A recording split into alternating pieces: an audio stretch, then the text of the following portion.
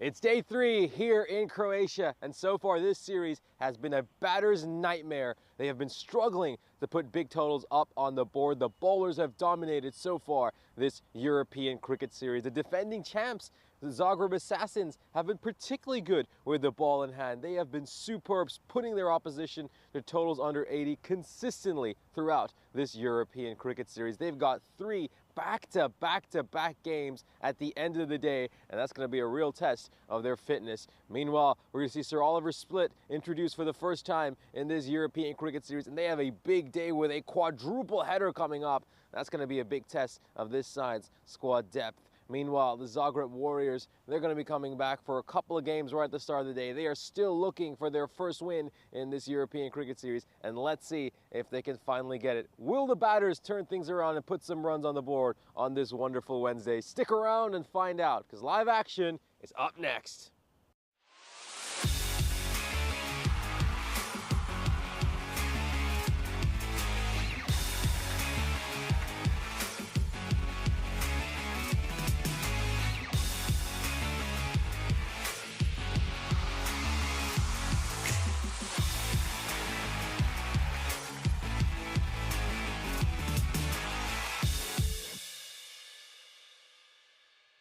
This European Cricket Network event is proudly brought to you by HCL Software and Paramatch.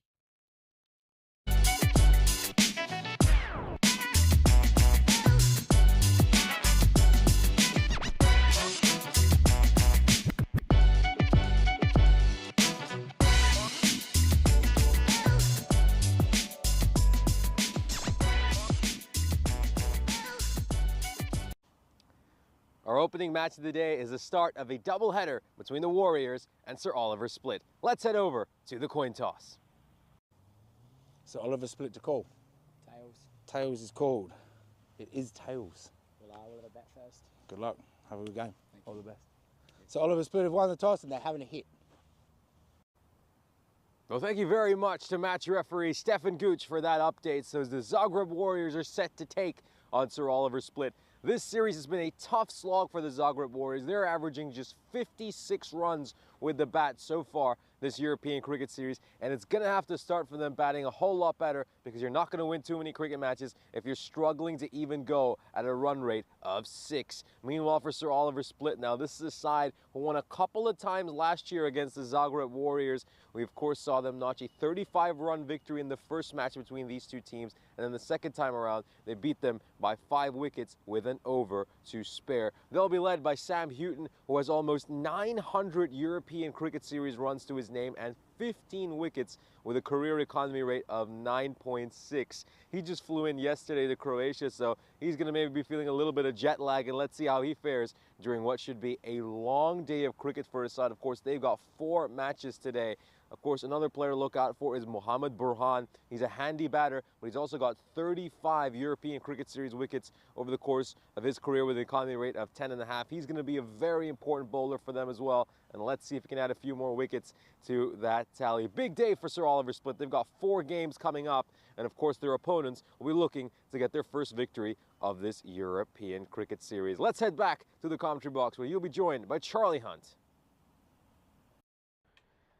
Thank you very much, Nish. Yeah, welcome from the commentary box. It is another sunny morning here in the beautiful Zagreb, and we are very much looking forward to what is yet to come, of course.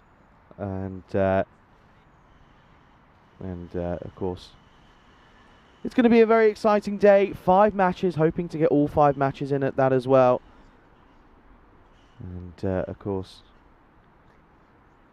looking, of course, at the first game yesterday, though, of course, it was the Assassins taking on the likes of the Warriors, of course. And again, it was pretty obvious to see that the Warriors were going to be struggling, weren't they? Of course, in that one, ended up being a 103-run victory in that one. And of course, next game was, of course, the Zagreb, which of course was quite an interesting one, to be fair. In all fairness, you of course saw Sokol take on a pretty interesting one in the next one, which was the Warriors, of course. 118 for 2, 44 for 8 was played there. Again, another 74-run victory. There was a couple of 70-run victories yesterday, to be quite fair.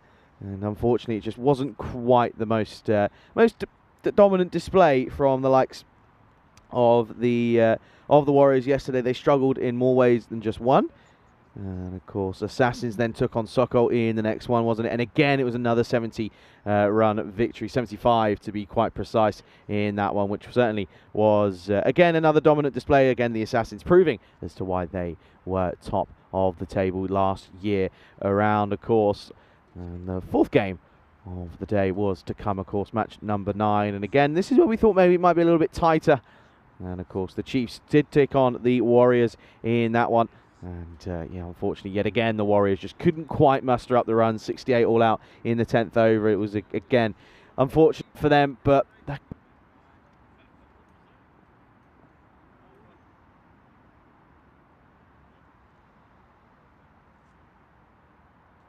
interesting matchup. It came right down to the wire. And of course, we do eventually find out, didn't we, that the Sokol side just weren't up to it in that last game. Of course, it was the Chiefs who took the victory by the 6 wickets. And yeah, in all fairness, it did mean that in all reality, it was going to be a pretty interesting day, of course. One thing that we, of course, did mention is that we lost a few games on the first day, and we do probably expect that we are going to struggle when it comes to the weather over the next couple of days. So it's going to be very, very interesting to see how teams go about this. I think Sir Oliver Split playing 4 games today, so it certainly is an opportunity for them to realistically get some points on the board before what could be some troublesome weather coming on in later on throughout the course of the back end of this week and going into early next week as well. And it is, of course, going to be another exciting day. You can see players out there ready to get going and raring to go in the sunshine early morning. Currently 15 degrees, and we should hopefully be looking forward to another day of sunshine. And we get things ready to go here in match number 11. A very, very good delivery first up from Kumar Burhan. Alongside Houghton at the top there, no real surprise. It's kind of what you come to expect from this Oliver Split side. And yeah, Sir Oliver Split, of course, aside, no stranger to fixtures on the network. Looking to maybe go one better than they have in previous years. Up against a Warriors side who struggled yesterday. No two ways about it. It was a tough day at the office for them. So maybe, just maybe, they could maybe just get something going. Good strips though. Croatian shoulder on the left shoulder, isn't it? Detailing on the strips. The Oliver Split following the exact colours on their badge. Down the ground, hit firmly, and this one will go all the way. 6 runs to start. First Maximo, it's only taken a couple of balls, and Burhan goes downtown and gets all of it. It's in the slot from Kumar, and Burhan says, thank you very, very much. Goes downtown, gets all of it, doesn't he? 6 runs to start us off in the morning. Very warm welcome to everybody tuning in around the world. Pleasure to have your company with us here on the European Cricket Network. If you are watching on Fanco, good morning to you. Very good morning to everyone. Here's a very quick look at the lineups. Maybe we can flash this up after the next delivery as well, just to give you a little idea as to what's going on. Better delivery, good comeback, and that's the win percentage here. The Warriors not giving too much of a chance, really. You can kind of understand as to why, but yeah, many eagle-eyed viewers will see a certain man of Nayak in the side for Sir Oliver Split. He has been brought over for the first few days of cricket. Looking forward to see how he goes, of course. But yeah, very much the same side, realistically, for the Warriors. Well, this one off the splice. Could be a chance here. Backpedaling. Doesn't see it. That's just not good enough. Early morning. That one was up in the air. It was an easy opportunity. Just doesn't see it. And just doesn't. The leg don't really compute with what the brain's asking it to do. Just a little bit of a lag and a delay to get going that time around. But unfortunately, couldn't quite fix up the catch. So that's going to be a drop early on for Burhan.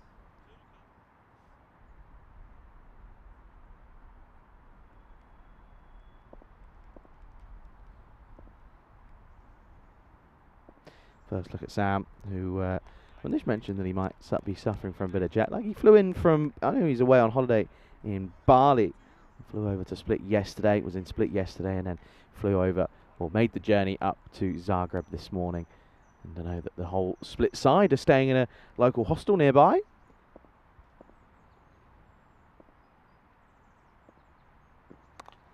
Carved away, and lovely shot from Houghton to get off the mark. This one will just trickle over the rope slow due to conditions out here in the outfield early on this morning, but gets enough of it out of the middle, and that one goes towards the rope. That'll be a very, very nice shot for four.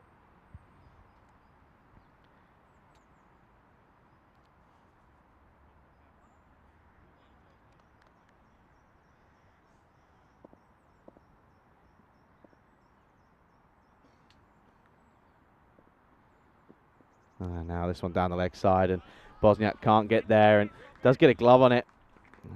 Just going to do enough here, I think. Maybe a wide down the leg side.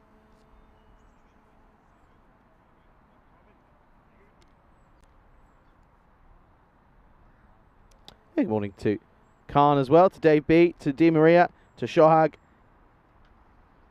Everyone in between. Pleasure to have you with us. To Rob as well. 15 already off the over here. And goes downtown and gets all of it.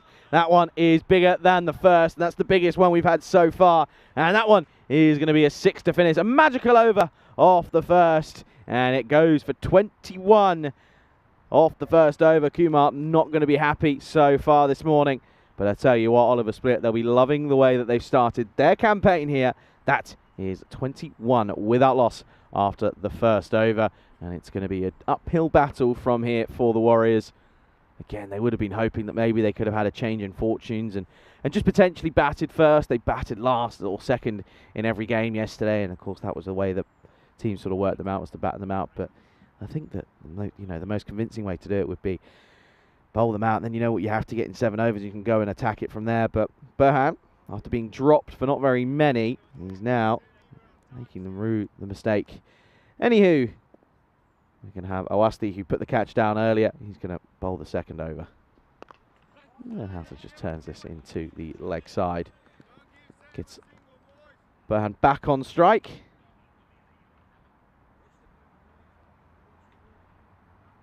Bosniak was involved yesterday in, well, the desperate attempt for a point, but ended up not really coming any good because he took a run off a wide, and unfortunately the run wasn't successful, was gone.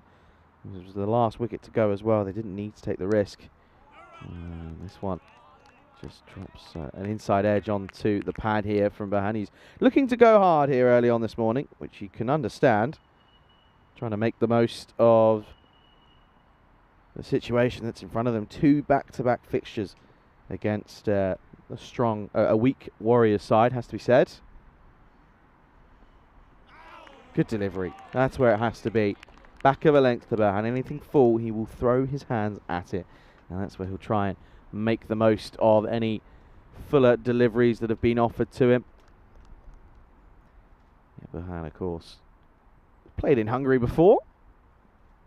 Played for Cobra CC. A couple of years ago, that is now, though. Oh, shorter ball again, misses out, and it doesn't have the timing thus far. So another dot ball. Good little comeback from Owasti. Well, welcome back into the comms box for the first time this morning to Nish. Yeah, thank you very much. Great to be back, and good start here for Sir Oliver Split, of course. Got a very strong opening pair in Houghton and Burhan. Burhan, as you mentioned, he's played plenty of cricket over in Hungary, represented the national team as well. Yeah, this one is going to be a wide delivery. Can't quite get it away. Yeah, he's played some T20 internationals, played against Israel this year for Hungary. He's also played in an ECL this year as well. Yeah, he's got plenty of ECS experience, over 50 matches in ECS tournaments now, so not exactly a stranger to the tournament and to the way that everything works. This one is whipped away. The old helicopter shot gets through the fielder. Not the best of fielding again. This time it's Sachin Churku. Just watching this one, and the old Tortuga might have been in full effect here. Yeah, big game for Sir Oliver Split, of course.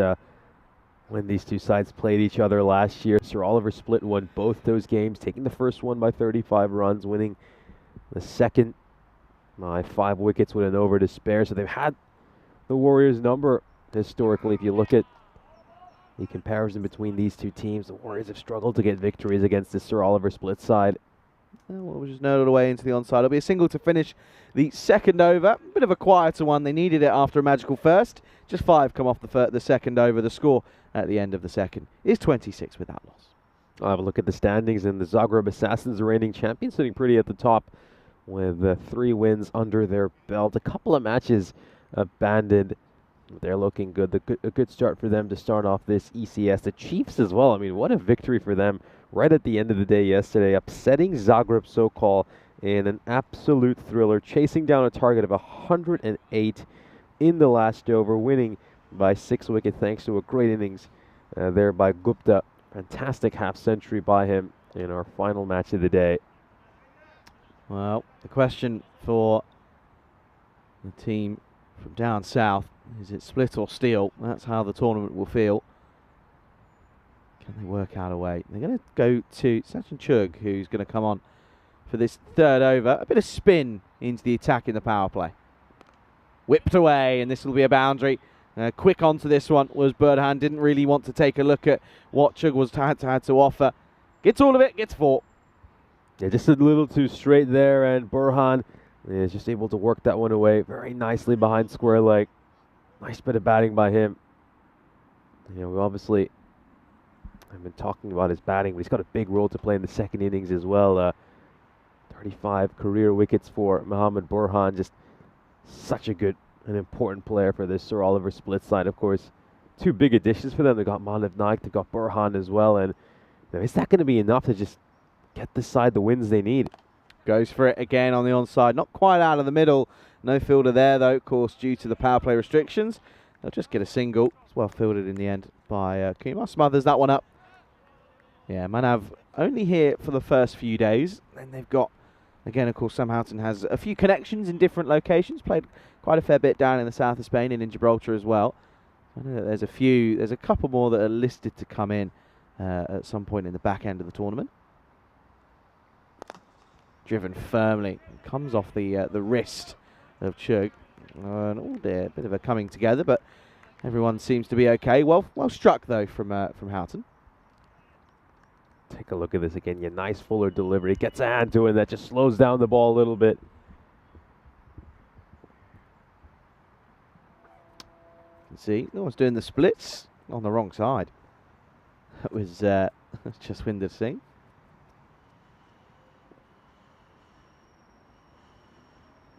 And again, well ball, nice and full, but whipped away strongly by Burhan. That's again very well done by Kumar, who has to deal with the wet conditions underfoot. And still here, though, Di Maria saying that they reckon that 120, I reckon 100 is enough against this Warriors side. I almost go as far to say I think that 85, 90 would be enough. I mean, they're averaging just 56 runs this ECS, so you could say about 70 would be enough against them. But and again, good delivery, well respected. Yeah, of course. Now, this Sir Oliver Split side, they've, of course, had some of their issues over the years as well in the European Cricket Series. Won just 1 game out of 8 in the first ever edition of the ECS here in Croatia back in 21. And then last year winning just 3 out of 15. This is their 3rd European Cricket Series appearance. Driven firmly down the ground, and that will get through and races away. Skids on through. Lovely shot to finish the over. And a very nice shot from Burhan at the end of the day. In fact, that was Houghton. That's really firmly struck. When he middles it, it certainly crushes away off the willow. 4 more to finish the over.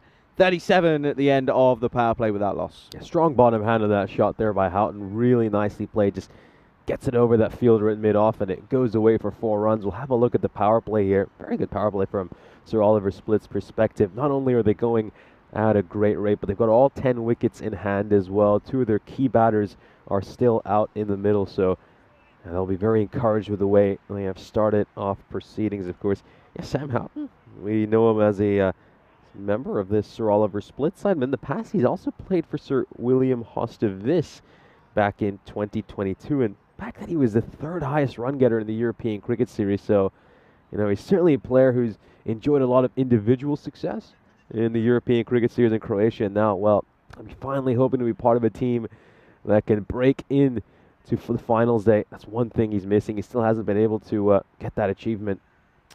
Looks as if Owasti, the skipper's going to continue. He's going to get slapped over extra cover and slapped for 6. What a way to start the over. Burhan says, even though the field is going to go a little bit more backwards now, I'm still going to take you on and take you on with a severe degree of success he does. I love the way Mohamed Burhan is batting. Look how far he is outside that crease.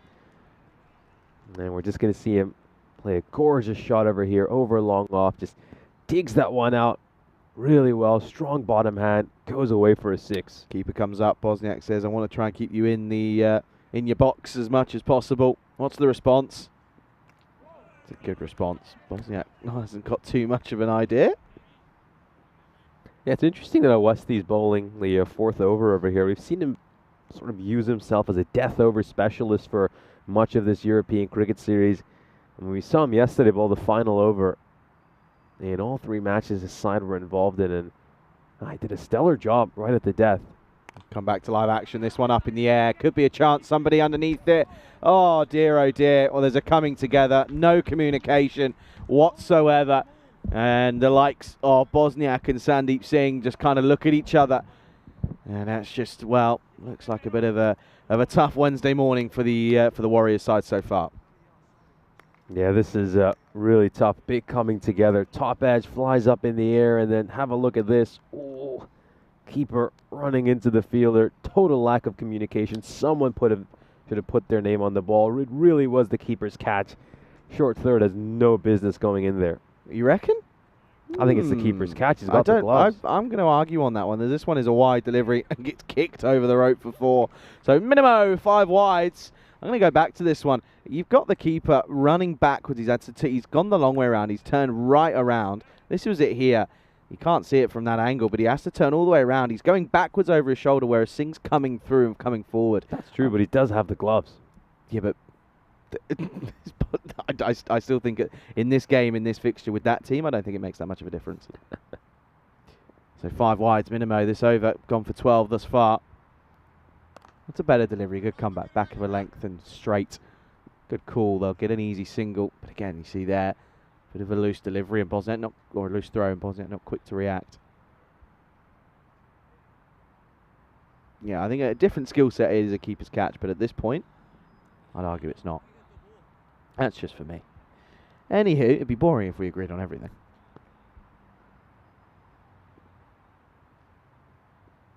$50 up already for split. Swing and a miss from Burhan.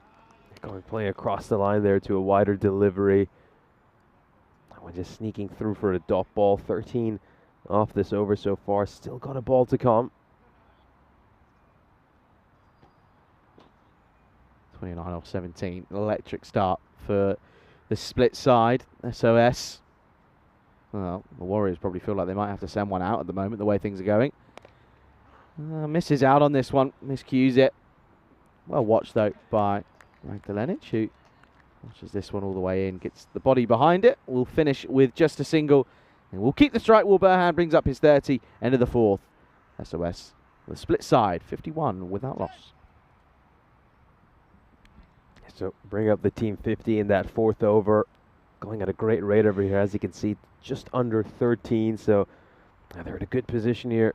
Sir Oliver split. The Zagreb Warriors desperately need to find a way to get some wickets. Chanchal Kumar obviously bowled that first over, went for 21. Then do they continue with Sachin Chugh here, or think maybe they just consider turning to someone like Naren Chandra? Of course, he's managed to pick up 3 wickets so far. This ECS had a solid economy rate of 11, and he's just somebody who keeps things very simple, doesn't he? Naren Chandra just bowls full and straight. Stick with Chugh, and he's going to get launched and taken away into the onside. 6 all the way. Thank you very much. There's Rav. He's got a nice little spot down there. He's taking some notes. Looks like he's ready for a day at the beach. And I tell you what, Split. Well, they've come from the coast, but they're certainly making the most of their time in the city centre at the moment.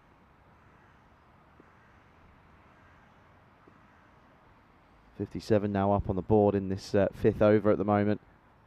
Oh, and again, goes for it. Has not got the distance. Has the height, but not the distance. Oh dear, it's another drop. It's the 2nd drop that's happened, and it's the same duo. It's going to be Burhan who gets dropped by Owasti in the deep. Yeah, it's putting down another catch here, and I think Fielding really has been an Achilles heel for Zagreb Warriors throughout the course of this ECS. They drop a lot more than they take, unfortunately, and it's hard to win cricket matches like that. Get a bit of a leg by here, I reckon. I don't think there's any bad on this one. It was a shorter delivery.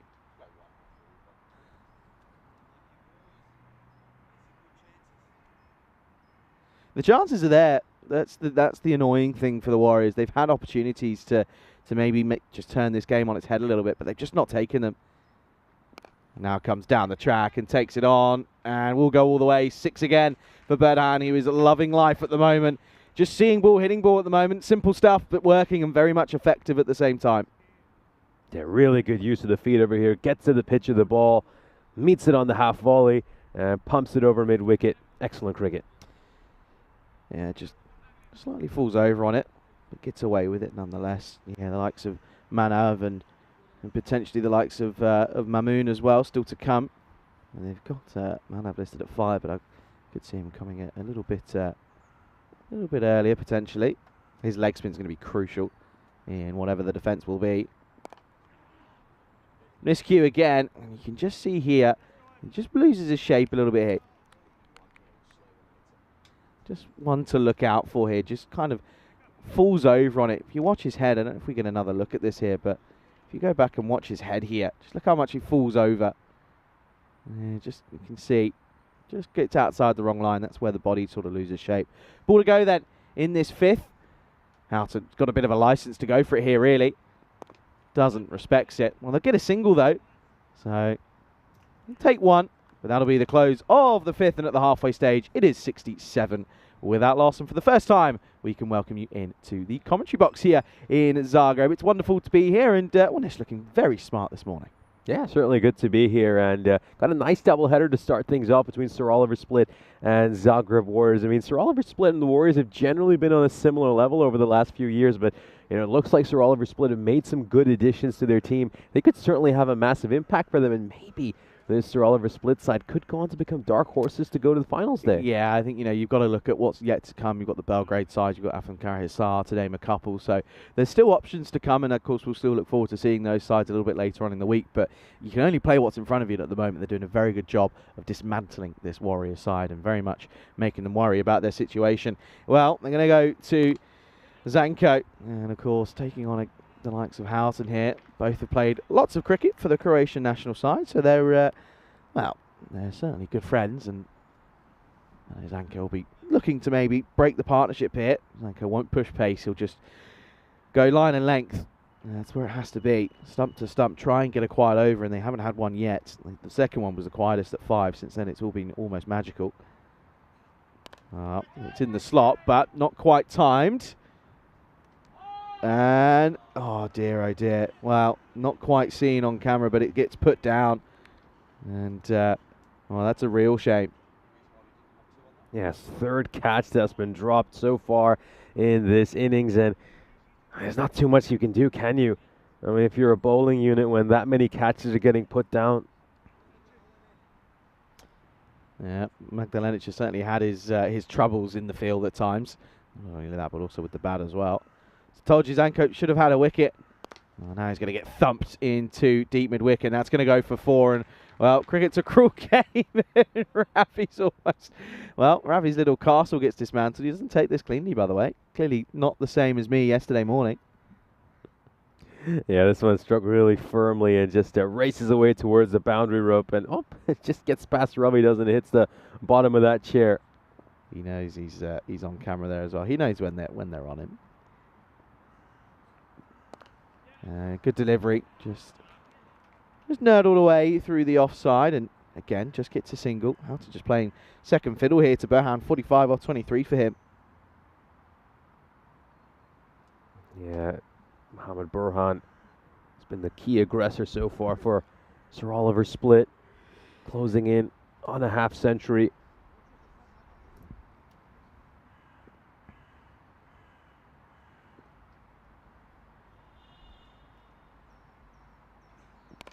Goes for it, and well, is going to get it, and that will be his half century. It's his first one in ECS cricket, and that will certainly provide him with a nice moment to start off his tournament. Gets a handshake from his skipper. 51 comes up off just the 24 deliveries. It's a very good innings from Mohammed Burhan at the top of the order. Yeah, fine knock here by Mohammed Burhan. Brings it up with a great 6. Terrific shot. We saw a brilliant innings earlier in this European Cricket Series against United Chalad Budapest. Now gets carved away over the offside, and it's back-to-back boundaries. So 6 and 4, very much looking like he's hungry for more at the moment. But he looks like he's there, and he's here for a good time, not a long time. End of the 6th, 84 for none. Sorry, what was that, Dean? Yeah, brilliant shot over there. Just a strong bottom hand as he gets that one through cover. Yeah, it's coming very close to getting a half century earlier this year in the ECS over in Budapest when he had an undefeated 46 against United Chalad Budapest. Already scored 192 runs over the course of this year, averaging 21 with a strike rate of 218. It's been a career year for him so far on the network. His average has jumped up substantially from 13, which is what it was in 2023. That strike rate's shot up from 126 to it's 218 for the year. So Mohammed Burhan, he's just continuing this career year for him. Yeah, he certainly is. And D just popped round the corner and said, is that really his first 50? It is. It's his first half century in ECS cricket. Previous best was 46, not out. That was against UCB earlier this year. It's another boundary, by the way. And unfortunately, the woes continue for this Warriors side. To be fair, the tosses have never really gone their way. They've lost many a toss, but still, they're just not at the races. Yeah, this isn't a great delivery, is it? It's short, it's wide, it's really loose. It's asking to be hit, and it's got the treatment it deserved from Sam Houghton. It's too short and too wide from Naren Chandra. It really is. Same again. And a similar sort of shot. A bit of work to do for the field. This time picks him out, so we'll just be one. Yeah, this is not the kind of bowling we saw yesterday from Naren Chandra. I think he kept it stump to stump yesterday. Everything was in and around that off stump. He's somebody who focuses on line and length more than pace, and he just hasn't quite had that accuracy these first couple of deliveries. Full up and in the slot and whipped away and gets through. It's another misfield, another mistake from Awasti. He's having a horrid time at the moment. He's like a ball magnet as well. When it's not going your way, the ball will not leave you alone. Another one gets through him, and it's another boundary. 4 more for Burhan. Yeah, that's not what you expect from your captain, do you? You expect him to set a tone in the field, and I should have done a lot better there. He knows he can do better. One just getting away from him. I think another big loss for the Warriors is no Sajid Khan either. He's been one of their most economical bowlers. Up in the air, carved away. Nobody out there, though. And a bit of work to do. This is Desai. He does well. Just be a couple. Yeah, but just going back to that point, I mean, obviously without Sajid Khan, they need to find someone else who can bowl the 2 overs he normally wouldn't. Whoever they've turned to so far, this innings has struggled. Such a big dilemma for Abhishek Awasthi. And again, this time, bit of turn and a bit of bounce. Alton just fended away. We'll get a single for his troubles, but already probably too many runs on the board, you feel. Still got 3 and a bit overs to go, so again, just the toss, meaning that they're going to get batted out of this one here, realistically. Yeah, I think we're now in that sort of situation where Sir Oliver Split will be looking to see if they can get bonus points. Firmly hit down the ground. Well watched in the end by Jasminder Singh. I love how that was so far away from the cube and you were getting ready as if it was coming in. Yeah, it was just wondering if that might just sneak into the ice cube, of course. We had one that came in yesterday. He took a brilliant take first thing in the morning. Here's a look at the run rates by year here in Zagreb. So a lot lower scoring than most of the countries you would see on the network. Of course, we're coming from series where we saw run rates between 13 to 14, and Croatia tends to be a little lower scoring. As you can see, I mean, Croatia, I beg your pardon, Austria right up there with 14.7, our highest scoring series so far this year. And Croatia, well, it's just a series where you tend to see the bowlers dominate, the batters struggle a little bit in this country. Got a slower outfield over here. The pitch has got a few demons in it as well. And then you have to look at the quality of the batting as well. So a par score in this country, you typically say it's somewhere in the 100 to 105 region. Yep, they're going to go with Vedran Zanko once again then. Went for 17 off his first over. And going to get swept away for 6. That's a glorious shot from Burhan. And these drops that they dropped him on when he was earlier on in his innings are proving to be so costly now. Yeah, they certainly are. And that's just been an issue, hasn't it, for this Warriors side throughout the course of this European cricket series. They just struggle to take catches, and they make a lot of errors with their ground fielding as well. And, you know, it just harms the confidence of the bowlers so much, doesn't it? It's just the frustrating thing for this Warriors side is they had chances. They really did. They had chances to remove both the likes of Burhan at the top. Just didn't take them.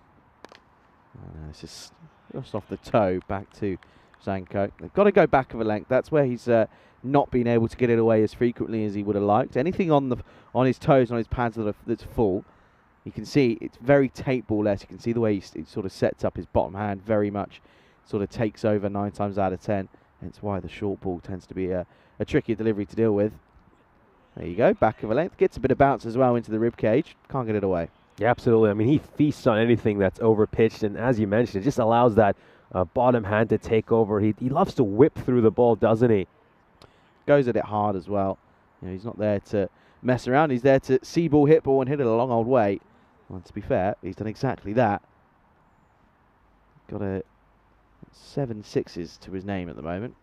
The most we've seen in innings since we've been here. Oh, well bowled, quicker delivery, rushes in for pace. Well dug out though. Yeah, this time he does look to go a lot fuller, but he's absolutely nailed that Yorker length, hasn't he? He just lands it between the feet, so that's always going to be tough to play, regardless of the quality of the batter.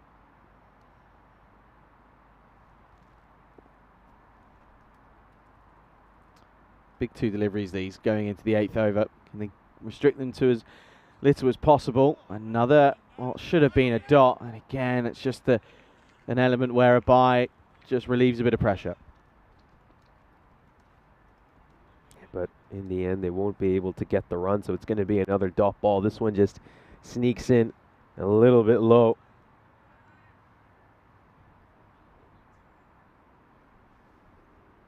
I beg your pardon, yeah, they do pick up the single. I mean, driving me crazy there. I thought I was seeing things then. Ball to go then in the 8th. Ball to go in the spell of Zanko as well. And this is chipped a long old way and chipped into the hands of the fielder. And Zanko does get his national team counterpart in Houghton, who goes for a well-made 24 off the 14 or 15 deliveries, in fact. But it's a good catch in the end on probably the 4th time of asking by Jasvinder Singh. First wicket falls and a partnership worth 103. A very good opening partnership. A good start for the batting unit of Sir Oliver Split. The first wicket down at the end of the 8th. It is 103 for 1. Yeah, a little bit of a juggling act there for Jaswinder Singh, but he's finally able to hold on to a catch. And the 4th time of asking, Zagreb Warriors are finally able to take one. So they put down 3 catches earlier in this innings, but they hold on to this. Good overall, you'd have to say, by Vedran Zanko. I thought he bowled really well, stuck to the plan well, kept things simple, gets the wicket he deserves. Only 7 runs come off that over, the second quietest over we've seen so far this innings. A couple of split-second decisions and reactions from the fielder down there, excuse the pun. As this is Nanan Chandri comes back in and Budan just gets a single. It is Mohamed Al Mamoon who comes out for the first time on the network and comes in at 3. He's got a license to go big here at the moment. I go back to Naren Chandra for 12 runs in his first over. Mamoon looking to go for a big shot here. That's a massive swing and a miss.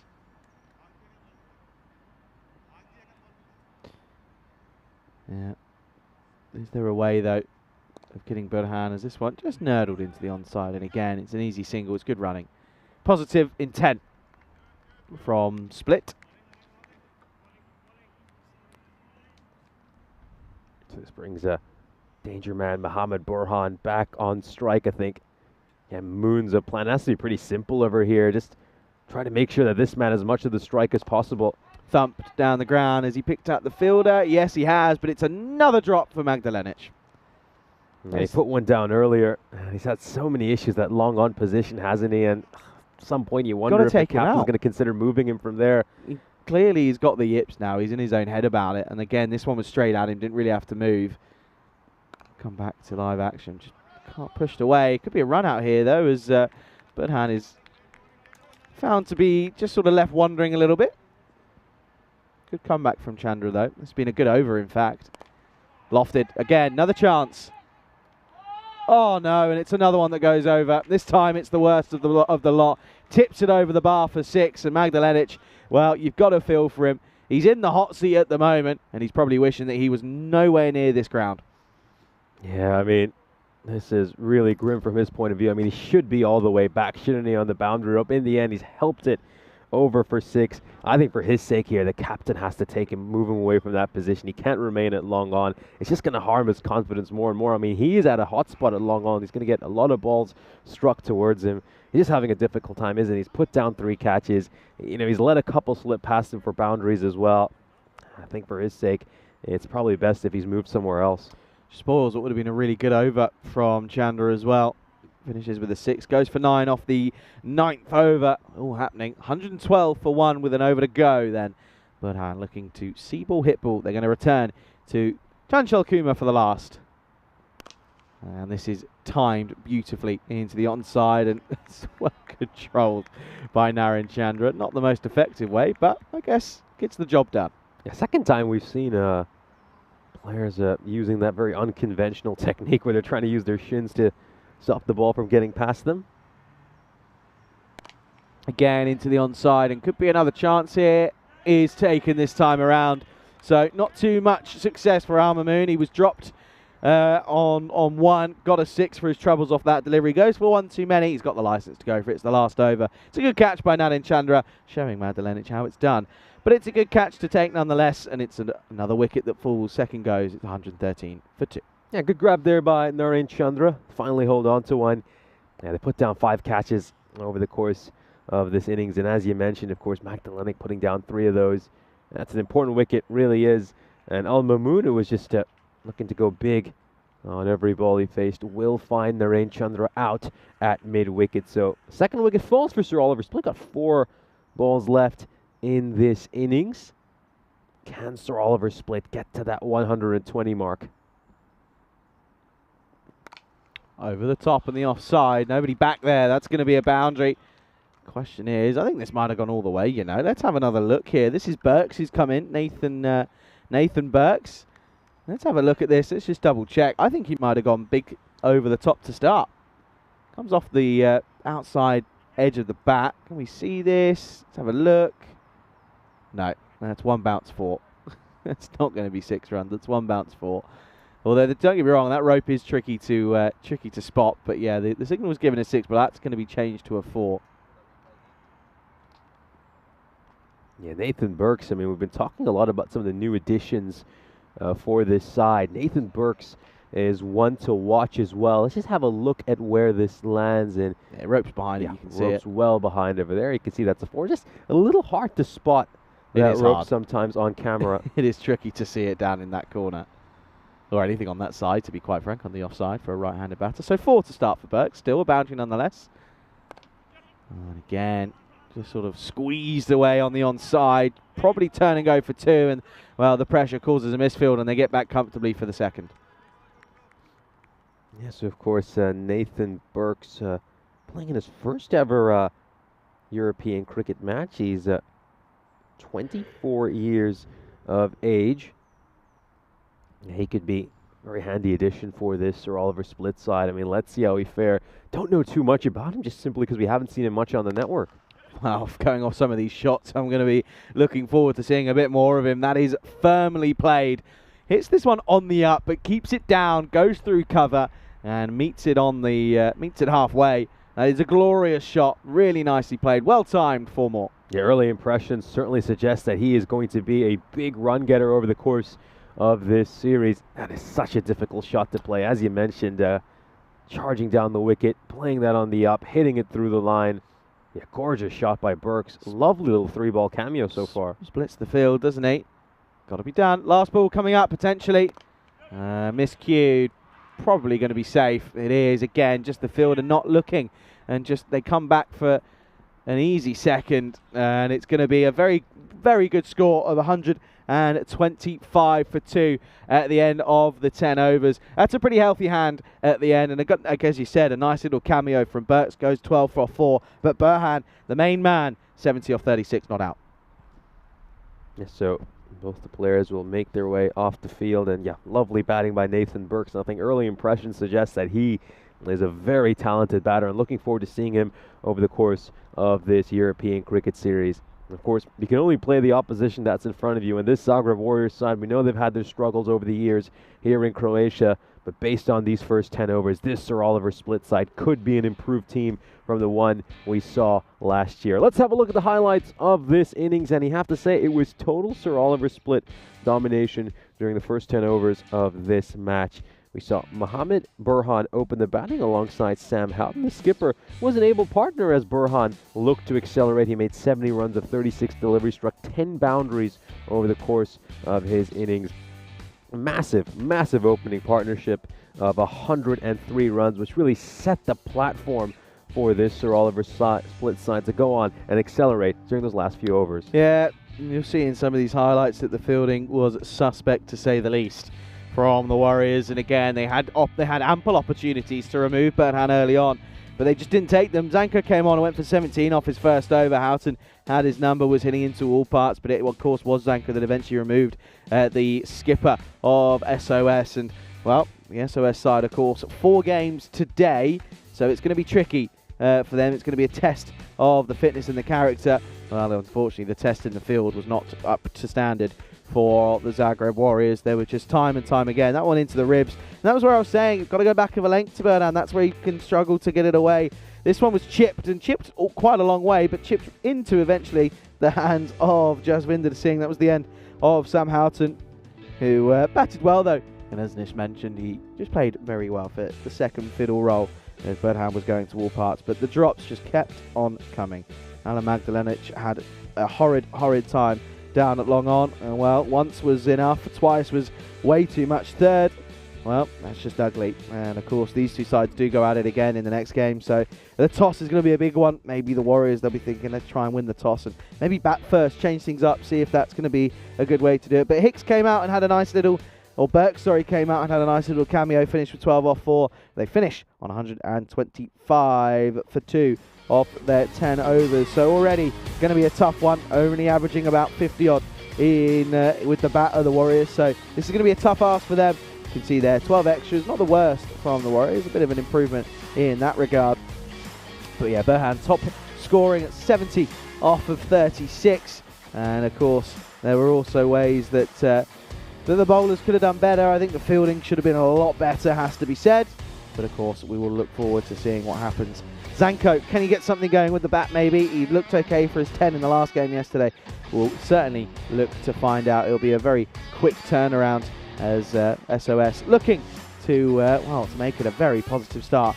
They've done the half the job. Can they do the second part? We'll be back in 10 minutes time to find out. Maybe less than that, probably about 7 or 8. Looking forward to it. You're watching the European Cricket Series day number 3 here in Croatia on the European Cricket Network.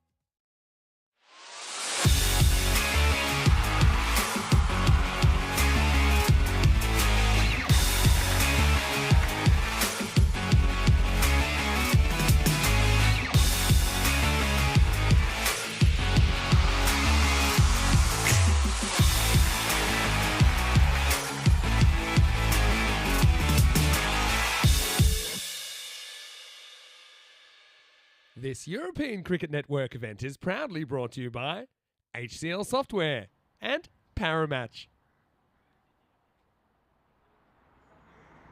We are set for the start of the second innings here in Croatia. Great performance in the first innings by the Sir Oliver split side, putting up 125 runs on the board, largely thanks to a brilliant innings by Mohamed Burhan, who continues a career year for him on the European Cricket Network. We'll have a look at the bonus point equation here. Of course, if the Zagreb Warriors side pull off something really incredible and can chase down 125 runs in 7 overs, which would require them to go at a rate of 17.9. They will pick up all 4 points in this game. But in all honesty, I think Sir Oliver Split have a solid chance of taking 4 points out of this game. They're going up against a team more averaging just 56 runs in this European cricket series. They've had all sorts of issue with the bat in hand. In all honesty, it's hard to find positives for them. I really tried to dig for some. I mean, you've had a couple of batters who've had scores in the 30s. I think that's about the only positive I could say. A couple of scores in the 30s. But in all honesty, I mean, most of their batters have been struggling to even get to double digits for this ECS. I think it's got to come down to doing the basics right if you're the Zagreb Warriors. I think we've seen a few too many batters who have gone out there, try to swipe across the line at everything, go for big swings and misses.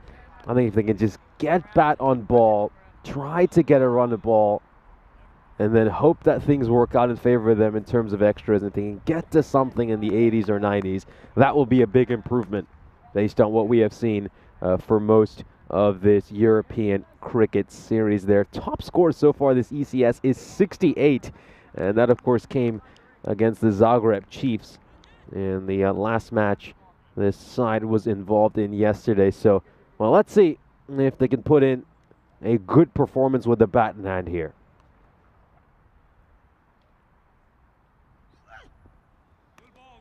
And he starts with a wide down the leg side. You could hear a good ball as that one was delivered, but unfortunately for Sidhu, it really wasn't. Just gets that one wrong. And he just needs to make that adjustment, doesn't he, when he's bowling to a left-hander over here.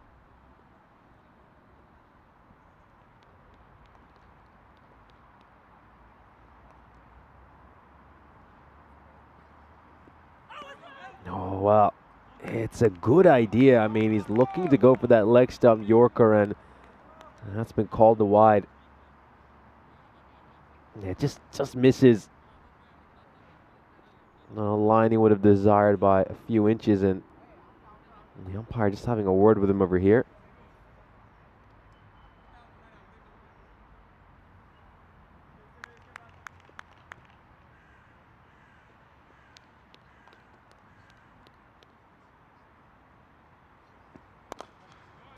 Oh, it's much better, much better. It's a lowish full toss, but those tend to be pretty tough to negotiate.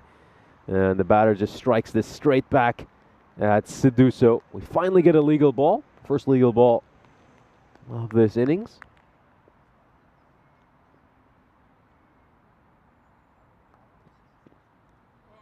Got a slip in place over here as well, which is good attacking captaincy. You really like to see this by Sam Houghton. You don't tend to see a slip employed much in T10 cricket.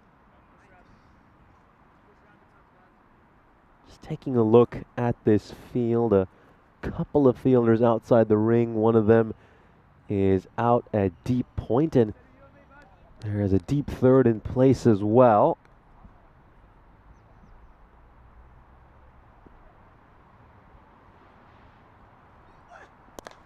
Oh, let's go straight down the ground here. Oh, he got a hand to that. What an incredible effort. Would have been a spectacular catch if he'd taken it, but Nathan Burks has most certainly saved his side a boundary. Oh, what a flying effort. He's made a great early impression on the European Cricket Network. Love that little 4-ball cameo by him right at the end of the innings. And just take a look at this. He has covered so much ground. This looks destined to go for a 4. And oh, he's given himself half a chance of taking a spectacular catch. But no one's going to catch this one. It's going to go a long, long way. High and handsome by Singh. That goes away for a 6. And it's the first Maximo of this innings. A beautiful shot there by the left-hander. Take another look at this.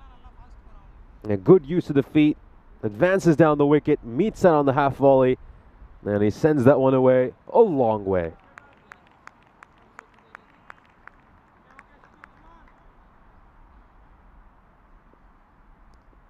Nice strike there by Jaswinder Singh, playing in his first European Cricket Series match. And if he can continue to strike the ball that way, that's going to be such a plus for this Zagreb Warriors team. Mentioned it a number of times, but they just lack that explosiveness. They really do. And if they can get someone right there at the top of the order who's capable of hitting a few boundaries, that's going to do a world of good for this Warriors team.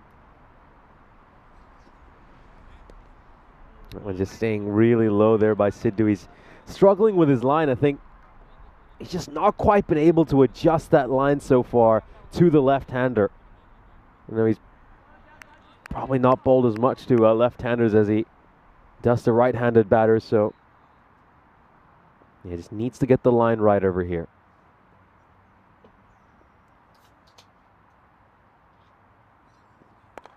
Yeah, better, much better. That's a good ball right up there, almost in the block hole.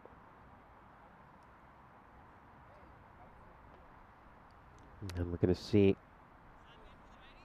a little bit of discussion between the two batters.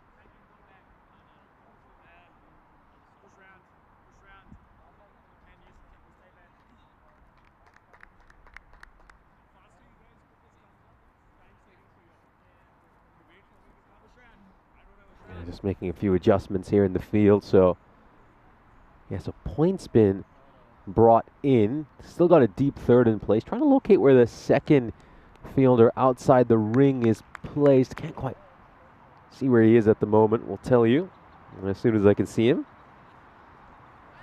Ah, it's another wide. This is a poor delivery. It really is.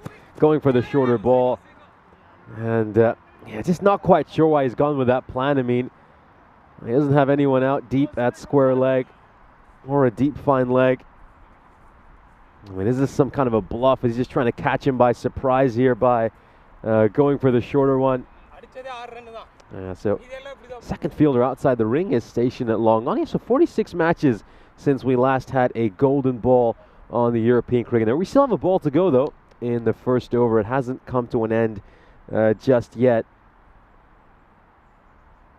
Yeah, so long on and deep third in place here.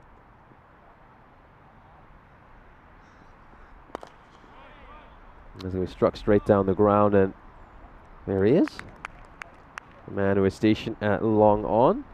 That's Nathan Burke. Saw him put in a spectacular effort in the middle of that first over when he was fielding at mid-on. End of the first. The Warriors are 19 for no loss, and of course a good chance to introduce Charlie Hunt in the commentary box as well. So yeah, that was the kind of positivity that we've been really looking to see from the Zagreb Warriors, but they were helped by a lot of extras by Sidhu. Yeah, it'll be interesting to see how Jaswinder will help, how he'll go about things. Looks like he's going to be an attacking player. Good early signs here, though. We're going to get a look at Burks. He's going to take the second over, so that's going to be an exciting one to see and negotiate. I think that could be an interesting one. He's a tall man as well, so it'll be interesting to see how he goes on this pitch. You've got to think about the bouts he could get. I think Manav with his leg spin as well, the pace that he bowls it at as well. He could get some extra purchase off this wicket as well. Should be an interesting one. I think it's going to be close though in this game, to be quite honest. I mean, fielding could be a huge difference between these two teams as well. I mean, of course, you know, we saw some of the issues this Warriors side had in the field, but just take a look at who Sir Oliver Split are going to have at long off and long on. You're going to have Burks at long on and Manav Nayak at long off. Bit of a loosener as Burks with good pace. Could be a run out here. Oh dear. Almost left in no man's land, Sandeep Singh. I'm going to remind yourselves that he hasn't got a strike rate above 100 yet so far in this tournament, by the way. Burks just getting a little bit acquainted with that wicket. Almost too close for comfort.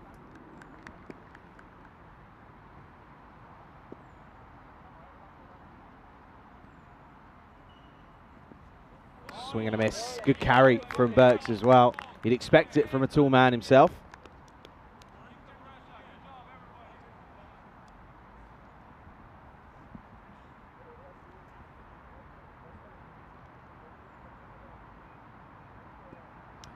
Still early on here, there are signs that the Warriors looking a little bit more of a fight. This is a very loose delivery from Burks. Just maybe want to check this, just to see if it was on or off the pitch. DJ umpire is not too sure. I think it's on. Yeah, it's on by a long way. You just couldn't see. He was blocked by the tall man himself, who was in the way. Couldn't get a look at it.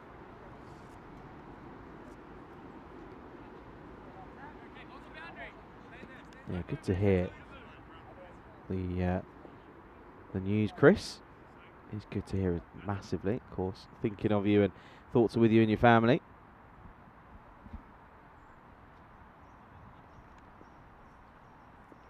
Anyway, can he get it legal, Burks? Yes, he can, and it lifts off. That'll probably be the one for the over. Yeah, he's clearly going to look to bowl. A lot of hard lengths over here at Nathan Burks. He's got deep fine leg in place as well as deep third, so yeah, expect him to bowl that kind of heavy length and really look to get these to climb up on the batter. Yeah, you would expect him to, realistically, wouldn't you? Goes Fuller inside edge. Just be one. There is a fielder down at fine leg. Yeah, there are two fielders back at the moment, a fine leg and third man, so they're clearly not expecting much power from the batters. They're expecting edges and snicks away. Yeah, so just it's going to be Singh who's going to come on strike over here. And yeah, as you mentioned, just struggling to go at even a run of ball for much of this European cricket series, and that's kind of been the tale for hang on a second. much of this Could Warriors side. Chance here to have a shot at the stumps here, and they'll scamper across for a single. Yeah, got to be careful of those chances, you know. Got to take them, got to push them, because, well, the likes of Sandeep Singh, yes, has struggled, but still, you can't be taking suicidal runs. That one was very suicidal, almost on the verge of silly, realistically.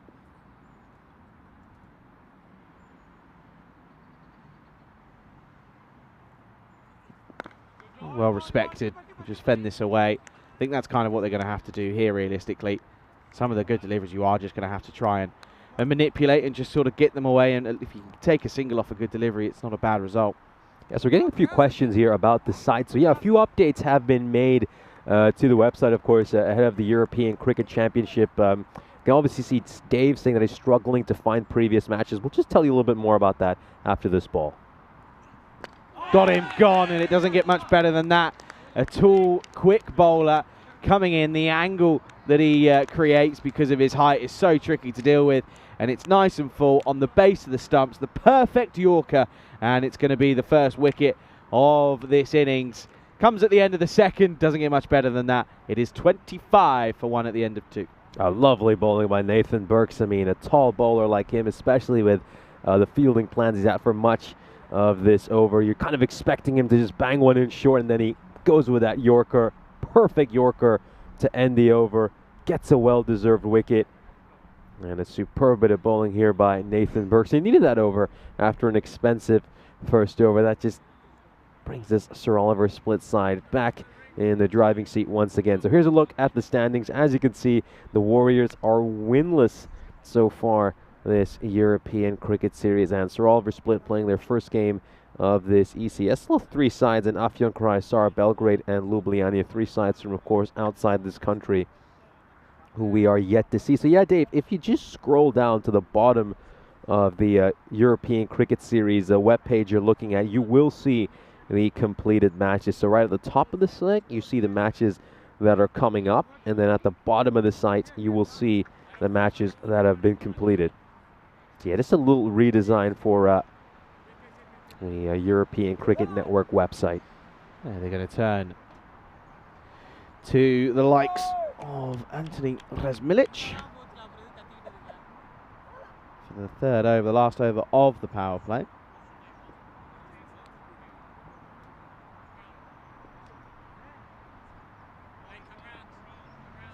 Making a few adjustments here in the field. Just going to say, Sam, he's a very hands-on skipper. He'll get in and amongst it.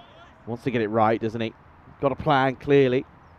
He wants to set. Still, of course, can only have the 2 out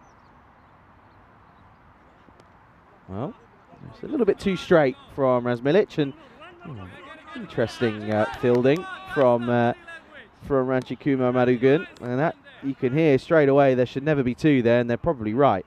Yeah, you can immediately hear someone just shouting body language, body language. Just gets a little tickle on this. It slows up in this outfield, and yeah, should only have been the one run over there, but they'll end up picking up a couple. You just obviously want to see a little bit more effort in your first game of the European Cricket Series. Fuller, but not straight enough, too far down the leg side. That's going to be a wide ball. Just going to be the issue, isn't it? It's going to be the extras column, I think, for most sides, and that's what we've seen so far. It's what we're seeing here.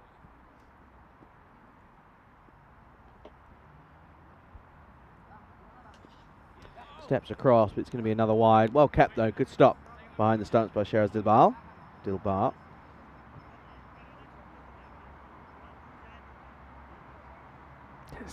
Sprays that one down the leg side there, Razmilic. Coming round the wicket. Let's see if he can get this one right. Asking the question. Umpire is unmoved. There's a lot going on in front of him here. The batter is in the way. The bowler's in the way. It's a tough decision to make, realistically. Let's have a look. Lots of movement. Well, it's dipping. It's a tough one. I think that might be close, you know. I think that's the way it is. Has it done maybe too much? Let's have a look at side on here, just to check the height. Of course, for a no ball, that is. And there's no issue with the height. Yeah, definitely no issue with the height. We'd just like to go back to that first angle again and just see how close that one might be. Maybe we'll get another look at this after this ball. Another full toss, this time off the cue end of the bat. Yeah, that was a really tight one. I think it's one that, when you look at it on the replay, you realize that it's a lot closer than it initially looked. It's tricky in real time because you're kind of thinking, oh, big full toss, it's going to be no way near. But of course, umpires out there don't have the benefit of the replays. Well, you don't need the replays for this one. The finger still goes up to send him on his way, but well, maybe just check side on here. But it's going to be a wicket. Should be fine. You never know how much it does dip towards the back end, but another wicket will probably fall here, and that's probably going to be the end of Jasvinder Singh. I think if you go back to that LBW appeal, it was a very similar ball to this. And, of course, this goes on to hit the stump. So, I mean, it makes the case that maybe it could have been LBW earlier. But, hey, it's not going to matter in the end as he's going to get the wicket. Yeah, good bowling here. Good turnaround by Anthony Razmilic. I think just bowling these sort of dipping Yorkers, I don't know quite how to explain them, has worked out for him quite well in the end. He'll pick up the wicket here after just struggling a little bit at the start of the over with his line, just pushing a few down the leg side. He corrects his line these last three deliveries, and the Zagreb Warriors lose their second wicket. So we're now going to see Magdalenic coming in at number 4 now. Of course, he had quite a few issues in the field in the first innings. We saw him put down 3 catches. He also made a few ground fielding errors as well. But he's a man who does have one score of 30 in this European Cricket Series against the Chiefs. It's a wild swing. Doesn't get anything no way near this. 2 fresh banners at the crease, though. Good delivery, though. Keeps it inside the tram lines. Good finish to the power play this has been for the SOS at the moment. That's another good one. But slapped away firmly. And it's very well fielded by Nathan Burks. Well, he's a man who's looks like he's in good form at the moment. End of the power play, going at 10s but losing wickets as well. Looks as if spin's going to come into the attack here. It's 30 for 2 after 3. Yeah, great slide over there by Nathan Burks, and he's the kind of player who you feel is going to have a huge impact on this Sir Oliver Split side. I do wonder if he's going to be available for the entire European Cricket Series. If he is, that could be a huge factor for this Sir Oliver Split team. Having a look at this comparison right now, you can see that Sir Oliver Split were only 7 runs ahead at this stage, but of course they had all 10 wickets in hand. And right now you just feel that this run rate's going to continue to dip for the Zagreb Warriors as this innings progresses. You look at that first big over, just get the feeling that that first over might just have been an anomaly. So then, Manav is going to come on into the attack for his first involvement in the game. Houghton going to be wanting to set the field that Manav wants. Of course, Manav previously Played for the Blinders in Hungary earlier this year. Didn't play in the final, but was so crucial in getting them into that final. Bit of leg spin to start us off in the fourth. Turn and skids on through to start. It's going to be given as a wide eventually.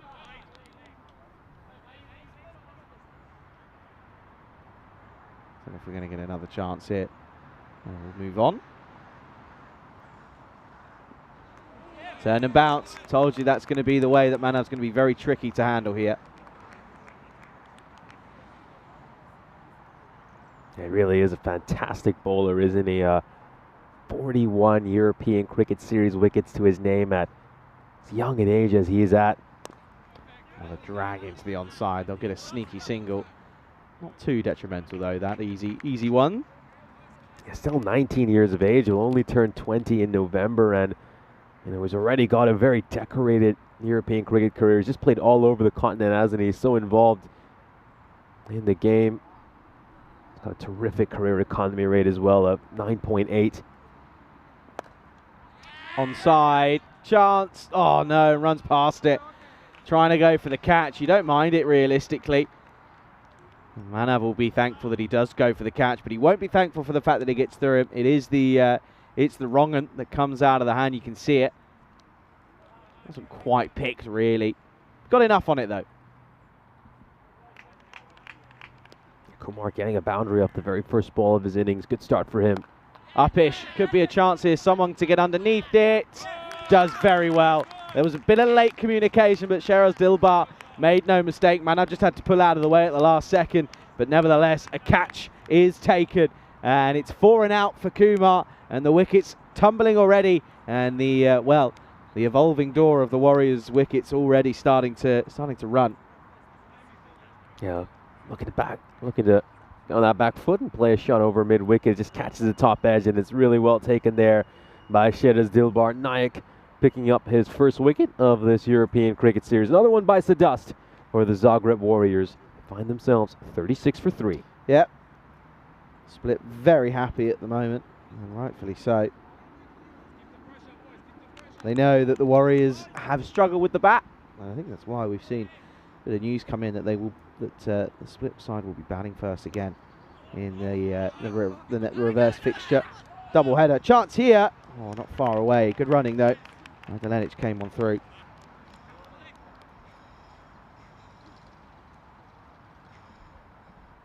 Good over from Manav, picking up a wicket. It's exactly what they would have wanted him to do with his first over in the tournament. Oh, and another one. Not really too sure Dilbar had much of an idea of this one. End of the fourth, it's 37 for 3. Yeah, great over there by Manav Nayak. 7 runs coming off it. Picks up a wicket as well. Yeah, they've lost a wicket in each of the last 3 overs. This chase is starting to unravel for this Zagreb Warriors side. And after a great start in that first over, it's looking like a familiar tale for this Warriors team, isn't it? I mean, how often have we seen them just struggle with the bat in hand over the course of this European Cricket Series? Now, as things stand, they're largely just living off the generosity of this Sir Oliver split side. Those 16 runs of extras are helping them mightily. This is Mohamed Budhan, who's come on for a bowl. So, mentioned he's often in the wickets. I mean, we've seen him previously. Can he pick up a couple here? More leg spin, and he's getting good flight and good turn, and tricky to deal with for a batter. But this really is great, isn't it, for this Sir Oliver split side? The fact that they can bring a couple of leg spin options after the power play. And again, this time just a little bit wayward from Awasti. I mean, if you look at a lot of the teams here in Croatia, not many of them are blessed to have spin options. Hit away. Work to do for Manav Nayak out there in the deep. Does exactly that. Will just be 1. And of course, the fact that they can turn to both Burhan and of course Manav Nayak as well for leg spin right after the power play is. There's going to be such a big X factor, isn't it, for this Sir Oliver split team? And another one that misses out on it once again.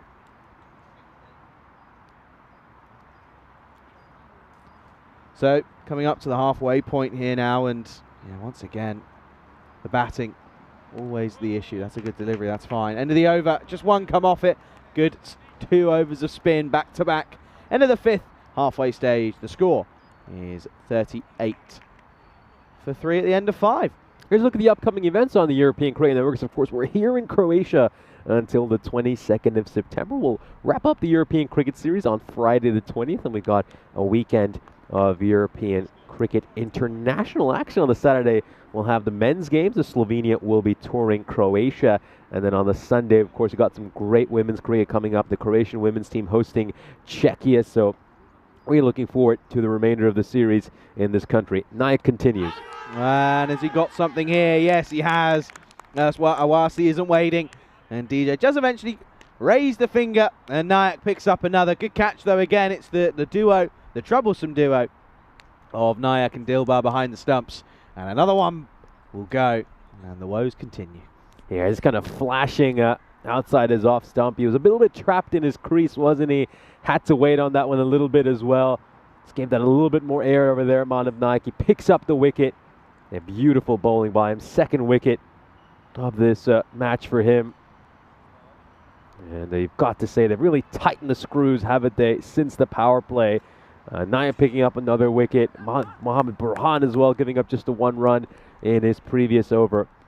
I think this spin duo after the power play, they could be absolutely huge for them. I mean, if they can lock down overs 4 to 7 and really contain the opposition, this Sir Oliver split side could do wonders. Short, Zanko pulls into the onside. He's the man who comes out then here at number 6. Yeah, spin is such a vital component of an attack in the game of T10. Often gets overlooked, but the most successful sides are the sides that utilize it correctly. And I think that's what we're seeing here from Split at the moment.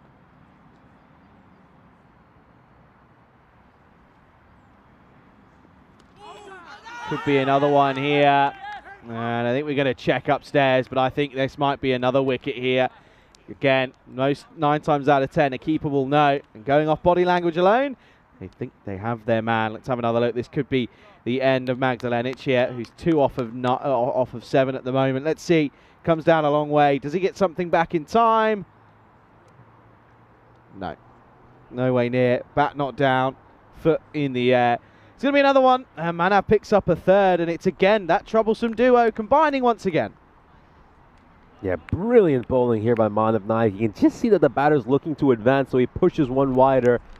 And then a sharp bit of glove work as well by Shiraz Dilbar, who has been brilliant so far this innings. Of course, saw him take a good catch earlier, and now he's involved in a stumping as well. So what's been a difficult match for Magdalenic will come to an end. Of course, he saw some of the issues he had in the field in the first innings.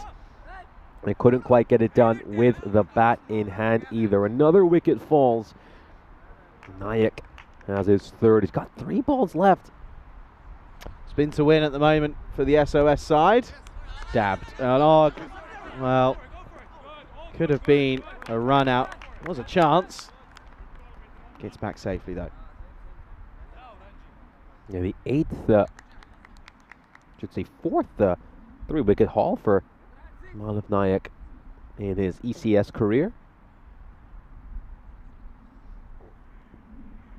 Lots of movement. Clipped up in the air. Oh, it's an excellent attempt from the fielder out in the deep.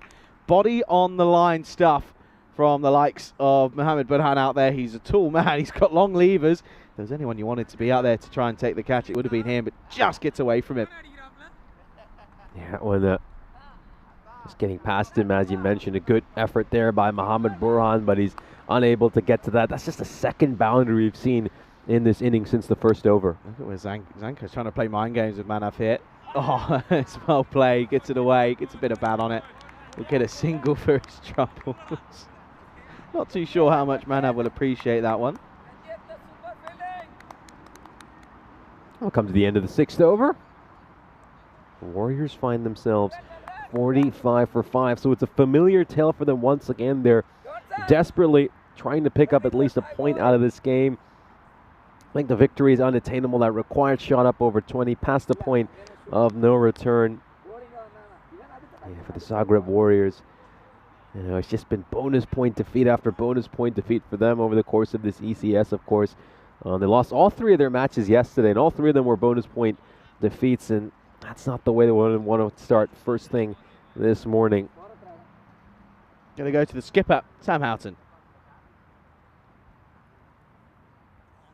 For some dibbly-dobblies is probably the best way to describe it, but a bit of a loose now. It's going to be a no-E to start. Free hit to come.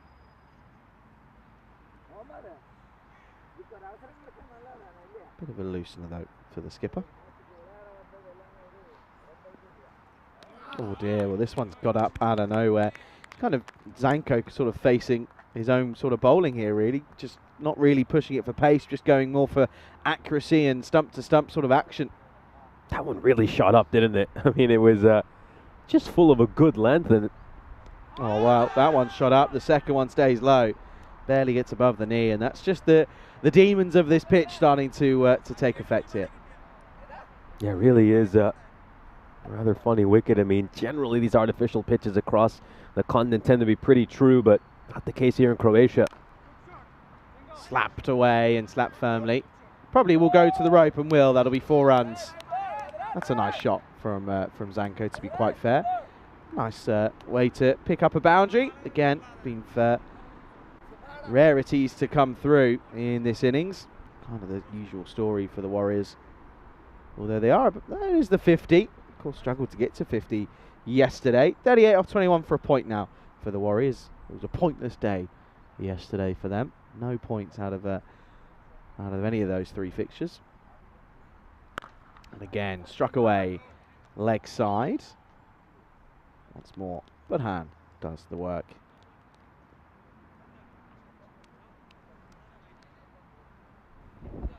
Yeah, so as we can see, we just brought up the graphic to pick up a single point from this game. They need to go out about an 11 and over to even get to that 88 mark. Full toss. And again, paddled into the leg side realistically. So might want to check the height on this one to confirm whether it's a legal delivery. Should be okay. Yeah, he's down and in front and comes down. Come back to live action. Oh, and absolutely turns him into an S. Cuts him up.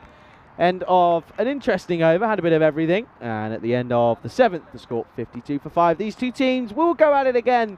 You can see there, news from the toss. It's the exact same result. The Oliver Split side will win the toss and bat first.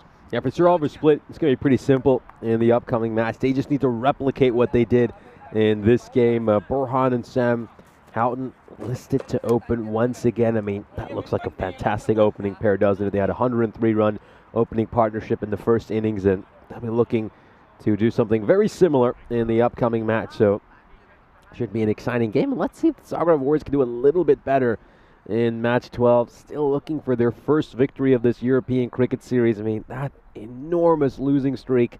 Well, is it ever going to end for the Warriors? Doesn't feel like it will at some point. Madhu is the next bowler to come on. Starts with a dot. Does feel that at the moment they just can't find a way. They're just in a bit of a slump and can't get out of it. You know, certain teams just know how to win games of cricket. Yeah, Desai's feet, they just look like they're stuck in quicksand at the moment, don't they? There's no real foot movement by him. Not really able to get close to the line of the ball. And if Madhu just keeps this line nice and wide, I mean, he could sneak in 6 dot balls here and get a maiden. Never mind, you jinxed him. Genuine jinx. But that's kind of what happens, doesn't it, with most of these bowlers. You know, they keep the line nice and wide, and all of a sudden, one ball, they want to go for glory. They want to go for the stumps, and usually that ball ends up either going wide down the leg side, or in some cases, they get it right and they actually get a wicket. Yeah, surprising with the straighter one now. That'll be the plan. But again, just the batting unit not firing, and it's starting to get worrisome for the Warriors.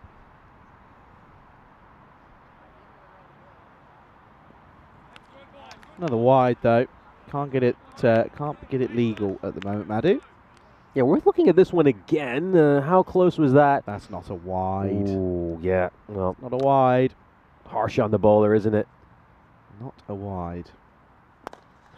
Well bowled. It's forced to go straighter just due to the wide that was given. Well fielded by Sam at mid-wicket. I got to say, Sir Oliver Split's fielding has been top-notch so far this innings, hasn't it? And that's been another big differentiating factor between these two teams. I'm not sure if that might have flicked a bit of the pad on the way through. Clearly not. Yeah, good afternoon, good evening to Lincoln, watching from Australia. Good to have you with us at the moment. This is, again, sort of similar story to yesterday morning for the Warriors. Not at the races. It's a nice shot down the ground. Work to do for Manav. Right in front of us. Does well. Yeah, he does well there at Manav Nayak. Fantastic fielder, of course. Saw him take some crucial catches for the Budapest Blinders on finals day. But yeah, just going back to that point about fielding. I mean, obviously, we've commented a lot on some of the batting issues this Zagreb Warriors side have, but fielding could easily be a big differentiating factor between these two teams. Sir Oliver Split have been absolutely flawless so far in the field, haven't made a mistake. And then you look at the Zagreb Warriors, they dropped 5 catches during the course of their innings. They take those catches. How much lower could this target have been for them? Well, you think of how many of those drops were Mohamed Burhan, who went on to make 70 odd. So it really is just tricky. But yeah, Desai yet to really get anything going, but he's also facing a few wide deliveries which aren't helping.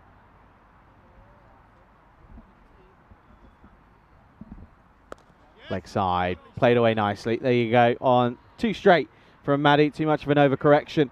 It has to go straight up, and 2 straight, in fact, gets whipped away for 4. Yeah, nice shot there by Desai. Near that boundary. Yeah, Madhu, as you mentioned, just getting that line slightly wrong over there, and Madhu helps it away. Good wristy stroke. Away it goes for 4 runs. 10 off this over so far. Still got a ball to come.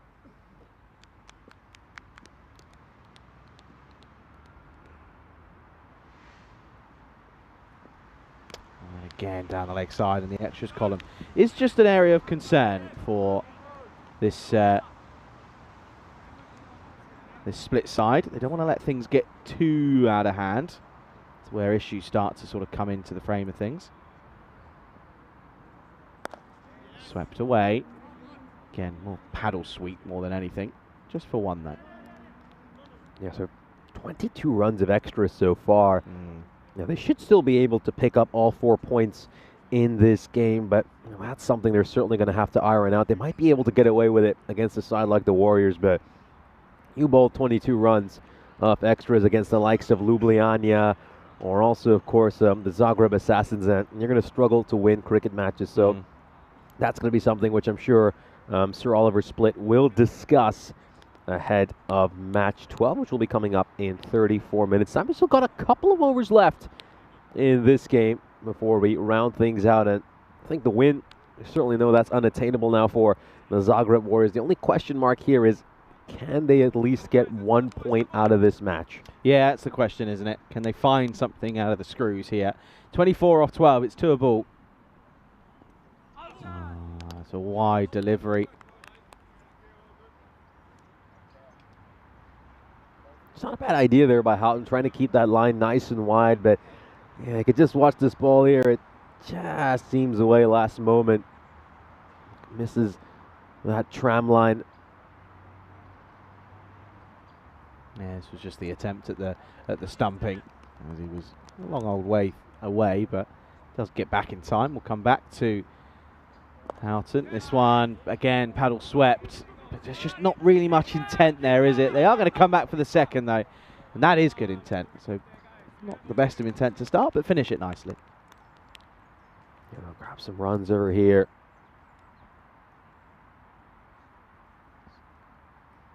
Three runs off this over so far. Off the pad. Straight to the fielder, though. It will be an easy single yet again. They need boundaries, don't they, if they want to get these remaining 20 runs to pick up a point. You'd feel at least a couple of boundaries every over are needed for them to get to 88. Swing from well outside the off stump here. Just watch how far outside the off stump this is and how he's trying to play this well into mid-wicket. Yeah, not the best shot selection. He really should be looking to drive that towards cover. And again. Well, trying to get things going here, but they just can't get him away really, Houghton. He's just bowling good line of length, good areas. Maybe he just caught one of his teammates out in the dugout saying there's an easy 2 on over here, but not sure it was.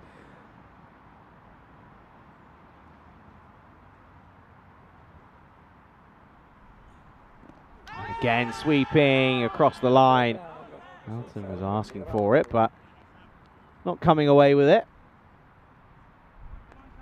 Having a smile and a giggle, just pushing for a bit of time. Just see here, angling down the leg side, probably. Tough call though. Come back to live pictures. Stepping down the track, does make connection. But again, just dealing with one there. That'll be the end of the over. And end of a pretty decent spell from the skipper. Goes for just 13 and over to go at 70 for 5. Yeah, so the Warriors now need 18 runs of the last over to pick up a point from this game. We did see a 19-run over right at the start of the innings when Sheikh Sidhu got things badly wrong. But yeah, you'd expect the Sir Oliver split side to be able to get all 4 points from this game. Now, interesting question. Let's see who goes and bowls that final over. He's got a few options there, as you can see. A little bit spoiled for choice. Easily give it to Mohammad Burhan, who went for just 1 run in the sole over he bowled. But well, also got options like Nathan Burks and Anthony Razmilik. Start of the last over. Start off with a wide. Let's just have a look here.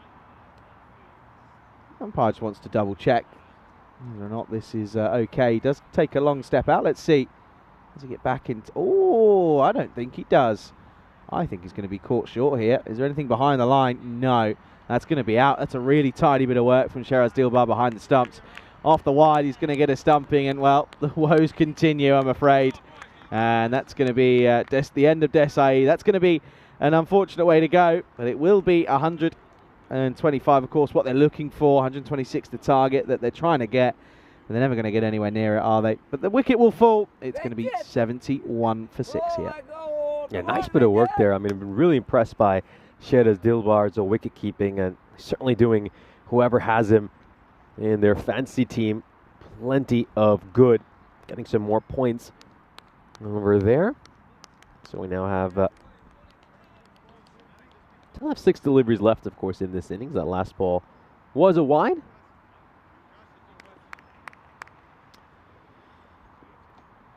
Last overtime, of course.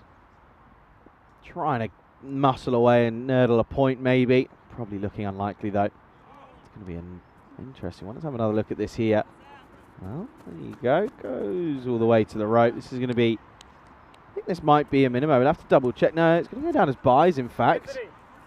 Sneaks it in. Stays low. There's not too much that Dilbar could have done on that one. It just dies on him entirely. Yeah, it doesn't get any bounce at all over there. Just it's another one that just stays rather low. Very uneven bounce on this surface. That's going to go away as buys. Slightly spoiled things for the keeper, won't it? I mean, it's been a near flawless performance by him, but unfortunately for him, those buys are going to count against him. Swing and a miss that time around. Sharma. Of course. Robin Sharma. Well, does make connection, but it's gone high in the air. It should be a chance. And makes no mistake. Great catch out in the deep. That looks as if that's Mohamed Al Mamoon. It is, who makes 0 mistakes in this one. So Murugan will get a wicket. And it's the second wicket to fall in the over. That's the end of Robin Sharma, who again has had a pretty rough time of it out there. A 3-ball duck for him. Score now is 75 for 7. You're well held on to. Good grab over there. Second wicket falls in this over as they're inching closer and closer to a bonus point victory. So it looks like it's going to be a spectacular start for this Sir Oliver split team. Yeah, out comes Naren Chandra, who hasn't had the best times with the bat and all the balls, so it's going to be tough for him. Zanka there, he's still there at the non-striker, just holding up an end, and I think the reason he's stuck around has meant that they have been able to get up to what is their best score so far in the tournament. But it's going to be another loss, though. I think that's 18 now, if I'm not mistaken. 75 for 7 becomes 76 for 7 with that wide. But this is the thing, though, for split. The extras column is a little bit too high. 29 now is what it's worth. Way too much. Can he get it right? But again, no is the answer. And they're going to take a cheeky run. That's really sneaky from Zanko, but it's going to probably lead to the downfall of his partner. I think Chandra is going to go in this one. It was a bit of a suicidal run, but of course, they know that if anyone's going to get anything going, it's probably going to be Zanko. Yeah, they need Zanko to produce some kind of miracle in these last few deliveries to get their side a single point out of this game. You can just see that they're trying to pinch a run here. It's not a bad idea to look to get Zanko back on strike, but it seems like this is going to be the end for Naren Chandra. Let's just have a look at this. Yep, he's going to be run out. Naren Chandra knew that as well. And this replay simply provides confirmation. Another one bites the dust.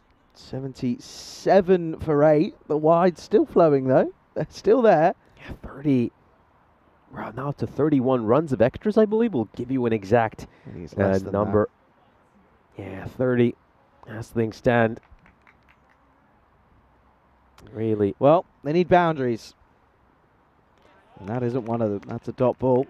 I think of a single. It's not there. Not whatsoever. Madigan just said, well, go on then, Vedran, take it on. Of course, that is Vedran who's on strike, not Bosniak. Bosniak at the non-strikers. Well, 11 off 2. Need 2 sixes to try and get a point. Vedran yet to hit one in the innings, so it would be pretty incredible scenes. Well, tries to, but it's a top edge. So fielder there, and makes no mistake, it's the skipper, Houghton.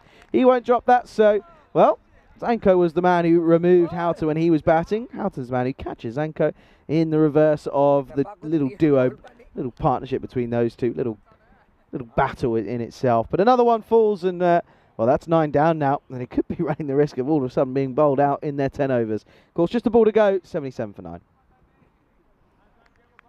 And Murugan grabbing another wicket. I really do like this though by Sam Houghton. I mean, he's given plenty of bowlers a chance to bowl over the course of this innings. They've used 8 different bowlers. That's a good idea. I mean, you're going up against a side like the Warriors, who, let's face it, are one of the inferior teams in this competition, probably the weakest. And he's just giving up numerous players the opportunity to get a few overs in here. Off the pad, and they'll take a cheeky run here, shy at the stumps, nobody there. Bowlers taking the stumps out. That'll be the end of the innings and the end of the game, and it will be 78 for 9 is what they'll end on. But again, very, very much lackluster from the batting unit of the Warriors. But credit to Split, you can only beat what's in front of you, and that's exactly what they do. They win by 47 runs here in match number 11. Great start for Sir Oliver Split. They will get all 4 points in their first match of this European cricket series. And of course, they will do battle against the same opposition in 24 minutes time. We'll have a look at the fantasy dashboard for our upcoming game. So as you can see, the Zagreb Warriors, you can now put them at 0-5-2, and Sir Oliver Split are 1-0, of course. Sir Oliver Split won the toss for that game as well, and they've decided to have a bat first. So their task is simple: replicate the performance from this match, and they should be final and most probably pick up all 4 points in that game. I think the one area of concern will, of course, be the number of runs they gave up of extras. 31 runs of extras in the end. You're not going to win too many matches against sides other than the Zagreb Warriors team if you give up that many runs in the extras department. We'll have a look at the highlights of this innings, and well, I think you're going to see quite a few wides and bides over the course of this highlights package, because in all honesty, there isn't too much from the batting side over the course of this innings. They struck, I believe, just 5 boundaries over the course of this innings. 4 fours, the 1-6, which we saw from Jaswinder Singh in the first over. But outside of that, well, they didn't have too much joy, and that really sums up the kind of series it's been for this Warriors team. Yeah, I just don't think, you look back at any sort of stats at the end of an ECS, you always see that realistically the team that doesn't hit the most maximos and fours, they are going to be the ones that are sat bottom of the table, and that's kind of what we're seeing at the moment. They are just struggling to get things going, but there's just it's just a lack of conviction in their efforts. Of course, that was a cheeky run out to remove Nikol Desai, and again, a really good day in the office for Shiraz Dilbar, involved in a pretty large amount of dismissals. He, of course, was there for the catch of Kumar, was there for the stumping of Magdalenic, was there to take Owasi. That's 3. Was there for the stumping of Desai. That's 4. And then was involved in the run out of Chandra. That's 5 wickets, or 5 dismissals, involvements for Dilbar. That's a pretty good effort from him with the gloves. Certainly is, and continue to look at some other key moments from the course of this innings. I think another big factor for the Sir Oliver Split side was they were so much better in the field than their opponents. They were near flawless, didn't put down any catches, and I think their ground fielding was superb as well. And it really helps when you've got the likes of Burks at long on, Manav Naik at long off. They've got some great players in all those key positions. You compare that to a side like the Warriors. We saw them put down 5 catches in the first innings. We saw, obviously, Magdalenic having a number of issues out at long on. You've got to get your fielding right if you want to win games at this level. Let's have a look at the scorecard over here. As we can see, no real scores of note for this Zagreb Warriors side, and none of those strike rates really impressed you too much. Most of their batting orders struggled mightily over the course of that innings, and well, zeros right there at the bottom of that order. We'll now turn our attention to the bowling figures here for this Sir Oliver Split side, and well, you've got to say they use a plethora of different bowlers. As you can see, 8 different bowling options used. I really like the fact that Sam Howe did that. He made sure that as many members of his team got a chance to go out there and have a bowl. And again, these are the kind of games where you'd like to see them bowl. They're obviously going to be big favorites against a team like the Zagreb Warriors, so he let them get some overs under their belt. They struggled a lot in that extras department, of course, but it did get some valuable European cricket experience. The Sir Oliver Split will grab all 4 points in this game and win by 47 runs. We'll have a quick 15-minute break, and we'll be back on your screens for match 12.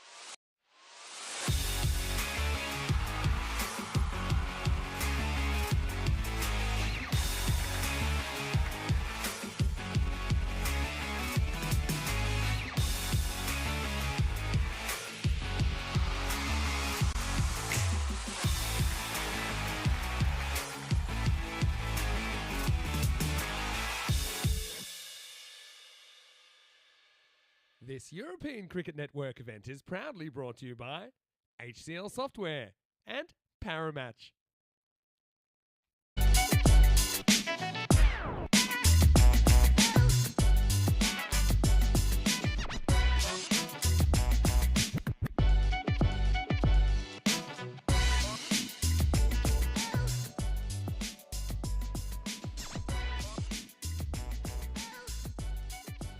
Sir Oliver split and the Zagreb Warriors are set to tango for the second time today. Let's head over to the coin toss where you'll be joined by match referee Stefan Gooch.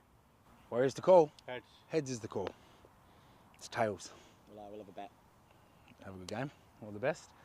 So Oliver Split have won the toss again, and again they'll be having a bat.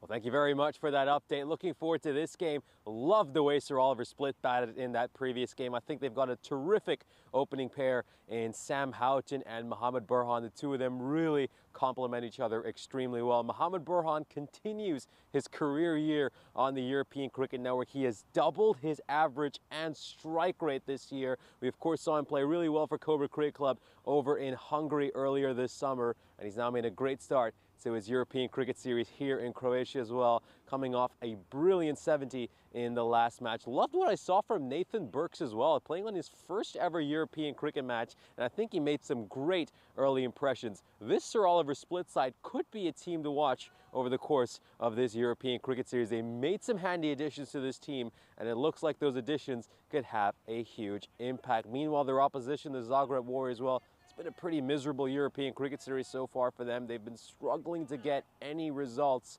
And I think it all starts with their bowling, their fielding, and their catching. They've got to be so much better in that department. You're going to struggle to win games when you're taking only 2 of your 7 catches. And unfortunately, that was the big issue for them in the previous match. Let's see if they can turn things around. We'll head back to the commentary box where you'll be joined by Charlie Hunt.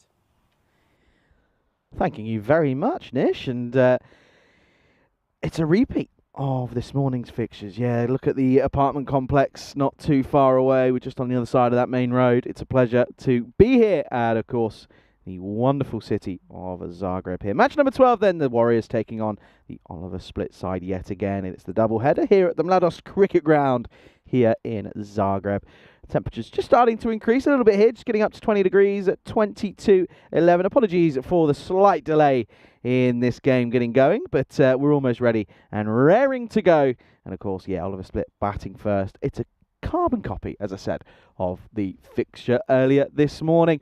It's a beautiful location here at the ground, and of course on this wonderful Wednesday. Let's have a look at the 2 lineups. 3 newbies for Oliver Split. Adhikari comes in, so a change with the gloves. Bassett and Saeem will come in. The likes of Nayak, Burks and Houghton still there, and of course Mohammad Budan still in the lineup as well. And of course for the Warriors, not too much change for them. 11% for the Warriors in this one, which I think is probably being quite generous, to be quite frank. It hasn't been the best of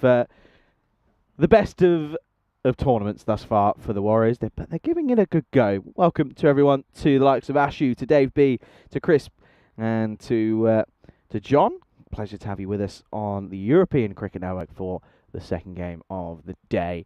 And of course, well, we're just speaking to Nish and everyone else off air during the break, and kind of just sort of saying, well, do you know what, let's make the most of getting 5 games in, because, well, let's just say the forecast over the rest of the 2-week stint here, it don't look great. It really don't look great, and it's certainly going to be something that we're going to have to look out for. But there is a change at the top, though, as looks as if, of course, that no Mohammad Budan at the top, which is a bit of a surprise after considering he made a very good half-century plus in the last game this morning. But we're going to start, and this is why, because he's going to come in, he's going to hit down the ground for 4. What a lovely, lovely start that is for the opening batter. That is, of course, the likes of Cassis Zaim, who starts off nicely, starts with a 4. What a way to get underway in this game. Of course, again, looking like they should be trying to get around about the 100 mark. That should be enough. Oh, and then a good comeback that time around from Awasti. Of course, the skipper, well, he'll be hoping he can go one better with when he's in the field. Could see Terry as well into Rob. But yeah, it is going to be another warm one today. 24, 25 degrees, the highest. That's well respected. Just drops this into the offside. And we'll push through for just a single. Brings Houghton back on strike. So yeah, going to be an exciting one in this one, of course. Looking for 2 wins out of 2. Are the likes of Split. Again, back of the length, we're just pushed away. Interesting, of course, for Houghton. It was kind of the only batter, really, that was consistent against Spain. Everyone else was kind of jumping around a little bit and didn't look very comfortable, but Houghton was the only one that could kind of hold up an end. Yeah, you look at, I mean, you're looking at sort of the highest of about 9, 11 degrees on Friday, so that's not going to be fun. Pushed away, straight to the fielder though, very well done indeed. Better areas though from Awasti. Looks as if he's gone away from trying to bowl quick and he's just trying to get line and length. That's exactly what the likes of Houghton and Zanko do. They just get it on a line and length. They don't try and, you know, look to be this amazing bowler. They just want to get it on the length and get it right. Last ball potentially of this first over. It's been a quick one. And carved away, work to do for the fielder. Can't get the foot down. Well, they collide slightly, but they come back for 2. And at the end of the first over, it's a quick one, but we're through it already. It is 7 without loss after the first. What a bad start for SOS, the Sir Oliver Split side. A nice start, though, between those two. Have a look at the divisions for the ECCW, of course. Back end of December, that'll be our last cricket for the year. It is, of course, Challenger up 9th to the 14th, and then 15th to the 20th will be the Premier Division. Cannot wait. Expanding, of course, from the 5 teams that were involved last year. Very much looking forward to seeing the likes of Germany playing T10 international women's cricket for the first time. Jersey will be on the network as well. Of course, we recently saw a series between Spain and Austria as well, and the Czechia side will be here at the back end of next week. Let's go back to the action here as Chanchal Kumar is going to get struck firmly down the ground. Work to do. Very well done indeed. Eagle-eyed viewers will see there's a certain Stefan Gooch out in the middle. Good to see him back on our screens in the looking good in the light blue, I must say. Who knew that sky blue was Stefan Gooch's colour? He'll probably say, well, I did. In fact, he did say that. That's exactly how that conversation went about 20 minutes ago.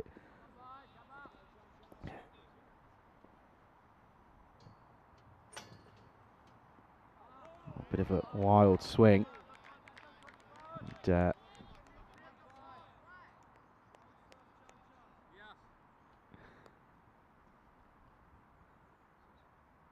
yeah, good to see Gooch out there. First time we've seen him umpiring in a good couple of months.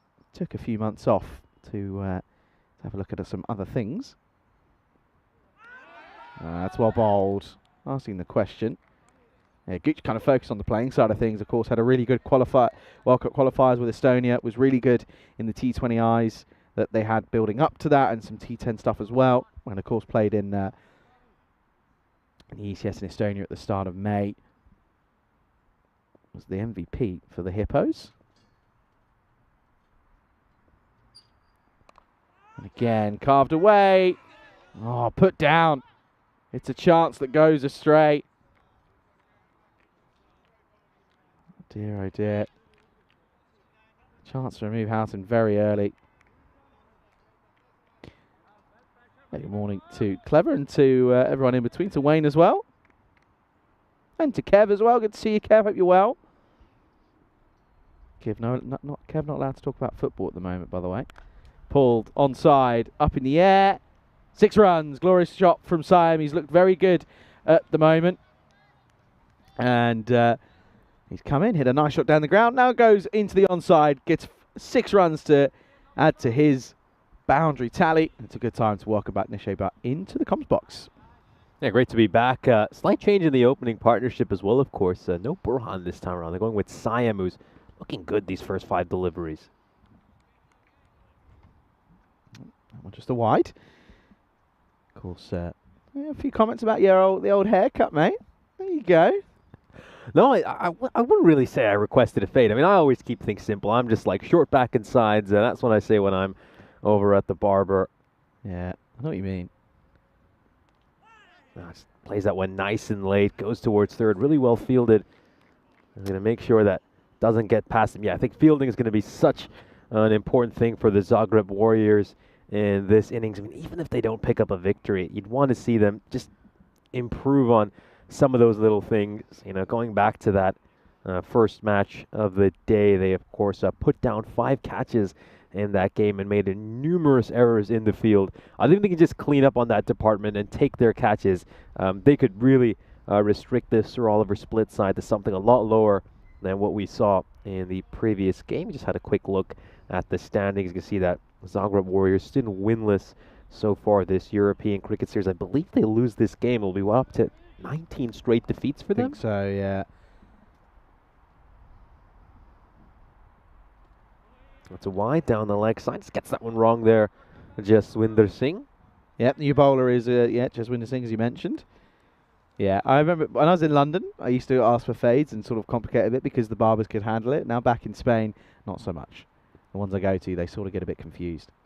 And the last thing I want to do is confuse me barber because he could butcher me. So I kind of just got to go, yeah, I'll have a 1 on the sides and just a bit off the top. Thank you very much. Yeah, that's pretty much what I would say as well. I think exactly the same. 1 on the sides and just a little bit off the top. Usually I'd ask for a bit more off the top than most people would.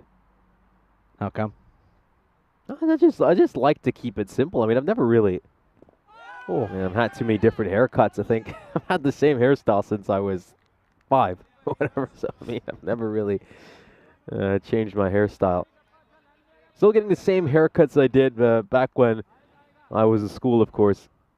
Yeah, the school I went to, I mean, was pretty strict with haircuts. Was it? Yeah, had to have it really short. Yeah, when I was a kid, I used to have my school haircut, which was pretty much just whatever. And then as soon as the summer came, I used to get a mohawk. I used to have a little mohawk, very small one, but I was like, yeah, I'll have that. Couldn't have it at school. Then I had the Gareth Bale. Yeah, that was a classic. Wide down the leg side. So, which Gareth Bale would that be? Would that be Spurs Gareth Bale or the one near the end of Real Madrid? Yeah, it was kind of. It was more Spurs Gareth Bale with the line with the parting on the side, the line. Yeah, I was all over that. Then grew it out and then buzzed it in lockdown. Buzzed it, got rid of it. Listen, we're probably one of 2 of not very many commentators that can actually talk about what haircuts they get, to be fair. This one is struck towards square leg, and it's going to be a dot ball.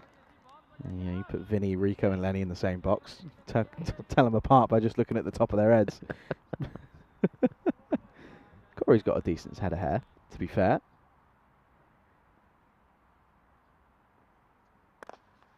A nice lens here by Jaswinder Singh. He's just getting it right up there, isn't he? Right in the block hole. That's where it has to be. Ask the right questions.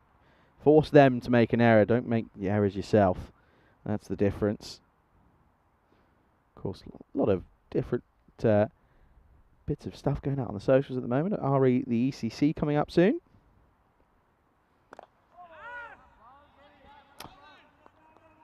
Yorking himself here this time. He's batting outside the crease and Singh's going full. It goes deep in his crease. It becomes a slot delivery and can get it away.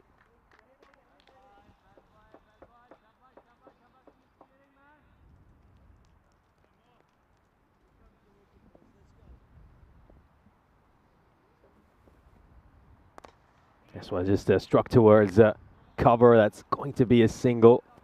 Yeah, they've done a better job of containing the run rate over the course of this power play. Keep in mind, it was up to 12.5 during the opening match of the day. So, yeah, you got to see improved bowling performance so far by the Warriors.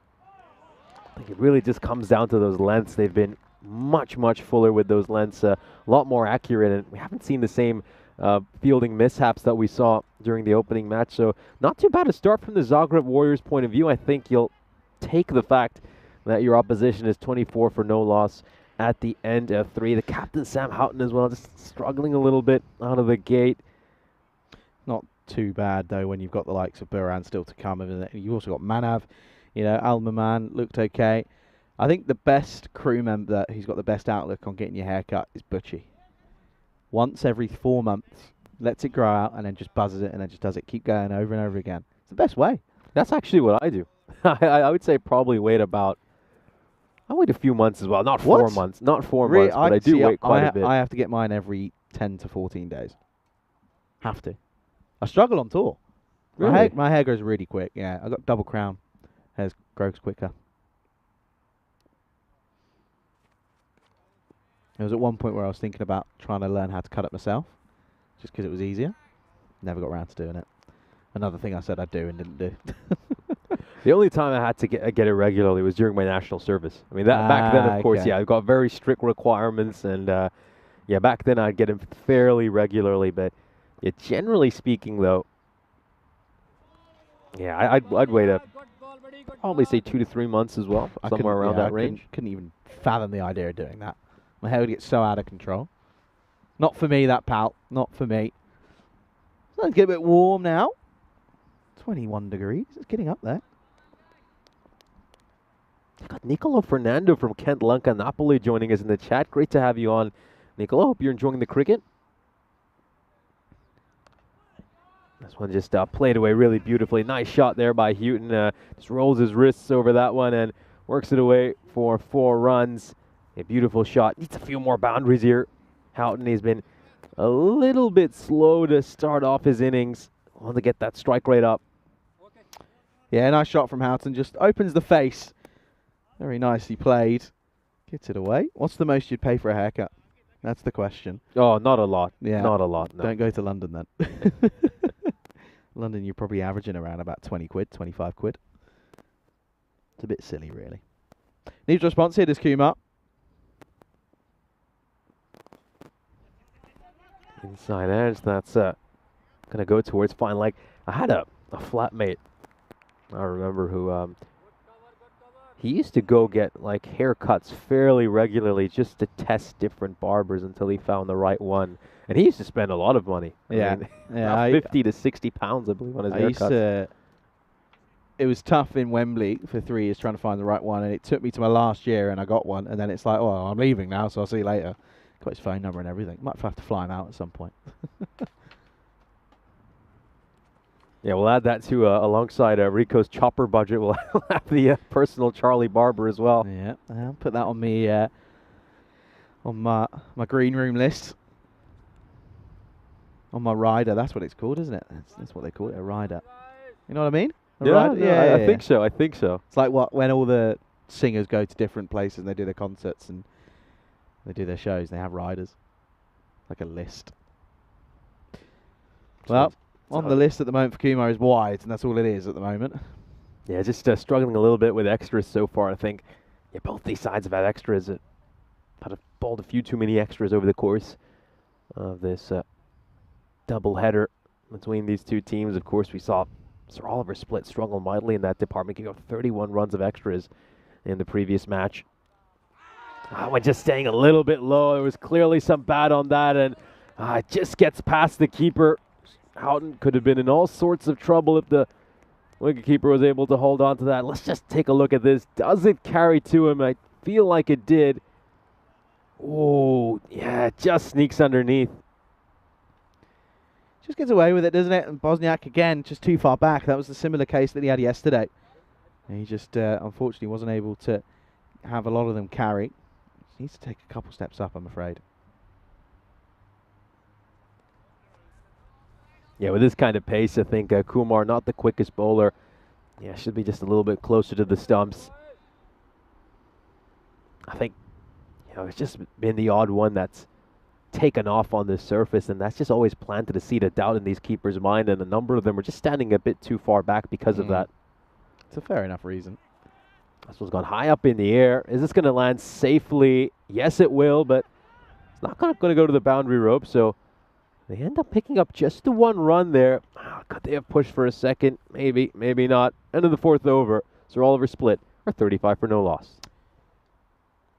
Going at just below 9s is, well, to be honest, it's around about what you expect from Croatia, to be honest. Never really been a high-scoring country when it comes to ECS tournaments.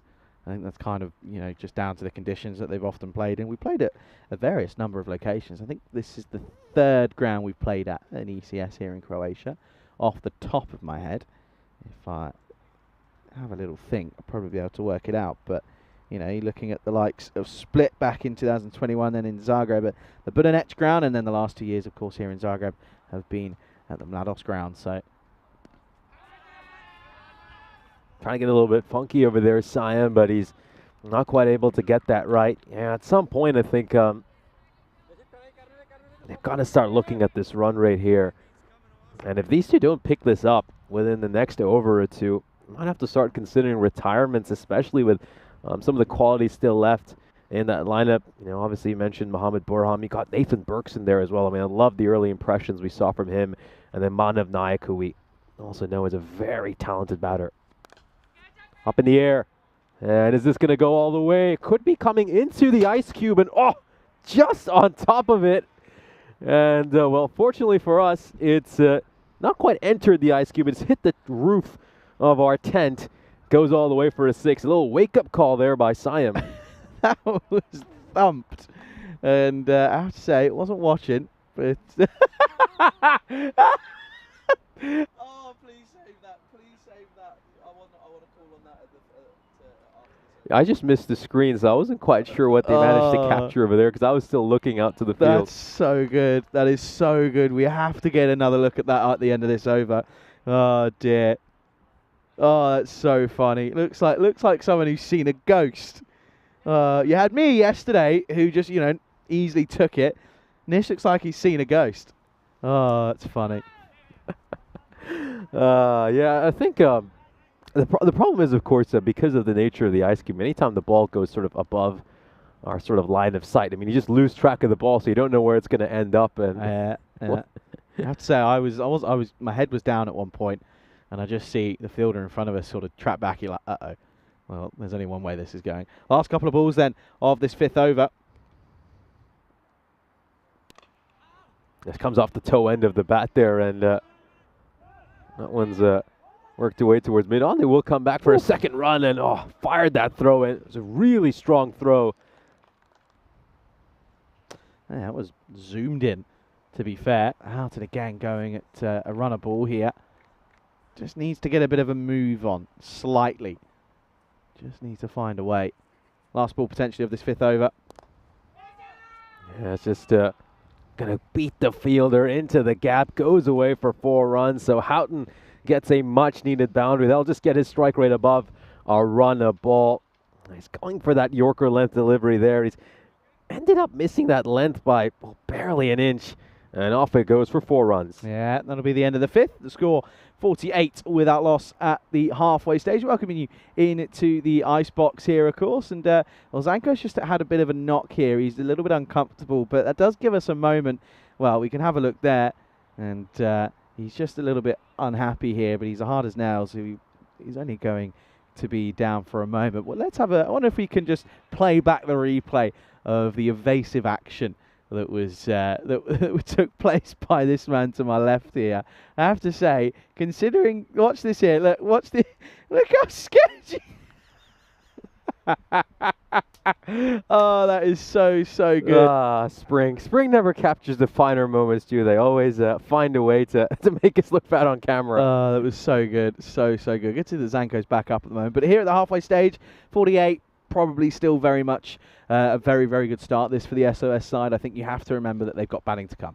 They certainly do, and we've obviously got the likes of Mohamed Burhan, Manav Naik, and Nathan Burks, who we've only got to see 4 balls of him so far in the European Cricket Series, but really loved what we saw from him. I mean, when you start off your innings with a beautiful shot on the up away for a 4, you just know that he's a very talented batter. Yeah, exactly. That's exactly it. You can just see the way that someone carries themselves in the field. You know, the way that they sort of, just the way they move. You can just tell that they're a well-seasoned campaigner. So that's exactly what we expect. But yeah, at the moment, still would argue that the Warriors just look as if they're just a little bit behind. They almost just look as if they're playing in like times 0.7 speed, and everyone else is playing at ×1. They just look a little bit behind everything at the time, which is a little bit frustrating. But there's still time to work on it. And of course, certainly elements of their game that is improved. Their bowling has been pretty decent. It's just it often is just the batting and the fielding, unfortunately.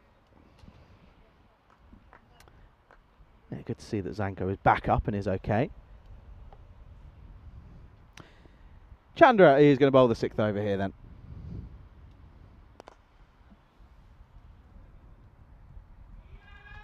And this one is going to be hit away. That'll be 4 runs. Not the best of fielding, I'm afraid. And yet again, Chandra starts off with a boundary against him, which is a little bit unfortunate, I'm afraid. And yeah, just unfortunately, again in the field, just letting things go through that just should not be going for 4. And another boundary. Now he's going to get hit away into the onside. This is high and handsome and long enough. 6 more. And what a great start. 4 and 6. Certainly looking slick. Siam come into the side and he's been pushed to the top of the order. And he's loving life at the moment. Another boundary for him. It's a great start. It's a negative start, though, for the likes of Chandra. Goes again into the onside. Oh, it tipped over the bar. It's another 6. It's back-to-back. 4-6-6 to start the over. This is an ugly, ugly look at the moment. Yeah, certainly is. Not looking great, is this? Let's just take a look at this. Just giving a bit too much length there to the batter, and that one just going away for 6 runs. Terrific shot. 3 consecutive boundaries to start the over. This one high up in the air. A big catching chance, but it's going to land safely. Yeah, Chandra didn't quite have enough speed to get to that ball. It's going to land safely. Slight miscue there by Kasir Siam. And he's just going to pick up a run. Yep. And he's still out in the middle. Again, is a player that's played in Hungary as well. Played for United Chala Budapest. And, of course, now representing Sir Oliver Split. I placed this one nice and late over there. Houghton backs away. Struck towards point and get a single, puts Siam back on strike.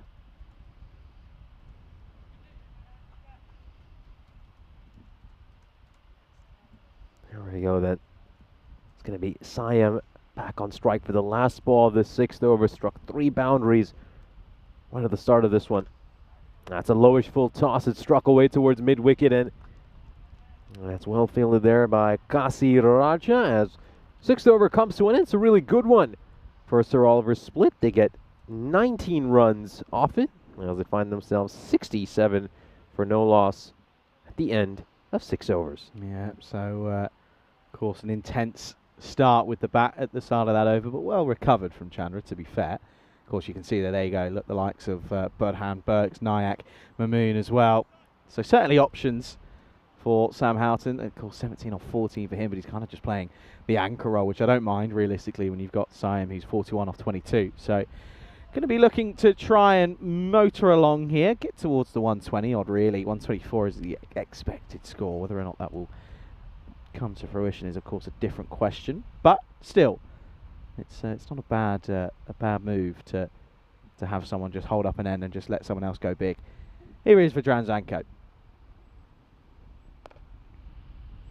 Pushed away towards mid-on. That's going to be a single. So yeah, Houghton, of course, he's been content to play that anchor role, as you've said so far, but we're into the last 3.5 overs. Plenty of batting left as well. I think we'll now just start to see him take a few more risks here and get a little bit more expansive with his stroke play. He's got to, hasn't he? 10 wickets in hand, just 3.5 overs to go. It's another single over here as a couple of singles to start this over. Good bowling by Zanko.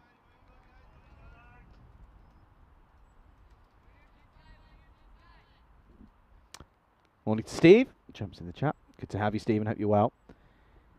69 on the board now for Split. Looks to go big. Does he have enough on this? Oh, he most certainly does. That goes away for a 6. And Siam's now just a couple of runs away from a half century. Yeah, nice shot again. Goes into out, downtown. And it's just in the slot, I'm afraid. That's just where the length needs to be dropped back. He is standing well outside of his crease as well. It's something that Bosniak should be looking to come up for. Looks to go big once more. Is this back-to-back 6s? Oh, yes, it is. Siam brings up a half century. A fine knock by Siam. He brings it up in just 25 deliveries. And it's just incredible. All the fine batting options this side has. We, of course, saw Burhan make a 50 in the last match. And now he's got his first career half century here as well. Yeah, excellent stuff. Nearest best was against KAB back in Hungary, 41 not out, but yeah, he's already moved upon that. So both Hungarian imports, I should say, have gone well so far. both reaching half centuries. So good start for the split side here. 81 now on the board, 54 off 25 deliveries. Oh, just going down the leg side over there. A big full toss, and I think Siam will feel like he's missed out on that one. A full toss on his pads. Yeah, really should have been looking to hit that away for a 6. It's a huge gap as well on that mid-wicket boundary. Got any bat on that, it would have gone away for about 4, the bare minimum. Oh, this is beautiful. Absolutely beautiful stroke there by Siam, but he's hit it straight to the fielder at backward point, so it's just going to be the 1 run. And he'll keep the strike heading into the 8th over. Sir Oliver split, or 82 for no loss at the end of 7. Yeah, of course. Can look at where we've been so far in the year, and you know, what feels like only yesterday we were sort of looking at Romania and saying, yeah, we're halfway through the year, long way to go, and we've rattled through the last sort of 8 to 10 weeks of cricket. And yeah, we've got 4 weeks of the ECC, a good few in Malta and Spain, and then of course back to Khartoum for the ECCW at the back end of the year. Plenty of action to come, and of course there are some T20Is, some T20IWs involved in the next few weeks as well. Also, don't forget the T20 domestic stuff in Italy to come at the back end of October as well. Plenty of cricket coming up on the network. Raja is going to come on for the next over. Yeah, of course, plenty of history in Croatia. It's a very historic country. We'll touch upon it a little bit later. Here is Raja for the 8th. Up in the air, and this one's going to go away for 6 more runs as well. Siam, well, he's really starting to push that strike rate up, isn't he? He was initially going at about 150, and now it's up to 217. That's his 7th 6 of this innings. Yeah, it's another one that goes, and it's just been a pretty almost inch-perfect innings. Hasn't really offered up many opportunities to remove him. Whereas Burhan did offer a few. It looks to go shorter over here, and I think that one just might have clocked him on the lid. We'll have a look at the replay once again. Yeah, Raja just banging this in short. Going to talk to him here now, Steph. He's going to have a serious concussion test here. This comes off the shoulder, which takes a bit of the fizz out of it, but it does knock him on the lid. You can see there, Steph saying, "How many fingers have I got? 5." Yeah, that's right. Yeah, he'll be okay. We'll sign, but yeah, you just watch this here. You'll see, just takes a bit of sting off the right shoulder, and then comes on through. Good to see that he's okay. He'll move on. Passes the concussion test. Out it then. Can he get something going here? 18 off 15. It's a matter of well, he has to now, really. Raja, I have to say, have you seen the run-up there? It's not easy. It certainly isn't. It's a very bumpy run-up. It was actually an issue that was present in Austria as well, where the run-up wasn't great for a lot of the quick bowlers, and they tended to be bowled from a lot wider of the crease because of that. This one's going to be a wide as well here by Raja. Just doesn't quite get the line right yet. In general, though, it is a fairly bumpy field. I think the first thing that really threw me off yesterday was some of the edges. They didn't quite carry to the boundary rope, so I had to wander around today, and yeah, there's a few slopes over there. It's a little bit bumpy, so they do tend to get slowed down going up a tiny slope on a deep third. Houghton just backing away, looking to create the room to hit it through the offside, but yeah, it's a dot ball, and I mean, Houghton, you might be able to credit him for the ankle roll he's played so far, but he needs to get a move on. Only 15 balls left in this innings. There are plenty of power hitters still to come for the Sir Oliver split side.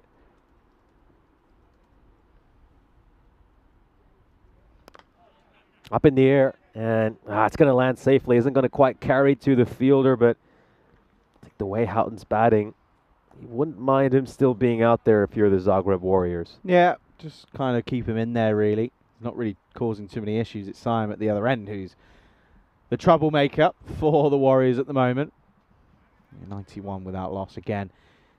Not getting too much luck at the moment. One just taking off, and it's certainly going to be buys, but let's check the height on this one as well. Yeah, let's just see if this could be a wide for height. Ooh, well, should be fine. Yep, that should be okay. It should be okay. Of course, will be the likes of Marzi, who will be stepping in as TR and helping the third umpire out on this one. Yeah. So in the end, they have deemed it a legal delivery. Yeah, it goes down as buys.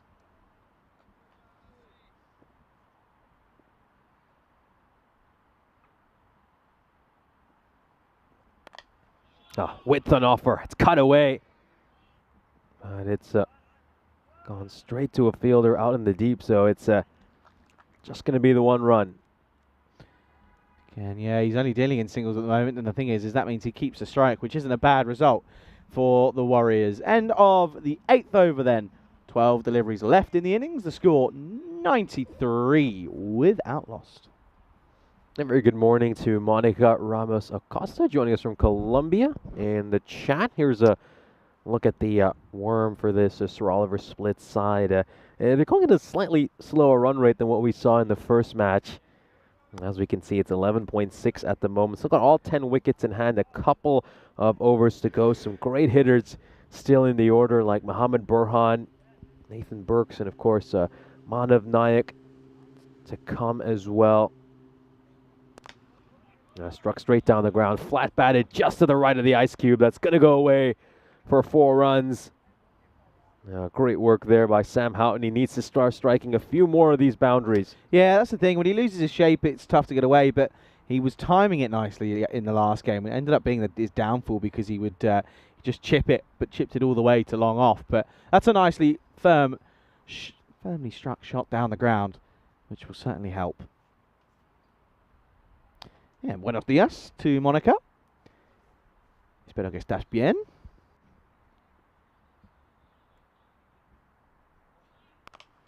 Full toss, smacked away. Might want to check the height on this one in case it's a no ball. But Houghton, well, he's finally come to the party here. Back-to-back boundaries for him. We'll have a look at this sign on to check if it's a no ball or not. Already been called on field. Stefan Gooch, such an experienced umpire, so he's got one of the best eyes in the game. He saw it very early. He called it. He went, "Yep, that's a no-e," and pinged him straight away. So a little bit frustrating for Vedran, and 7 up. Of course, other lemonade brands are available, but well, this is certainly an issue now for Vedran. Gone for 11 off of 1 legal delivery. 3 hits to come as well for Houghton. He's now raced along to 30 off 20. That's a great ball. Much better ball there by Zanko. That's where he needs to be, getting it up there. It's really hard for Houghton to get underneath that delivery. That's the interesting thing here with Siam. I mean, he's batting so far outside his crease. I mean, typically in this format, you tend to see batters look to bat very deep in this crease. What do you think of Siam's approach? It's working. It's working because that is launched up and over the tower.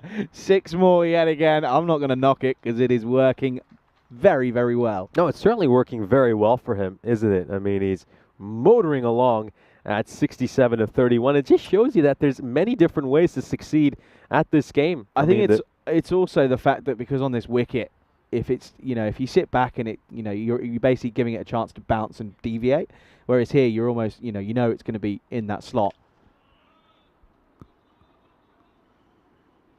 And I think a lot of it might even have to do with the quality of the bowling here. I mean, you're not going to see as many Yorkers for some of these Zagreb Warriors bowlers. You'll need to try to maybe convert to over-pitch deliveries.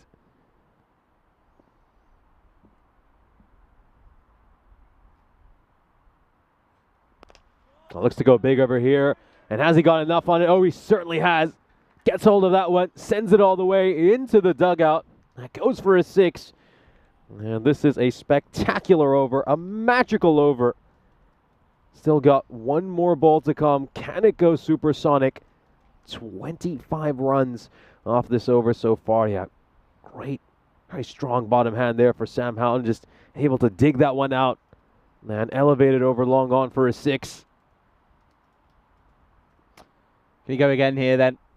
25 off the over. It's up in the air, and does he have enough on this? Not quite. He'll find the fielder out in the deep, so a catch is taken at last. And this opening stand will be broken on the last ball of the 9th over. They've been really good with their opening pairs so far, haven't they, Sir Oliver Split? We, of course, saw Burhan and Sam Houghton put on a 105-run partnership in the first match, and this one is going to be worth 118. So Houghton's innings will come to an end. And of course, he started off playing that anchor role and just looking to rotate the strike and make sure that Kasir Sayem faces as many balls as possible. And then he just started to accelerate as the innings progressed, hitting a few sixes in the last couple of overs. So a job well done by the skipper. Nathan Burks is going to make his way out to the middle. Yeah, it looks as if they're changing things up, which I don't mind. Wouldn't have minded to have seen the likes of Manav maybe given a go. Jay from the office said, do you think they could have scored more if they retired Houghton? No, because at the end of the day, they don't need to score more. The Warriors haven't got a score in the 90s yet. They haven't got above 80, so there's no concern about that. And Houghton just was there for long enough that he could get his iron.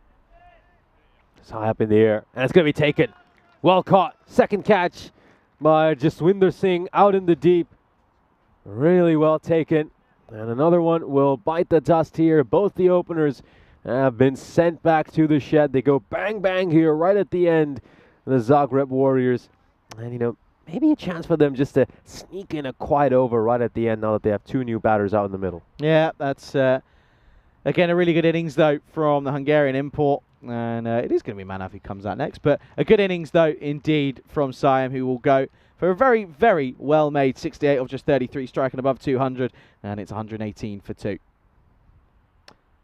Yeah, so Manav. Both these openers doing a great job. Manav Nayak now is set to face this ball. Well, this is quite funny. Of course, Manav 2 years ago went and played for the Blinders and was being led by Stefan Gooch. Of course, Stefan Gooch, a founding partner of the Blinders out in Budapest. He's now taken his guard from him. Now pulled away. Glorious shot there, first up by Manav Nayak. Gets a boundary off his very first ball. Yeah, he's very strong in that part of the ground. He's such a good batter, is Manav. He's always got timing. And let's first look at it here. You can just see all the time in the world. Picks the length very early, too short, and gets the treatment. So another boundary. 1-2-2 up on the board now. Up in the air, and it's going to land safely. Are they going to push for a second here? Nope, they'll settle for this single. So it's going to be Nathan Burks on strike. Yeah. Went with a nice 4 to start in his last innings. Probably looking to try and do something again, in all fairness. Not too many words being spoken between Manav and Steph there, which is an interesting one. I think Manav lodged with Steph the first time he went over. Burks on strike. Struck firmly towards a long off, and that ball did take a slightly nasty bounce just before it went to the fielder. In the end, he handled that very well. Yeah, he did. No use of the old Tortuga soundtrack. Just 2 balls remaining then. 1-2-4. Probably already enough on the ball, to be quite honest, but I wouldn't mind a couple more flourishes of the bat.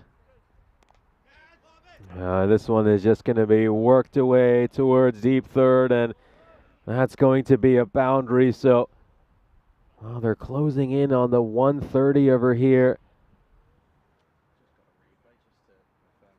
128 for 2 now with a ball to come in this innings. There you go. There you go. His confirmation does go over the rope. 4 runs. Just wanted confirmation of it. But yeah, another 4. Nice little cameo this is from Manav. I have to say, he needs to get his profile picture updated. He hasn't got those luscious locks anymore. Last ball to come then. 1-2-8 on the board. And whilst he's gone for 17. Stunned there by the lack of pace. Awasti just was an off-pace delivery to end the innings, as they will still manage to pick up a single off buys right at the end of the over. So an 11-run over in the end by Abhishek Awasti. Nayak scoring a couple of boundaries right at the end for his side, helping them get to 129. So they set a target of 130 for this Zagreb Warriors side. It's certainly more than enough for a team who, of course, we know have had their struggles with the bat, and Sir Oliver Split will once again be looking to get all 4 points out of this game. Yeah, they will be. Good little cameo towards the back end again from the incoming batters after both openers go towards the last over or 2.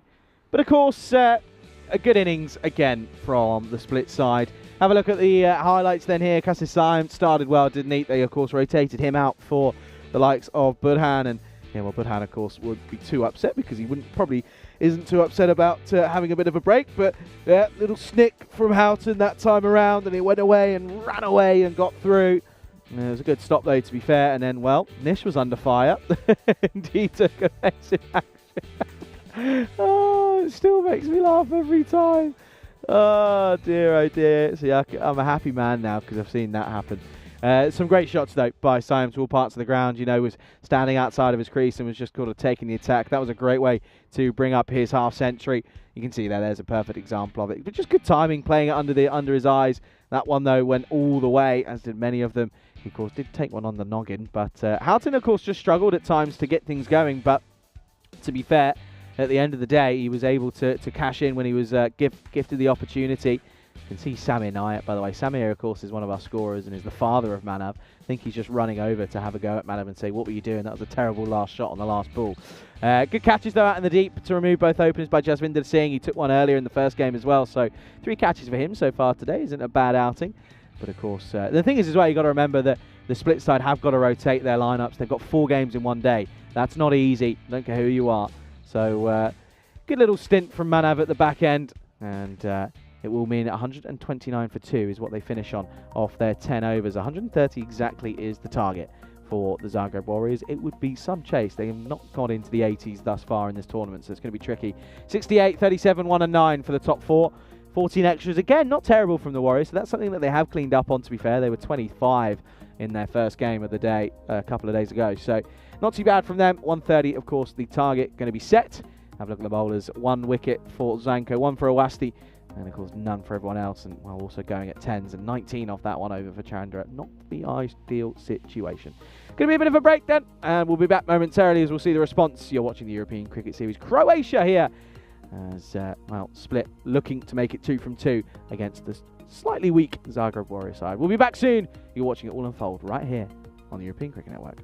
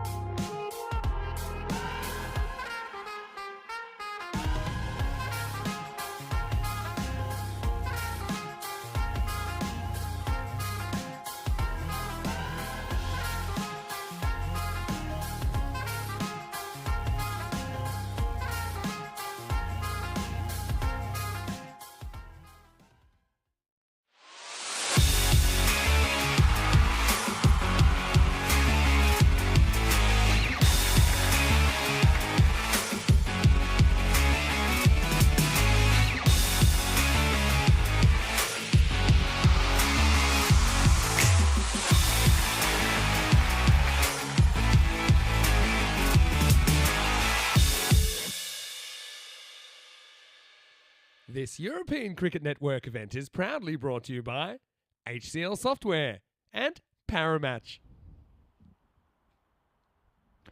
Howdy, howdy, folks. Welcome back to the wonderful ground that is, of course, the host of this European Cricket Series 2024. It is the Mladost Cricket Ground here in Zagreb, Croatia, as we're almost ready for the second half of match 12. It is, of course, the Warriors who have been set 130 exactly for victory here in this one. Of course, it would be the first victory in 19 games on the network if they were to get it. Do I think they will? Probably not. I think the more likelihood is them not reaching the bonus, the point equation, which is 90. I think it could be another 4-pointer for Sir Oliver Split. And it certainly could be an interesting one to see realistically who is going to bowl over the course of this game. They might look to change things up. Of course, 4 games, they get a break in the next game, but of course they'll return against the Assassins in the afternoon fixtures. It's going to be a tricky day for them later on. I think those could be 2 good games. So I think if the top order of Split really fires and their bowling unit does as well, it could be close. Could be a good finish to the day. It looks as if it's going to be the tall Burks to get us underway for the first over of the second innings. Well, this is off the pad of Singh. Of course, that's Jaswinder Singh who's opening alongside the likes of Chanchal Kumar, I believe.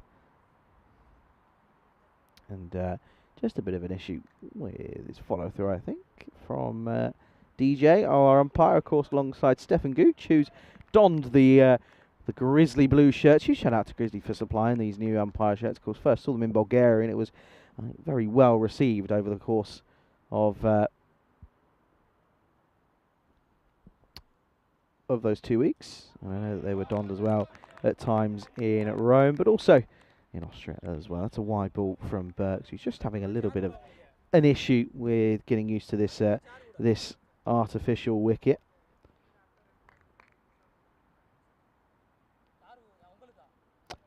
Still feel, though, a bonus point could be in play for this Split side. 8 points from their first 2 games would be a very happy and positive return. Has this flicked something? Oh, no, not too sure. Let's have another look here. I think it's going to be 5 wides. Let's see. I think it is just 5 wides. It really took off, though. Burks tall and quick. Genuine raw pace from the paceman himself. Just swinging away, isn't it? Angling in. Not really too much that the likes of Adhikari could do, of course, taking the gloves. As, of course, Dilbar not in the squad for this one, probably unavailable due to different issues.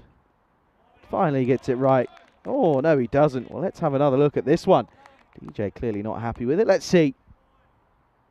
There have been a few wide calls that have been incorrect. Let's have a look. Can't really see it just because of the angle there. And let's have a look here. That's not a wide. Catches the line. That isn't a wide. It's not a wide whatsoever. And that's another one that's just been called that it shouldn't be called. You know, the line belongs to the bowler now. Has to be right. Doesn't mean that it forces him to go straighter. That's just the thing that annoys me most about when a call is given that's incorrect. Of course, you know, mistakes happen. Everyone's human. It just means that the bowler, you know, they might have a plan of trying to bowl wide and hide it outside the off stump. Just means when you get told that anything on the line I'm going to call you for, which is incorrect, it means the bowler has to completely change the plan, and it's just not very helpful. It becomes very frustrating for a bowler. You know, it's a very batters-friendly game. You want to give as much chance to the bowlers as you can. It just doesn't help. Oh, wow, that's definitely a wide. There is no question about that one, and that one's run all the way through. And some of the Chiefs are on watching. Have to take evasive action there. That's another minimo, and the extras are certainly flowing for Burks. He's just spraying it around, trying to bowl way too quick here.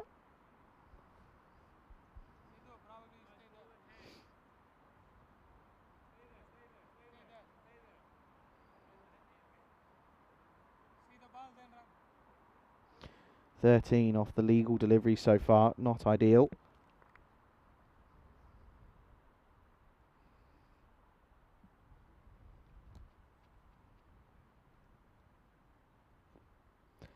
Oh, no, this is going to be a wide, I think.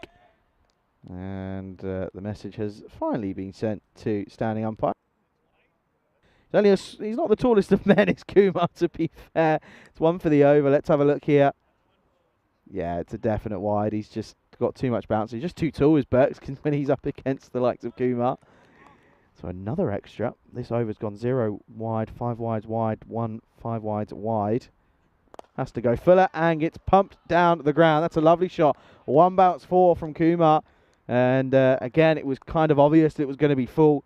Knew where it was going to be. It was going to be pitched up. Gets the front leg out of the way and swings and gets it right out of the middle of the bats.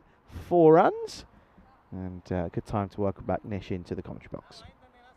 Yeah, expensive first over here for Sir Oliver Split. Nathan Burks just getting it badly wrong so far this over. Keep in mind, Zagreb Warriors got a 19-run over to start off in the previous match as well. They just weren't quite able to keep going for the rest of the innings, so let's see if they can sustain this rapid run rate. Looks to go big, and that's going to race away for 4 runs. Beautiful shot there by Kumar. Gets to the pitch of the ball, meets it on the half volley, and smacks it away for 4 runs. Yeah, once again, just makes the most of it being full when you know it's going to be full, so it comes down, and another 1 bounce 4, so Kumar taking the attack to the likes of Burks at the moment. Yeah, really not helping himself here, Burks. They're not doing themselves any favors with this kind of bowling. Extras continue to plague this Sir Oliver Split side. Oh, that one absolutely shot up off the surface, and that's going to go away for more runs of buys. And No, there we go. got a feel for the keeper here, don't you? Yeah, I was going to say it was a very late buys call, but it was eventually called as buys. I was going to say I don't think there was any runs on this, or any bats, sorry. You've got to feel for it. I think he's just too quick for this wicket. I really do, and I just don't think the keeper can handle him at the moment. You can see how full that is. It just lifts. You know, he's angling and aiming for that top of off stump, but unfortunately just not really. Just too high and getting too much bounce off this artificial surface.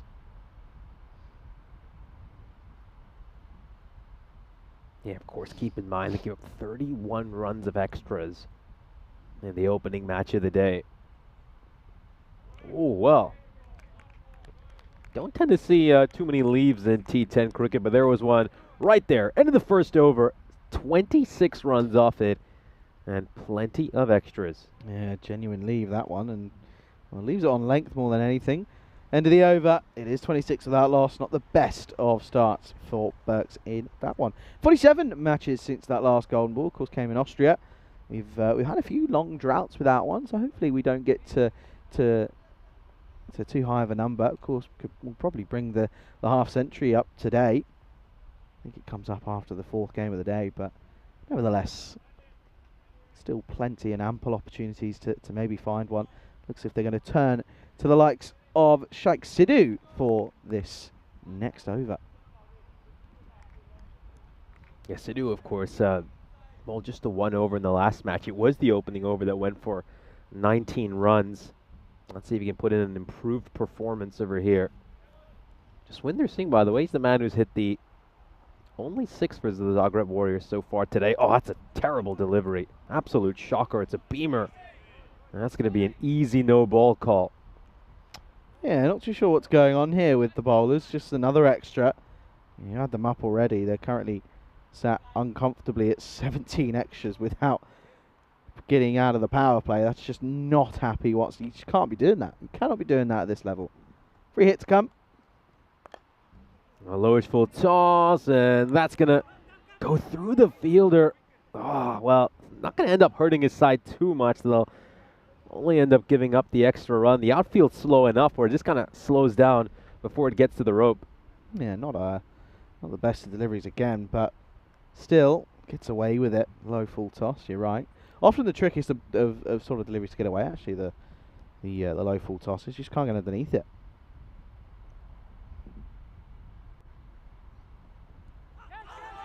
Shuffles across over there and just trying to clip that one towards the leg side. Just take some pad along the way, which is why it hasn't been given a wide. Yeah, Gooch unmoved, the umpire. Let's have another look here. We'll see it. The deflection probably off the hip. Yeah, just off that pad. Too high as well to be considered for LBW. Good call from Stefan. You never lose it. See another look there at you this. go. Little flick of the pocket. of Jasvinder. Just looks to play that one with soft hands over there. Yeah, better bowling by Sidhu after, of course, starting out with a massive beamer off his first delivery.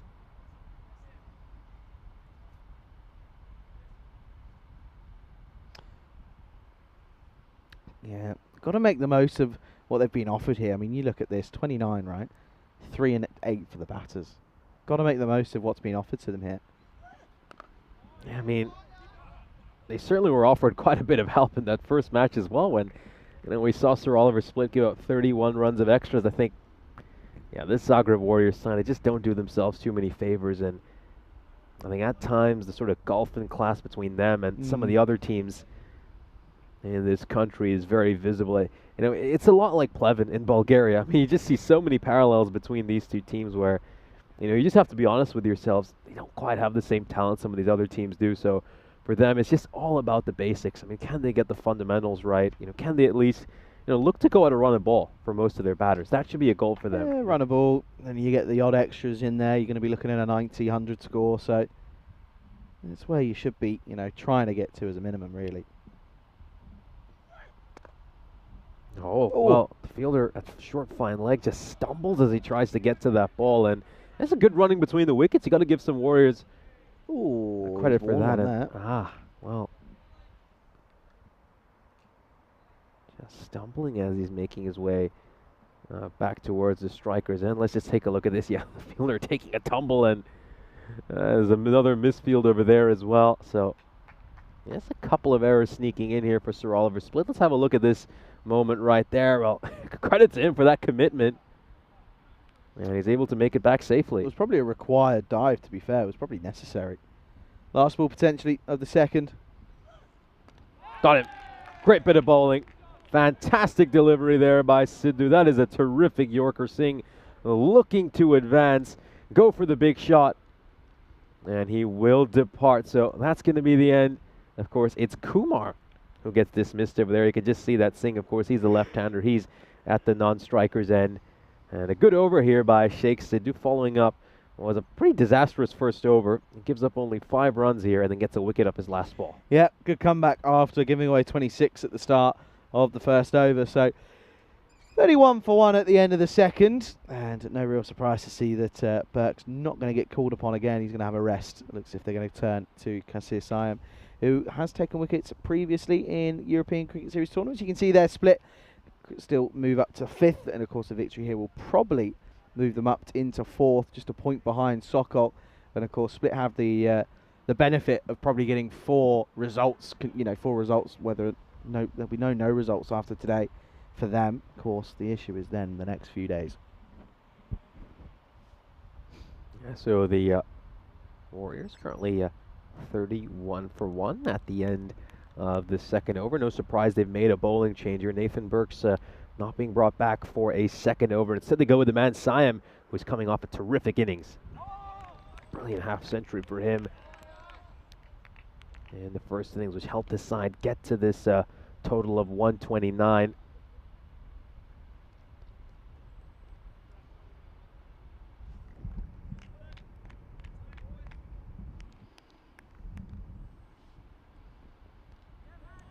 Yeah, we're just climbing up once again and getting quite a bit of bounce over here. Simon, chance to say a very good morning to Helix, who's joining us in the chat. Great to have you here, and yeah, love to see all the activity at the start of this European Cricket Series. Plenty of chatter, plenty of good topics being discussed as well, and of course, yeah, feel free to bring in your questions anytime. Of course, we tend to say that the last match is the one where we entertain random questions, but you can feel free to bring them in early as well if you'd like, and dive into a number of topics. We'll take a look at the replay of this one once again. Yes, watch how it just shoots up off the surface. There have been a few that have had a nasty bounce.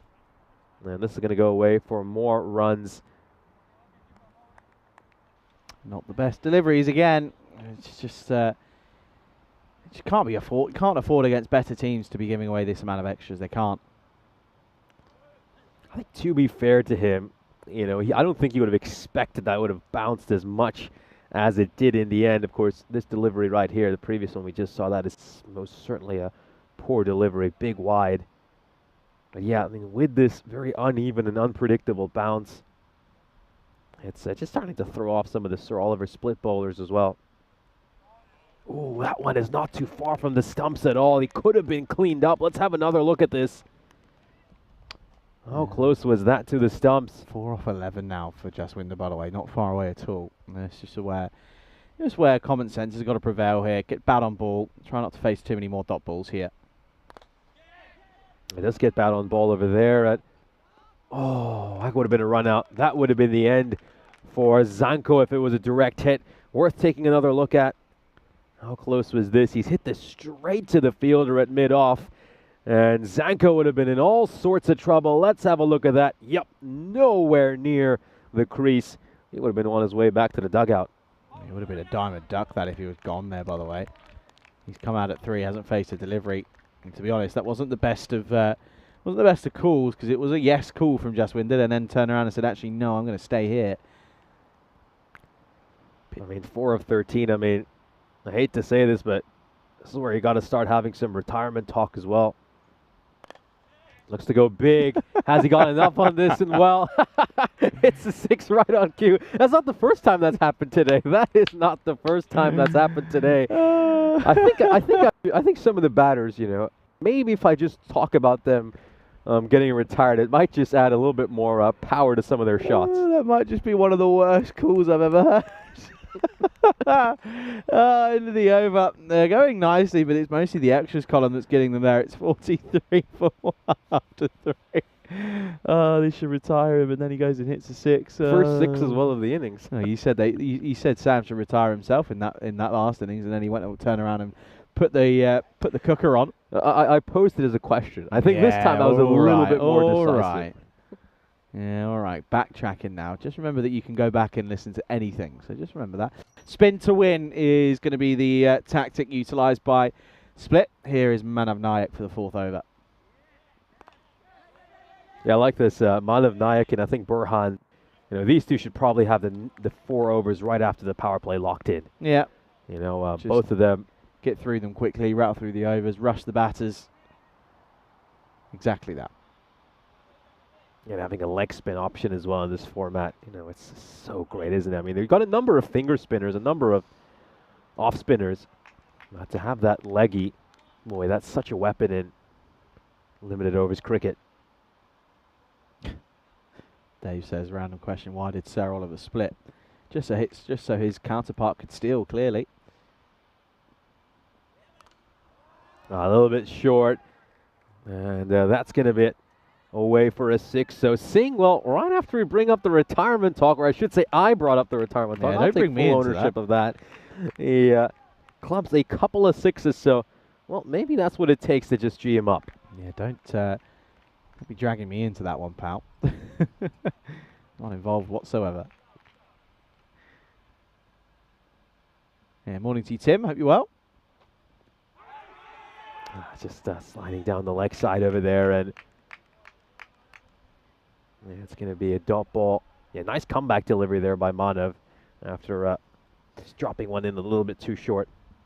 Yeah, it didn't need the overcorrection, but got the correct amount. Ooh, well, just missing the leg stump over there. That's going to be a wide. Love the fact that Singh turned around and shadow batted a leave as if that was what he was trying to do. Oh dear. Batters, they're a unique breed. Now looks to go big over here, but it's not quite going to carry towards Houghton, and they don't end up taking the run over here. What? How have they not taken a single there? That's bizarre. It's not as if Singh's setting the world on fire. He's 16 off 17. Come back to live action. It's a slight miscue, and well, once again, they weren't particularly eager to run. I think the issue here is that Singh is ball watching. He's trying to admire his shot after playing it, and they were a little bit late to set off over there as well. I think Singh was requesting a bat change. I think it's been denied. No, I love that. It's like, yeah, can I get a bat change at the end of the over? No, just find the middle. That's the simple answer.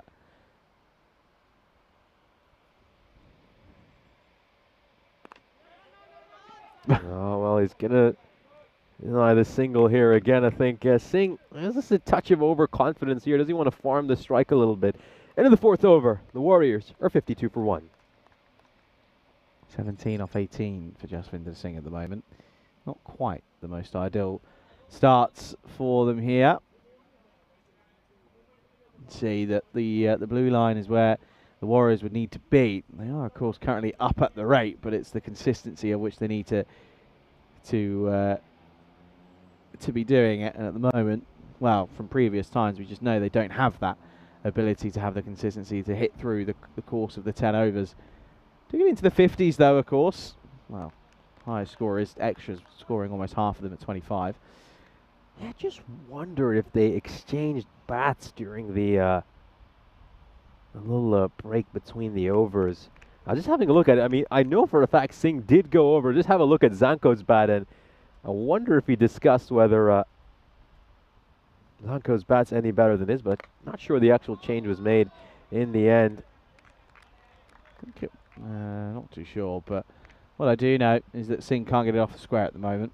And 17 off 19 is not great. 78 off 35 at the moment.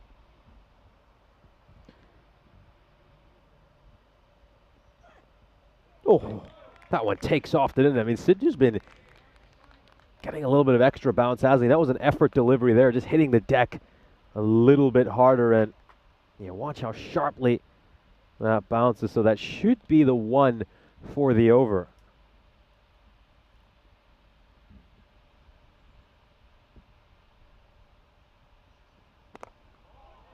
Nice delivery there, really good delivery, good wide Yorker, and Sidhu's negotiated it pretty well in the end, just pushing it towards point for a single.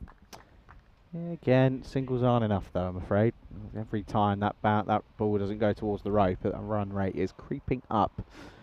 You have to look to be more positive. I'm sorry, it's it's just a lack of well, lack of intent at times. Not taking singles, not doing things here and there.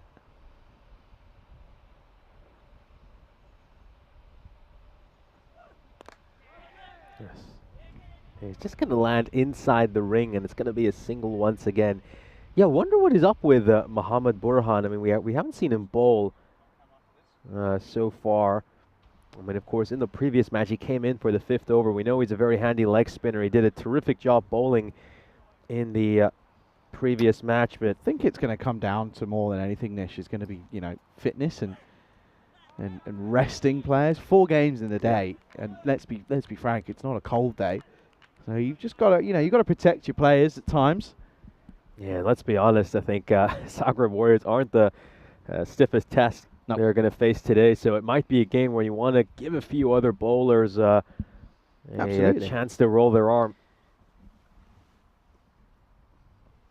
Looking to advance, and he strikes this one firmly into the gap, goes away for 4 runs. Very well fielded there by Ravi Panchal. Yeah, Ravi probably having a bit of a boring time down there at the moment. Wants to get involved. Nice shot, though. Plays it nice and late under his nose. Does come at it, but plays it and times it nicely. Get another look at this. Ready? Gets the old Tortuga. Oh, cut him short. Cut him short. Ball to go then in the 5th at the moment. Going nicely, the rate, to be fair, but still.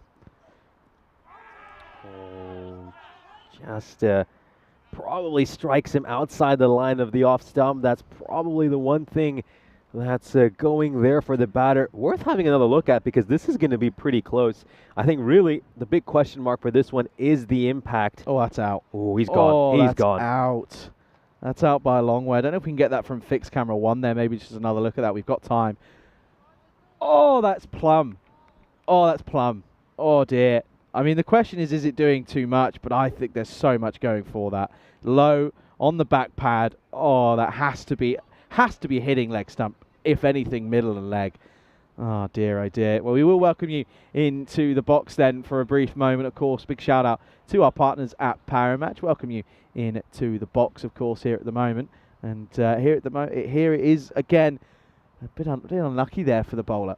Yeah, a little bit unlucky. I mean, probably the only view you can look at it from the umpire's perspective is he is coming right arm round the wicket. It's often tough for the umpires to give those. I mean, they sometimes think that it might go on to miss the leg stump. But yeah, when you look at that replay, It does feel like that was probably going to go on to hit the leg stump. Again, the umpires don't have the luxury we have being able to look at those replays. The thing is as well, you've got to remember DJ gave us a pretty rough one yesterday, so that sort of levels it out, the playing field, I guess. Sort of levelling out his karma balance, maybe. Of course, this is Siam returning once again.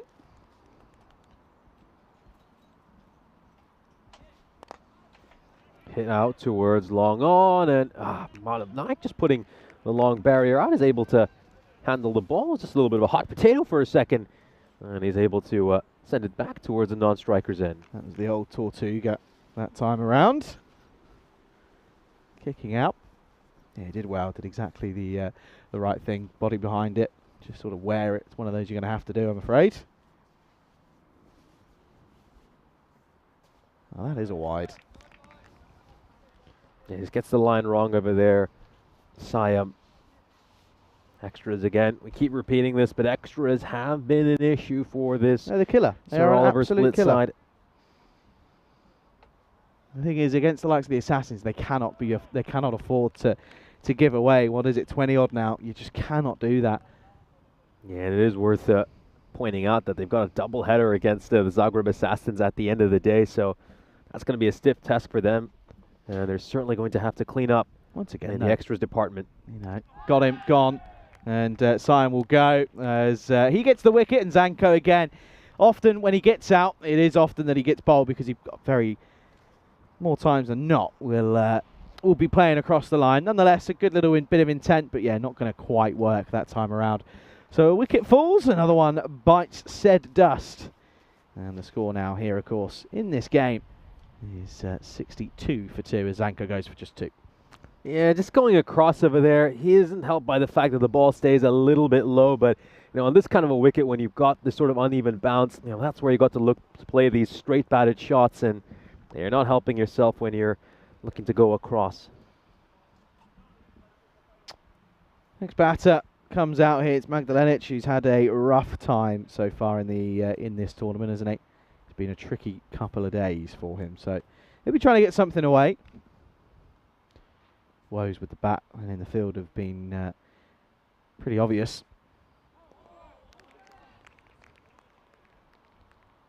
Could be a dot ball right over there to start off for Magdalenic. Yeah, it's been a difficult ECS for him, hasn't it? He's struggled with his strike rate and also really not been able to get in on the runs. Did have that one good innings, though, against the Chiefs when he managed to make 30, but outside of that, no real scores of note.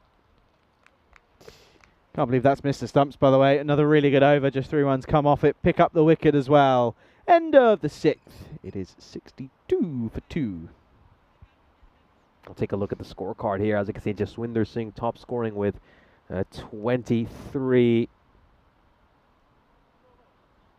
And his 23 as well. It's a strike rate under 100. Just no real scores of note outside of that. It's kind of a tale we've been telling for much of this European cricket series, but this Zagreb Warriors side, they just don't quite have that firepower with the bat in hand, and it's very tough to win in this format if you're struggling to take catches, you aren't quite able to accelerate at the rate you need to.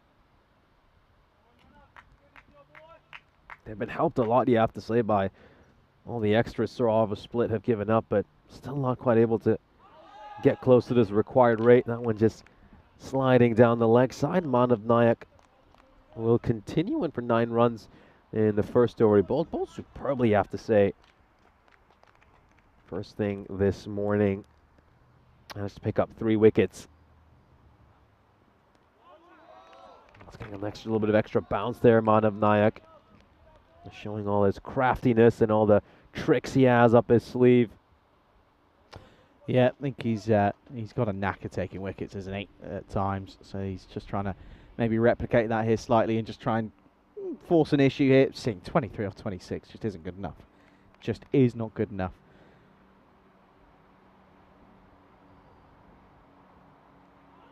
It's over the stumps. Oh, let's have another look here, or was it? I thought this might have just peeped over the leg stump here. Let's have a look. Probably wrong. Yeah, it's just over the leg side.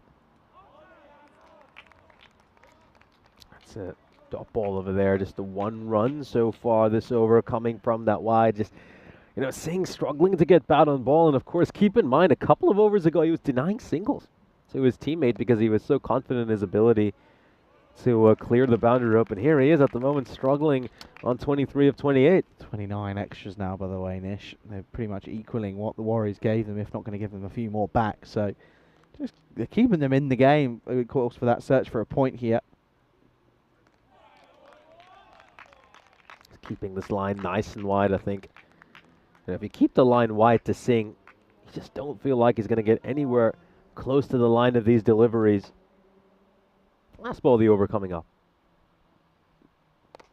Looks to step across, and has he got enough on this to get it away for a boundary? No, he doesn't. He finds the fielder out in the deep, and Singh will depart. It's another wicket for Nayak, his fourth of this European Cricket Series. Singh will depart, having made 23 of just 30 deliveries. It's not quite been his day. No, you say just 30 deliveries. I'd argue it's enough. It's 23 off 30. Yes. It's it's not the best of outings for Singh. He looked all right in the first game. Looked like he was quite positive with his intent, but just hasn't clicked this time around. So another one bites the dust. The score in this one is going to be 63 for 3 at the end of 7. Coming up next, the Assassins, 3 games in a row, by the way. They take on the Chiefs. Now, of course, the Chiefs 3-1 after beating Sokol yesterday. Of course, Stanin Kiriach comes in for the Assassins, as does Ronnie Youssef. But of course, no changes for the Chiefs. I think, again, you can see there that the Chiefs bowling first. Again, we said we don't get it why they did it against Sokol, but they proved us wrong against the Assassins. Definitely don't get it. Still don't get it whatsoever. Okay, they might get 2 wickets, but still not quite certain on that one. Anyway, that one coming up in half an hour's time. Yeah, the Zagreb Chiefs, of course, coming off that big upset victory yesterday against Zagreb Sokol. It's going to be a dot ball. It's a genuine looster. Oh, called eventually. Let's have another look at this here then. One for the over, I think, is what it's for. It's for the short ball, isn't it? This one just lifts out of nowhere. Maybe. I can't really see from that angle. I'll have to be quick on this one. We're going to have to come back to live action. Yeah, there you go. There's confirmation. And this one on the pad.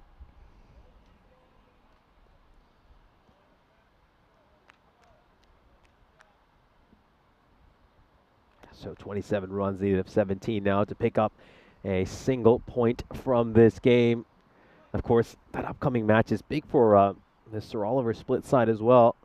Just a chance for them to get a little bit of a breather before they've got another doubleheader coming up right at the end of the day. So busy day for Sir Oliver Split. 4 games for them today, so they'll need that little break to just get some rest. Meanwhile, the defending champs, the Assassins, they've got 3 straight games to round out the day.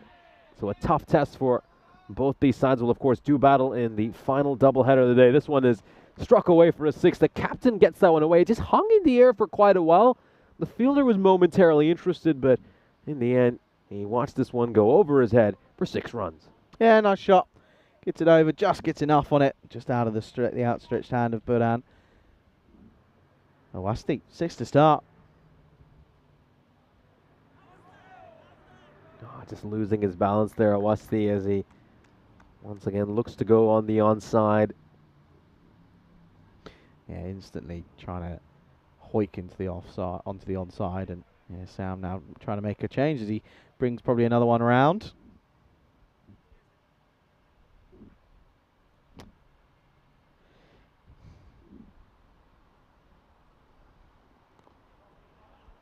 Just get behind this one here, Awasti, and it's going to be a dot ball. Yeah, nice comeback by Houghton after getting hit for a 6. He sneaks in a couple of dot balls. Yeah, that will certainly help, but again, you can see though, 20 off 13 for a point, and the thing is, even with just three overs down, you feel that it's almost still pretty much out of the question already. A couple of shots will help. Going down the leg side over there. End of the 8th over. And the Warriors find themselves 71 for 3, so they need to go at 10 and over for these next couple of overs to pick up at least a point out of this game with a bonus point defeat here. That's going to be 5 straight bonus point defeats for the Zagreb Warriors. I think really tough to find positives for this Zagreb Warriors side. I think you know, the main thing for them is they need to look to focus on the fundamentals. I think they can go out in the game and most of their batters, you know, have a strike rate of 100. I think that's just going to be a big positive for them. You know, it's just the fact that a lot of them are thinking, well, it's T10 cricket. You know, we've got to look to smash everything for a 6, and it just hasn't served them well, has it? You know, I just love to see them go out 1 innings, just look to get bat on ball. You know, play every ball to its merit. Then you will get the odd boundary, as you can see over here. And Magdalenic strikes that one really sweetly, and it goes away for a 6. Yeah, well, that one flash of the blade means it's now 14 off 12, off the 11. So now becomes likely that they could pick up a point here, which is pretty big, to be honest, for them, because they haven't been able to pick up a point yet. They had a pointless day yesterday, didn't pick up a point this morning, so they could be in with a chance here now. Just the 14 needed off of 11. Another 6, and they're well into it. Yeah, it's pretty big for Sir Oliver Split to pick up all 4 points from this game as well. I mean, you know, if they want to sneak into finals day, it's probably going to be a tight race for them. A full toss. Is it going to carry? Not quite. And he can bring aside the relief here. Magdalenic, it's now 13 needed of 10 for a point. But as you say, Nish, as well, you know, for Split, they have got to be looking at the bonus point because they might not play all their games because of the weather. Oh, this one's looks like it's going to be worked away for 4 runs. And yeah, just trickles over the boundary up towards that net section where we can, of course, see the 2 sides will be involved in our lunchtime game, getting prepared for the start of what should be match 13 of this European Cricket Series, which is now just 23 minutes away. 9 off 9. Run a ball from here on in for a bonus point. Just for a point even for the Warriors. It's up in the air. Should be a catching opportunity. And oh, he spilt it. He just kind of seemed to lose balance and stumble as the catch was coming down. You could just see he was leaning back a little bit, which is why he falls back as the ball is dropping. Let's just have a look at this one more time. You just watch, leaning back a little bit and stumbles as the ball comes down. Not ideal. Another single. Needed a dot there, really. A full toss. Does it have enough to go towards the boundary rope? Oh, it just gets past the fielder. Out at long off. And it goes away for a 4. And now it looks like the point is most definitely on for the Zagreb Warriors. Yeah, I wonder if this takes the old T word. Let's have a look here. Let's watch this. Manav, has he been done by the outfield? Let's have a look here. Oh, Tuga. That's what that was. There you go then. 4 off 7 for a point for the Warriors. Single to end the over. So the Zagreb Warriors need just 3 runs off the final over to pick up at least a point out of this game. This will be the first point they've picked up in 4 matches. It's just really emphasizes the struggles this Zagreb Warriors side have, but you know, it'll certainly do their morale a little bit of good if they can pick up 1 point from this match. So you'd expect Sam Houghton, the skipper himself, to come in to bowl this final over if he's really desperate to go on and get that 4th point for his team. But instead, he's going to give Mohammad Burhan a chance to bowl. So he'll get 1 over right at the end. 1 over. He's only got 3 to defend. Well, 3 to defend. He's got Magdalenic, who has realistically been actually hitting it pretty well, to be fair, at the moment. And Luca in the chat. Well, look at that spin, by the way. Not enough, though. I think we've been doing okay on the C's at the end of Croatian names, I think. I think I've said Magdalenic a few times by accident for sure. But yeah, it is Magdalenic, as it often is for names here. And of course, the same for Serbian names as well. Mm. Good turn from Burhan. 2 off 5.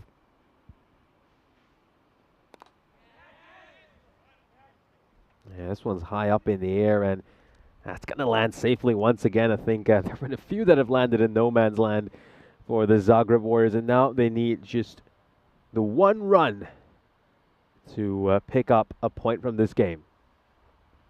And they're going to get it right there with a wide. So Burhan just getting the line wrong on that delivery. So the Zagreb Warriors finally get a point after 4 games. And yeah, let's see if in these upcoming games they can maybe get closer to 100. I mean, they've got a chance to get 100 here. That would be big for them if they can score 9 more runs. That one will just stay really low. I mean, it was practically rolling on the floor by the time it got to those stumps. I got a feel for the batter there. You really do. I mean, Awasti, was looking to be positive with his intent, but that ball just sneaking underneath his bat, crashes onto the leg stumps, and another wicket falls. Yeah, not much really that the likes of Abhishek Awasti could do. Had to go for it, didn't he? They got the point. There was no point dilly-dallying around. But gets a little bit unlucky. Bohan will pick up a wicket, though. It'll be a nice stat for him. Of course, the score now here. 91 for 4 with 2 balls to come. Running the risk of getting getting a bit of a time penalty, though, here. Imagine that, a time penalty, and then the bonus penalty might, yeah. And the bonus point runs away from them. That could would genuinely happen. Be interesting. Could genuinely happen. He's not exactly quick here, is he? He's got to get a move on here. Let's just watch Stefan Gooch here, by the way. He's getting some talk too. Let's have a look here. Well, that would be the most that would be the most Warriors thing, wouldn't it? If penalty runs are awarded and they lose their single point. That'd be classic Warriors. Next to get this one away towards square leg. Oh, this is going to be a run out. This is going to be a run out. Well, this is an absolute calamity. They're going to take their time. He's going to let them have a chat, and then he's going to whip off one bail, and that's going to be the end for Magdalenic. I'd be furious. Singh should be the one that goes there. He should turn around and go, yeah, I'll run a little bit just to go. Magdalenic has actually finally got some out of the screws. He's actually got his team over the line with a point. If it wasn't for him, they probably wouldn't have got there. I think that's selfish from Singh. He's someone who hasn't hit a runner, but more than a runner ball in this entire tournament. And then look, Magdalenic is just talking to him. I have to say, I agree with him there. Singh's got to be the one that goes. I'm sorry. Yeah, absolutely. Absolutely. Completely agree with you. It's about trying to get as many runs as you can on the board over here. It's going to do the Warriors some confidence. It'll also reduce the damage to their net run rate. Got to get Magdalenic on strike for the last ball of the innings. Yeah, well, he won't be. He's going to watch it from the stands. That's another one that stays really low. And he's going to get out the next ball anyway, Singh. So he decided to hog the strike for the last ball. And he's going to end up not troubling the scorer. He will depart for a duck. It's a 2-ball duck for him. And we're just going to see a little team huddle over here. I believe that should be the end of this innings. Or do we still have 1 ball to go? No, that's the end of the game. That should be the end. It's the end of the game, and that will be an interesting one. Of course, did finish that time around. At the end of that one, of course, it does mean that it's a 38-run victory in that one. And, of course, next game coming up in, well, not too long at all, 15 minutes' time. Let's have a look at the highlights then here. And, of course, you can see that at the back end of that one. By the way, of course, that was a pretty interesting one. 3 wickets to finish the innings. Not a hat-trick, though, because there was a run-out. But still, nevertheless, good effort from Split to take some wickets at the back end. But even still, though, unfortunately, the extras column will disappoint them and it will frustrate them, and it should do as well. It's not, simply put, not good enough. Yeah, absolutely. Kasser Saim, of course, winning man of the match for that game after a terrific half-century by him in the first innings, really setting up his side for success. We'll take a look at some of the highlights of this innings. You can just see this was that over which Sheikh Sidhu bowled, where he managed to pick up a wicket. Kasser Saim bowled the 3rd over of this power play. Of course, saw one that just took off the pitch when he came on to bowl. And of course, we did see a few partnerships built by this Warriors side, but none of them were really able to go at the rate which the Zagreb Warriors side so desperately needed. I'm just going to take a look at this run out in the final over of the innings. And of course, as you can see, Magdalenic, rightfully so, just a little bit frustrated why the batter just didn't decide to take a run over there. Of course, you would have wanted to have Magdalenic on strike, considering he was seeing the ball pretty nicely, struck a couple of boundaries over the course of his innings. Instead, Sandeep Singh stayed on strike, and all he did was just hang one up. That was caught well by Abdul Basit. Let's have a look at the scorecard of this innings. Jaswinder Singh was the top scorer with 23 runs, but unfortunately for the side, it took him 30 deliveries to make those 23 runs. Magdalenic looked pretty good in the 10 balls he faced, struck a 6 and a 4. The captain, Awasti, hit a couple of boundaries as well before he was dismissed, courtesy of one that just stayed a little bit low from Mohammad Burhan. We'll now turn our attention to the bowling figures here for Sir Oliver Split, and a good all-round performance. Nathan Burks, yeah, he's a bit expensive in that first over. He bowled as well. Razmilic had a pretty expensive 9th over as well. But other than that, I think they'll all be pretty impressed with their bowling performance. But one big concern for Sir Oliver Split is that extras column. They gave 31 runs of extras in the first match. We said they desperately needed to improve in that department, and they end up going a little bit worse, giving 32 runs of extras in this game. Of course, they'll be taking on the defending champs in the final doubleheader of the day, and they're going to have to clean up in that department. They'll really have to iron out those issues if they want to pick up some wins against a quality Zagreb Assassins side. We'll take a short break, and we'll be back on your screens in 10 minutes time for the start of match 13.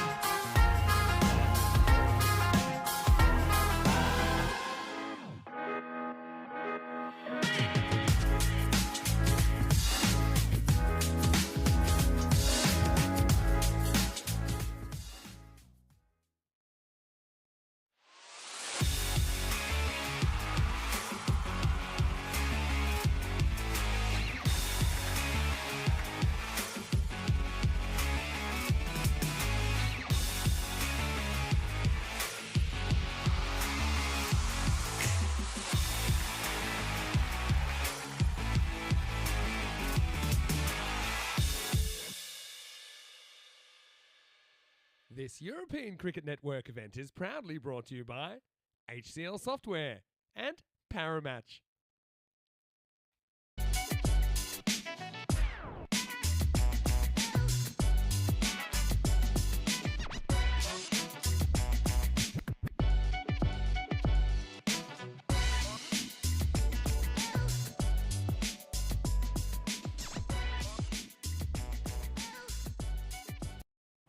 It's time for our lunchtime game as the Chiefs are set to take on the reigning champions, the Zagreb Assassins. Let's head over to the coin toss where both the captains are alongside Stefan Gooch. Assassins to call. Head. Heads is the call. It's tails. Okay. Bowling. Bowling? Yeah. Have a good game. Good luck. The Chiefs have won the toss. They're having a bowl. Well, thank you very much for that update, Stefan. Really looking forward to this game. Of course, the Zagreb Assassins, the defending champions, have been undefeated so far this European Cricket Series, largely thanks to that incredible top order they have. You've, of course, got Danikola and Noshad Babu opening right at the top for this very talented Assassins team. Those two have been setting a great tone in those early overs for their side, getting them off to great starts in the power play. And then, of course, they've got some talented batters like Sathi Devi in that middle order who can get some quick fire runs right at the end. Someone who's going to be absolutely crucial to getting rid of those talented batsmen is, of course, the very fine swing bowler in Power, who bowled superbly yesterday. He bowled the finest opening spell we have seen so far this European Cricket Series, picking up 4 wickets in his first couple of overs yesterday against Zagreb Sokol. And then all of a sudden, Sokol were behind the 8 ball for the rest of the innings. Power is also a very talented batsman. We, of course, saw him get a quick fire 41 yesterday. And then, of course, you've got Gupta as well coming off a 50 against Zagreb Sokol. So looking forward to this game. It should be an exciting match, a good lunchtime game. Let's head over to Charlie Hunt, who is waiting for you in the commentary box. Thank you very much, Nish. And yeah, looking forward to this one. Nice to change things up a little bit. Of course, Warriors going back to back with the likes of the SAS, the Sarah Oliver split side, who of course are watching and.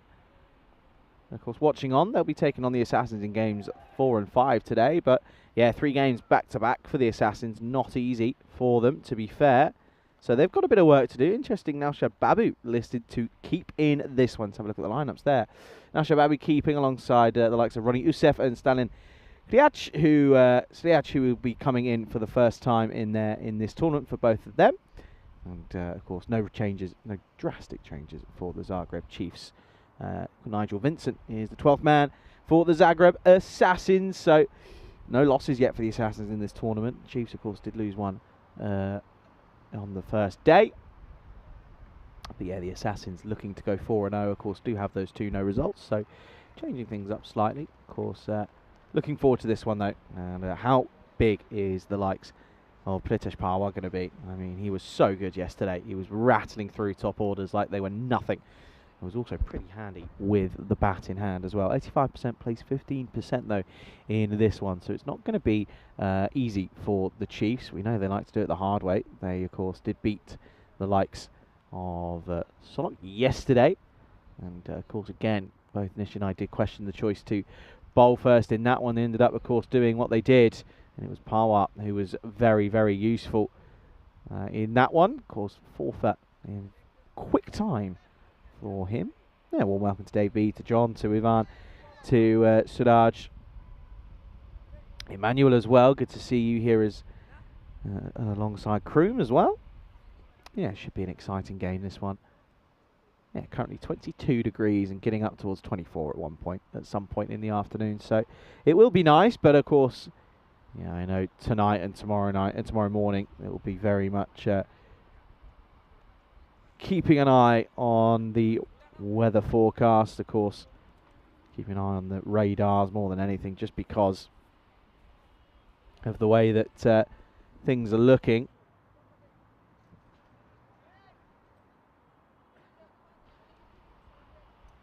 So yeah, we will have to be a little bit keeping an eye on it. But of course, only time will tell. Mother Nature will do as Mother Nature wishes. It is going to be Parwar who will open up in this fixture. I'm just waiting for the clock to tick over the half-an-hour mark, which is under my estimates. It has. And we're ready and raring to go. Good morning, or good afternoon, I should say, to our umpires out there in the middle for this lunchtime fixture.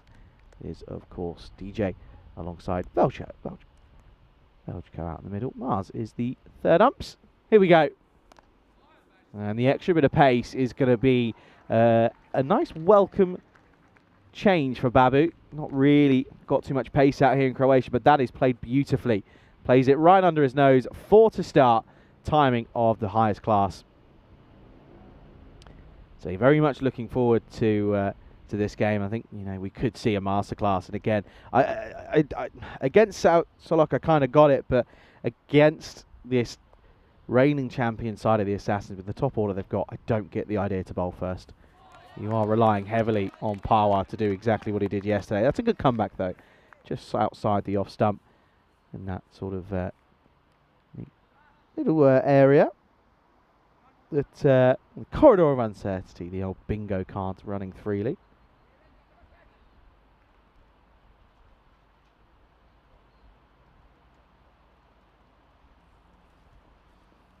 And again, trying to turn it into the onside. So ask the question. Well, a direct hit would have been very, very close for Danny Kuller. We'll have to have another look. Leg by's given. No bad on this one. Let's have a see here. Yeah, it really rises, doesn't it? But Danny Kuller set off pretty quickly, didn't he? He was pretty keen to get going. You can see this angling away. We'll come back to live action. Short ball and flicked off the hip beautifully from Danny Kuller. And already early signs suggesting the toss was probably not the right choice from the Chiefs.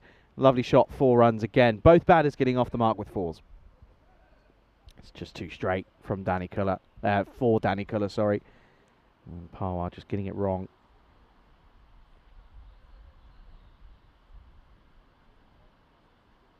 Has to be a way for Pawa to get one of these two early. If they don't, it's going to be a very uphill battle. This one lifts out of nowhere and again just sets off to Danny Kuller, and Babu not keen to take a quick single. Just one left in the over to come. But yeah, of course, as I said, if I look over, it's just not looking pretty on the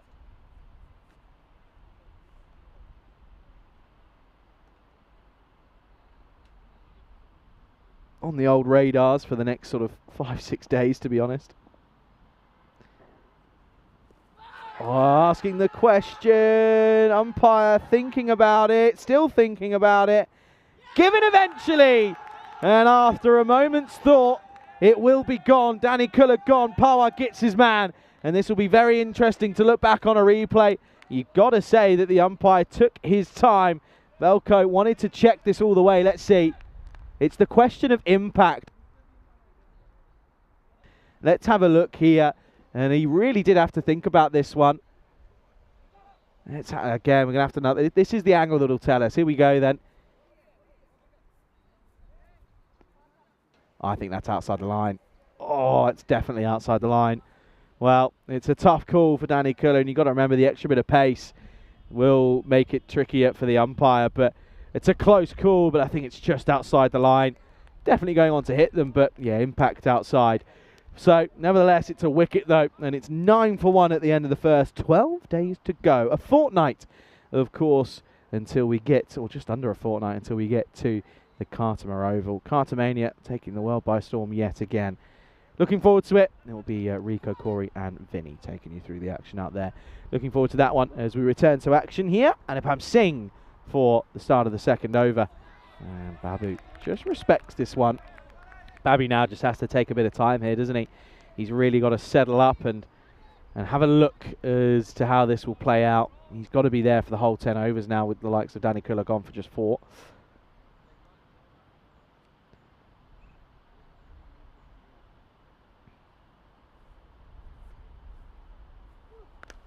Well, I say that, and he launches this one long and high into the leg side. That one's on the rugby field. 6 glorious runs at that from Babu. Brilliant pickup. Now Shad certainly says, well, now is my time. Low on the bat, but still gets all of it.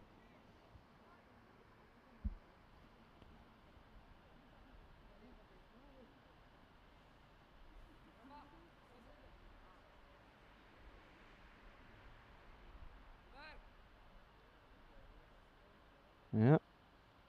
Well, I sent a link in about the weather. Dave sent one in, and they both say the same thing. So that tells you all you need to know, realistically, that tomorrow morning is going to be wet by the looks of it. Oh, down the leg side, and now just getting pushed off his rhythm here, Balagi, which is not ideal.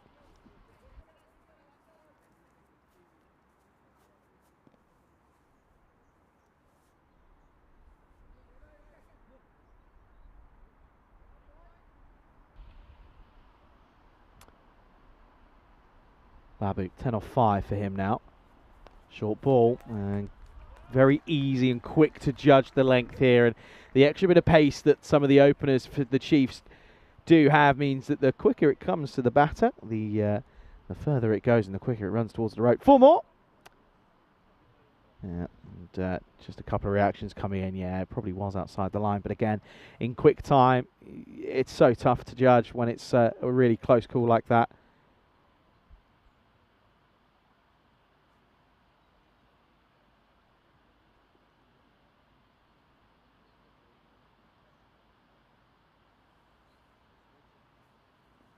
And another short ball, but this is hooked into the onside. Didn't have much control on it, but got enough on it. So another boundary, 6 more runs, and 4 and 6. Well, looking pretty slick. He's finding the middle of the bat. Didn't really know too much about this, but got enough on it.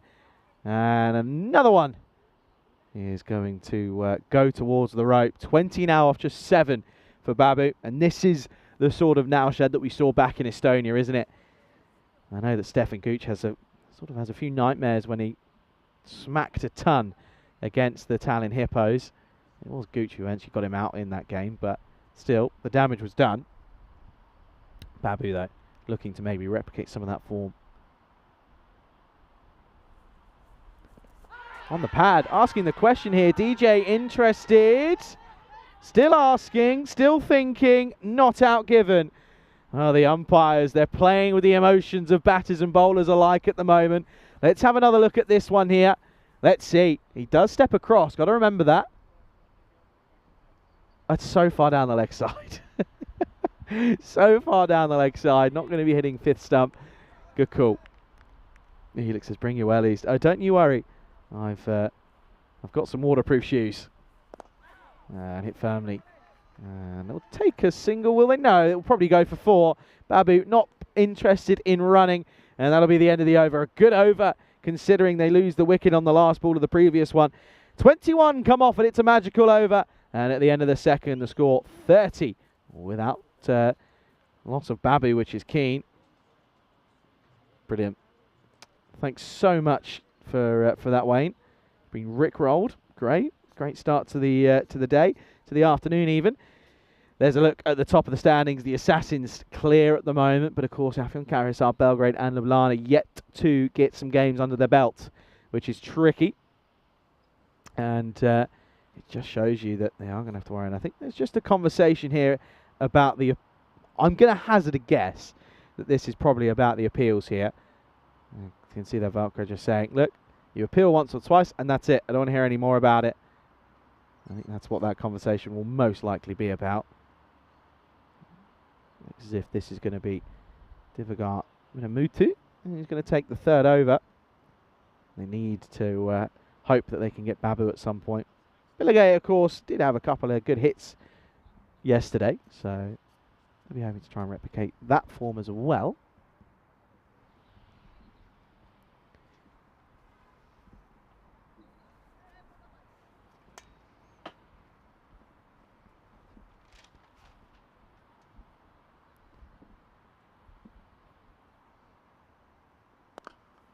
And this is up in the air, and gone. And that is a soft dismissal. It's a golden duck for the likes of the batter in Yogesh Balagi. And unfortunately, that is going to be a very, very unfortunate way to go. It's a nothing shot right off the splice. Gets nowhere near the middle. Shaking his head as he walks off. He knows that's a poor way to go. And it's going to be 30 for 2. So Babu at one end is pretty comfortable, but it's the rest that are struggling. And it's going to be another one that bites the dust.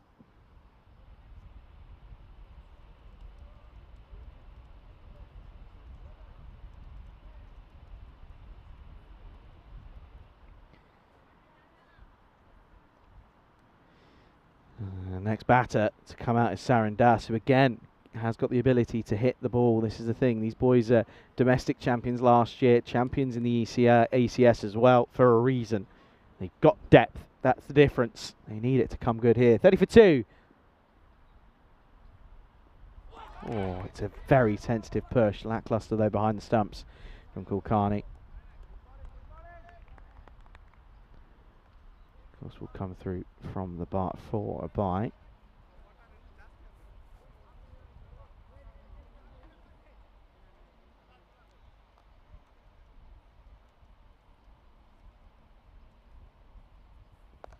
One-handed and one-handed for 6. Scorers, watch out.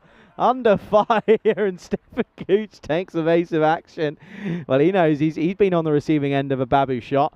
That's a lovely shot, though. One-handed, just helps it on its way. 6 more again. Now Shad looks as if he's here, and he means business at the moment.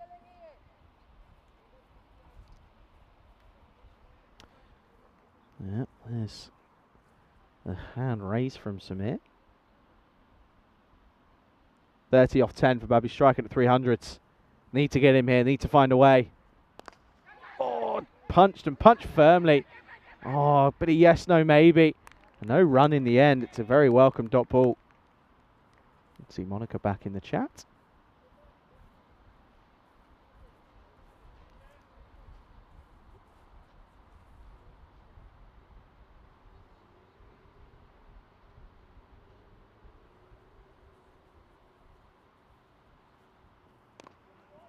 Oh, and again, miscue. Got to take a run here. Oh, well, they won't now because they're set on their hinges. You take a 1 there, and then it realistically means that Das has the license to go for it, with it being the last ball of the over.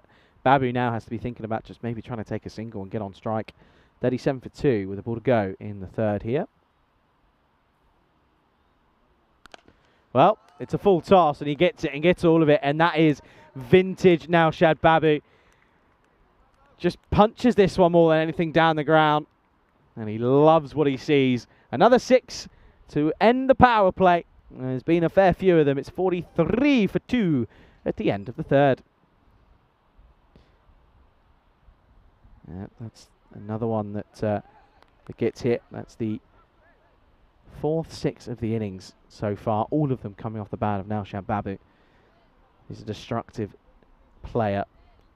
Sort of batter that bowlers are scared of bowling to. You just don't really know where to go. Babu is well known on the ECN, to be fair. He's seen him play in Estonia. He played, of course, in the ECS in Estonia, and has played in Prague as well. But yeah, that was when I first saw him. Played for the Tartu CC side. He's got his first involvement was on the network. He actually lives in Poland. Asking the question here. Oh, and given. Well, again, umpire is moving, and he's triggered him. He's gone here. Is Das. Let's have another look at this here. DJ was moving. Let's see. Again, it's a question of impact. Again, we're gonna have to go slow. Umpire was pretty quick to give him. Let's see here. It's a question of... It's a tough one, that one. It's a question of if it's moving away, because it does move off the seam. And is it clipping leg stump is the question. Anyway, it doesn't matter. It's given out on field. And another one bites the dust here. And it's going to be 43 for 3 for the Assassins. Starting to get a little bit uncomfortable out there, potentially. But yeah, he actually lives in Poland as Babu. And of course, it's a place we haven't been. So he's been desperate to get teams over to play in either in a Croatian event or the Estonian event, but he got himself over. And of course, yeah, hit runs for fun. And to be honest, I think, this is kind of what we're seeing now over the course of the last couple of years. You've got, it's almost a bit like it's free franchise cricket in the way that I see it. Players can, players jump from, there are rules behind it. You can't just go from, place to place. There are rules behind it. But, yeah, Babu, why wouldn't you have him in your team? Anything he touches turns to gold. That's another wide. A 3, not quite getting that one right. He's got 600 And, well, if I do my maths here, he's got 669 runs on the network at the moment. No, that's definitely wrong. Let me try that one again. He's got 700 runs on the network. Bang on at the moment. That's in just 1 year. Mightily impressive. Really is. Well, this is up in the air. And over the fielder. 706 now for Babu. As that one goes all the way. It was a half chance. But still, it was one that just gets enough. And it's 6 more. I'm making an early call here, folks. Putting the C word out there. I reckon it's on. The way he's hitting it. The way he's loving life at the moment. Just hitting it to all parts.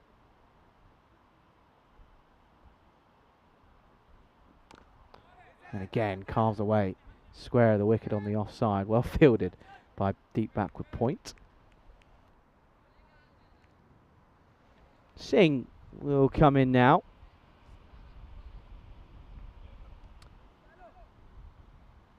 Ajwant Singh, that is, of course, in at 5.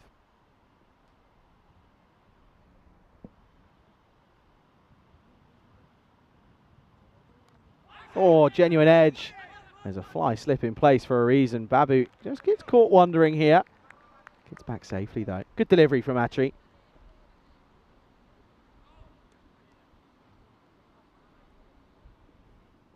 Genuine edge. Good attempt from Kulkarni.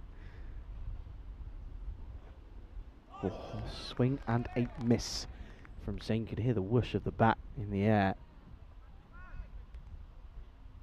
Yeah, if you are going to make your way down to the ground over the next couple of days, bring your waterproofs. That's my suggestion. Because I tell you what, if we cut to 24 hours time, take a screenshot of a wide picture here. In fact, I might have to do it myself.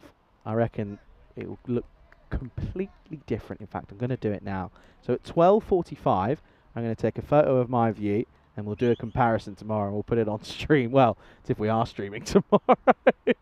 Oh dear. Might be the old classic matches getting used at some point. Hey, fingers crossed. Everything's crossed. We want to get as much cricket in as possible. Sometimes Mother Nature is Mother Nature. Let's just flicks up. Doesn't get anything on it, though. End of the over. End of the 4th. It is 53 for 3 at the end of 4.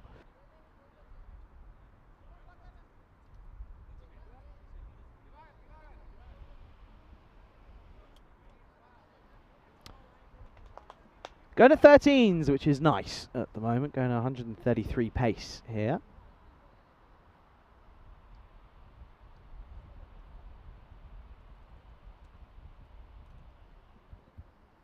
Parwar's going to come back on here. Didn't take a wicket, did he? In that first stint. Oh, sorry, he did. He took Danny Kuller, didn't he, with that wicket that was given.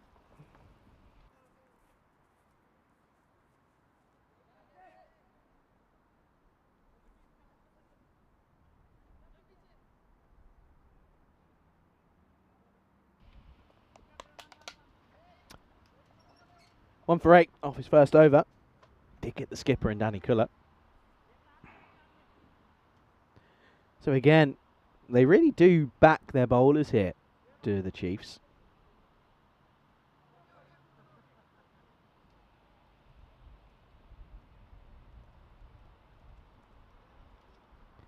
Babu on strike.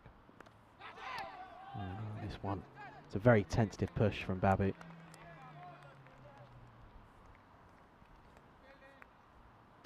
Yeah, of course, listen, gives us a chance maybe to sort of reflect on what's been, before we get to a marquee event in the ECC, and then only 3 events after that, 4 events if you include the T20s.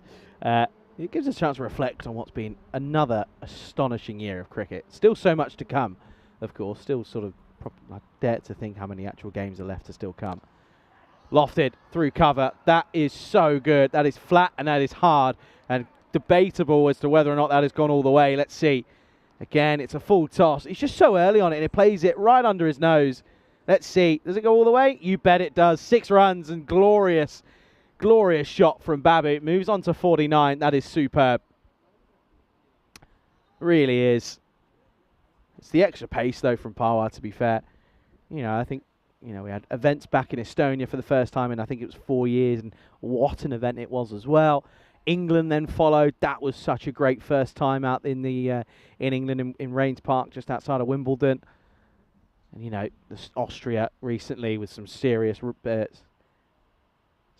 runs.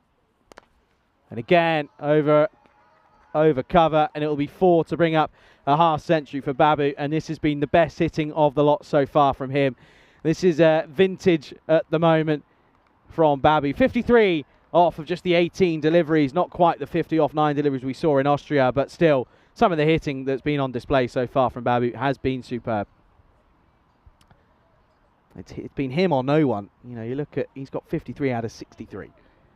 Just shows you they're a little bit behind with the bat at the moment, apart from Babu.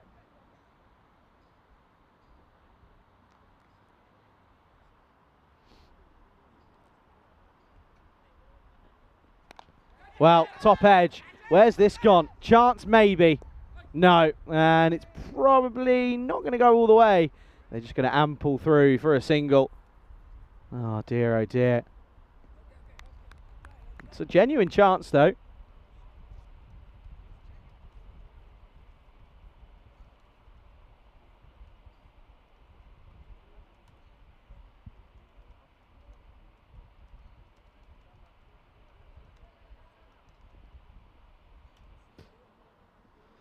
So then, chance goes astray, and that's a half chance that changes games. Nice confident drive down the ground. Early call of 2 here, and they'll turn and they won't take it.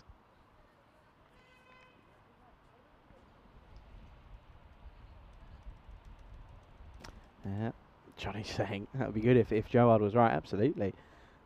I hope that forecast you're checking's right. Because if it's anything like the ones we've checked here at the ground, oopsies.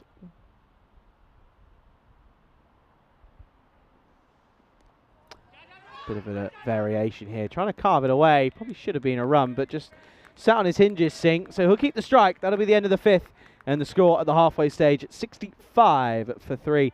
Upcoming events, of course, and well, this is exactly how the year will play out for the rest of this year. Of course, we move to the ECC in a few days, but of course before that Greece will get underway. Can't wait for that, by the way. Greece taking on Spain in a little series out there, a one-off ECIW and 5 T20I internationals, and then Malta of course will be there. I believe Nish and I will be working at least some of that together, if not most of it together. The Italian finals of course will be coming up on the 26th of October. Then of course Barcelona again, the encore version. Of course we were there earlier in the year. That will be cold, by the way. Whoever gets out there. And then, of course, the ECCW, the ECC dubs at the end of the year to finish off what's been an astonishing year of cricket. Atri, full and straight. This is lofted up in the air. Oh, and that's an excellent catch. That is superb, and it's the half chances that make a game, and that's exactly what Anupam Singh has just done there. That is sensational stuff. It really is. It was flat and it was hard at him. It was at full stretch, really was. And he's done very well, and Atri takes it. Look at that, but Babu, you just can't not like him. He's on the other end, but he's gone, that's a great wicket, well done, and he smiles, and you just can't knock him. You really can't. This is what happened. It was in the slot. It was a short arm jab, and at full stretch with the jump as well. That's a superb catch by Singh out in the deep. Another one falls. It's 65 for 4 now. This is Saganepali, who's come out at number 6, I believe. And yeah, well, if you look at look, 94% chance of rain tomorrow. It just tells you everything. Swing and a miss. Yeah, you look at. I've often said that the iPhone weather apps are never that accurate. My go-to is often the BBC weather app. They often tend to be pretty accurate with their radar. Then let's just say that a radar that should be green because of everything that's of obviously all on the satellite. Let's just say there's a lot of blue around. Let's just say that. Yeah, Shohag just saying Babu is originally from Bangladesh, but of course plays and lives in Poland. Has got a team out there, but of course wants to get as much cricket as possible. And he's got, if you're kind of putting your name in the hat, his records are the best out there at the moment this year. I'd love to know who is the leading run scorer this year alone in ECS cricket, because of course, you know, there are a few players that have played in different locations. Manav Nayak is one of them. But nevertheless, Babu, he's scored over 700 runs this year alone. And he's only played this year on the network. Stays low. Stays very low. Not much Nepali could do about that one.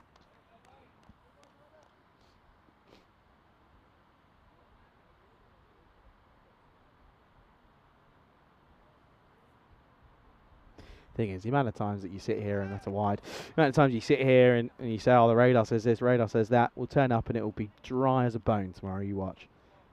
It's always the way it goes.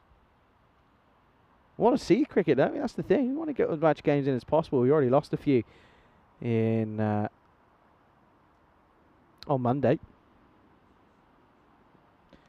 I have to say, that rain when I landed, we landed on the plane, it was lashing it down. Lashing it down indeed. Latry just has an issue with his extras, doesn't he? He's given a few away. It's his 4th wide now so far in his spell. 2nd of this over. Trying to get out of it. Oh, this one comes off the splice. Might be off the glove, in fact. Good over, though. Still only goes for the 2 wides and picks up a wicket. Great over. End of the 6th. Assassins teetering along at 67 for 4.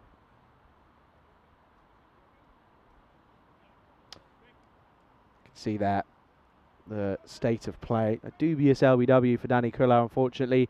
Balage was of course caught. The one for Das was a little bit more convincing than the previous, and then Singh with a great catch, well, to remove Rajwant Singh, of course. They're going to go to Kartik Gupta, who again they'll be hoping that he can fire with the bat in the 2nd innings. Batted well yesterday to get them over the line in that in the victory that they did pick up against Sokol.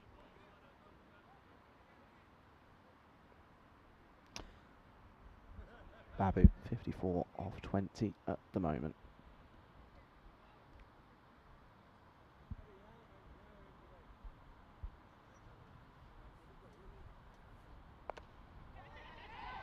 Up in the air. Oh, put down. Stunning effort yet again by Anupam Singh.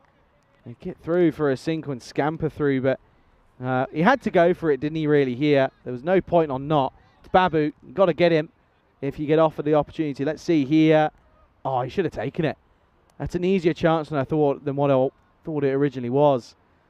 Another drop for Babu. They do take a single there. Oh, they just take the 1 there. It's gone down as 2, but that's just 1. That's Nepali back on, who's on strike now.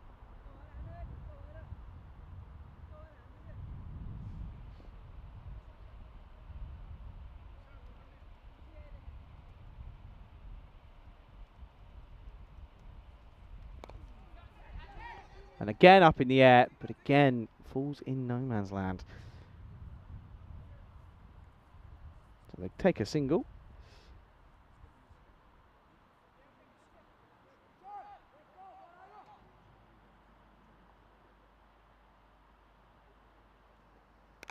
Short, slapped up in the offside, nobody there. And that one is going to be a couple of bounces and 4 runs. Again, dropping Babu is just so horrible for any team. Carves it away, square of the wicket, 4 more.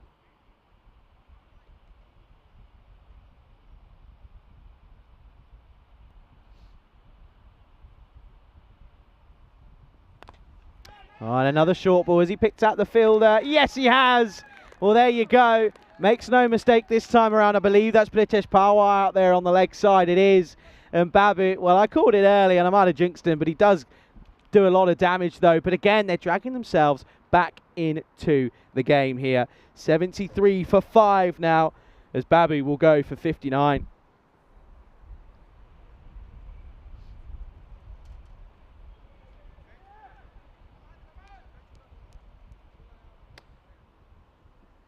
Good catch. This is the thing. Catches win matches. It's such a classic saying, and everyone will say, oh, it's so boring, it's something else. But it's true. It's so true. Often you see a batter. I mean, I remember I played it the weekend before I came here, and I put a guy down at very silly cover. It sort of just was low down to my right, put it down. He ended up making 100. It's just the way it goes. Come back to live action. Next batter is ready and raring to go. I think this has gone over the top of the stumps, you know. And that's why Marco doesn't give it. End of the over. A very good one again from Gupta. Only going for 6. Picks up a wicket. And at the end of it, the score is 73 for 5 after 7. ECC, of course, mentioned coming up. And, yeah, you can see the Isle of Man, Estonia, Bulgaria, Croatia, Turkey, and Slovenia will all be taking part in that first group. I'm excited for Group 2, though. I think that's where the likes of Luxembourg, Cyprus could really upset a few people. Group B, for me, in the Premier Division, could be tricky. All associate nations, of course, taking part in that one. Germany, Hungary, Denmark, Austria, Romania. Denmark coming off of a good qualifier in the T20 qualies. Austria, of course, always strong. Romania, if they have Taran and Ramesh, they could always fire. Here's Mutu. Starts with a dot in the 8th over.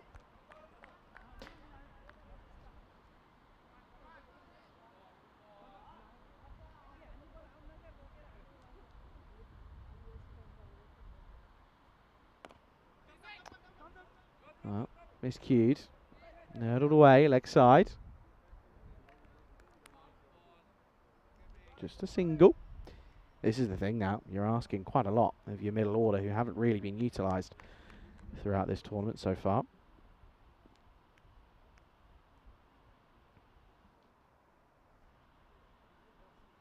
Oh, what a ball. That's an absolute peach. Oh dear, oh dear. That is so good. Almost too good, in fact.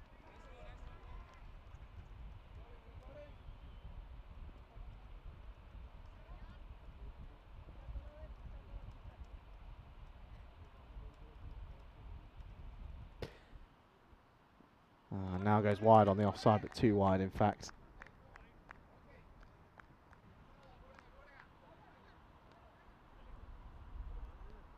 Well, stronger together banner. Opponents helping each other out. Tells you exactly all you need to know about the community here in Croatia. Very tight-knit community. See that with a lot of communities in the smaller cricketing nations, of course. You know, Bulgaria, for example, Turkey as well.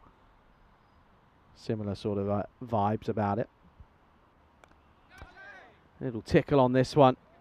This will go all the way for a boundary. 4 more. Nepali gets one away.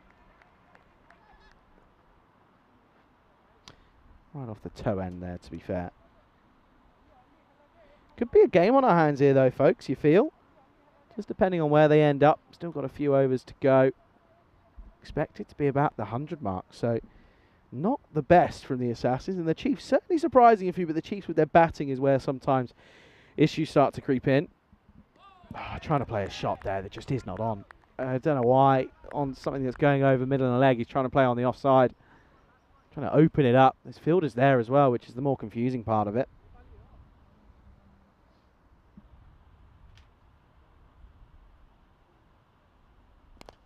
Shot. Really nice pickup. Has he got enough on it? Clears the rope. Yes, he does. Power. A little bit of a sluggish attempt there. Don't think he thought he was in the game, but he definitely was. It doesn't clear the rope by much. Goes for the one-handed ripper, but all of a sudden gets up to a run of borders. Nepali. That's a nice shot. 6 more.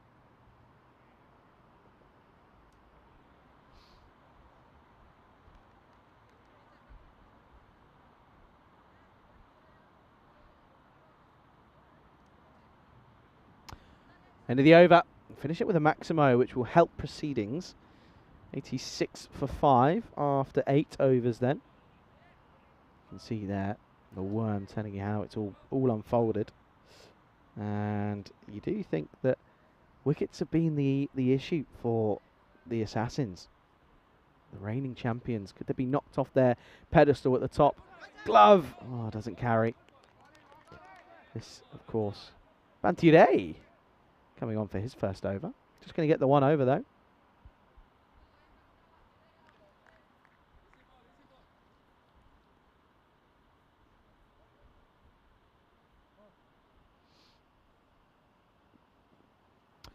Another short ball and another one that gets missed out on. That's 4 dot balls now for Syriac.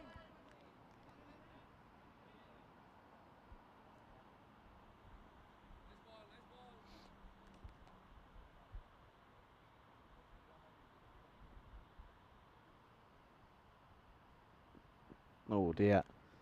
Down the leg side. 11 extras. Again, not as bad as the likes of Split and the Warriors at 30 odd.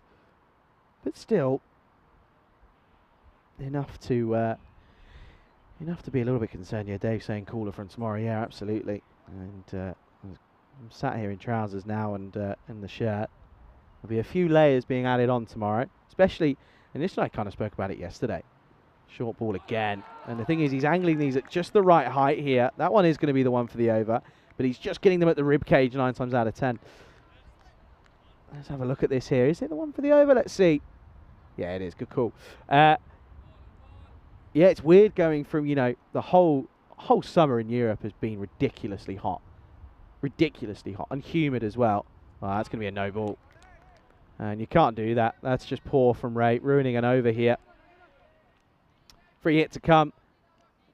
And yeah, that was the, and the thing is, for both of us here, realistically, for myself and Nish, you go from being a hot place for like Bulgaria, for example, or Romania or wherever, and then to go home, you're going back to still 30 degrees plus. It's just, there's no relief from it. So to be honest, everyone on the ground and staff-wise is kind of looking forward to a bit of cooler conditions. Not the rain, but looking forward to sort of, colder conditions. I was saying before I left Spain, looking forward to coming back in sort of September, October, and wearing hoodies. It's quite a nice feeling being able to layer back up. But then it's also kind of the same when it's like on the opposite side of things when it's not out. They're gonna have a look here, but the bat plugs actually. Hang on a second. The bat is dropped. It's dropped well inside the crease. Now let's see. Just have another look here. Let's see. You can see he just says it sort of gets stuck. Oh, he's not in frame here. This could be close. Is the ball in? It's in the gloves. Does he get down? What hits the? Oh, I think go another couple of frames here. Keep going. Oh, I think this is going to be out, I really think this could be out. Yeah, it is out. Well, that's poor. Syriac runs Nepali out. It's 12 and out for Nepali. And it's 6 down now for the Assassins. And not looking as pretty as it has been at times. You can see here it was a run straight to the fielder. Well done by Kulkarni involved in the run out. But nevertheless, throwing the bat at it, never going to work. It's going to be a close game, this one, folks. Another one bites the dust. 88 for 6 now. Out comes Ronnie Usef. First involvement for him. But yeah, September, October, you're kind of like, oh, I can't wait to, playing golf, for example, I can't wait to play in trousers and put your quarter zips on or whatever. Come up, April, May, it's like, oh, I can't wait to wear shorts. You're looking forward to it. It's funny how it all works. Last ball coming up of the over. Into the midriff, into the chest, but he gets caught wandering here at the moment. Helix saying it's a general rule that you can't do anything about it. You can talk about it, though. It's good fun. End of the over. Very good again from Ray. Just goes for 2, picks up the wicket. End of the 9th. And over to go. Need 12 to get to 100 here to the Assassins. 88 for 6. Was saying close game. Absolutely, you're right. 1 over to go. Syriac's none off 8, by the way. Usef's none off 1. Not going to be easy. Look at the bowlers there. 2 for Faratri, 1 for Parwa, 1 for Vinamutu. Economical, though. That's the difference. Some of these bowlers, which is the key aspect. Get a bit of free spray on for Usef here.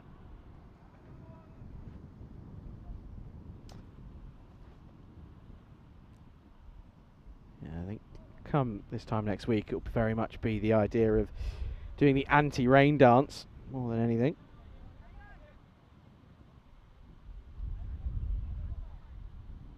Of course, we've had a bit of rain in Italy, didn't we? Well, a bit of rain in Italy where there's a few games called off. I know that the 6th game day was somewhat altered by it. Tends to be the case when you come to the sort of back end. In Spain, we always say, and I know it's the same in Mediterranean other countries, this is Anupam Singh, who did go for 21 off his first. He starts with a dot ball here. Yeah, you always say you're expecting to get a bit of rough, not rough weather, but some rain. And we did get some rain in Spain, to be fair, towards the back end of August, start of September. It just always happens. It's just the way it goes. End of summer.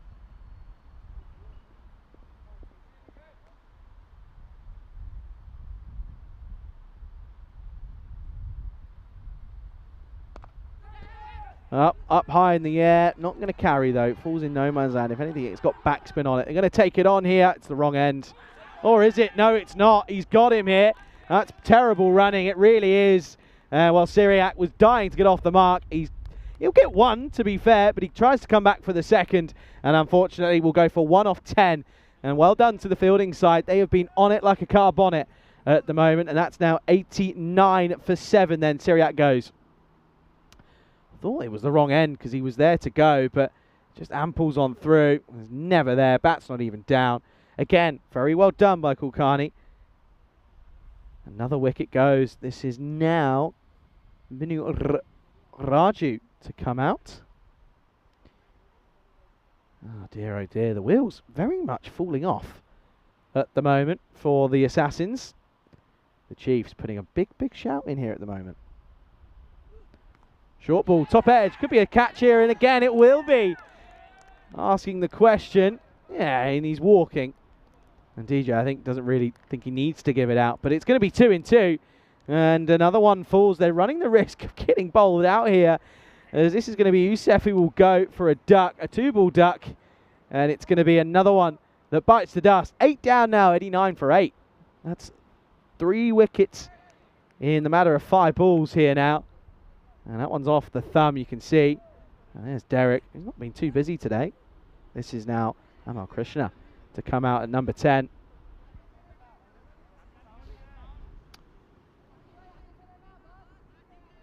Of course, can't be a hat-trick, but don't mind having a little preview, a little sneak peek at what we've had so far. But yeah, of course, there was a run-out, wasn't it, to remove Syriac. 1 off 10. Ugh. But mainly on the plane, indeed, in Spain. Okay, then. Can they get a team hat-trick, though? Look at the stance, by the way. Chandapal, is that you? Well, you'd argue. It's not a bad shot, to be fair, for a number 10. Krishna off the mark with a single, but they need boundaries desperately.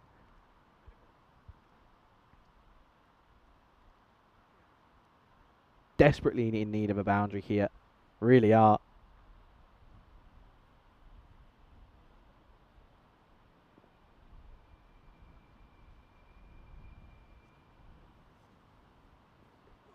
Swing and a miss. Good bowling though. Full and straight. Not offering too much width. That's where it has to be. Has to be there. Can't let them throw the kitchen sink at it, as per se.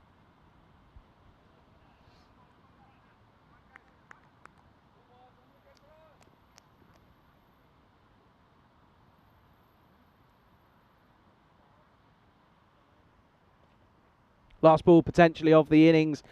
It will be spoiler wide, and they're only going to get a single for it.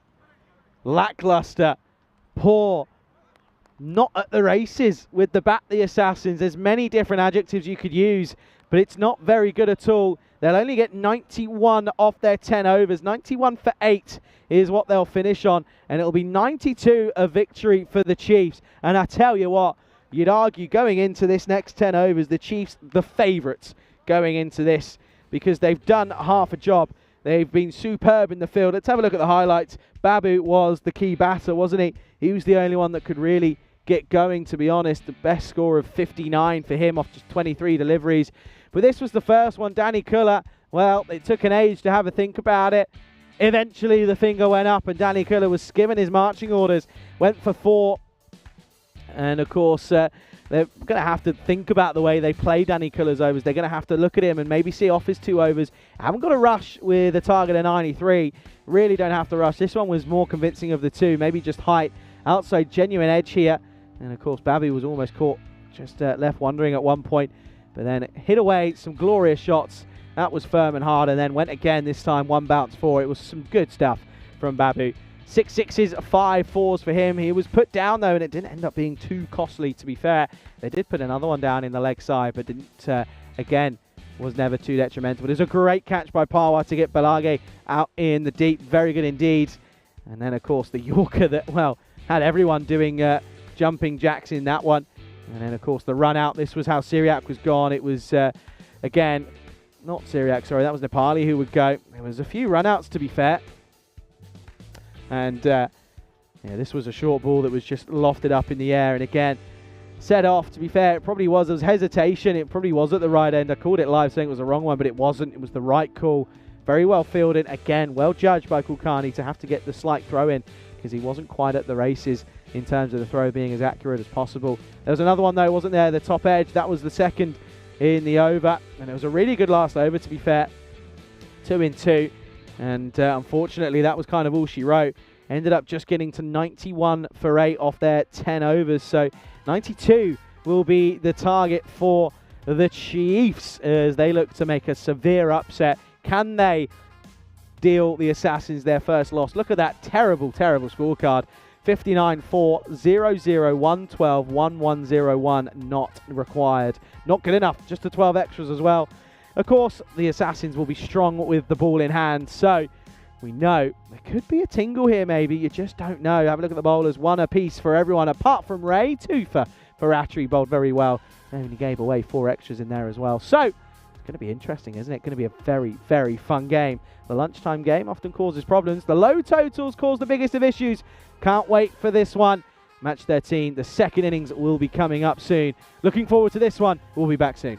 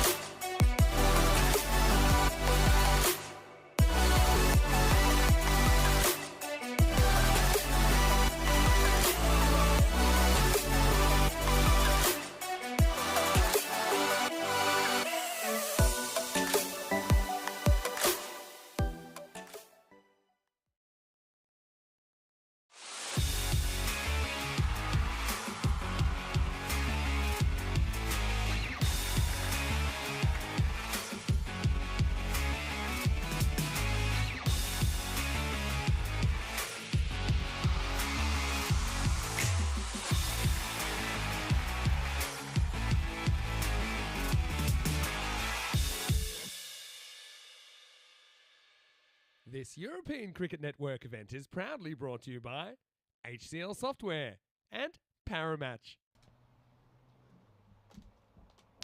We are set for the start of the second innings, and what a fine bowling performance that was by the Zagreb Chiefs, keeping the Assassins to under 100 runs for the first time this European Cricket Series. I mean, this Zagreb Assassins side, they have been brilliant with their run scoring. They've had 3 scores north of 110 in their last 3 matches, and for them to be kept down to just 91 in that first innings was a big surprise.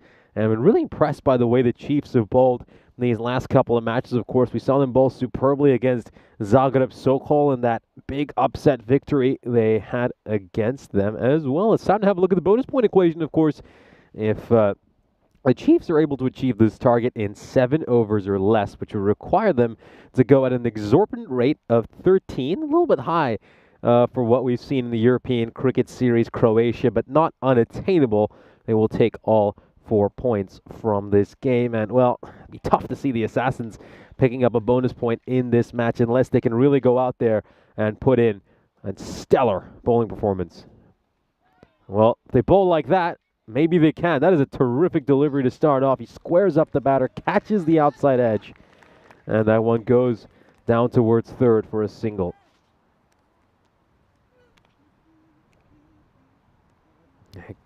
And it goes towards deep third, and that's going to be just the 1 run.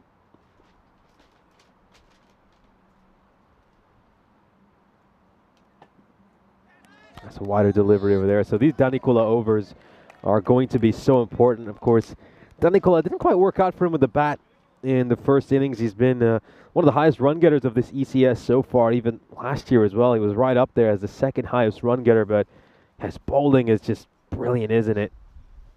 He was behind just Izaz Ali in the wicket takers tally during last year's European Cricket Series. Picked up 15 wickets. 15 wickets.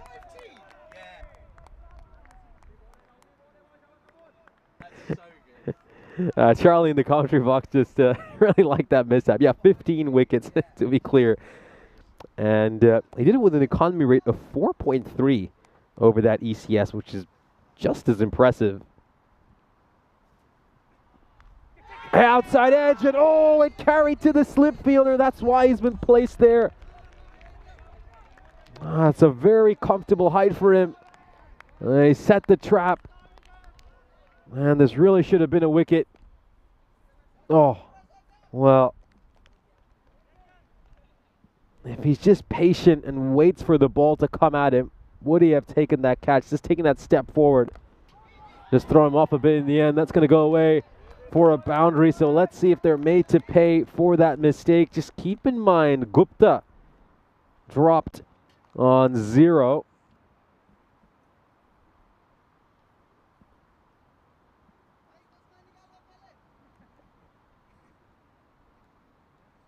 Yeah, very unfortunate there for Danikol. I think he's bowled really well over the course of this over.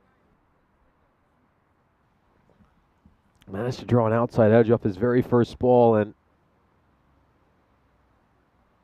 should have had a wicket a couple of deliveries ago.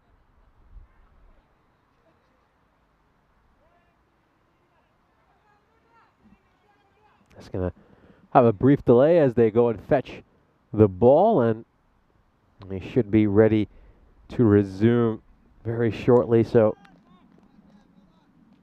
it's been good bowling by Danikol so far this over, really has been.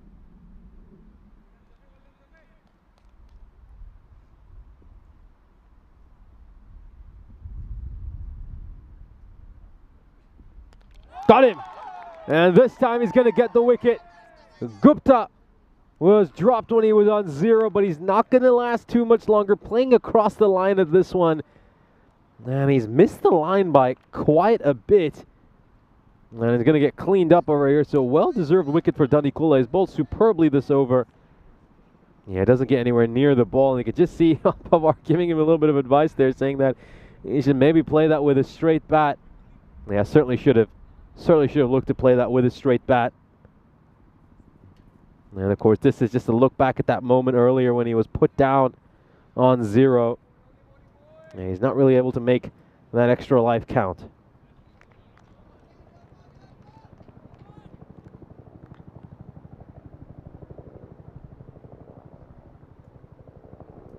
Got some helicopters going overhead. I can just hear them in the background.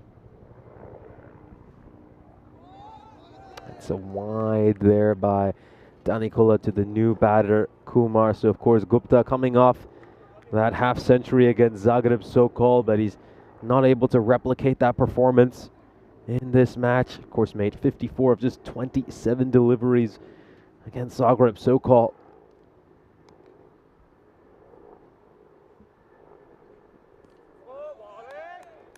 Nice ball there by Danikula, and it's a terrific start for him. He gives up just 7 runs, and he manages to take a wicket. So a quick reminder that it's been 48 matches since we last had a golden ball on the European Cricket Network. Of course, we got one over in Austria, and well, what a chaotic golden ball that was.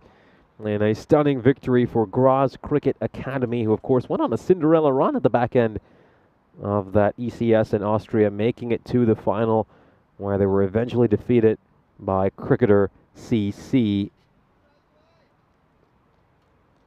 Yeah, big congratulations to cricketer CC, of course. Had a chance to mention that when I covered my first game here in Croatia yesterday. Well, it certainly was a good story for them, you know, a side who've obviously lost a couple of times in the past in the final.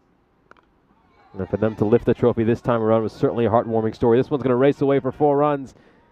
And it's a good effort there by the fielder. He's covered a lot of ground, but he's just not going to be able to get to the ball in time. Off it goes for 4. Big chase here for Amal Krishna, but he's just not able to get to it. Off it goes for 4.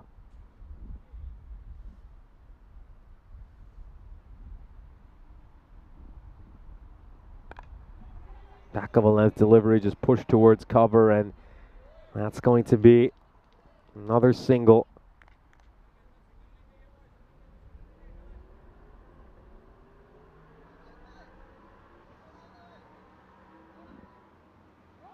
Runs needed.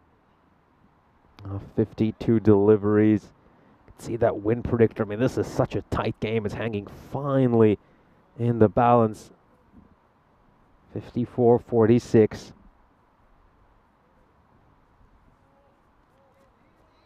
a bad ball. That's a pretty poor delivery there by Singh. That would have been a wide to a left-hander as well. I think he's been bailed out by the lack of pace on that delivery, which just meant that the keeper, Naushad Babu, could go across and prevent that from going down the leg side.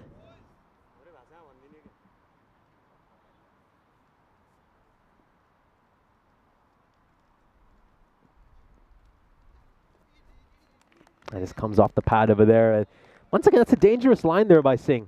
I mean, it's just straying onto the pads. And, you know, if Kumar gets any bat on that, that's going to go away for 4 runs. It's interesting that they've not put Kulkarni at number 3. We, of course, saw Kulkarni play a fine innings yesterday alongside Kartik Gupta in that victory against Sokol. Yeah, 31 of 21 deliveries. Just trying to overcompensate a little bit here, Singh. He's probably just pushed a couple down the leg side. He's trying to correct his line a little bit. Ends up taking this one a bit too wide.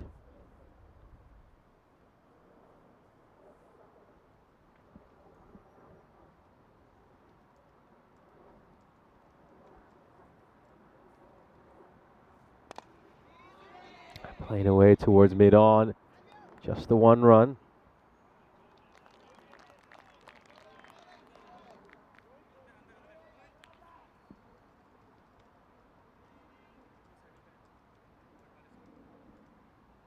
Power back on strike, and we know Power is a very aggressive batter.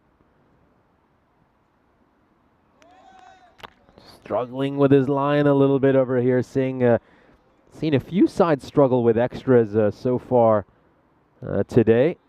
Obviously, we saw Sir Oliver Split have a number of issues in that department. So did the Warriors. The Chiefs gave up 12 runs of extras which you wouldn't say is ideal, but it's not too bad either. This one's going to go away for 4 runs. Picks out the gap over there. Really good-looking shot by Pawar. Meets the ball on the half volley. Big stride forward. And that's beautifully stroked through away for 4 runs.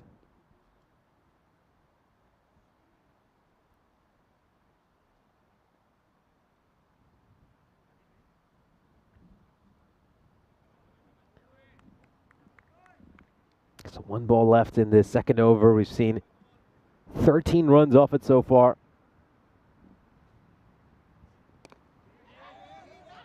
And that is going to be a dot ball. Good balling there by Singh. Just follows the batter really nicely. You could see that Pawar was looking to advance. So the Chiefs are 20 for 1 at the end of 2 overs.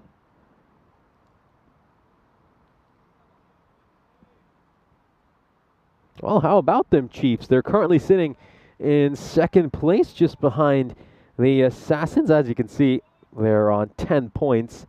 They've not had a match washed out just yet. As, of course, the Zagreb Assassins are currently at the top of the table. It's been a good series so far for the Zagreb Chiefs, of course. They're a side who came in as underdogs. I did mention that they had a few issues during last year's European Cricket Series, but not been the case so far this tournament. They are looking really good.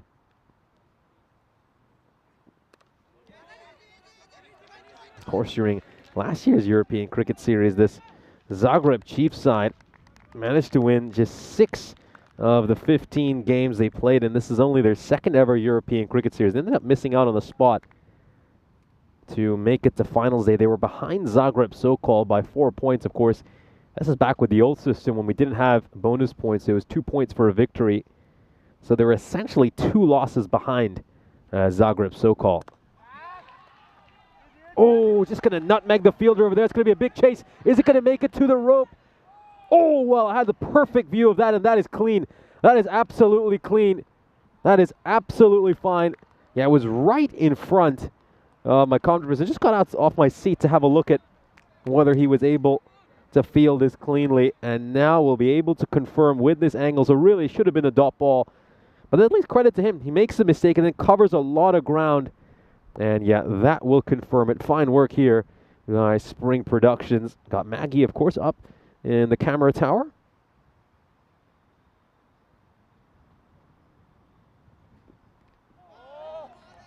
Nice delivery there by Danikola, going for the rib cages. That one just bouncing rather sharply as well.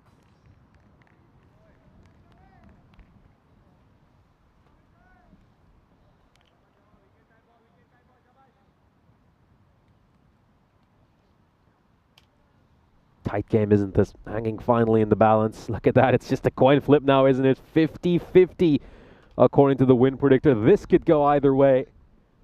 It's good to have a close game here after a couple of rather one-sided matches this morning. That's a wide. That's a wide. Just gets the line wrong.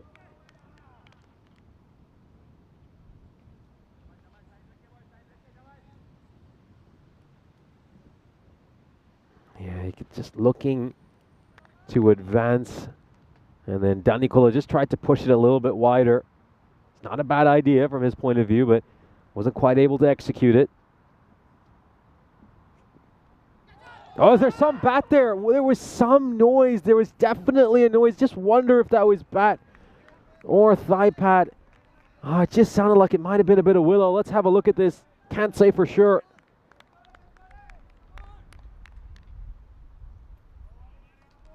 No, it's just no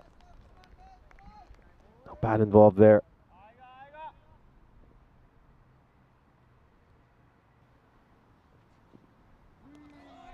That's another wide here for Danikola. I think the one thing he's struggling with is all those wides. Let's have a look at this again. Yeah, you can see clearly off the hip.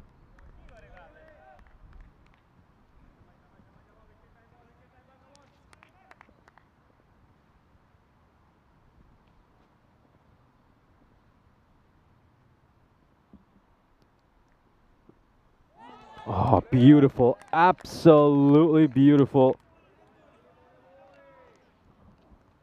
That is a top-notch delivery right there in the corridor of uncertainty. Peach of a ball by Danikola. Yeah, negotiating this Jawahar Danikola spell is going to be so important for the Zagreb Chiefs. I got one more ball to go in his spell. Can't afford to lose another wicket. Oh, well, might just be worth checking the height on this one.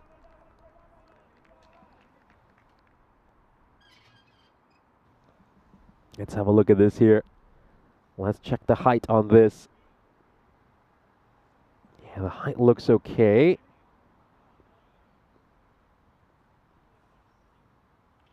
And oh, well, it's pretty tight with the line. It's very tight. I think it might just have caught some of that tram line along the way, in which case it will be okay. As the Chiefs find themselves 25 for 1, still going a little bit below that required rate, but I think, you know, we spoke about this during the innings break, and I think if you can get through this Danikola spell, having scored 12 runs off his bowling and lost just the one wicket, I think you've certainly got a chance, and you know, now they can really look to target the rest of this bowling attack.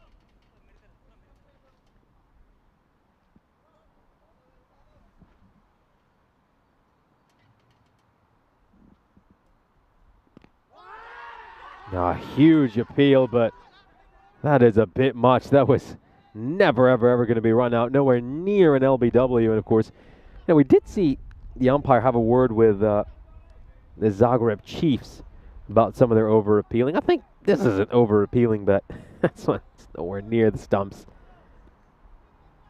I mean, you can even see that impact as well outside the leg stump, so nothing really going for that appeal.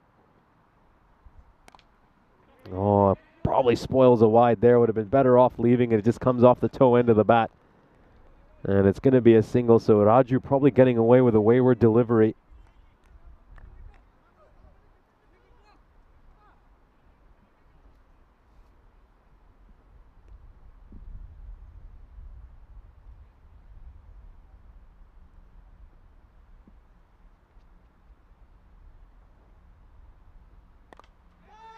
Up in the air.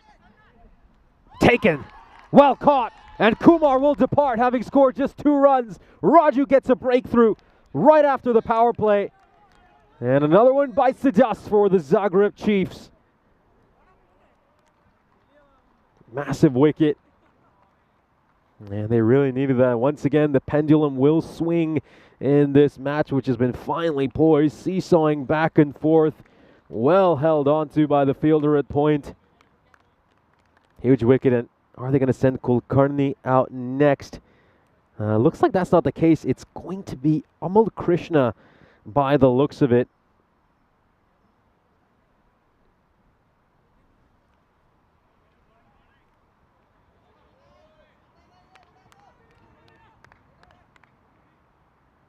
Here we go. It's Anupam Singh. Actually, he's been sent out to bat. And that's a dot ball. His feet just look like kind of trapped in quicksand there, kind of stuck in the crease. No real foot movement, and he's just looking to push at the ball with his hands. Now, Anupam Singh hasn't had the best 2024 so far. Oh, Beamer, shocker of a delivery. No ball. And a free hit is coming up, and maybe a free hit could do his confidence some good, because, as I was about to mention, he's had 2 innings so far this year, was out on a duck in one, and only made 4 runs in the other. Ooh, well, given a wide there by the umpire. Let's have a look at this once again.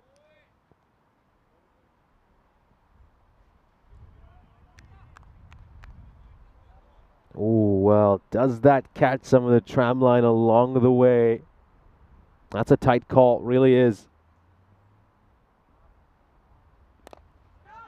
Yeah, this one is struck hard and struck away for 4, so good use of the feet there by Anupam Singh. He picks out the gap, gets that away for 4 runs.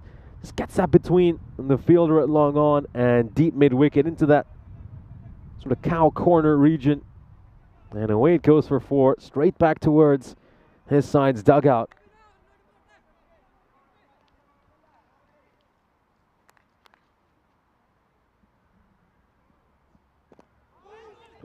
good ball.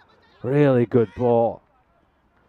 That's going to go away for 4 runs. They're just a bit unlucky over there. A little bit unlucky. Take another look at this delivery. It's a pretty decent one by Raju. And the batter just gets a little bit of bat on it. And away it went for 4. Have a look here at the comparison between these two teams. As you can see, the Zagreb Chiefs going along at the rate they need to at the moment. They have lost a couple of wickets though, so let's see how long they can sustain this rate. And it's going to be a tough task for them, certainly will be, against a very strong Assassin side, the defending champions here in Croatia.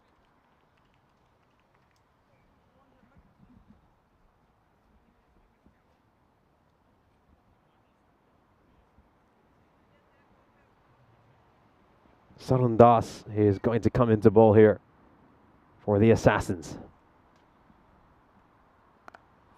Up in the air. There's a fielder out in the deep end. There's not much he can do about that. Not too much he could have done. It goes over his head for a 6. He managed to get a hand to it on the boundary rope. Let's take a look at this shot once again. Just the bottom hand coming off the handle over there. It hung up in the air for quite a while, but yeah, that's going to go away for a 6. Just a little too tall for him.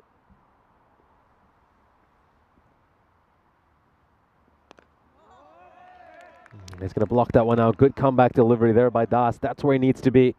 Stump to stump. Can't afford to give the batter any kind of width or any sort of room to free his arms.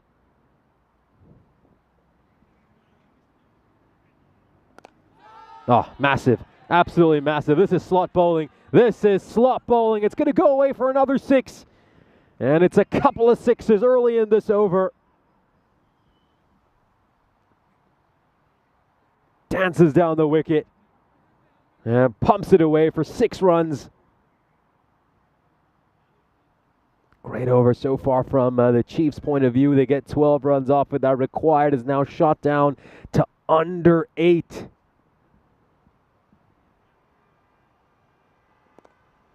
He's going to tuck this one away towards square leg, and it's just going to be the 1 run. Pushes that away for a single.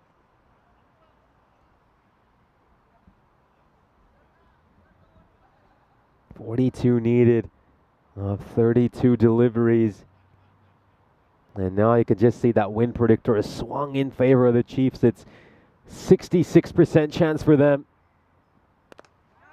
Struck straight down the ground, and it's just going to be the 1 run over there.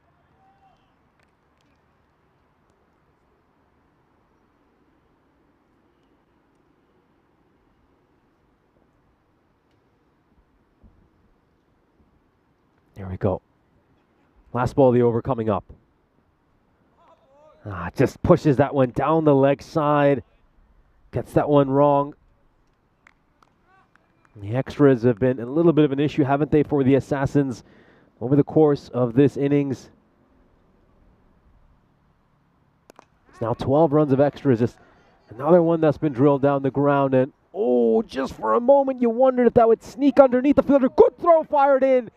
And maybe with a direct hit, he could have been in a little bit of trouble. He got some high drama here so far in match 13 between the Chiefs and the Assassins. Let's have another look at this. He plays this down the ground. Big dive over there by the bowler, trying to get at it. And then watch this moment right here. For a moment, it just looks like maybe he'll sneak underneath the fielder in the deep. And you can see Danikula firing in the throw, and whoa, could have been very interesting with a direct hit. That was a good throw by Danikula. And the Chiefs now need just another 38 runs to win it from here. So here's a look at our European Cricket Series calendar. And well, this season has provided us plenty of thrill and excitement. We've taken cricket fans across a grand tour across the continent. We, of course, started off the season over in Cyprus all the way back in January. We played some matches in scenic grounds all over the continent, and each destination offered its unique blend of culture and cricket. This is struck away to behind point. And it looks like that's gone away for 4 runs. Yes, it has, just on a blind spot to the left where it's a little hard to see from my vantage point here in the ice cube. And yeah, it's gone away for 4 runs. So boundaries continuing to flow here. I mean, there's a minor chance the Chiefs could even pick up all 4 points from this game. They've got about 11 balls to make 34 runs. That's not unattainable. That is not impossible. So that is another thing just to keep an eye on. Can they pick up the bonus points here? They'll need to get these runs in another 11 deliveries. That's poor. That is poor by Singh. He spoiled a wide. He has spoiled a wide.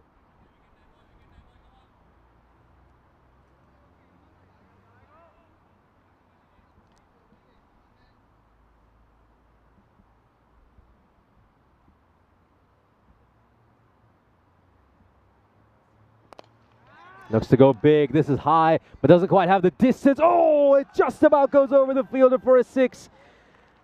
Oh, well, this is really eventful. I had a good chance to look at the fielder. So watch this again. Sadun Das charges forward. He realizes he's come a bit too far forward. And oh, my word, if he was in a better position, he would have had a chance to take that catch.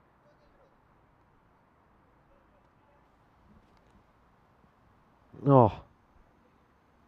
What a huge moment. What a massive moment there. Yeah, once again, I don't quite understand this appeal, but oh, that was huge. That was huge. I mean, Sadun Das, he charged forward, thinking there was a chance for a catch, realized he was too far forward, and by the time he went back to adjust, it was too late. The ball landed inside the rope, and it was 4 runs. That is a huge mistake. That is an absolutely massive mistake.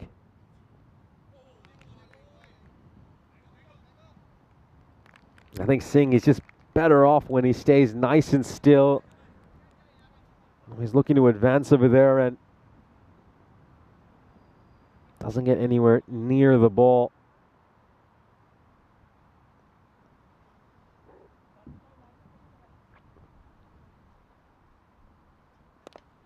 Looks to go big. And, oh, Sadun Das. It just, once again, it looked like maybe this one was going to slip away from him, but credit to him. Credit to him there. I mean, he covers a lot of ground, and he's able to save his side a few runs. I mean, you can't fault this guy's passion and his heart. He's always playing really hard for his team, and it wasn't quite a clean take. And for a moment, you wondered if he was just going to knock that one on towards the boundary rope, but he got there in time. And they'll end up getting a couple of runs. So 10 runs coming off this 6th over. And the Chiefs are now going to need 28 runs to win.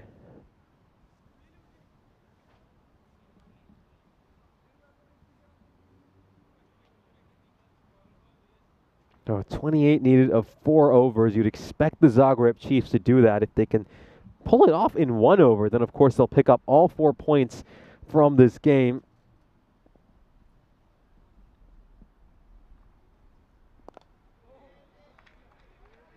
Pushes that one towards mid-wicket. Keeping the scoreboard ticking over here.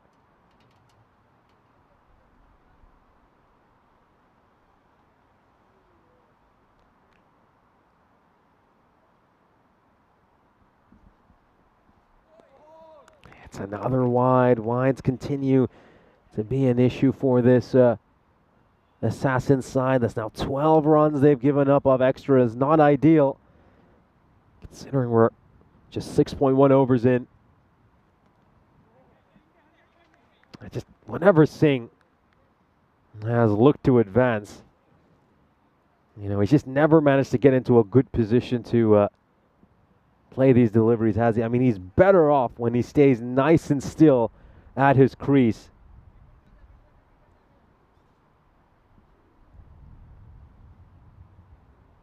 The thing is, though, that he makes that initial movement so early that the bowler has more than enough time to make the adjustment with their line and just push one wide. That's now the keeper just comes up because you can see that Singh is looking to advance in. It's going to be taken. So they get the breakthrough. They get the breakthrough here. An important wicket. A much needed one. And Singh will have to depart. So this could be a massive moment. Let's see if this can just change the complexion of this game. Singh was, of course, an able partner to Pawar at the other end. And here's a chance now for this Assassin side to maybe exert a bit of pressure, get a few more wickets, and really heap piles of pressure on Pawar. Still need another 26 runs. And we do know that this Chiefs side don't have the deepest batting lineup, so well, can the Assassins continue to take wickets and turn things around in this game?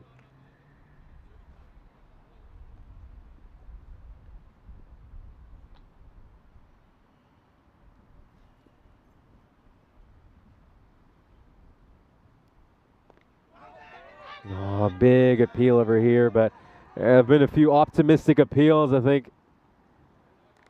I mean, that appeal is probably a touch over enthusiastic. Wasn't too much going for that either, but yeah, both these sides certainly love to appeal. That's one thing you can say for sure about them.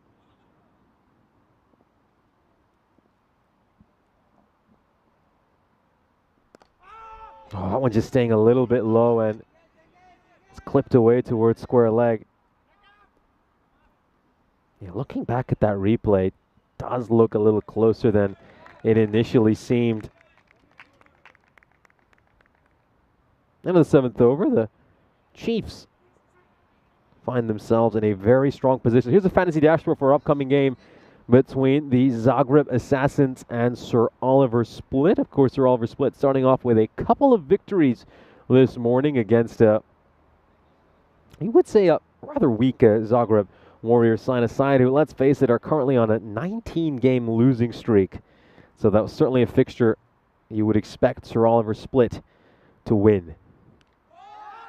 It's going to be a tough test for them going up against this Assassins team who, you know, they're defending a target of 92, which is well below par, but they're still making this challenging for the Chiefs. Of course, there was one ball left in that over, so Nepali comes back to bowl it, and it ends up being a really good over for him. Only 3 runs coming in that over, and they pick up a wicket. So we'll have a look at the fantasy dashboard one more time.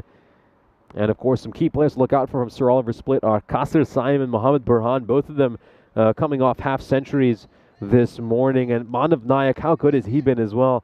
And he's picked up 4 wickets, bowled with an economy rate of 6.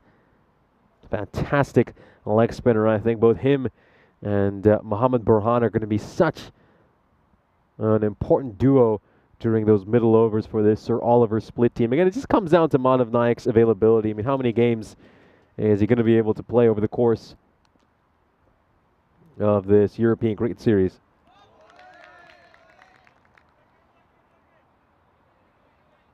So another wide, so these wides have certainly been a handy source of runs for the Chiefs.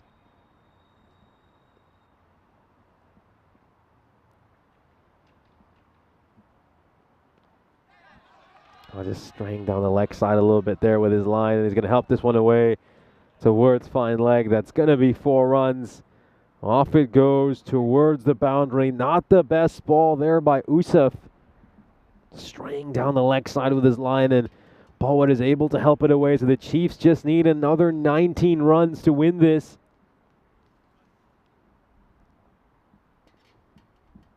What a special victory it would be for them if they could knock off the reigning champions. Struck hard, down the ground. Fielder at long on is there to field it. Just going to be a single.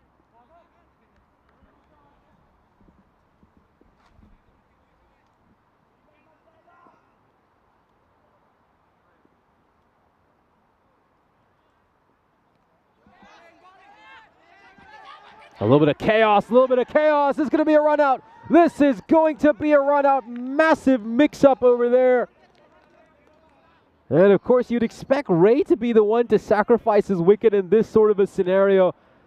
Pawar was desperate to get to the striker's end and get back on strike. And I think they're just going to confirm who is going to get run out here. So you can see Danikola charging to the striker's end.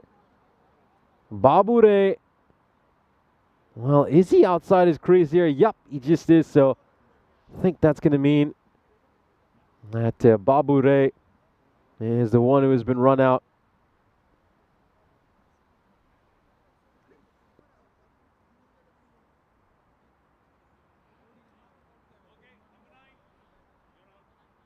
Yes, we're just going to continue to look at this again. Yeah, just charges off there to the striker's end, and of course that will confirm that Babure is the one who is run out.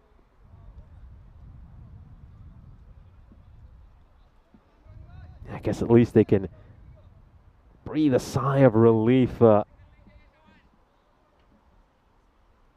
it isn't a key man and Power who gets run out. As long as Power is there, you would expect the Zagreb Chiefs to win this fairly comfortably. And of course, joining him out in the middle is Tushar Kulkarni, who of course is coming off a 31 of 21 delivery. This one's gone high up in the air, and it's going to be a big chase there for the fielder, and it goes over the rope. Sagar Nepali gave it a big chase, but he's unable to stop it, going away for a 4.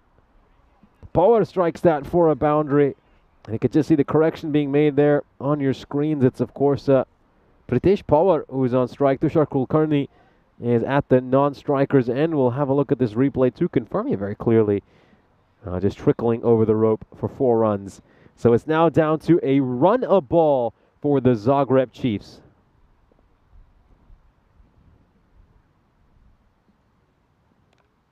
Outside edge, and is it going to quite carry to the fielder? And worst of all, it's going to go away for 4 runs, so a couple of big shots will be enough for the Chiefs to win it now.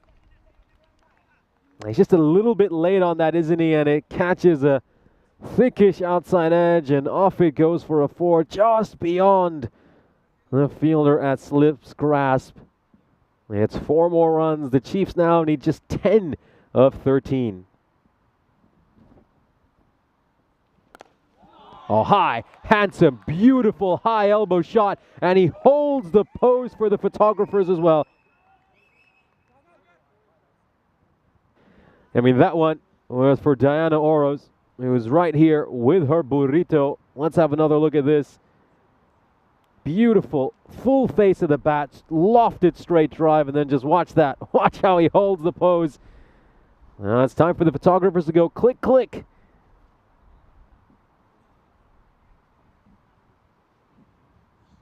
So just 4 more runs needed to win off these last couple of overs to take it. And, well, this Zagreb Chiefs side, you've got to say they've been so impressive over the course of this ECS, of course. Just a 1 loss for them so far in this European cricket series. And they've now knocked off both Zagreb Sokol and, of course, a very strong Assassins side. They, of course, lost to the Assassins back on the first day of this European cricket series when we had our only match that wasn't affected by rain. In a rain-hit day, we did get 1 complete match in match 5 when the Assassins beat the Chiefs by 50 runs. But it looks like it's going to be revenge here for the Zagreb Chiefs.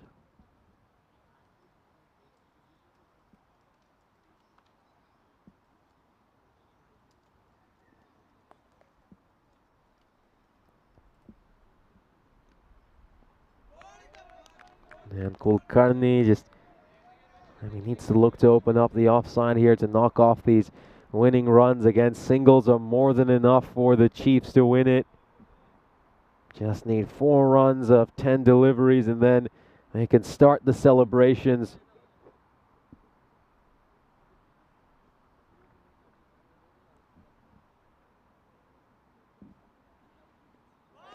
That's another dot ball over there, so this is good bowling by Nepali. I think he's done a very good job, but it looks like his good performance is probably going to be in vain unless we really see something remarkable. You can see Pollard at the other end getting a little bit frustrated as well. He's closing in on a chance to get a half century. This is stroked away, and those are going to be the winning runs. Kulkarni will strike the winning runs, and what a famous win for the Zagreb Chiefs. They have knocked off the defending champs.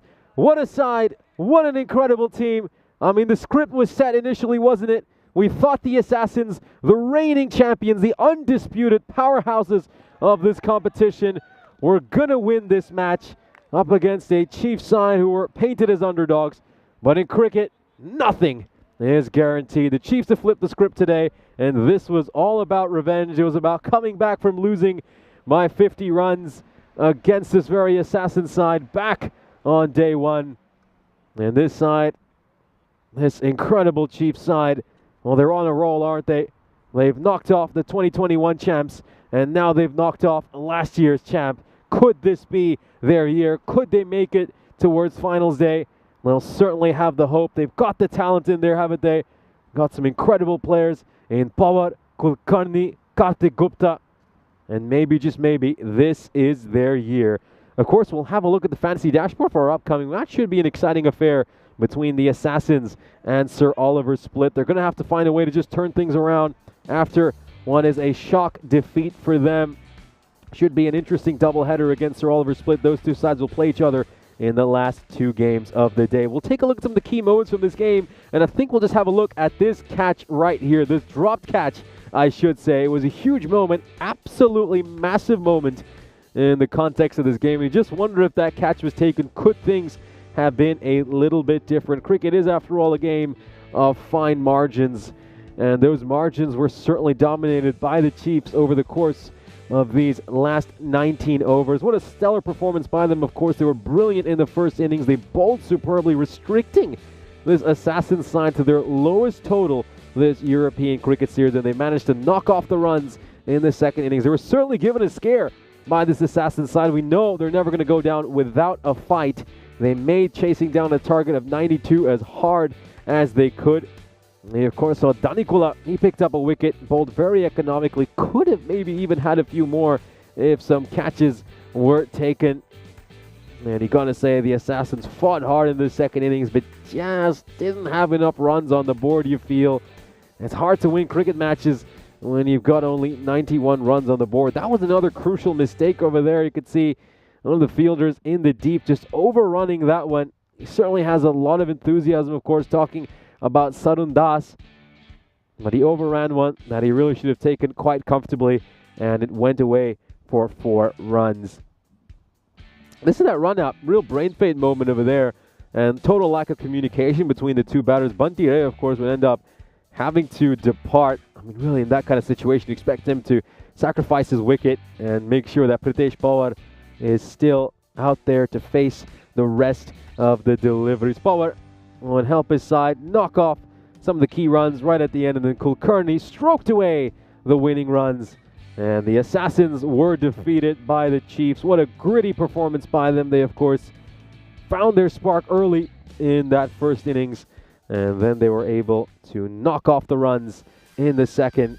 And what a moment for them. The Chiefs, who of course came into this game of underdogs, found themselves on the winning side in this match. Let's have a look at the scorecard here. Pritesh Pawar with a nice 49 of just 23 deliveries. Anupam Singh scoring 19 runs of 13 deliveries. And outside of that, you'd have to say no real scores of note. It all comes down to how well Pritesh Pawar batted. We'll take a look at the bowling figures here for the Assassins. And a couple of bowlers you have to say did a really good job. Danikula tried his best during that power play. He was probably unlucky he didn't have more than 1 wicket. Sagar Nepali did a stellar job as well. But you have to say 92 is just not a large enough target to win cricket matches at this level. So the Chiefs will win this. They knock off the defending champs who suffer their first defeat of this ECS. We're going to take a short 20-minute break, and then we'll be back on your screens for the start of an exciting doubleheader between the Assassins and Sir Oliver Split.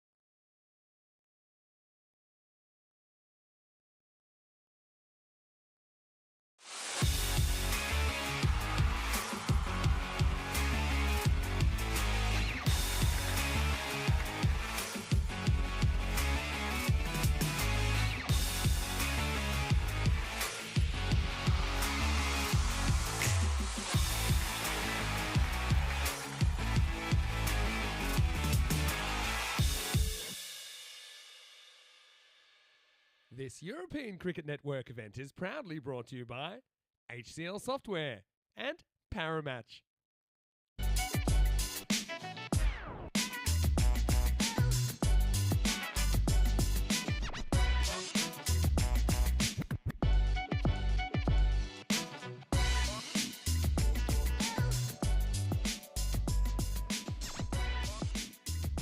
Well, we've got a doubleheader to round out the day. The Zagreb Assassins are about to take on Sir Oliver Split. Let's head over to the coin toss, where you'll be joined by match referee Stefan Gooch.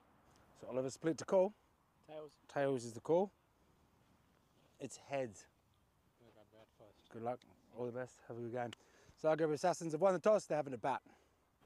Well, thank you very much for that update. Really looking forward to this one. This could be the first real test for Sir Oliver Split. They've, of course, got 4 games today. They played their first doubleheader this morning against the Zagreb Warriors, a side they managed to dispel with ease. We saw a couple of half centuries for their opening batsmen in those games. Burhan got in on the runs, as did Siam. They each had their first career 50s in the opening games of the day. We saw their captain, Sam Houghton, as well, play an anchor role right at the top of the order, and he's going to have a key part to play in these upcoming fixtures. Manav Nayak was really impressive as well. He picked up 4 wickets over those 2 games and bowled with an economy rate of just 6. Meanwhile, there's a few concerns for their opponents.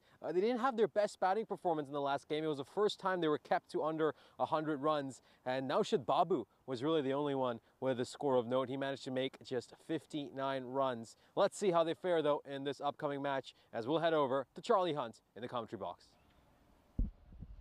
Thank you very much, Nish. Yeah, welcome to the comms box. It's not really serving a purpose because it's just got the sun in it, and the shade is not really very existent. Welcome back after a bit of an extended break, of course, after what was, I have to say, a great lunchtime fixture, wasn't it? Good to see that the Assassins not always having it their own way. Well, they're going to have to go again and try and rebuild, because in this one, it is, of course, going to be tricky because you've got the likes of the Split side in front of them, a strong Split side as well. Took 2 comfortable victories, 7 from a possible 8 points this morning against the Warriors, of course. The Warriors, the second 11 essentially to the Assassins. You can see the men out there at the moment. It's, well, I'll tell you for free, we've got a new man in blue. It's going to be Velko alongside Jared Newton, who is out there. We're ready to get things underway. It is going to be Nathan Burks to start us off here in match 14. Starts with a wide. Do remember that he did have issues. He gave a magical overweight in the first game. Let's have a look at the lineups. You can see there's no real drastic changes for any of the sides. Saeem at the top for Oliver Split, the likes of Burks, Houghton and Nayak as well, going to be pretty crucial.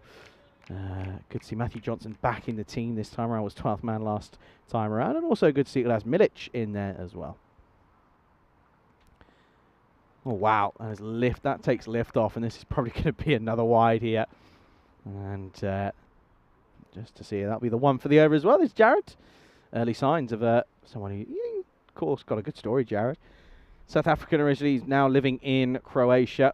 He's has played for the national team. Got a hat-trick in the ECL start of the year. Full toss and hit firmly down the ground. There's Manav Nayak does well. Interesting choice of blue hat there, to be fair.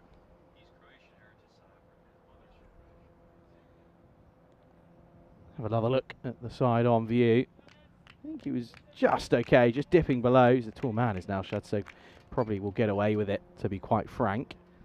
Never know, though. We've seen them given at the same token. Yeah, he's okay. We'll move on.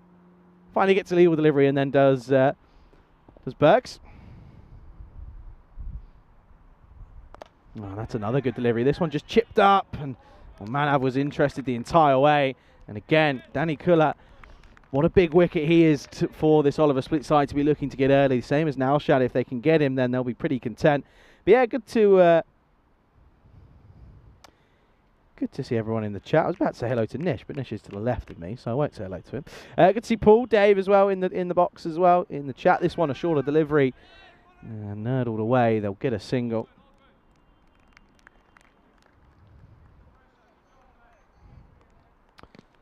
You see here again another short delivery, but just keeping it under the shoulder You see here, or is it? Oh, I'll tell you what, arguably, could be a close call, but gets away with it, does Nathan. Tentative push, and oh dear, gets through the field up, gets through Matthew Johnson. It'll just be a couple. They do come back for the second, so 7 off the first 4, not a bad return thus far.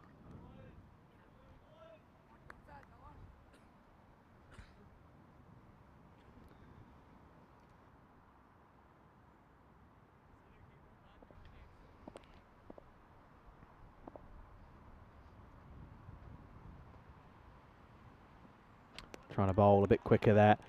Here's Burks from Hampshire in the UK. Nathan? The precise location I'm not too sure on. I've got it down to a county, although Hampshire probably one of the biggest counties, considering it also technically goes off the actual island of the UK. It goes to the Isle of Wight as well. But yeah, from Hampshire. I can tell he's definitely played a good level of cricket. Just drops this into the offside though, does Danny Kuller. Will get a quick single.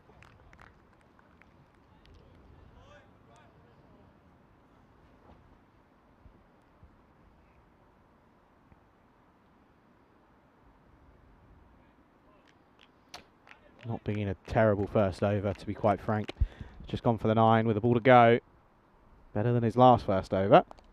Flicked off the pads, spoke too soon. That is gloriously played off the legs. Glanced off the pads for Babu. And his first Maximo of the match is, no surprise, does come off that batter now. Babu, so good off the pads. You cannot bowl there. 2 straight, 2 full from Burks. And that's the end of the first over. Ends up being a pretty good one for the side of the Assassins. 15 without loss after the first over. And you can see there, ECCW at the end of the year. It's the second ever edition. Of course, we had the first one last year and it was a success.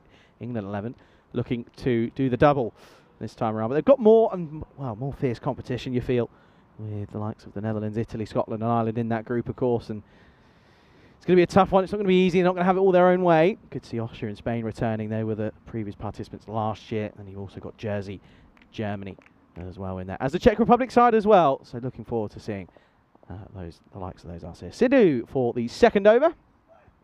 Down the leg side. So leg side wide to start.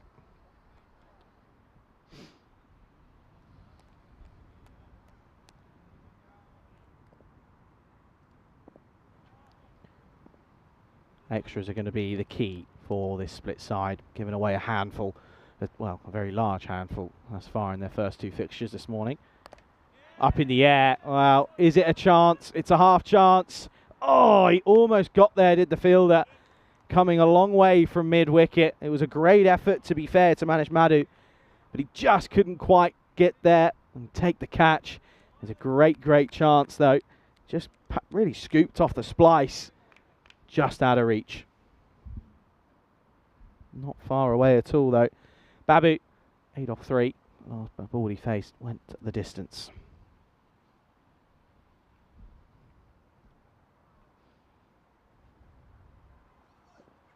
Shorter delivery. Great take behind the stumps. It is, of course, Dilbar returning. 1 for the over, of course, as well. For a very stern talking to from the umpire there. Yeah, definitely over. And he's a tall man, is now. So that's that shows you that that's definitely had to bounce. Well, that's probably going to be a no-eat. Well, that's just poor cricket, I'm afraid. Can't bowl and get your 1 in for the over and then bowl a short ball again. That's just poor. And it's not as if that one's just taken lift off a good length. That is a short delivery. And that's going to be a no-eat, so a free hit to come.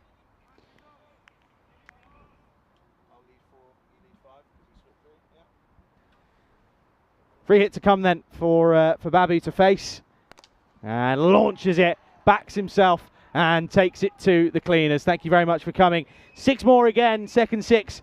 No shock that it comes off the bat of Babu. And it's a great time to welcome back fellow commentator Nish Butts into the box. And Nish, well, did a decent attempt to pronounce your name, considering that's what you've said? No, it was just a pun over there by Dave. Dave, just pay attention when I do pronounce my name often. Mention it, Nish Putt. That's the way you would say it. So, No, I didn't then is the answer. I'll take no, it. no. Look, it's a tough name. I think a lot of people struggle with it. I mean, can't tell you some of the attempts we had back in school or even in the army. Good delivery. Good return from Sidhu. Very good return indeed. Yeah, thanks for Federation looking after us. And a nice spot of lunch in that game 3. Supposed to be, it was listed as chili chicken, but it was more sweet and sour, I reckon. Some egg fried rice. Never too early for some food chat. Never, ever too early. Babu. He's in good form at the moment today. Oh, that's a bit of a rash shot. Inside half of the bat. Well fielded by Milic. Does well. Yeah, nice work there by Anthony Razmilic. As an interesting start here for the Zagreb Assassins, of course. For Sir Oliver Split, the big issue for them was all the extras. They gave up 31 runs in the first game, 32 in the second. Oh, that's going to be another no-eat. And it's the second. And this is just poor cricket. I'm sorry. You cannot be doing this. This is a real pet peeve of mine here. It's the third of the over, essentially. It's not good enough. I'm sorry.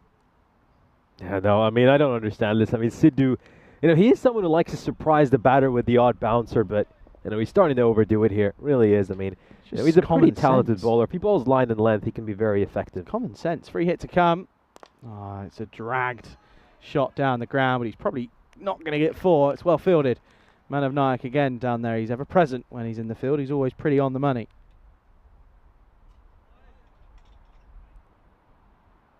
Yeah, he got 1 ball to go in this over so far, and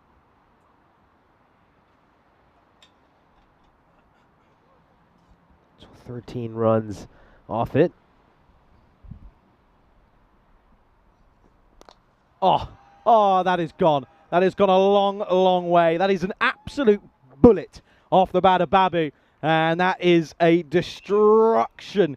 A bit of destruction to finish the over. That is absolutely massive into the offside. Might be the shot of the day. End of the over. Goes for 6 off the last. 19 off the entire over. It's 34 without loss. High and mighty. He really met that ball really sweetly, didn't he? Ends the over with a bang. Gets that away for a 6. A chance to look at the standings of this group. So, of course, the Chiefs now sitting in second place. Just the 1 loss for them so far this European Cricket Series. That came against the Zagreb Assassins on day 1. So they managed to get some revenge in the previous game. Sir Oliver Split off to the perfect start, getting a couple of wins against the Warriors. But this is going to be a proper test for them going up against the reigning champions. They're obviously licking their wounds after what was a tough defeat for them. I got to say, Der Surit, he called it in the chat. He said that he thought a third bouncer was coming.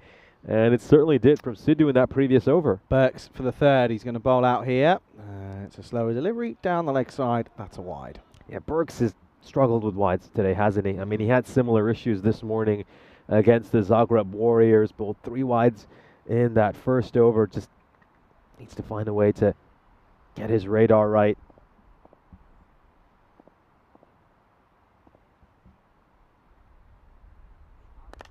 Better. Much better. Keeps it tight. Puts the squeeze on. Down to the likes of Burhan, who will probably get more than just the 1 over, you feel, in this one.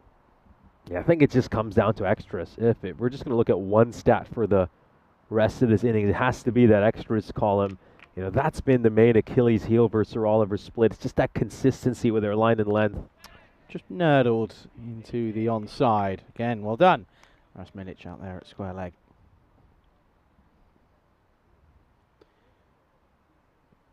Still time, though, for the Sir Oliver Split just to get a bit of momentum under their belts. They know wickets are key. You can't have these 2 bat 10 overs. If they do that, they'll back you out of the game. Simple as that.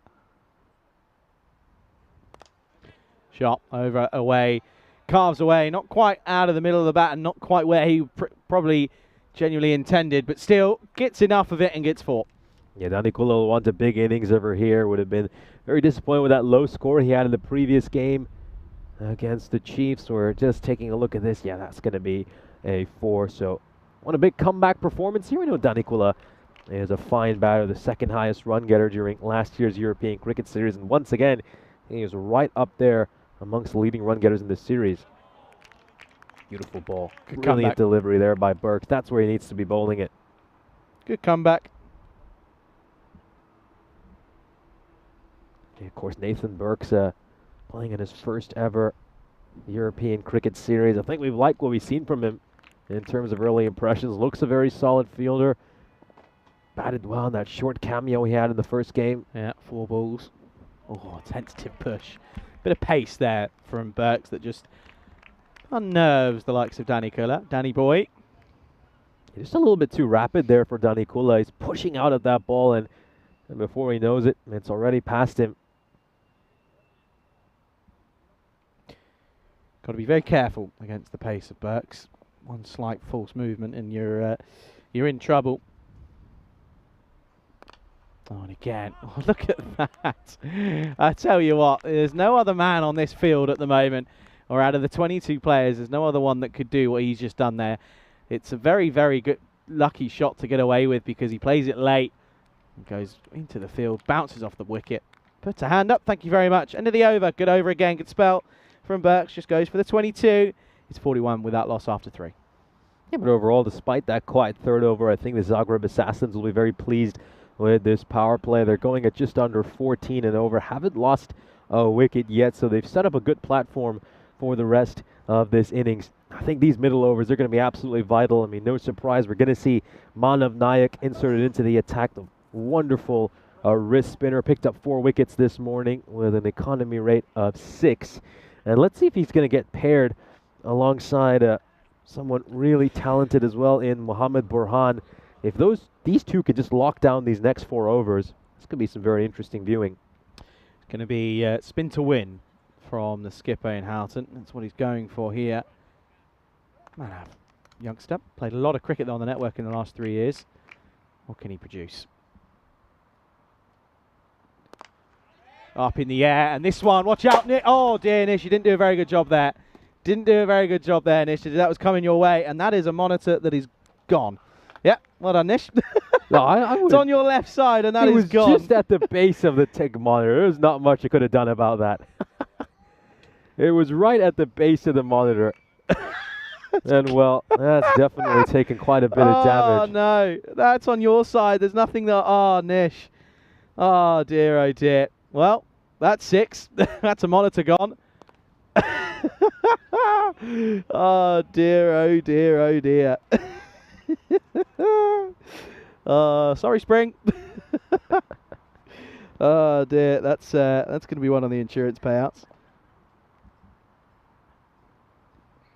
Oh, and again gets bounced, and again that one is gets through, and again they just take a single. Yeah, that one gets coming straight into the ice cube, right at the bottom of this monitor. Wasn't my side. Just saying. Hey, I mean, it was right at the bottom of the monitor. There was no way to get to that. Yeah, up in the air. And he's got enough on this again, you know. It's all the way, 6 runs, and that's a long old shot from Babu, another 6. He's liking the looks of Manav at the moment. That certainly is. This one just climbing up on him, but he's able to deal with that bounce really well. Just leans back, and he flat bats that one straight down the ground for 6 runs. Another one that's going to go.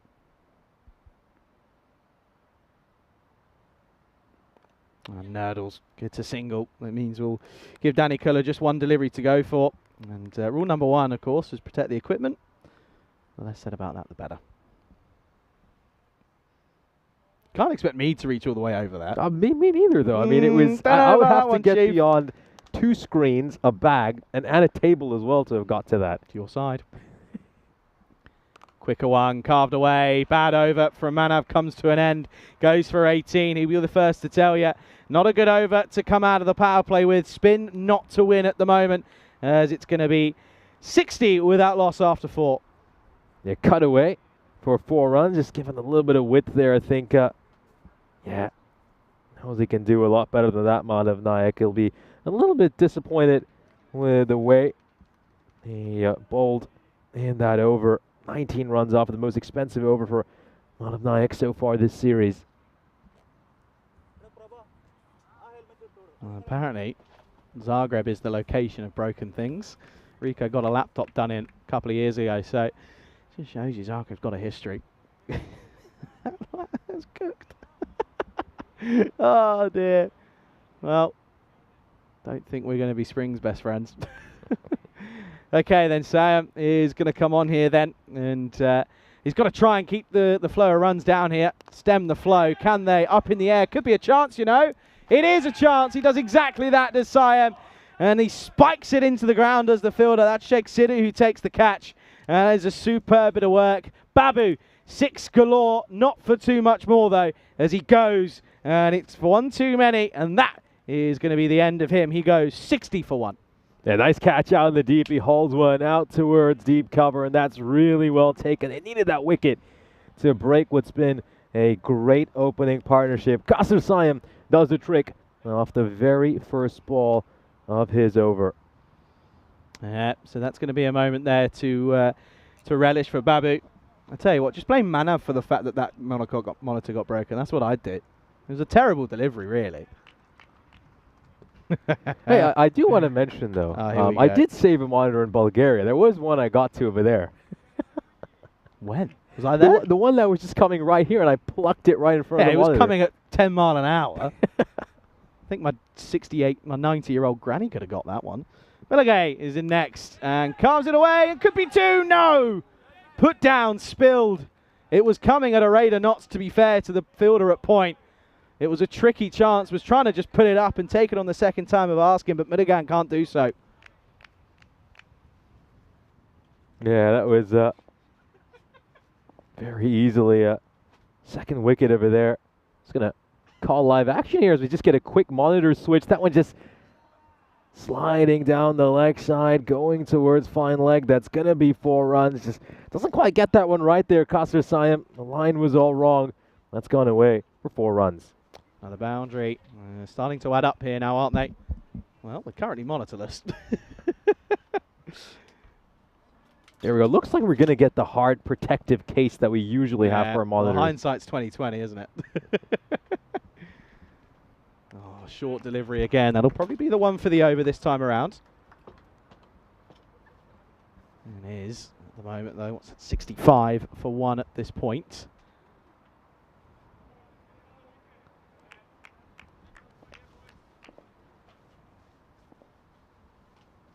Good over there still, even though well, it's going to be another one that flies away and will probably go for 4 and does, but nevertheless it's still not a bad over. Picking up the wicket of the likes of Babu is not a negative thing. If you do concede a boundary or 2 with it, then it is what it is, but that is going to be another boundary, so 4 more. Good shot this throw from Danny Kula. Yeah, really good shot, nicely played. Just giving it a little bit of width there, and he has played that beautifully away for 4 runs.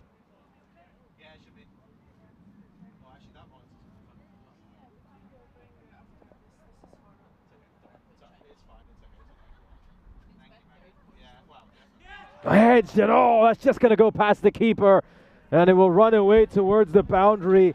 Well, did he have a chance of getting to that one, Shedaz Dilbar? We do know he's a terrific wicket keeper. Well, gets a thickish outside edge, and just past his grasp and away for 4 runs. Yeah, it's all about the starting position here. If you watch this here, he stays low, but it comes up way too early and just doesn't have the reaction. He doesn't have enough push off, which gets him up quicker. So another boundary flows, and even though they do pick up the wicket, it ends up going for 13 off the over. It is 73 for 1 at the halfway stage. And of course here at the moment, though, it is a tricky one. Yes, of course, it's time for our parry match in-game analysis. And you have to say, so far, the Zagreb Assassins will be the happier of the 2 sides. We just wondered if this run rate would slow down a little bit after the power play once they introduced spin, but not quite the case. Manav Nayak with a 19-run over, something we're not used to seeing from him. And Qasr Siam going for 13 as well, so 22 runs since the power play. And they're just continuing to motor along here, probably eyeing something in that 140s to 150 region. They're going at a good rate. They've got 9 wickets in hand as well. Just got a word, and I think you're now working the next 2 games for free just to pay for that monitor, I think, pal, just to let you know. It's just going to come off your invoice. Anyway, it's yeah, they are going to go to spin here in Budhan here, and I think they are going to, of course, stay away, see what they can do here. Oh, it's well bowled. Very well bowled indeed. I will say, though, I mean, it's a good thing we got the hard case over. Probably better late than never. Better late than never. Hey ho, is what it is. It's only. Oh yeah, we're gonna go again. Yeah, nice, awesome. Hey, see, left side, you saw it there. Look at Nish's face. Guilty conscience right there, I'm telling you. Oh, that's a no-y. Do that bit at the end. Do the second part of that. Look at his face here, by the way. It's a free hit to come. Look at Nish's face, right? Watch this. Look at the guilty Look at the smile. Getting cooked Look on at the Comps Camp guilty today. smile. Oh, dear. Free hit to come, by the way. And launched up high in the sky. Has he got the length? No, but it will get dropped. Doesn't matter, though. They come back for the second. Good running. Oh, mate, that is the face of a guilty man right there. The face of a guilty man. Look at that. Come on, chat. You agree with me? Yes or no? Let me know. Rate the shades, by the way.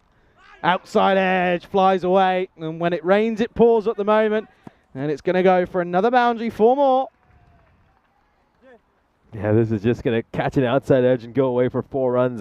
Second edge we've seen fly away to the boundary over these last couple of overs, just past the wicketkeeper and away for 4 runs.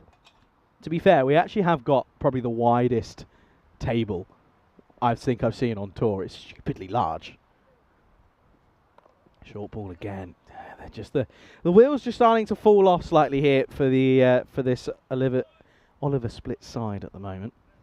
Yeah, usually sometimes it even have 2 tables, but for a single table it is pretty wide. Of course, yeah, the widest work setup was over in the Rome Dome, the Casa Grande, or however we like to name it. We had over in the ECS a few weeks ago in Rome. That was massive working space. Just got to be careful here, Dilbart. Just watching his gloves. You've got to be very careful. I think he's actually okay. You often find that keepers do move forward, and he is snatching at that one a little bit. Well, is he snatching enough at this one? Jared goes upstairs. Let's have a look. Called into action so far. Well, he didn't take the last one cleanly, but he did this one. But did he whip the bails off in time? Let's have a look. And of course, Balage is the man on strike. Let's see. So it comes a long way down. Oh, this could be, he could be in some trouble over here. Let's just see if he's made it back in time. Oh, looks like he's just about managed to get some bat behind that crease. So he should be safe over there. I mean, that's pretty good work by the batter. Yeah, I think the momentum, the fact that he swung everything and some at the ball means that he gets away with it, to be fair. So he'll survive, but again, a good bit of work behind the stumps. It's a dot ball to end the over. It's a tidy one. 9 come off it. It's 82 for 1 after 6. Yeah, I could see that. Very tight call over there, but in the end, the right call. Assassins going along with a rate of just under 14. Still got 9 wickets in hand, which is absolutely massive for them. You can see that there's still plenty of hitting down that order. You've got the likes of Sarunda, so we know is more than capable of making some quick fire runs. Manav Nayak coming back into the attack. It's interesting, they haven't used Mohammad Burhan at all this match. Of course, we did see him bowl a little bit this morning against the Zagreb Warriors, and overall he did a pretty decent job, but it hasn't been handed the ball despite the fact that this is a deteriorating situation from the Oliver split perspective. Yeah, they just need a quiet over here. They need one of just that goes for like 3 or 4, just to steady the ship slightly. Anything around that 130 is going to be tough to chase, but doable. We good 2 games here to finish off the day, you feel. Better delivery. That's the length. That's where Balagi can't get him away. Yeah, perfect length there by Manav Nayak, and I think the key here has to be to send as many dot balls as possible. Balagi, this one's away. And work to do. Not going to get there. 4 runs, just too wide there from Manav. He knows it as well straight away. Yeah, just gives a little bit too much width there to Balage, who has been struggling a little bit to start his innings on 2 of 6, but he'll get that away for a 4, moves it on to 6 of 7. Yeah, he's got to find a way here of restricting the flow of boundaries. That's just the consistency, the issue that they're finding so far. Manav not all gone his way so far this game. Good delivery. Good variety in that one as well. That one coming in to the batter rather than away. Not the genuine leggy. There you go. there's the there's the state of the Monitors play after that one. That tells you all you need to know, folks. Oh, pulled away firmly. And a disappointing end to what can only be described as a disappointing spell for Manav Nayak. He's had his troubles there so far, but it comes to an end. He goes for a grand 29 off his 2 overs. Score at the end of 7, 93 for 1. It just drops that one a little bit short there. I think he gets punished. So here's a look at the upcoming events on the European Cricket Network. Of course, we're here in Croatia for a couple of weeks of cricketing action. We've got the ECS over the first 12 days, then we'll round it out with a weekend of international cricket. And alongside our international action, we'll have a great series between Spain and Greece over in Corfu. And of course, all that will just lead up to the start of the marquee event on the European Cricket Network, the ECC. It's just struck away towards mid-wicket. It's going to take a little bit of fielding out in the deep. It just rushed the fielder a little bit. Oh, well, just wondered if there was a chance for some runs off overthrows. They're going to bring Burhan here to bowl his second over. Went for 9 in his first over. 12 off 9 for Balagi at the moment.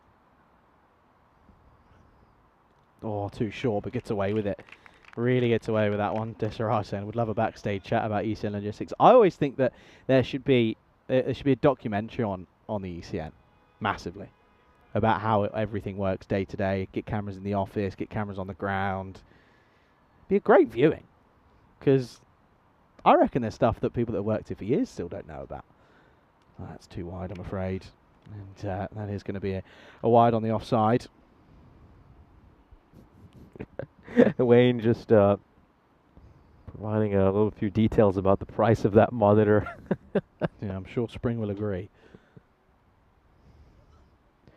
Another short ball, not going to miss out this time. 6 runs. That's the 100 that comes up as well for the Assassins. So they go better this time around. And again, the wheels just falling off for the split side at the moment. Yeah, again, just dropped in a little bit too short, and just gives the batter the time to get underneath it. It sat up nicely for him, and he has punished that away for 6. Yeah, just going back to that, really, I mean, and if we could provide that behind-the-scenes access to everything it takes to put together. What a catch! Yeah. Incredible take there by Manish Madhu. How on earth has he held on to that? That's carried. That's going to be the end of Balagi. So his little cameo was fun, but only short-lived. And 6 and out for him. It's a great catch, you're right. Just carries, only just, though. Full toss, gets nowhere near the middle of the bat. You'll see here. Watched it all the way. Very good catch in the end by Madhu. And, well, another one bites the dust. Second down now, 101 on the board. Yeah, another one falls here for the Zagreb Assassins. Still going along at a very healthy rate. 101 for 2. Still got 14 deliveries left. You can see that expected score is 129. They'll probably be looking to break into those 130s. Of course, Das comes out. Das hasn't really hit the best way. Well, I say that, and he carves this away into the offside. We'll get off the mark for the single, but a nice shot to start with over cover. Brings down Nicola back on strike over here. 36 of 23 deliveries. A good innings by him to rebound after what would have been a disappointing performance for him against Zagreb Chiefs. Short again, but straight to the fielder. Could be a chance here. Never mind. It's a bit of lackluster fielding. It's a genuine sack the juggler moment. End of the 8th, 103 for 2. You can just see backing away, looking to create some room to try to cut that. Crocodile. A little bit of crocodile over there. As come to the end of the 8th over, the Assassins are 103 for 2. See that? Just the 2 wickets in the 5th and the 8th. Big wickets though. But Danny Kuller is still there. And did offer an opportunity, wasn't taken though. And they're going to go back to Cassius Iam. Took a good wicket earlier. He'd love another one here, wouldn't he? In all fairness.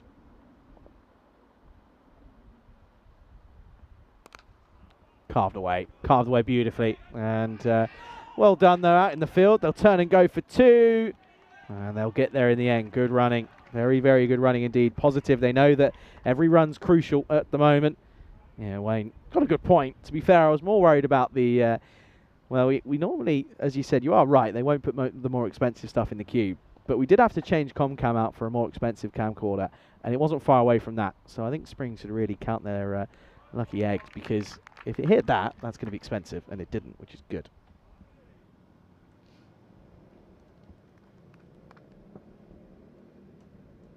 Balls left in this innings. So far this time over, we've seen just a couple of runs scored. Carved away again. This time more work to do for the fielder out in the deep.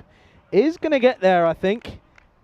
And does superbly well. Could be buzzers here. There will be. That is lazy. That's not good enough. And again, this is just signs of... Got to remember, this Oliver split side have already played 2 games, but... Yeah, they've got a long way to go, and still a game after this. It's going to be tough for them, but this isn't great. Not really. Yeah, just going to take a look at this again, and yeah, a bit of foot fielding attempted over there, and you can see he just fires the throw back in, and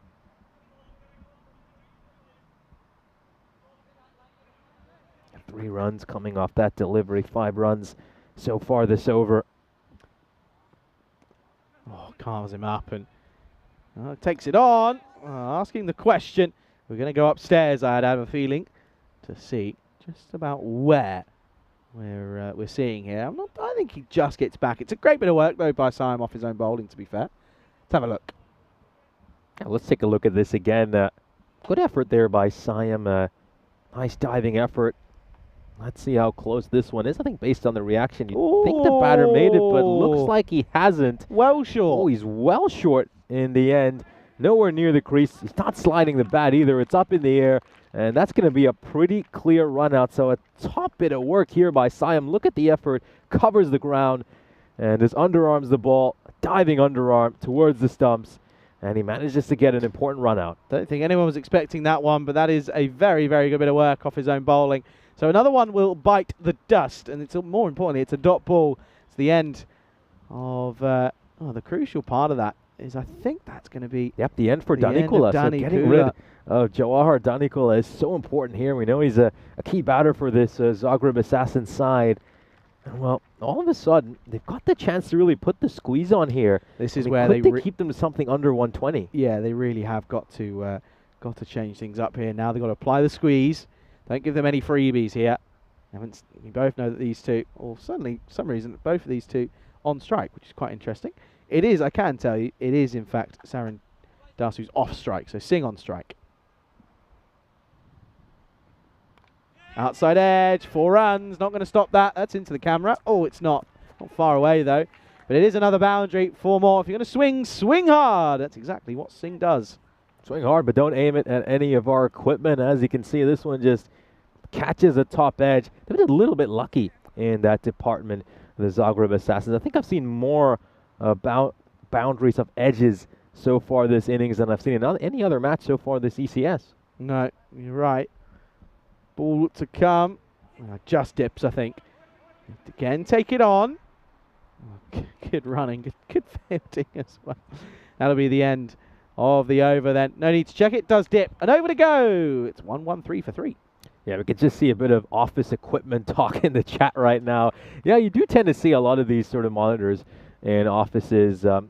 Sure, I've had a ton over at home as well. I'm pretty sure I just left a few over in my university room as well when I was done, and just gave a few over to some of my classmates as well. Here's a look at the bowling figures. Yeah, I wonder if they go back to Sidhu for this final over. He, of course, went for 19 in his first over, and I think the problem in that first over he bowled was just banging it in short a bit too much. We, of course, know that he was called for a no ball a couple of times for height. And let's see if he's going to get his length right in this over. Went for 19, didn't he? You're right. So it's a big chance for Sidhu to right some wrongs here. They're waiting for something. Not too sure what they're waiting for. Yeah, we're ready to go. Last over time. Can they get up to the 120s here? Swing and the miss to start from Singh. A big swing and a miss there for Singh. Yeah, so they're at 113 now. Good over here by Sidhu, and if they keep them under 120, then all of a sudden it's game on for Oliver Split in the second innings. Full toss and hit to the cleaners, and that is going to be all the way. Couple of bounces, 4 runs, and again holds the pose, does Singh. Yeah, he's going for the wide Yorker over there, Sidhu, but he's missed his length, and it ends up being a full toss. It's a good idea, but just couldn't quite get the execution right. Beautiful shot by Singh, got underneath that, got that angle of elevation to get it over the boundary rope. Needs a response. Oh, he gets lucky, goes into the pad, and they'll probably turn and go for 2. There's no one at the keeper's end. Well, now they don't take it. It's going to be a leg bye that time around. Oh, well, now they do. Well, that is cheeky. That is very cheeky indeed. And again, just slow to the races here. And now arms being flayed about, blame being thrown around. This is not the best. Yeah, I think this might even have just struck him on the foot as he lifts it. Yeah, maybe just caught him on the side of the foot. And then, of course, they get a few runs of overthrows as well. It's not even overthrows, it's just poor. Yeah. Oh, that is glorious. Watch out in the tower. Oh, not far away. That's gone a long way, though. That is a superb strike from Singh. It's a check drive more than anything, and gets all of it, 6 runs. Oh, incredible stroke there by Singh. This is just timing. It's pure timing. Meets it with the full face of the bat. And then holds the pose as well for Diana Oro. Says, go click, click. Oh, back to the regular schedule programming of swinging and missing Singh. So he is human. He can certainly give opportunities, though. Yeah, it's been an interesting over so far. We've seen 12 runs off it. Now, this is a big, big delivery to end this innings. A boundary would just do this Zagreb Assassin side a world of good. Nope, not yet. And could be at the non-strikers. Nope, he's going to run one himself, but not going to be out. So it's going to be a wide and still with the ball to go. You get a boundary here, you move into the 130s, and that would be huge for the Assassins, really would. That's where they should have been, though, considering their electric start. It's a bare minimum, really. Okay, then. You see, you got it wrong there. Potentially the last ball. Got to get it in. Will be. And they'll take it on. And should be a run out here, and will be. So they won't get a single. It'll be 15 and out for Singh. But they will get to 126 for 4 off their 10. So it's not a bad effort whatsoever. But still, it's going to be a tight chase. I wouldn't count Oliver Split out, though. They've got a good couple of batters in their lineup. If 1 or 2 get going, the game is certainly on. Yeah, he hesitated a little bit when going for that run, Singh. But he's run out by quite a huge distance. This over ends up going for 13 runs. And they're going to end up on 126. So a target of 127 for Sir Oliver Split. It's going to be a challenging target for sure, but they do have the batting talent. You know, they've got the likes of Burhan and, of course, their skipper as well, and Sam Houghton right at the top of the order. Qasir Saim coming off a half-century as well, and we know the likes of Nathan Burke and Manav Nayak are capable of doing a lot of damage as well. We'll have a look at the highlights of this innings, and it was an electric start for this Assassin side. They were 41 for no loss at the end of the power play, and then they continue to accelerate in the 4th over. You can just see a highlight of the monitor we lost earlier in this innings. R.I.P. Yeah, a couple of these shots. So that was the end of Babu, though, and that was a big moment when they got him caught at extra cover. And then, of course, Danny Kula, well, he just carried on, well, as he was, really. This one went all the way towards the rope, but this was, again, a really good bit of work, but unfortunately not quite quick enough to take that one. But, of course, the spin of Burhan did work. Took another one. That was a good catch down low to his left for Madhu. And then, of course, this was an excellent bit of work from the likes of Siam, who did superbly well. Took everyone out of the equation, said, I'll do it myself. And, well, it was an excellent run out towards the back end, of course. It was never really a run there, but credit where credit's due. It was a superb bit of athletic work to get across there. Then the very next ball went over for 4. And, again, it was just a bit of an unlucky feel about it for the Oliver Split side, but keep wanting to say Oliver Twist. It's very hard not to. But yeah, of course, there were moments. This was just a bit of a lapse in concentration here. They just didn't throw it, and then obviously it was an easy single in the end for the likes of Rajwat Singh to get back for, really. And then, well, this one wasn't an easy single at the back end, and they finished with a wicket, of course. And, well, it does mean that it will be 126 for 4 off 10 overs. 127 is the target required. Oliver Split looking for an upset of all upsets in this one. The Assassins are, of course, coming off the back of a disappointing loss against the Chiefs in match 3 of today. So they're hoping to go probably one better in this one. Danny Kuller, top scored, 42 off of 27. Babu closely behind him at 36 off 14. Pretty impressive scoring from him. Apart from that, Balagay came in 18 off 12. No one else really contributed. 15 off for Singh, which wasn't too bad, with a couple of 4s and a 6 in there as well. Bowlers-wise, of course, there were wickets only for Simon Burhan. Anyone else wasn't involved. Sidhu was none for 30 off his 2, so the pick probably is the likes of Burhan, who was 1 for 9 off his 1 for 19, sorry, off his 2 overs. So 127 is the target. We'll be back soon to see the second half of match number 14. It is going to be Oliver Split, who require 127 for victory.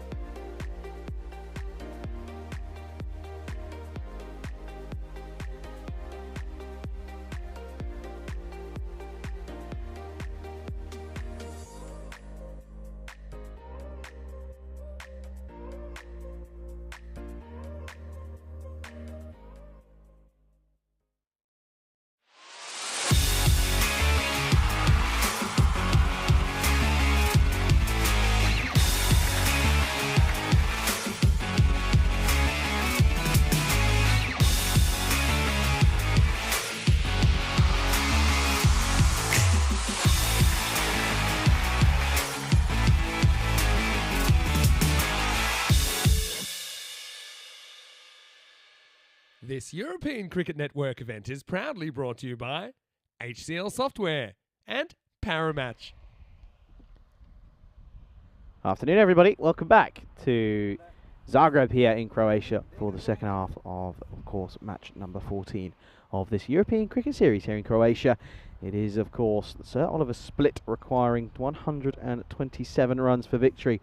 Doing in 7 overs, they'll get the bonus point. If they're restricted to 88 or less, 4 points will go the way of the Assassins, of course. None of those happen, and at least one team will get a point, and the other will get 3. So it certainly is going to be exciting. I think there's going to be a bit of a twist in this one. I don't think it's going to be set straight sailing all the way through. There is a bit of a change at the top. Looks as if they're going all-out attack. Looks as if they're going to go with the Hungarian imports in the likes of Burhan and Siam at the top of the order.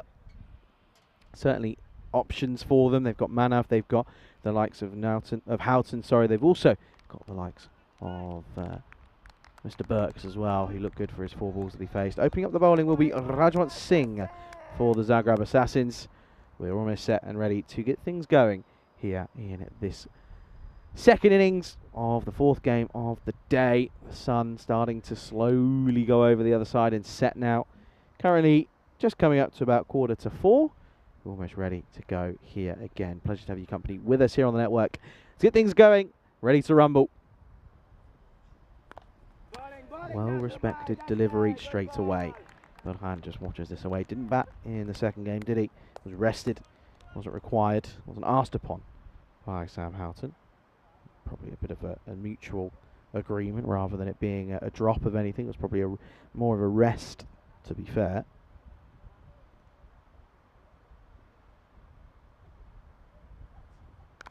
Up and away on the offside. Fielder out there, though. Does not put it down. And that is a soft dismissal for Burhan. Uppercuts it into the offside, but makes no mistake, does the fielder. And that is a real sad way to go. And unfortunately, that is going to be a real way to a great way to start the innings if you're an Assassins fan. If you're an Oliver Split fan, not so much. A Derek for Burhan. It's a 2-ball duck. It's none for 1.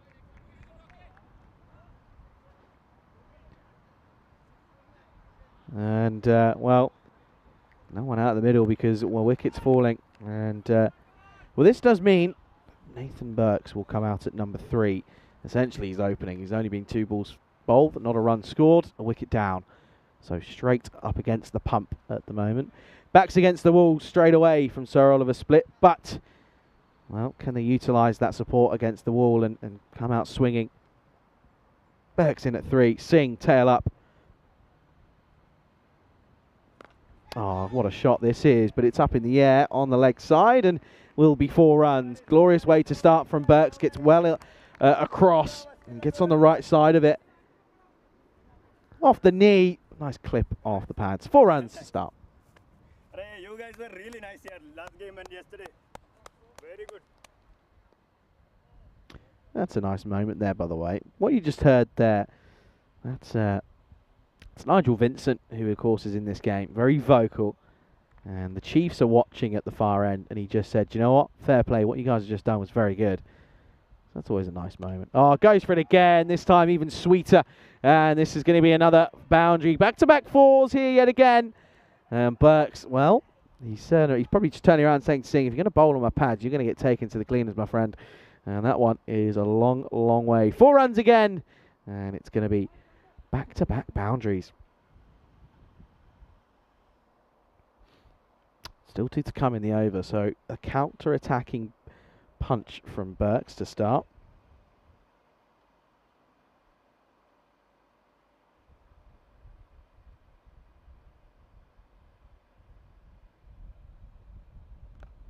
Leading edge, there is another fielder out there. Oh, and he's taken another. It's back-to-back. And unfortunately, not a hat-trick this time around. It's the only man outside on the offside. And it's going to be another wicket. And, well, it's Singh who has the last laugh. He gets the line right this time. Goes for the, well, pretty much the same shot again. But it's a leading edge on the offside. And it's going to be the 2nd wicket to fall. And it's Burks who goes for 8 off of 3. Oh, dear, oh, dear. Well, kind of feels as if they're sort of slipping on a banana split at the moment. Do this Oliver split side. Another wicket falls, 8 for 2 now with a ball to go in this first over. Oh dear. Young Manav Nayak comes out then. Again, basically coming out feeling like an opener. Can give himself a bit of time here though, because Manav, when he gets going, he's tough to stop really. So ample opportunity for him here. Really could put a name in for himself here. Ball to come then in this first over. Sorry. Nayak in at 4. Oh well, this is up in the air. Could be another one here. No, gets away with it. It's a rash shot from Manav Nayak. There's been 2 wickets in the over, and he's so early on this one. It just pops up off the bat. Barely, I don't even think it does get outside the 30-yard circle. But Manav will get an early life. It's a terrible shot, but gets away with it. He'll get a single. What a first over that is. 9 for 2 after 1.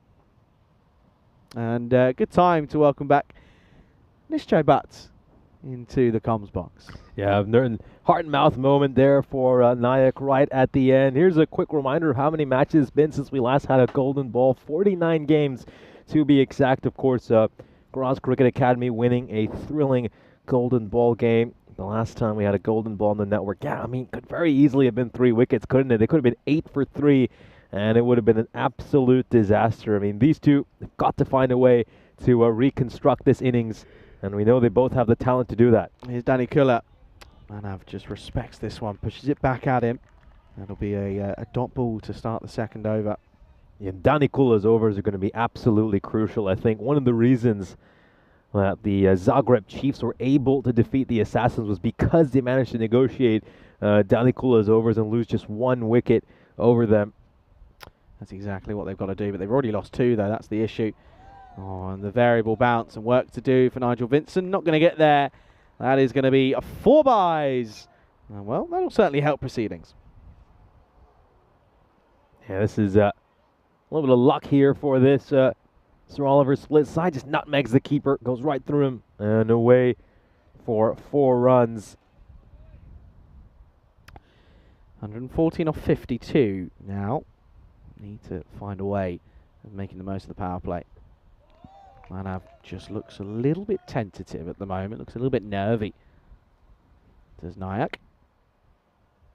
He's fishing outside the off stump over there. You know how Danny Kuller looks to bowl. It's always going to be looking to have it in that channel, in that corridor of uncertainty. It's a wicket-taking bowler.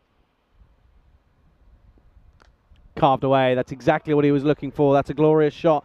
I'd argue that's one of the shots of the day. Didn't really have too much width on offer there. Just played it so late. Watch here. Just look how late he plays this. Almost behind him.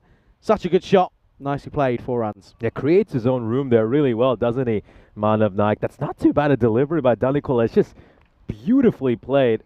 That is a top shot. Got to keep his head on, though. Keep his head screwed on here. Oh, that's a peach. That is an absolute ripper from Danny Kuller. What a response that is. Oh, what a battle. What an incredible battle between these two. I mean, he just gets hit for 4 and he comes back with that delivery. That is a jaffer. No one could have played that. Interesting, isn't it? No fine leg at all. We've got a deep third, but there's nobody at fine leg at all. Scoops on if you want to take it on, but that one is an absolute perler. Last ball of the second will be a dot ball. So just the 4 come off it. Of course, the 4 byes in there as well. 8 come off the over in the end. The score 17 for 2 after 2. I think the lack of fine leg just shows that the captain's got enough faith in him and he knows that he's always going to keep it outside the off stump. What, as in Danny Kuller has enough faith in himself? Yes. Here's a look at the standings, and of course the Zagreb Assassins currently sitting at the top of the table with 17 points. They were handed their first defeat of this ECS earlier by the Chiefs. And Sir Oliver Split, of course, starting off with a couple of victories this morning against the Warriors. Mental, by the way. Simon has been there from the start. Hasn't faced a delivery yet. He's watched it all unfold at the non-strikers. He's had the best seat, arguably for the worst showing for him at the moment. Singh to return. Again, down the leg side. This time, too far. Wide to start.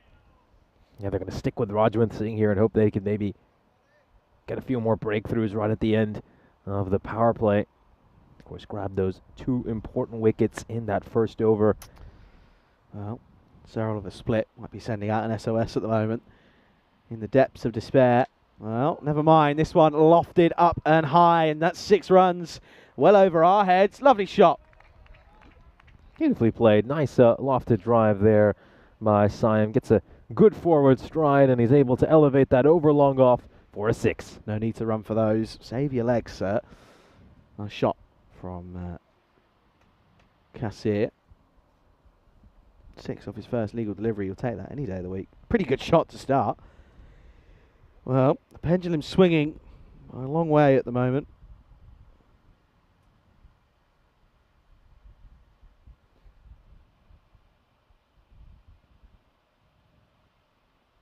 Oh, well watched. This one just stays a little bit lower. But they'll get it. They'll nurdle a single. It's not a bad result. He plays that one with nice soft hands there. Siam brings Nayak back on strike. Because they're required now. It's up to 13.3.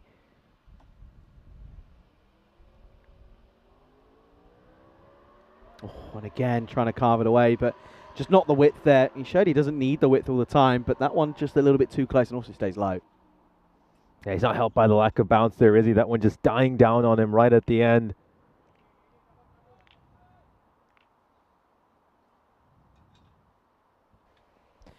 Singh, 2 for 17. Good spell thus far. Half an over to go. Up in the air. Has he got enough on this? I don't know if he has, you know. Oh, only just. Well, I have to say, I've done a lot of power hitting with Manav. You often do when you're on tour and you get long breaks, and he loves going downtown. He just gets enough on this one. It was a teaser for Yogesh Balage in front of us here. Just gets over 6 runs. Yeah, Yogesh Balage just wondered if he had a chance for a moment, but Nayak just got enough on it to help it away for 6 runs.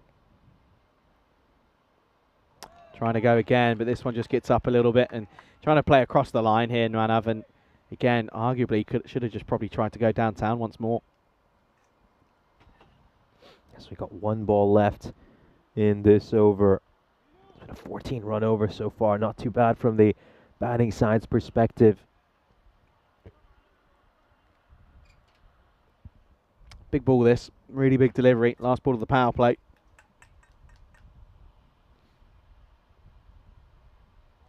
Not yet. Leg side wide. Manav was trying to just nurdle it and help it on its way, but couldn't quite catch up to it. Yeah, Manav is no stranger to the network. He works for the company at times as a scorer. Done a presentation before as well, by the way. That was in Bulgaria last year. That's well bowled. Well bowled and well played. He'll keep the strike end of the power play.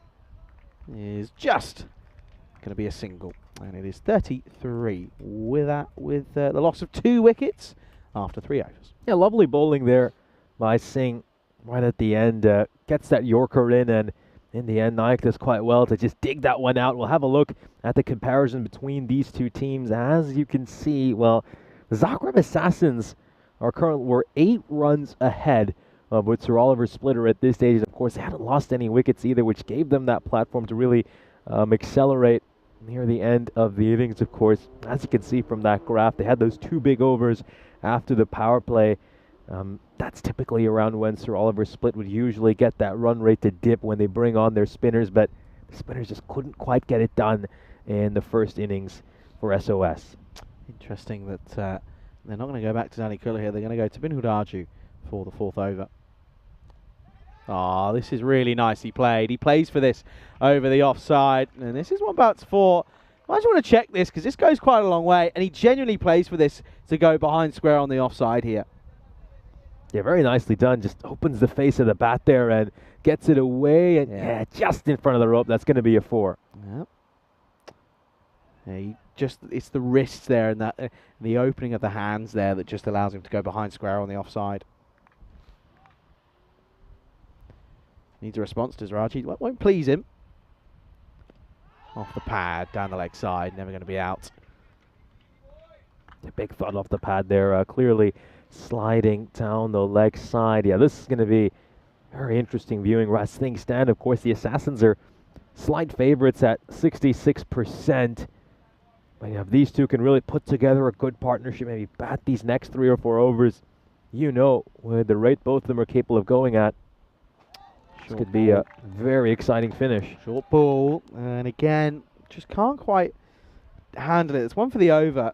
But Siam just with the short ball doesn't look too happy. I'd be looking to go for a heavy length against him here. Not too short, obviously, because he bowled one for the over now, but he just doesn't, on the pull, doesn't look to be judging the length as quick. Anything full, he's quick to pounce on, but back of a length, not sure.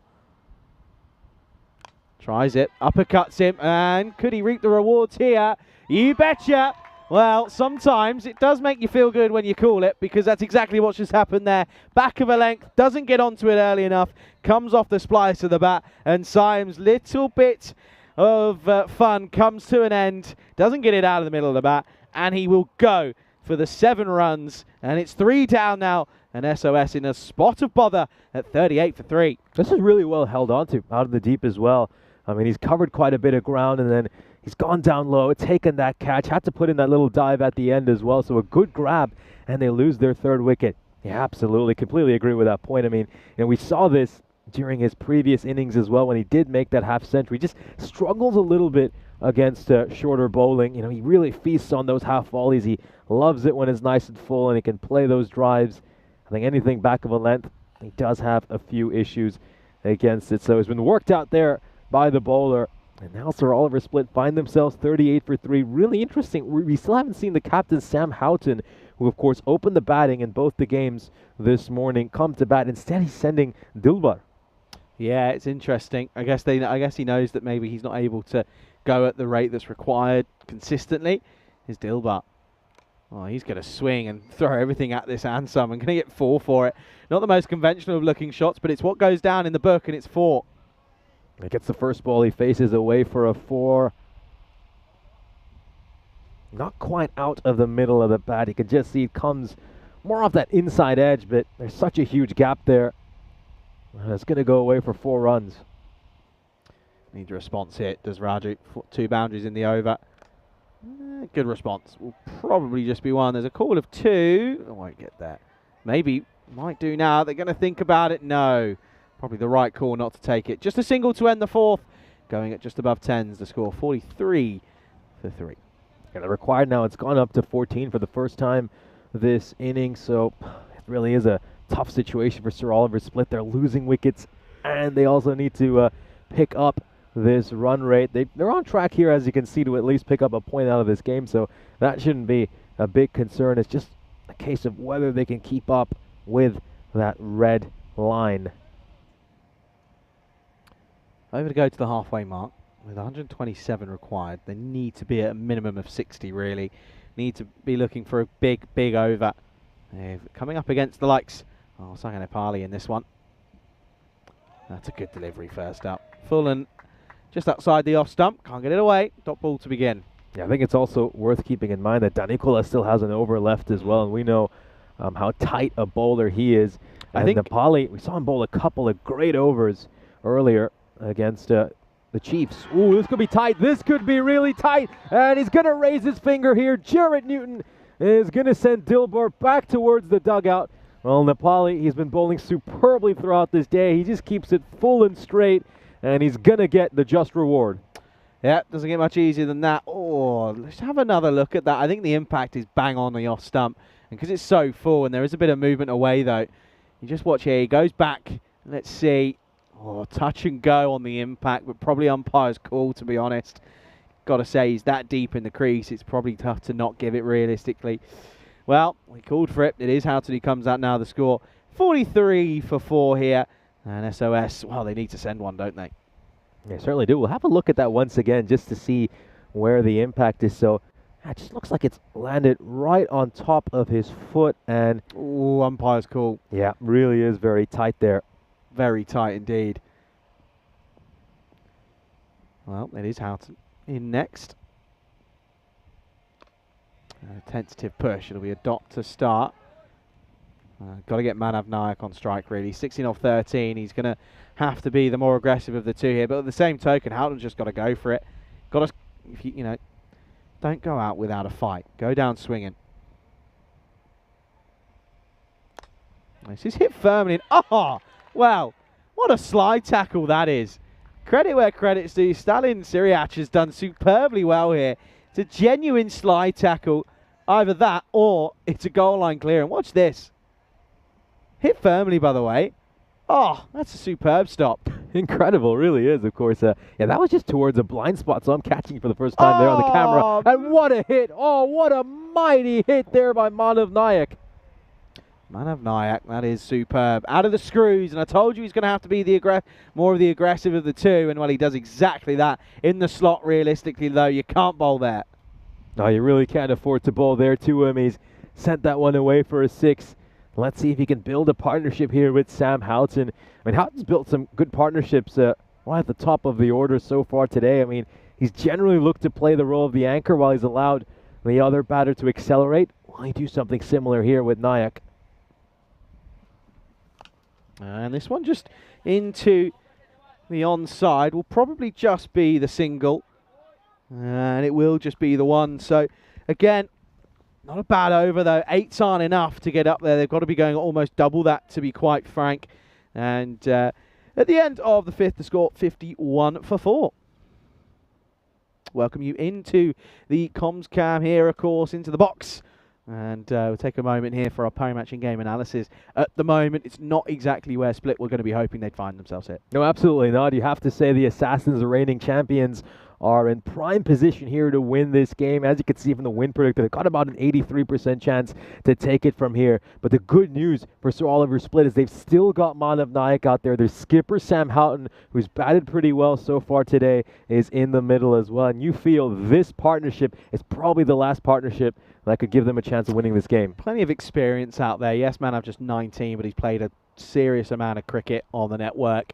Sam Houghton, experienced in the international arena here in Europe, so again knows a lot about what's expected of him here. So it's going to be a pretty tricky couple of overs, but still in with a fighting chance. But they have got to go at very, very excessive rates here at the moment to get things going here. Well, never mind. Hopefully, a few extras would certainly not go amiss. That's going to be wide to start. This is Das. Bowls the 6th. Yeah, there's a few bowlers. They're just going to have to look to target here. I mean, you still got one Sagar Nepali over, and you've also got Danikola who has to bowl an over as well. I mean, those two, you know they're not going to give you too many easy ones. Carved away. Oh, it's a great effort from the fielder at backward point. But again, Nayak loves to cut, and cuts very well there, 4 runs. You'd imagine off this DAS over, they're probably going to need about 16 to 18 runs, because you'd imagine that those two bowlers I just mentioned are probably going to get quiet overs in. So, yep, you've got to start targeting a few bowlers here if you're Sir Oliver Split. Yeah, you've got to take a few risks, haven't you, really? 27 off 19 for Manav. Of course, did give away a fair few in his bowling spell, didn't he? And it was a bit frustrating for him the way he bowled. Gave away 29, in fact, so he's almost earned those back. I would have wanted to have got that one away, but that's got to be a wide, surely. Has to be a wide. I think he's got a little bit of bat on this. I think that's... he might just have spoilt this here, Manav Nayak. Let's just take another look at this. Yeah, you can see clear deviation there. He's got some bat on it. Just off the... I think it was off pad, maybe. Yeah, maybe. I think it was off the knee roll of Manav. Stays so low. That's so unfortunate. Again, that was in his heart. That was in that cutting arc, but just stays too low. Yeah, but this is a couple of dot balls, and the pressure's back on the batter over here. I mean, he spoilt one wide, which, you know, he could probably blame himself for that, but there wasn't too much Manav Nayak could have done about this. It just stayed so low. And again, well bowled, but equally well played. Doesn't get a hat trick of dots, does he? He gets a single, which is, of course, well, not a bad result, but not the most ideal. They need 3 or 4 boundaries and over. That's what they need. They've got 1. They've only got 2 balls left here. And Sam Houghton's got to go here, hasn't he? He's got to go big. Got no choice, really. Can't be batting selfishly here.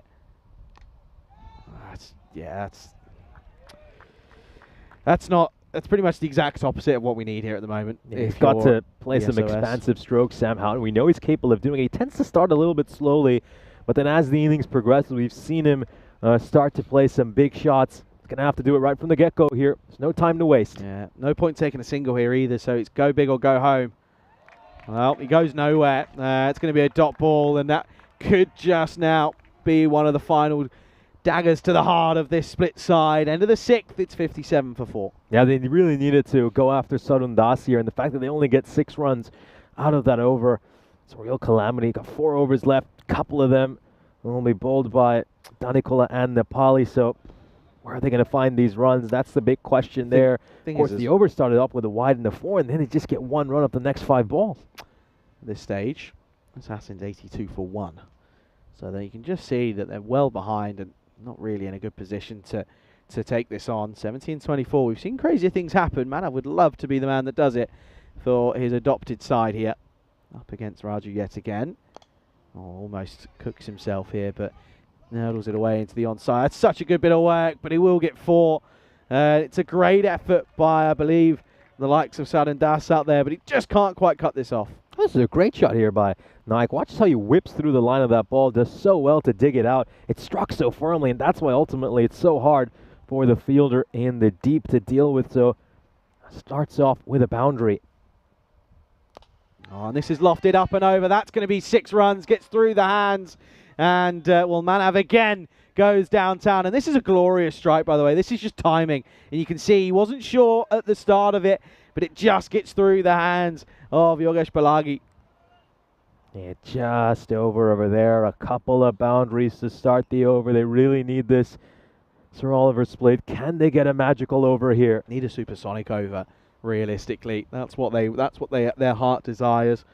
Manav, no point going at 38 off of 25. Needs to keep going here. Use the momentum. Oh, swing and a miss, and well, he's been so effective playing correct cricket shots. Oh, could be a single here. No, it won't be in the end. He's played correct cricket shots and got rewards for it. Just trying to be one-dimensional there, doesn't work. Yeah, at this stage, I mean, just going back to that single, I'm not sure he'd be that keen to get Sam Houghton on strike when Manav Naik is timing it as sweetly as he is. Oh, and there you go. That's why you play your correct cricket shots. That is uppercut and cut away for 6. Gloriously played. These are really, really helpful runs at the moment. This is a wonderful cut shot. Just look at how nicely he has played that one. Beautiful. It's so difficult to cut it away for a 6. And Naik has executed that to perfection. Babu standing up now. He's on to 44, does Nayak. This is the thing. Only takes 3 or 4 deliveries to motor along to a really good strike rate. Pretty much just under 200s at this point now. 54 off 20. And this is the thing. As a batter, there's nothing you love more than causing the fielding side to have a bit of a debrief down at the bowler's markup. And that means you know that they're thinking about it, and you're causing the problems here at the moment. They've gone full. He's got the treatment. He's gone back of a length. He's also gone to the rope. What's he going to do here? Oh, he tries to go wide again, but it's slashed away. There is a fielder out there, though, so they plug the gap. And that's not a bad result, just 1. Yeah, it's probably going wide, though. It's probably going wide. If he leaves that alone, he would have got the run. Difference here now is that Sam Houghton can just go for it. There's no point Sam getting a single here. It's the last thing that you want, realistically, aside from a wicket. But yeah, you just think, got to go for it here, Sam. Got to try and get something going. Well, does so, and doesn't carry, but they do take a single, and well, that's exactly what Split don't want there. And unfortunately, Nayak's not going to keep the strike. Houghton will. End of the 7th. Not the best. 75 for 4. Yeah, but good luck going up to your captain and telling him, well, we're not taking the single because I want to strike in the next over. Here's a look at the fantasy dashboard for our upcoming match. Of course, got a double header here between the Assassins and Sir Oliver Split to round out the day. These two sides will be doing battle once again in our final match on this wonderful Wednesday of cricket. So it's going to return here to live action, and only got 3 overs left in this innings. You've got to say the Assassins have the advantage at the moment, but Manav Naik, thanks to his brilliant innings, has just given his side a glimmer of hope. Yeah, he has. It's a slight foot in the door, isn't it? It's only a size 3, but it's a foot nonetheless. Not too sure what the umpire's waiting for here. There's a clear conversation. Manav's inquired about something, not sure what. This is going to be sudden das return. And they're still waiting for something here. What's going on? Not too sure what the pause in play is. I think we're ready to go. Well, Houghton. Got to get something here. Can't be a dot. Dots are the worst nightmare for the split now. Wides will do. We'll take extras. Yeah, so Das, of course, started off his last over with a wide and a boundary and then just gave up 1 run. And the 5 balls following that. So if Das bowls this over, then you'd imagine it'd be not Nepali and Danicolo to bowl the last 2. Oh, lofted, chipped. Has he got enough on it? No. And it's going to get taken. And again, the thing is, it's a dot ball more importantly. Houghton will go for just 2, and disappointing for him. But the thing is, Manav is now just still stuck at the wrong end. Another wicket, though. 5 down, 76 on the board. Now, this is such a crucial catch to take, isn't it, for Yogesh Balage? I mean, if he puts this down, not only is it likely to go for a boundary, but then he'd also, well, if it puts down in front of him, then you would see Manav Naik get on strike. So, yeah, massive moment. Really had to hold on to that catch, and that's going to be the end for the skipper. So Murugan at number 7 here. Listed was Anthony Razmilic, but change things up. He's just got to get a single here. Manav basically has to hit 51 off 17, almost on his own here, realistically. Maybe get a few extras and a couple of 2s and 4s, little sneaky edges from the other men, but not going to be easy, this. It really isn't. Come in and just swing and swing hard.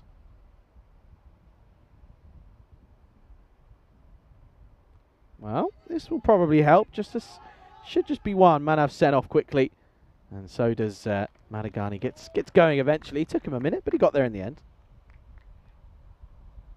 So it brings Naik back on strike here, and now 50 runs needed of 16 deliveries. It's going to be tough. Really asking a lot of Manav Naik here. Yeah. Well, small in stature, but large in talent on the cricket field is Manav. 45 off 24 at the moment. Need to see him go here. See him go large. Comes down the track and, well, forces the likes of Das off his line. And then again, the extra will not be a negative for split. Not going to mind this whatsoever. 49 now needed a 16. Going to pretty much need to see a boundary every other delivery. Yeah, 18 needed an over. Point of no return, potentially. Oh, is that a wide? It is too wide. And dear, oh dear, Das, the wheel's starting to slightly fall off here. Yeah, so that's also the 1 for the over. It's an important thing to keep in mind over here. If Das bangs another one in short and it's above shoulder height, it'll be a no ball.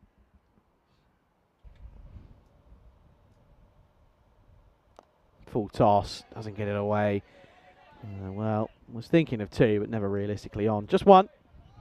It's so hard to hit those low full tosses, and it's so difficult as a batter to get underneath it, and it's going to end up just being a single.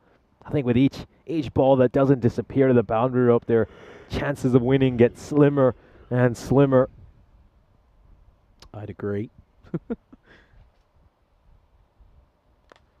Off the splice, gone. And that's disappointing.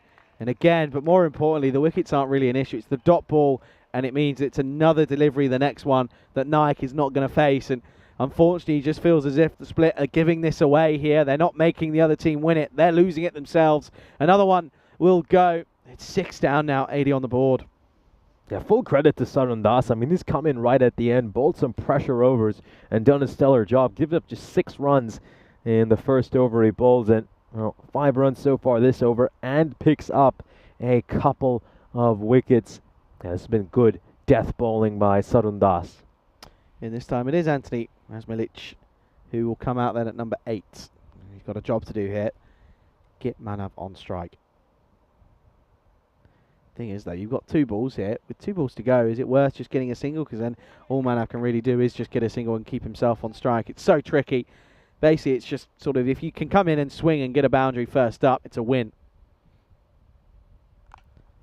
Well, they'll take 1 here, Basically means Manav has to just, what do you do here with the ball to go? I mean, it's such a tricky one because, you know, you're almost risking maybe losing 2 or 3 balls in the next over if you don't take the strike off him. Yeah, this is a really poor delivery, a full toss. You've got to go and try to strike this to the boundary. Otherwise, yeah, maybe his thinking here would be just try to get a run and keep strike heading into the next over. And he's just going to keep strike here. He's just going to push for 1. So it's going to be, what they're going to need is 2 magical overs here. That's exactly what they're going to need off the last 2. Seeing crazy things happen though, folks. Don't get me wrong. 45 needed off 12. It's 82 for 6. Yeah, only 13 runs in Sarun Das's spell right at the end. A stellar job by him. He has bowled superbly. Of course, the big challenge here for Manav Nayak is that he's going to be going up against 2 of the better bowlers in this Assassins unit. Of course, Sagar Nepali and Danikola are going to bowl these last couple of overs. It looks like they're going for Danikola to bowl the penultimate over and hoping he can really ice the game here for his side, and then you'd imagine Sagar Nepali would come in for the final over. 45 off 12. Danny Kuller against Nayak. Slower ball. Chipped. Early call. Got to push for 2 here. You've got to sacrifice him here. Has to turn and go. Can he get back? Yes. The pressure ends up being too much for the fielder. Causes a misfield. Good running. 2 runs. Yeah, absolutely. I mean, as you said, it's the pressure. I mean, when you run hard between the wickets and you're putting that pressure on their fielders, and that's when you're likely to create a few errors. Well, just take a look at this again. There was just a slight moment's hesitation at one point, but they're still able to make it back in time. Yeah, good running between the wickets. Manav on 49, but he won't be too bothered about it at the moment. 43 and 11. Needs a boundary. Doesn't get it. And it's a slower ball followed up by a quick, pure pace delivery. Yeah, now you really feel that requires just gone past the point of no return. They need a boundary pretty much off every ball from here on out. Can they find a way? Is there a late twist in the tail? You know, something like 5 wides or something. That's what they need, isn't it? Not going to get it. And it's another dot ball. And yeah, unfortunately, Manav just... it was just too much left for just one man, really, wasn't it? You're really asking a lot from him. He hasn't quite had the support from his teammates over the course of this innings. Yeah, it's been a fine performance by him. Really have seen his talent on display over the course of this day 3 of cricketing action here in Croatia. Bowled beautifully this morning, and it's been a fine batting performance by him here against the defending champs. It's another swing and a miss, but it's going to be a wide. Danny Kuller doesn't realise that just because the batter moves across, the line doesn't move with him anymore. Yeah, I think with the way it is now in European cricket. Actually, I don't know, you know. Yeah, that's a pretty tight one on second viewing, but... Oh, that catches the line. Oh, Jared, I'll be having a word with him afterwards, that's for sure. We'll come back to live action. Kind of beyond the point, though. Wide ball. Now pushes away. We'll get us at least 1 here, so it will be a half century, and it's a very good one at that. But comes back for 2. So off the 30th delivery, brings up a half century. It's a great knock from Manav when no one else has been able to get going. He's been able to stay there, but unfortunately it's probably going to be at a losing attempt, but still, nevertheless, half century for young Manav Nayak. Yeah, first career ECS T10 50, a fine knock by Manav Nayak. I mean, he's just such a big addition to this Sir Oliver split side, and I think his availability is going to be such a huge factor in determining whether this Sir Oliver split side can go on to do great things in this tournament. Oh, there you go. It was a matter of time. Doesn't quite come out of the middle, but gets enough of it, and will go all the way. 4 runs. Lovely shot. It was a matter of time. There's nobody there, and yeah, gets down on 1 knee. Does very well. Lovely shot. Just comes right off the toe, but gets enough of it. Yeah, lovely shot. I mean, you can just see he's looking to shift across there, and he does the right thing, the bowler. He's looking to go for the stumps, but it's just great reaction there by Nayak. He's able to catch up and work that away behind square leg 404. They've still got a chance here mathematically, Sir Oliver split. Yeah, but a dot ball means it's 6 needed off 6 delivery, 6 sixes. Oh dear, oh dear. Well, it's all down to Razmanic. Probably not going to happen at the end of the day. But again, another good over from Danny Kuller. A good spell. Just goes for the 13 at the end of the 9th with 6 balls to go. It is 91 for 6. Here's a look at the bowling figures for the Zagreb Assassins. A brilliant spell by Jawar Danikola. Ends up giving up just 13 runs. And of course, Sarun Das, I think he's really been the unsung hero over the course of this innings. We mentioned him as a bowler, maybe the Sir Oliver Split Cricket Club will look to target, but in the end, he bowls very economically right here in the death. And now you'd imagine that they'll go to Sagar Nepali to bowl this final over. And yep, all he has to do is avoid getting hit for 6 sixes, and he'll win his side this game. Oh, well, he starts off with a shocking delivery, so there's still technically a chance here. It's not going to be 34 needed of 6 with Manav Nayak on strike, so 5 sixes and a 4 will be enough to win, in theory. Yeah, that's not ideal. Yes, Sagar Nepali, normally such a tight bowler, isn't he? And always bowling stump to stump. Gets that one wrong, though. Manav, can you do the unthinkable here? Well, this will be a boundary. Won't go all the way for 6, but it will be 4. So it will help. It will help indeed, but they need to go still at 6 needed. Oh, 5 sixes now. A lovely shot there by Manav Nayak. Just gets outside the line of the ball and helps it away towards fine leg. So can he do this? 5 consecutive 6s needed here for Sir Oliver Split. They do plug the gap though now at fine leg, deep fine leg back. Of course, they've got enough in here. They got enough in the ring here. Yes, they do. They've got 4 in. Hit away and, well, gets through the field. There will be another boundary. It will be 4. So keeping hope slightly alive, but they need another extra and they need another no ball, realistically. Yeah, now they can't win this unless we see another no ball from Nepali. But it's just been great striking, hasn't it, by Manav Nayak. It's been a lovely innings by him under pressure, giving his side some hope when there was none for much of this innings. It's not going to be an embarrassing defeat, is it? And it's down to him, really. It's not going to be too embarrassing. This is an edge, but it's going to probably get over away from Nigel Vincent. Got to turn and go for 2 here. Yes, no, maybe. I probably should have committed there, but they won't. It's a shame, but it does mean that Rasmulich gets a chance here. Yeah, they should have come back for the second run there. You've got to try to get Manav Nayak on strike the way he's seeing this ball, but it's probably just not going to have too much of a difference in the outcome of this game. This is hit nicely to cover. Just 1. Well, they clearly want to get Manav out. That was darted at his end.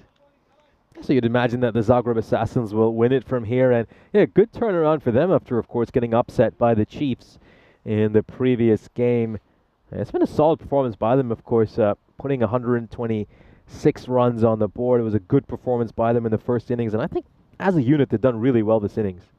Well, that's a very large celebration from Nepali. Nice to see that there's a nice moment there. But it was a very, considering they needed 24 off 2, it was an interesting appeal. Nevertheless, does get up a wicket, and it's his second one for him. Great innings, though, from Manav.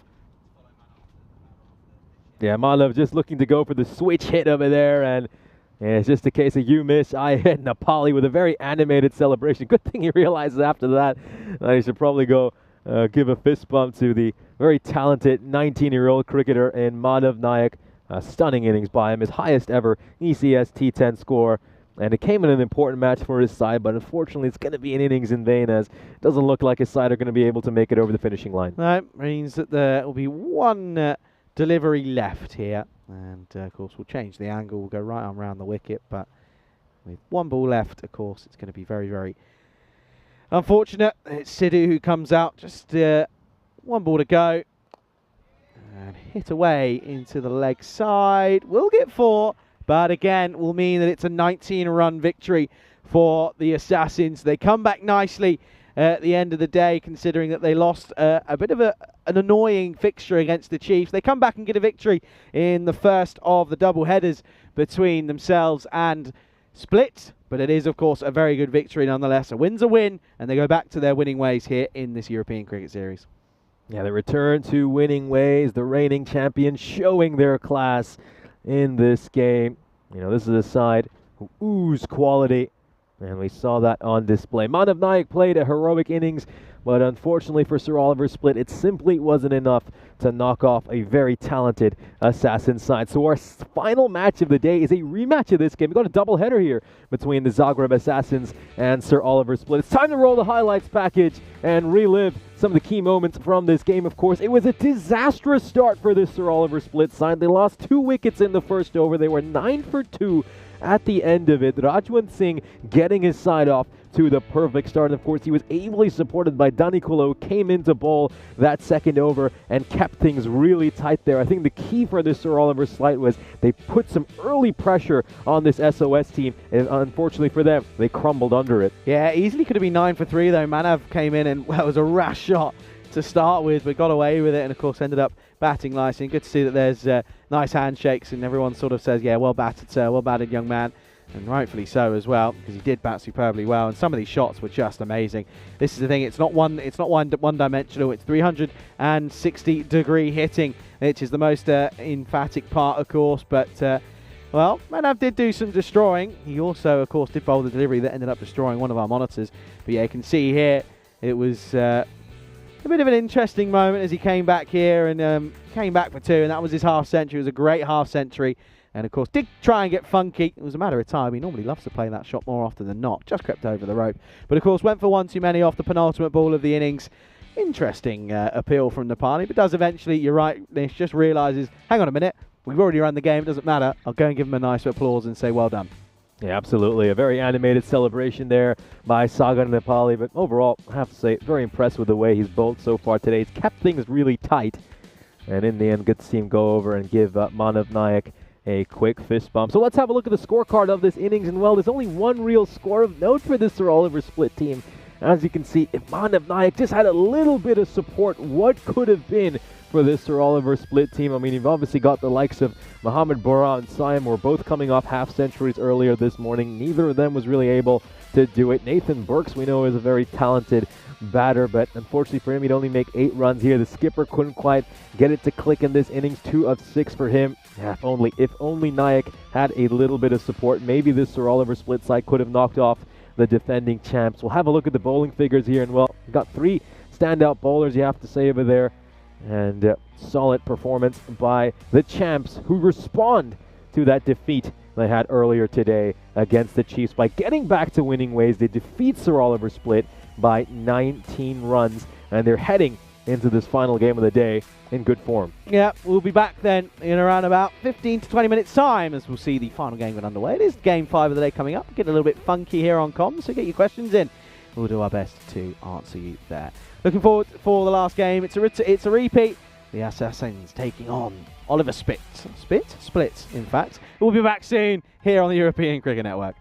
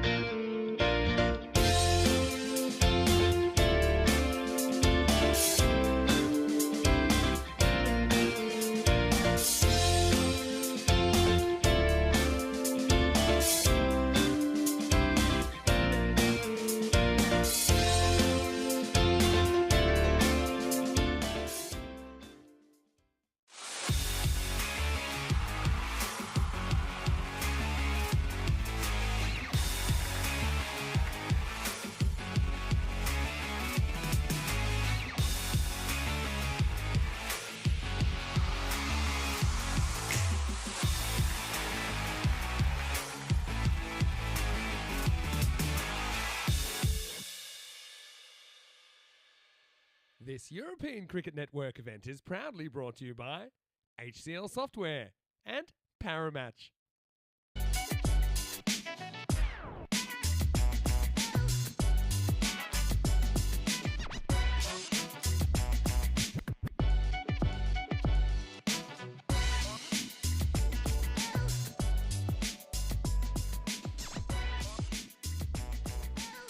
The Zagreb Assassins and Sir Oliver Split are set to do battle once again. We're just moments away from getting underway with our final match of the day. Let's head over to match referee Stefan Gooch, who's alongside both the captains.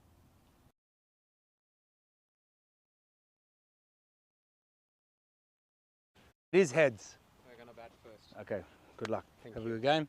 Zagreb Assassins have won the toss. They're having a bat.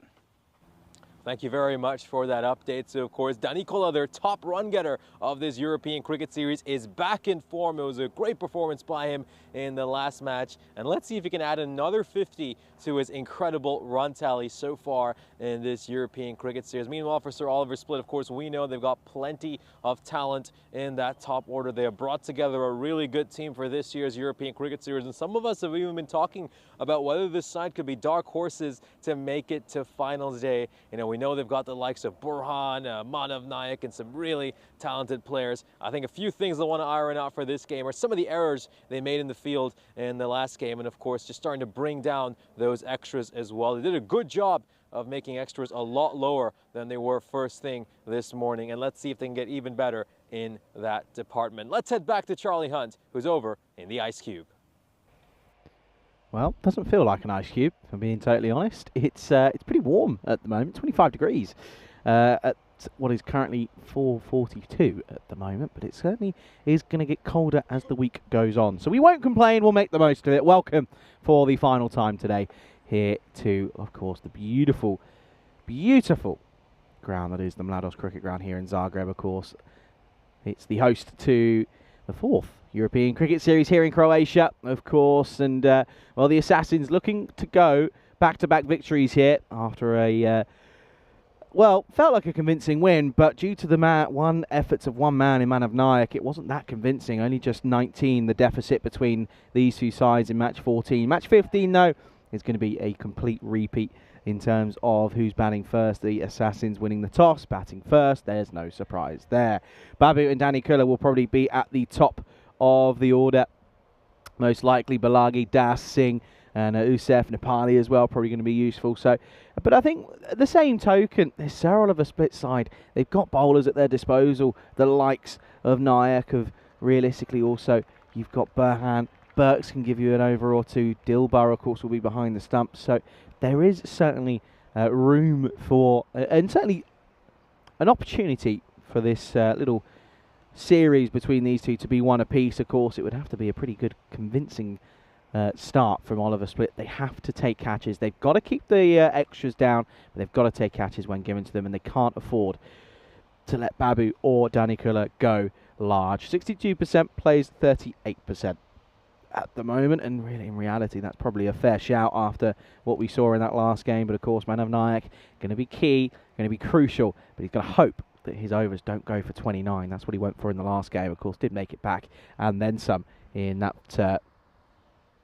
last game, but he's still got a lot of work to do. I think what's going to be crucial is how Burks is going to go here. Probably going to open up the bowling here, and in all honesty, if he can find a way of keeping the extras down, then there could be a change in the tone of this Split side. Of course, staying over, they're in a local hostel. They're looking forward to playing here this year. Got to feel though that they've got to make the most, of course. Listen, the positive is they took points, or took a point, I should say, from that last game this afternoon. So there is positives for them to take away from it. So they're certainly up and at it here today. Going to be a tough one though. The Assassins not unbeatable though. Lost the third game of the day, which was match number 13, to the Chiefs in what was a disappointing batting display. So it can be done. They are not unbeatable. They are the final boss, though, it feels, of this Croatian domestic competition. We're sat and ready to get things underway. Umpire DJ says, let's play. Last game of the day, here we go. That's a swing and a miss from Babu to start. Naushad started a little bit worrisome at the start of this tournament on Monday. Didn't look in the greatest of form, but I think that was more conditions than anything. Since then, he has been so useful with the bat. It's basically been him or Danny Kuller. No one else, sorry, has really contributed. So they'll be hoping for something here from him again. Of course, went past 700 runs this year on the network. That's 700 runs in total as well, because this is his first year. Another wild swing and a miss. Babu not happy with this. He thinks this should have been a wide. Let's have a look. Is he right in his complaints? No, he's not. No way near a wide. Move on. Babu will be the first to turn around and probably apologise when he realises he got that one wrong. Of course, last game of the day means we get a bit funky. Some food chat, some random questions, just some general chit-chat, really. Oh, another one. Oh, no. Gets through the keeper, and that is super annoying and frustrating more than anything. You've got to feel that, well, that was a good delivery, and unfortunately extras start off here. 4 byes, not a bad ball at all. Comes in, not far away from the off stump, but also too far away from the keeper. Not the best of starts for Dilbar behind the stumps. That will be 4 byes.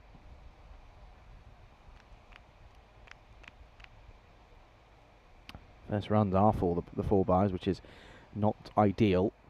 Can he go again, though? No, and now he's going to get pushed for a wide. Just loses his shape, tries to bowl too quick. And that's when he often loses it on the offside.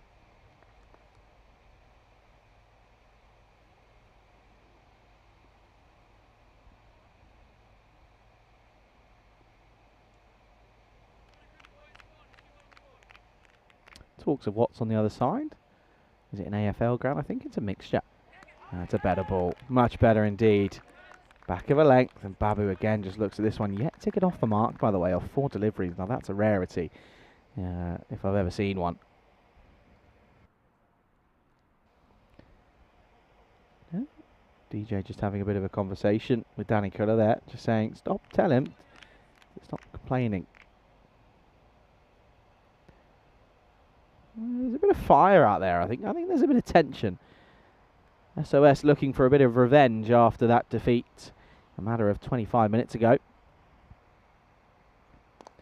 That's a good delivery. And it's eventually well fielded.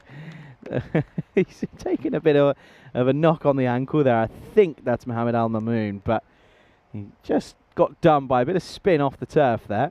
Good battle, though, between Burks and Babu. The away swinger this time around finds the edge.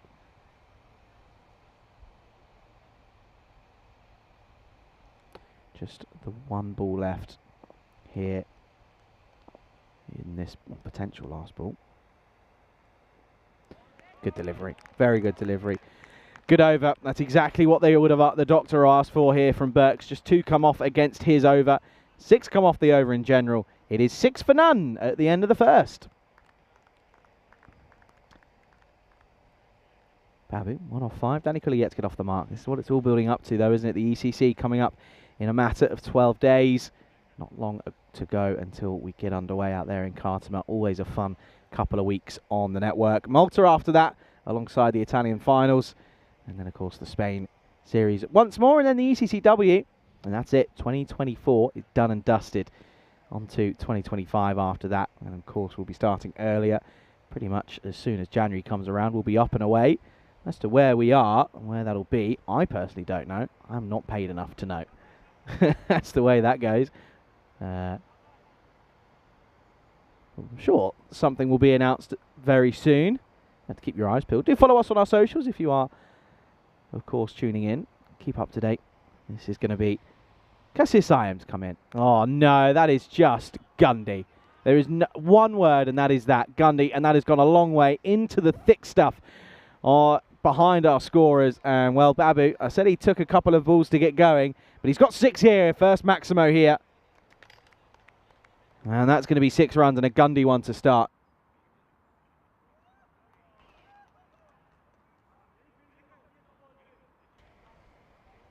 Let's have another look here then.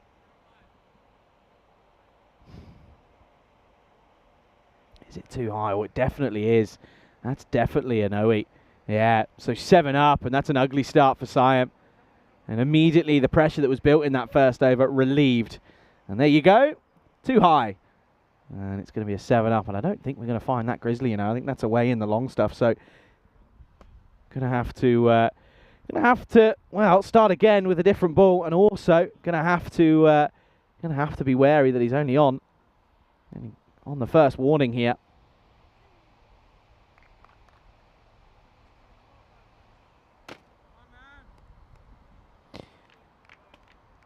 So then, free hit to come, and this is just not what you want to feed Babu here, realistically. Bit of a false start there. Good afternoon to John, to Dave, to Wayne, to Jacob as well.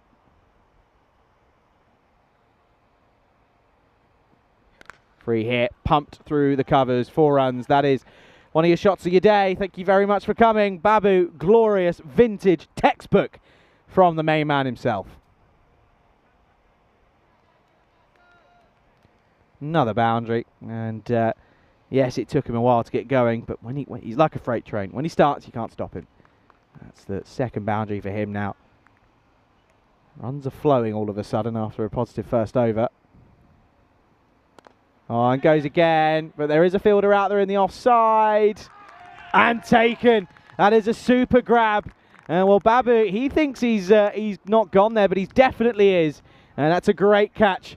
Out in the deep. That's Abdul Basit, in fact, who's come in here to the side, and that is a superb catch out in the deep. And it's not the first time we've seen good batters trying to go large on the offside. Babu is now the next man to add to the hit list, and the first wicket falls 17 for 1. Big Babu back in the shed. Great time for Nish to come back in the box.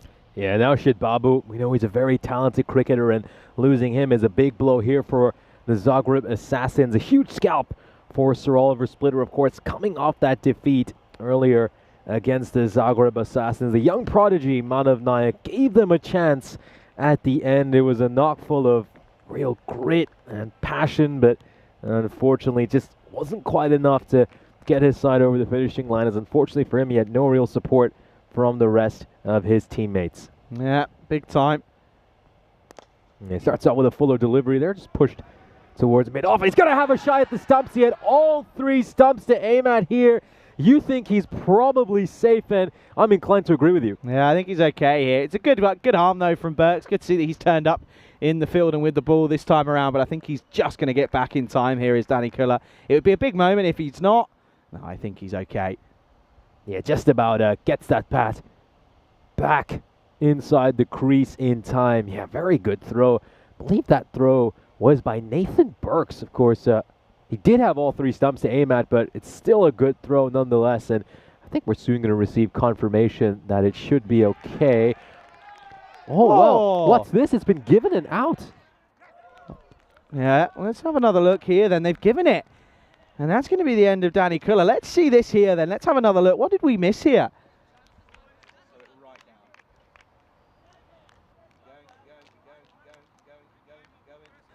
Oh, wow. Well, this is close. Now, is there anything behind the line? And I guess the suggestion is that there probably isn't. And the bail's broken there. And, well, it's a matter of frames for Danny Kuller. And, well, how the tides have turned and how the tables have turned here. And, well, the big fish back in the shed for nothing. Danny Kuller goes for, essentially a golden duck. It's none off 1. 17 for 2. Well, that surprised a few here. It surprised both of us here in the comms box. Yeah, certainly did. The umpire deciding to give that out. So a couple of new batters out in the middle. They go bang, bang here, get back-to-back wickets in this over. Couple of major breakthroughs. Just pushed away towards point. They'll pick up a run. So Balage is off the mark. So can Sir Oliver Split get on a roll here? Continue to take wickets. They've managed to get rid of 2 real danger men in Naushad Babu, and of course the leading run getter of this European cricket series in Jawahar Danikula. Nice bowling here by Siam. Really good ball over there. Das just looking to get behind it.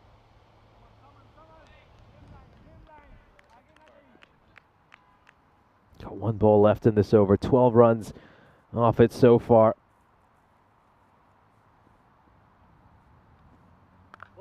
Takes all the pace off that ball and just pushes that towards point, and it's going to be a dot ball to end the over. So after a disastrous start to his over, he of course started out with that 7 up, a 6, which was a no ball, and a 4 up the next ball. They managed to get 2 wickets in that over, and it ends up being a sensational over for this SOS side. As we'll have a look at the standings here. So Sir Oliver Split suffered their first defeat of this European Cricket Series earlier today when they were defeated by the Zagreb Assassins, and they've got a chance here to exact some revenge after that defeat.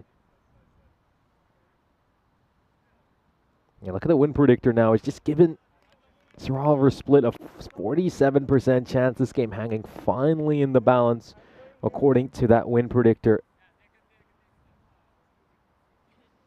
Yeah, we can just see that run-out call definitely dividing opinion in the chat. You can see people who think it's both out and not out. I mean, it's worth keeping in mind. The benefit of the doubt does go to the batsman. But I think the umpire is convinced over there, the third umpire, that there is nothing behind that crease and that the bat was over the line. I should say on the line.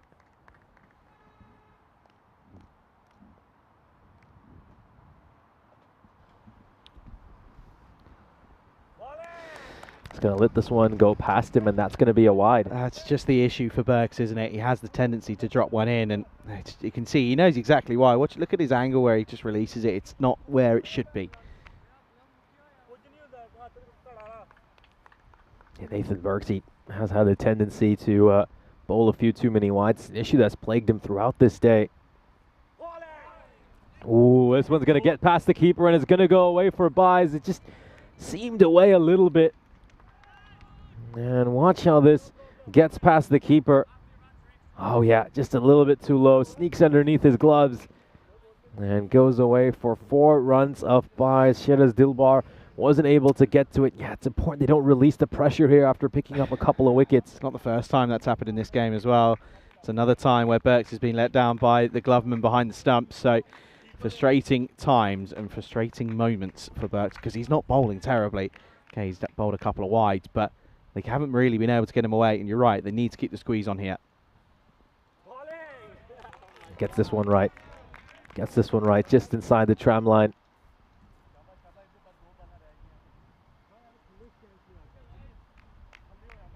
Yeah, this is huge, isn't it? Last over of the power play. If they can keep them to under 30 for this power play, it'll be a big win from Sir Oliver Split's perspective. Oh, beautiful delivery. Absolute peach of a delivery. Just gets a little bit of away movement. And it's just gone past the outside edge of the bat. This is beautiful bowling by Burks. This is what we expect to see from him.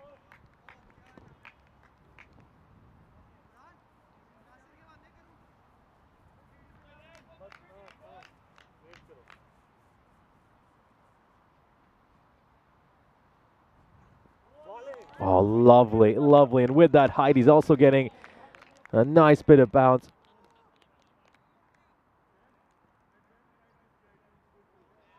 Now, this is just wonderful, isn't it, by Nathan Burks. Take a look at this beautiful run up. Nice high release point. And that is gorgeous. Absolutely gorgeous. He's bowling nice and upright. And look at how that ball just shoots up off a good length. There's no batter in the world who can play that.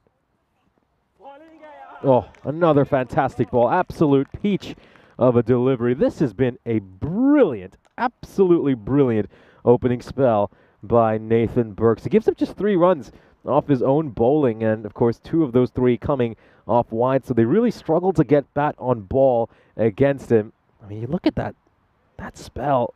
I mean, of course, there's 8 runs that came off the 2 overs he bowled, which were courtesy of byes, which obviously aren't going to be credited against him. And that was sensational. An absolutely wonderful display on how to bowl right at the start of an innings. And all of a sudden now, the Zagreb Assassins are in all sorts of pressure. 23 for 2 at the end of the power play. They'll be pretty disappointed with that.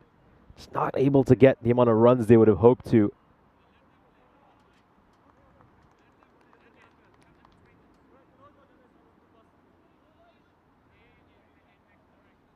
There we go. Looks like they're going to go with it. Kasir Sayam, he's going to continue after picking up a wicket in the first over he bowled. There was a run out in that over as well. So obviously you have Nathan Burks, who's kept things very tight. And let's see if Sayam can continue the pressure. Lovely ball. Lovely delivery. And I just love this. They're just looking to hit the top of the off stump here, keeping it in that channel. And if you're the Zagreb Assassins, if your opposition is as metronomic as Sir Oliver Split are at the moment with their lines and lengths here, you're going to just have to start taking a few risks. Not the best shot there by Das, just looking to go across the line there. Should be looking to play that with a straight bat. He just sensed some frustration is starting to creep into this Assassin side. Oh, it gets a little bit of an inside edge on that, and it's going to go past the keeper. They'll grab a single over here, but this is just wonderful bowling. This is lovely bowling by Sir Oliver Split.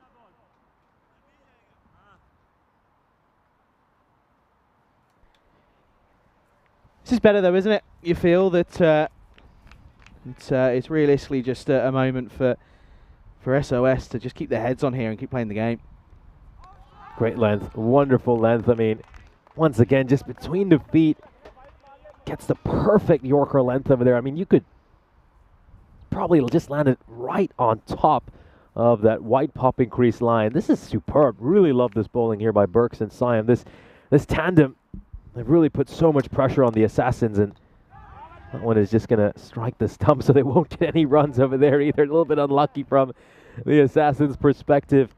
They're just not able to get out of first gear right now. Yeah, they are struggling. But this is what I say. It's often, you talk about partnerships batting-wise. You can bowl in partnerships. You can have two people bowl together, keep the pressure on. That's exactly what these two are doing. Yeah, as you say, bowl in tandem. Let's go back to the mark over here, Sayam. Yeah, only one run so far this over. Have a look at that win predictor. Oliver Split's odds up to 64%. A little bit of width on offer over here, and it's going to go straight to the field. You can just see Diana Oros there to the left of your screen. She got a perfect shot of that as it went towards the fielder at deep point. We're at the end of the fourth over, and the Assassins are 25 for 2. So great start here for Sir Oliver Split.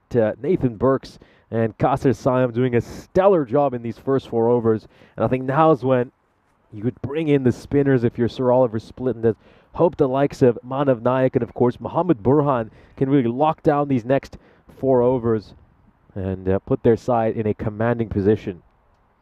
Yeah, big time. It's of course, they're going to go to spin here, and a bit of a different tactic because they've often gone to spin straight away out of the power play, but they're not going to. You've got 2 batters, 2 off 11, 1 off 5, so this is a real big opportunity here, as you say, Nish, for the likes of this Split side to cause a bit of an upset. As I said at the top here, this team isn't unbeatable in the likes of the Assassins. They lost to the Chiefs earlier, so they're not unbeatable. There are ways of winning the game and beating them, so they've just got to keep clicking here and keep plugging away. So, of course, Manav Nayak, we talked a lot about that fantastic innings he played in the previous match where he gave his side some hope with his brilliant 64 of 36. Bowled superbly this morning, picked up 4 wickets, but did struggle a little bit in that last match against the Zagreb Assassins. Went for a few runs. Yeah, it's going to start off with a dot ball here, so that's where Manav Nayak needs to be bowling. I think there were just a couple in the spell he bowled in the previous match, which he maybe just left a bit too short, or ones where he gave the batters a bit too much width.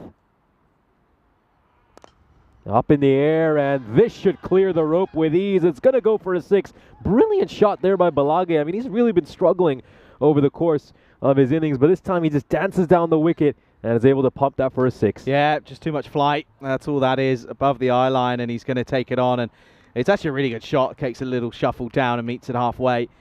Good shot, but yeah, just the bowling. He's just got stuck in two minds. I think it's just the wicket that he's, it's kind of, if it goes short, it's really short. If you go full, it just sits up. So it's a bit tricky. He's got to go. He's got to dart the next one in, really. Yeah, there we go. Just bowls a lot flatter over there. Doesn't flight that ball as much. Fires it in, and it's much harder for Balage to play. Just didn't quite have the room to play that. And ends up just knocking it towards the leg side.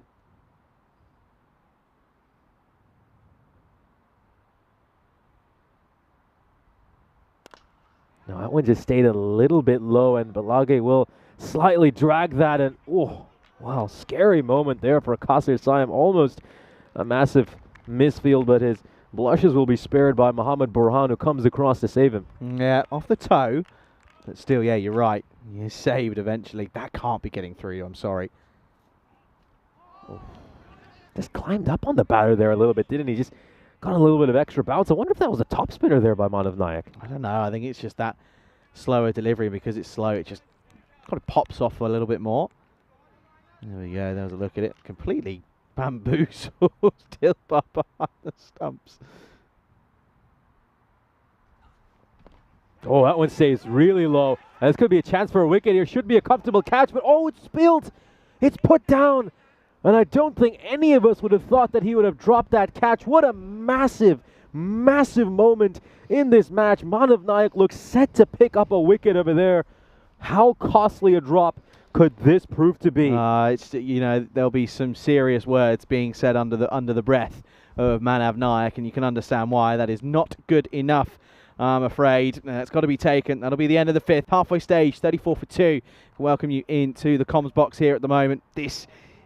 It's better for split, but those are the chances that you've got to take. Easy chances that you can't put down. Absolutely. I mean, this partnership, it's really important to break it. Even though these two aren't quite going at the rate they need to at the moment, we know they've got that ability to accelerate, especially someone like Balage. So this could prove to be a costly drop. And we've often seen that catches win matches and drops can lose you games. Yeah, exactly. They're going to go with back-to-back spin here, though, which I don't mind. It's a good tactic. Change it up. Gone with 4 overs of pace. Now go with at least 2 overs of spin. Wouldn't be surprised if they drag Manav back, though. I think they might keep him back just for an over or two. For an over, sorry, just towards the back end. Maybe bowl out the likes of Burhan here. Oh, look at that grip and turn. One turned a mile. Don't think the batter expected that one. Let's just take another look at this. Oh, look how much that one spins. Got him! What a beautiful bit of bowling there by Burhan. And you can see that Balage was looking to advance, and it just hits the top of the leg stump. Absolutely wonderful bowling by Burhan. He will get his man. He got one to turn a mile on the first ball. And on the second delivery, this one just stays a little bit straighter, and it goes on to crash onto the leg stump. Yeah, so they do get the wicket over here. Well, take a look at this moment one more time. So, well, he's not really able to make that drop count, is he? As Yogesh Balage will depart a couple of balls later. Yeah, so not too detrimental, but again, that's working in tandem, these two. Both the likes of Nayak bowling good stuff and then offering, chances, the pressure building. A couple of dots, and then they get back to the wicket-taking form. So that's good stuff. Prasad will come in as a score now, 34 for 3. Yeah, Prasad, he really needs to play a big innings here. Try to construct a partnership with Das. Oh, well, flights that ball a mile. And I mean, you would like to see Prasad just go at that ball, use his feet and really look to thrash it. But, well, you got to give him some credit here. This is some good running between the wickets. They will get a couple of runs. But if you look at that delivery, I mean, that one has been flighted quite a bit by Burhan. I mean, you can understand the caution, though. I mean, they have lost quite a few wickets. So, yeah, maybe just looking to take the more cautious approach. You can see just a little bit of debate about that drop chance in the chat. There's a number of people saying that they really think the keeper should have gone for that. Of course, just sharing the opinion of our members in the chat. I always love to hear what you have to say.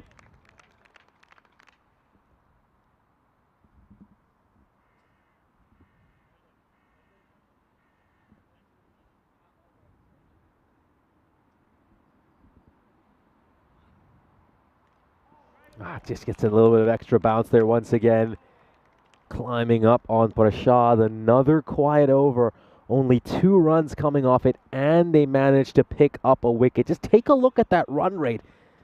They're going at 6 and over at the moment. They're just not able to shift out of first or second gear here, the Zagreb Assassins. This is not the Assassin side we have seen for much of this series, but you got to give credit to Sir Oliver Split. I think they've executed their plans to perfections.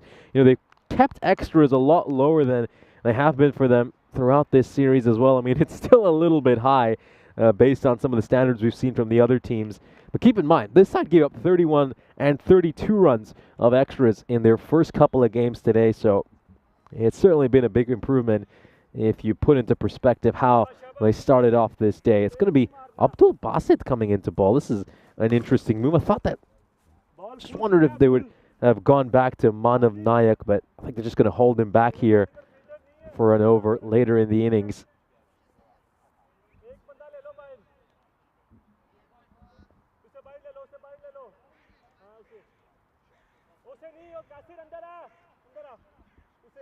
He's making a few adjustments here in the field. He's brought mid-wicket up and sending square leg back.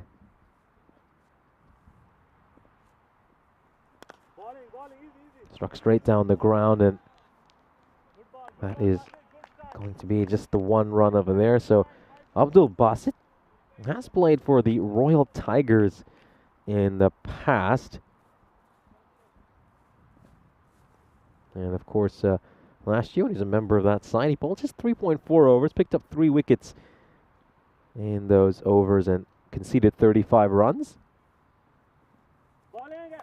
Wide. Gets the line wrong over there.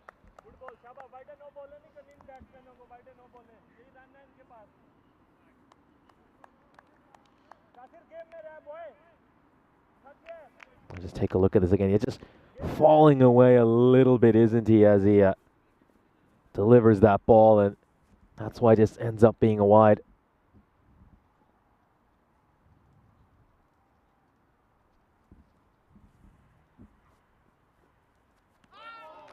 That's an appeal over here, but wasn't that close to the bat. Very half-hearted appeal.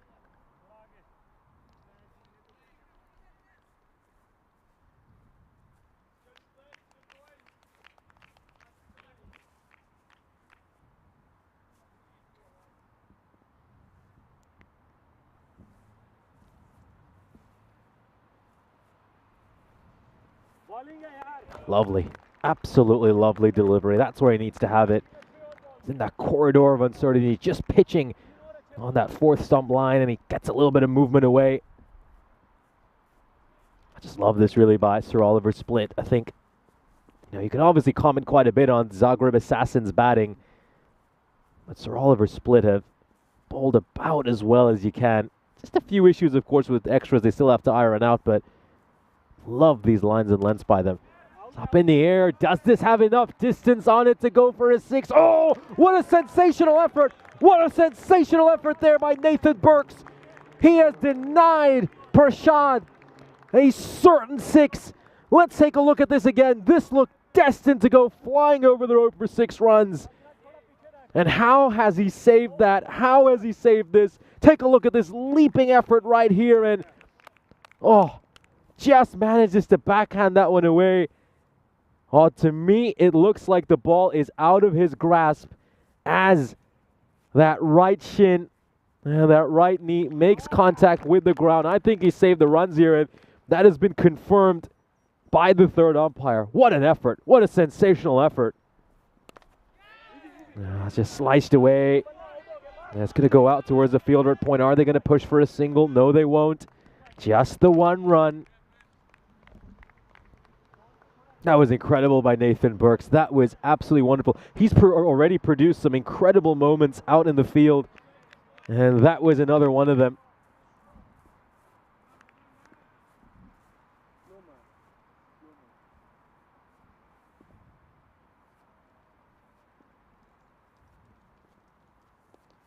Just gets that one wrong there. It's another wide bowled by Basit.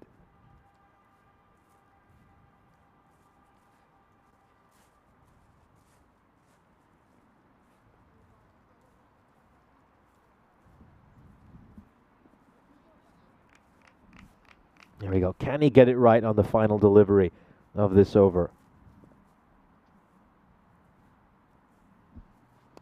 Ah, lovely. Just keeps his head and arm nice and straight as he delivers that ball, and he gets it on the stumps there, full and straight by Bassett to end the over. And it's a very good one by him, only 7 runs off it, as he keeps up the pressure the rest of the bowlers built up. Here's a look at the fixture list, and of course Sir Oliver Split have a big day tomorrow as well, another quadruple header for them. They're playing 4 games tomorrow, so 8 games over the space of 2 days. Really is a busy schedule for them. We can also see we're going to see the Chiefs 3 times tomorrow. They've got a triple header involved in match 17, 18, and 20. And of course, we'll see Zagreb Sokol back as well. They had a rest day today, but they've got a triple header coming up tomorrow. So these 3 teams, Sir Oliver Split, Zagreb Sokol, and the Chiefs, are going to be in for a very busy day of cricket. Of course, how busy is it going to be will depend on the weather. We've mentioned this a number of times throughout the course of this broadcast, but in all honesty, the weather doesn't look great for tomorrow. We expect to have quite a bit of rain, but, well, it's one thing to forecast rain. It's one thing for it to actually happen. So we'll be praying and hoping that we get plenty of action tomorrow.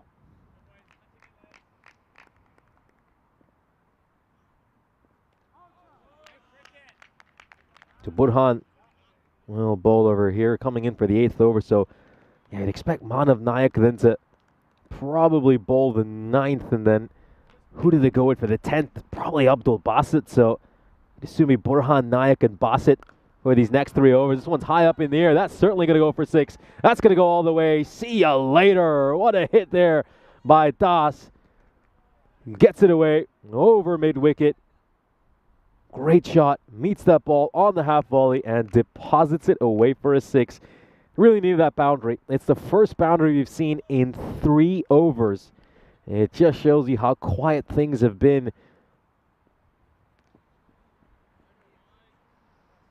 Yeah, I think Stephen Sarway talking about now we've seen some really special moments in the field throughout the course of this series. We really have seen some wonderful fielding displays in general over the last couple of series. We saw some over in Austria as well. That's a no ball, just landing off the pitch. Burhan getting that badly wrong.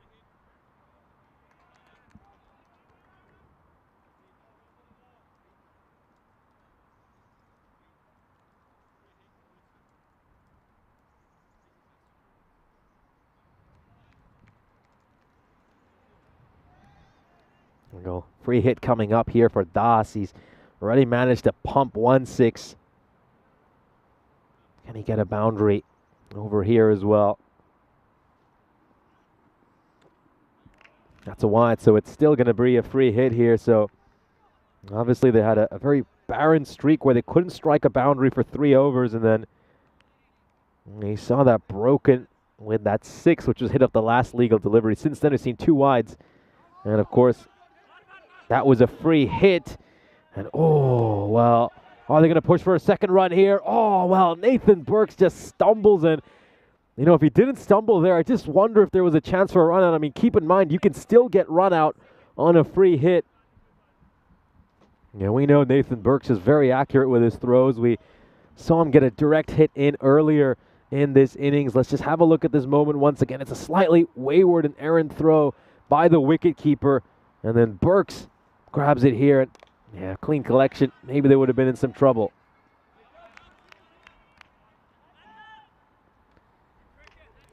Keeper stumbling as he goes to collect that ball. So it's been a good over so far. It's already the joint largest over we've seen so far this innings. 12 runs off it. And we still have a couple of balls to come. So I was going to say there's a chance here for them to finally get a big over. Just the extras column proving to be a bit of an issue, isn't it, once again? Just starting to get frustrating. 19 coming off the extras column thus far. It's technically the highest scorer by a long way. There's a little nick there. There's a little edge over there. Prashad looking to dance down the wicket and thrash that one away, but it catches an edge, and it's taken really well there by the keeper. Good grab Gotta say, really love the way Dilbar wicket keeps. He ends up just plucking this out one-handed. Let's have another look at this. Yeah, takes an edge and whoop, sticks out that right mid and grabs it. Yeah, he certainly does. Good catch. It was going to be a wide probably, but yeah, nevertheless, still good catch indeed. Yeah, he just needs to work on when he's standing back, doesn't he? He's just a bit too far back, in fact. But Bahan picks up another one. A good spell for him. 2 for 12 off his 2 overs. It's 55 for 4 at the end of the 8th over. 2 overs to go. Just 12 deliveries. Even if you had 24 onto this, it's a very, very poor score. Yeah, it really could be. I mean, the lowest score we've seen from the Zagreb Assassins so far this series was 91, which we saw during our lunchtime match. But of course, the Chiefs were able to upset them, and well, they could be restricted to something even lower here. Yep, some really worrying signs for the Zagreb Assassins. I mean, when we saw this sign over the first couple of days of action, we thought that, well, they really are going to be the class of this tournament, but had a couple of scares today. It's another wide there by Bassett. Yeah, Bassett just bowling a few too many wides outside the off stump. It's becoming a small issue for him. I don't know. It might just be worth looking at how he's aligning his body there when he's going through the crease. But no, overall, though, he does look like he's a lovely bowler, and I'm sure as he continues to develop, he's just going to be able to iron out some of these small issues. It's a 20th extra, though, starting to add up pretty quickly. Oh, better.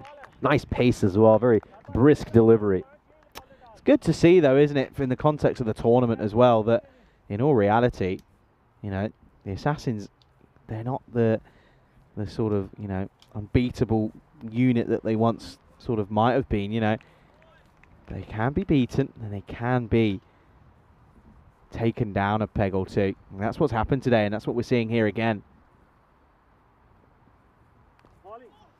Just gets a little bit of bottom edge on that. It's going to go past the keeper, and we'll pick up a run over here. So, yeah, nice bowling by Bassett. I got to say, Bassett's bowled really well in tandem with Mohammad Burhan. The two of them, of course, locked down these last 4 overs. You'd expect Manav Naik to bowl the final over here. I thought they'd probably go with Bassett for the final over just because a lot of sides are not too keen to use a spinner in the final over, but I don't mind it. You can set your feel to it. That's another dot ball there. So, yeah, it will probably be Manav Naik bowling the final over. In theory, that's where you think they'd go, but tell you what, I've seen crazier things. Sometimes it doesn't quite go the way you're looking at it. Interesting comment here by David Skinner in the chat saying it's almost impossible to hit those loopy deliveries because of the bounce on this pitch. Yeah, absolutely agree. I mean, we saw that with when Naik was flighting some of them. The ball would just take off, wouldn't it? And it would really climb up on the batter. It is tricky, and I think that's why Manav is almost, you know, got to go slow or quick. It's one of the two. Can't really just sort of offer it on a plate.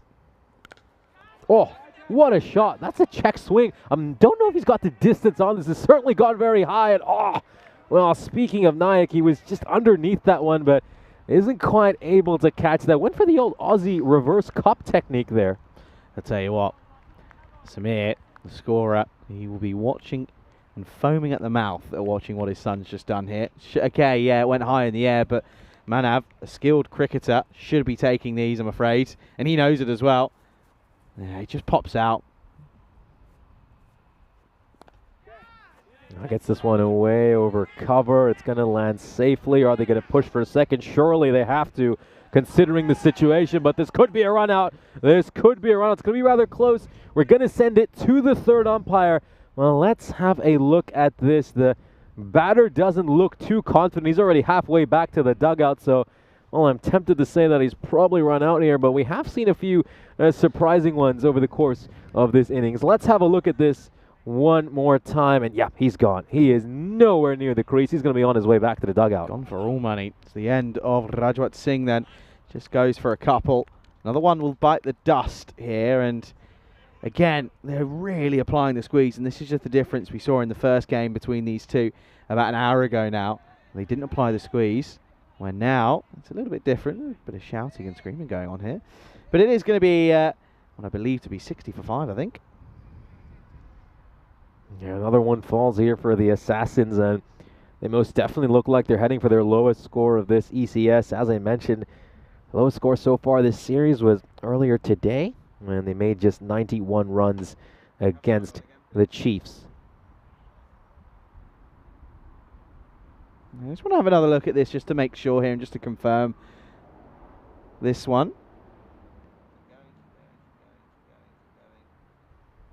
Yeah, of course, he throws the ball onto the stumps. That's what they were just a little bit unsure on, I think. And yeah, there it is, confirmation. It is out. So, yeah, well done. I tell you what, well done to our crew at Spring. They've got their money's worth today, and I tell you what, they're going to get their money's worth tomorrow and the day after that and the day after that because of the weather. So it's going to be fun, but of course, we've got the best in the business at the moment. But yeah, it is 65 confirmation. I'm trying to be optimistic about the next few days, but of course, the forecast. I did hear no other that. way to I did hear you put trying it. to be It quite is looking optimistic. rather grim. Some of those mosquitoes that we had this time yesterday starting to come back. Yeah, there you go. There's one. Got him again, and Bassett will pick up a wicket. Well deserved. We, of course, saw a run on the previous delivery, and Bassett's going to clean him up here. That's going to be the end for Nepali, who's going to depart for a golden duck. Yeah, I just love the way Bassett bowls. Brilliant seam bowler. A beautiful action. And this one just hits the top of off peg. That's perfect. The perfect line and length. Yeah, it's exactly what you want from your bowler in the death overs. Another wicket to fall then. And good way to end the ninth over. It's 60 for 6 with 6 balls to go. Less than 70. And they should be looking at getting 4 points here, should SOS. Absolutely. Do you know what my question is now? Man have to open? Yeah, absolutely. Why wouldn't you? Sing it like a balloon.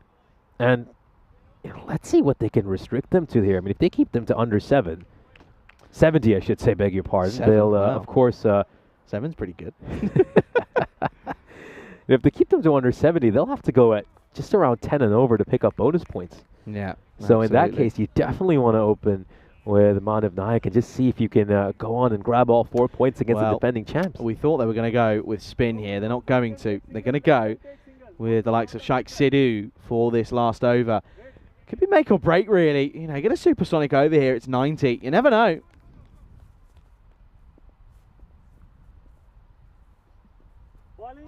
Oh, great bowling there. I think you could just hear on the mic they're saying that we'll let them take a single over here. They don't seem to mind if Vincent is on strike, so yeah, let's see if Das hogs the strike here, but he hasn't looked overly convincing during his stay at the crease. Just 11 runs for him in the 16 balls he's faced. Das pulls the length back over there, Sidhu. We do know he loves a bouncer, doesn't he, Sidhu? Yeah, I just want to check this here. I don't think he's been given one for the over. Let's have a look. See here. Oh, debatable. Yeah, it's a close one. It really is. No, there you go. One for the over. There it is. I'll tell you what, without the replay, probably would have got away with that one. Just don't bowl another one. Just don't do it. Yeah, he bowled 3 for the over last time he was bowling. Oh, makes contact with this one, Das. Does he have enough on it? Oh, you bet he does. That goes all the way for a 6. What a shot there by Das. That's glorious. Really just swings and swings hard at it, throws everything and the kitchen sink and a bit more at it. Gets all of it, 6 runs, and, well, a slight sigh of relief, in all fairness, from the on-watching assassins. Well, they probably don't feel like assassins at the moment. It's kind of like comparing James Bond to Johnny English at the moment. That's a full toss. Sidhu, is he going to get away with that? Looks like he will, but they're going to push for the second run. Could be a chance for a run out. Oh, well, the keeper has missed over there. The throw didn't look too bad. Well, he's saying the throw was a bit wayward, I think. Did have to sort of release it, didn't he? So they get back for 2.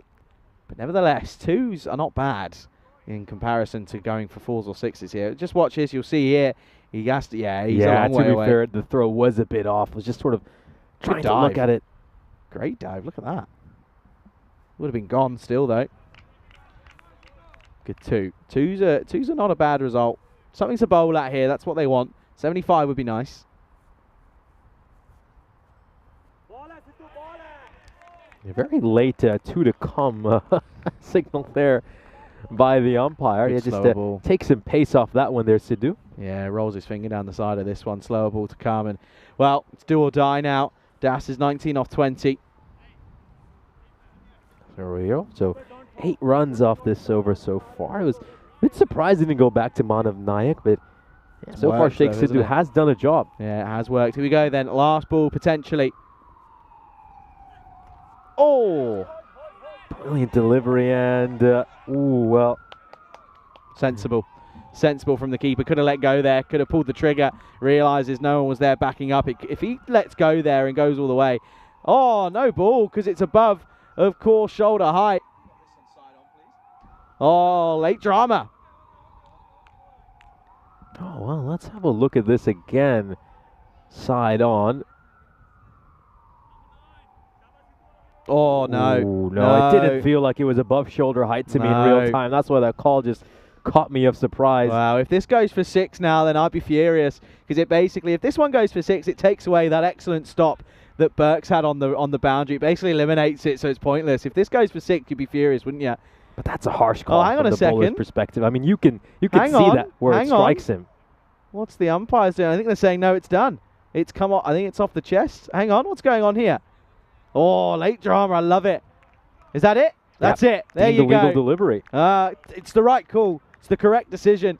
So it'll be 69 for 6 off the 10 overs. And that is a mammoth effort from the Sir Oliver Split side here. They've done such a good job here to restrict the reigning national domestic ECS champions to just 69 for 6 off their 10 overs. And you can see why. If you might have to go to camera 1 here, or maybe a wide shot, because you can see they're in a huddle. They know they're in this game. There's 4 points up for grabs here. Yeah, absolutely. They're just trudging back to the dugout. And yeah, this is a well below par score. They're going to be set a target of exactly 70. So they go with 10 and over.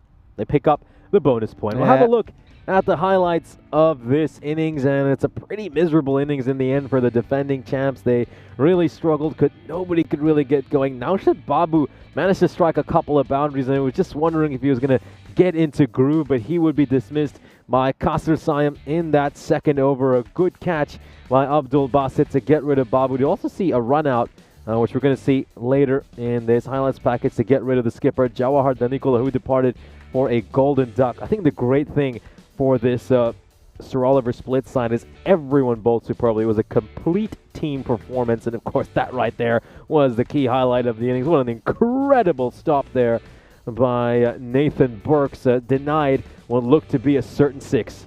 Yeah, it did. I have to say, I did step out of the queue for a moment, but I still had a good view of it. And yeah, that was a really good bit of work.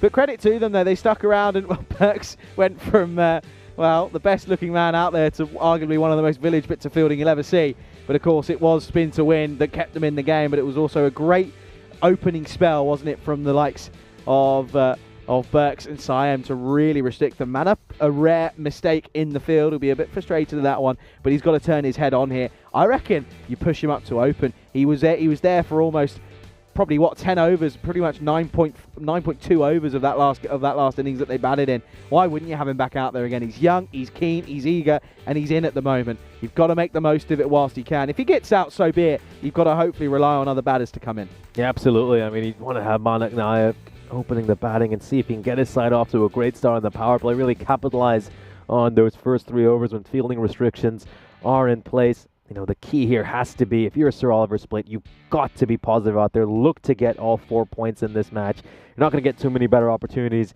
than that to pick up a bonus point against the defending champs. And of course, with some of the issues we expect to have over the next few days in terms of the weather, you want to get all 4 points in this game. You most certainly do. We'll have a look here at the scorecard of this innings. The top score is by Sarun Das, who manages to make 20 runs, but it took him 21 deliveries to get there. Yogesh Balage struggled as well, 10 of 18.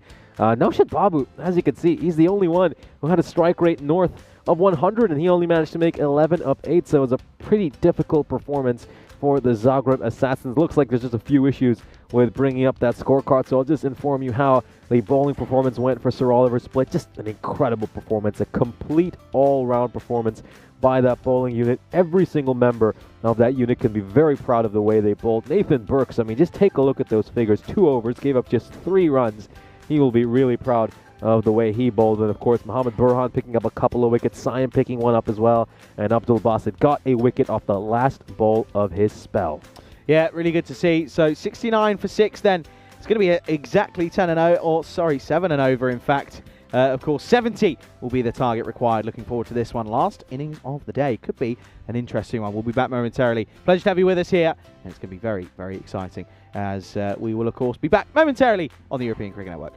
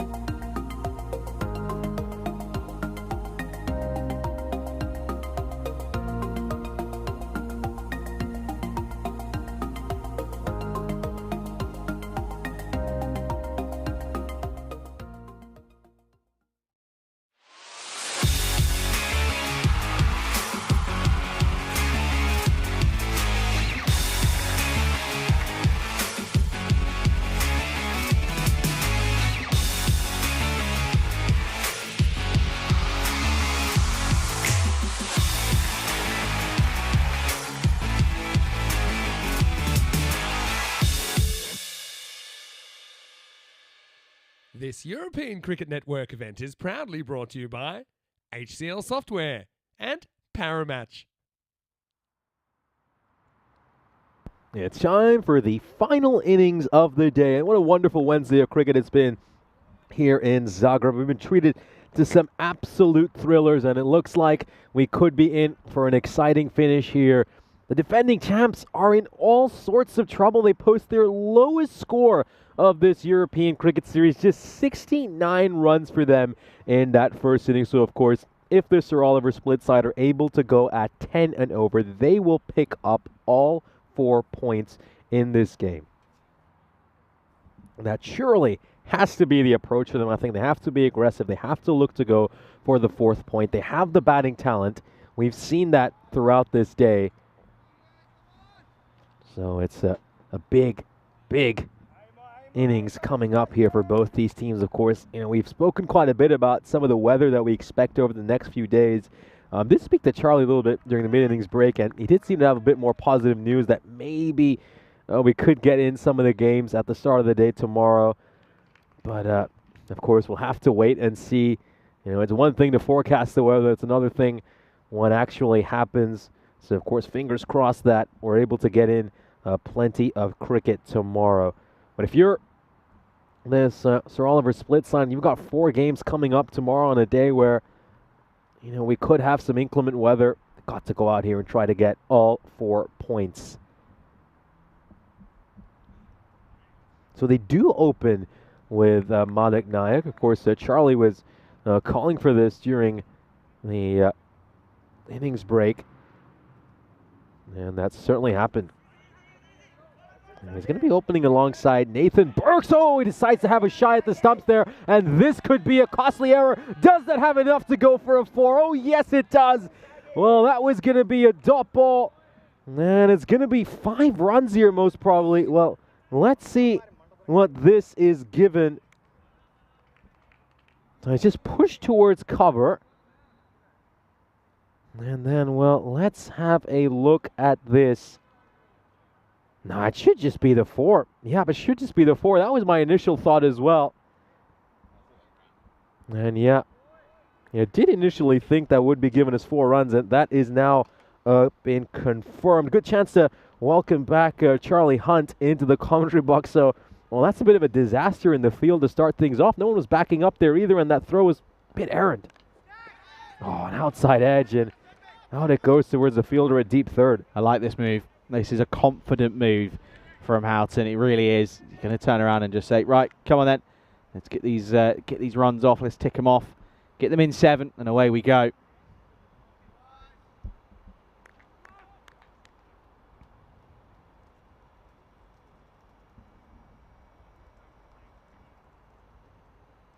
Yeah, big moments these now.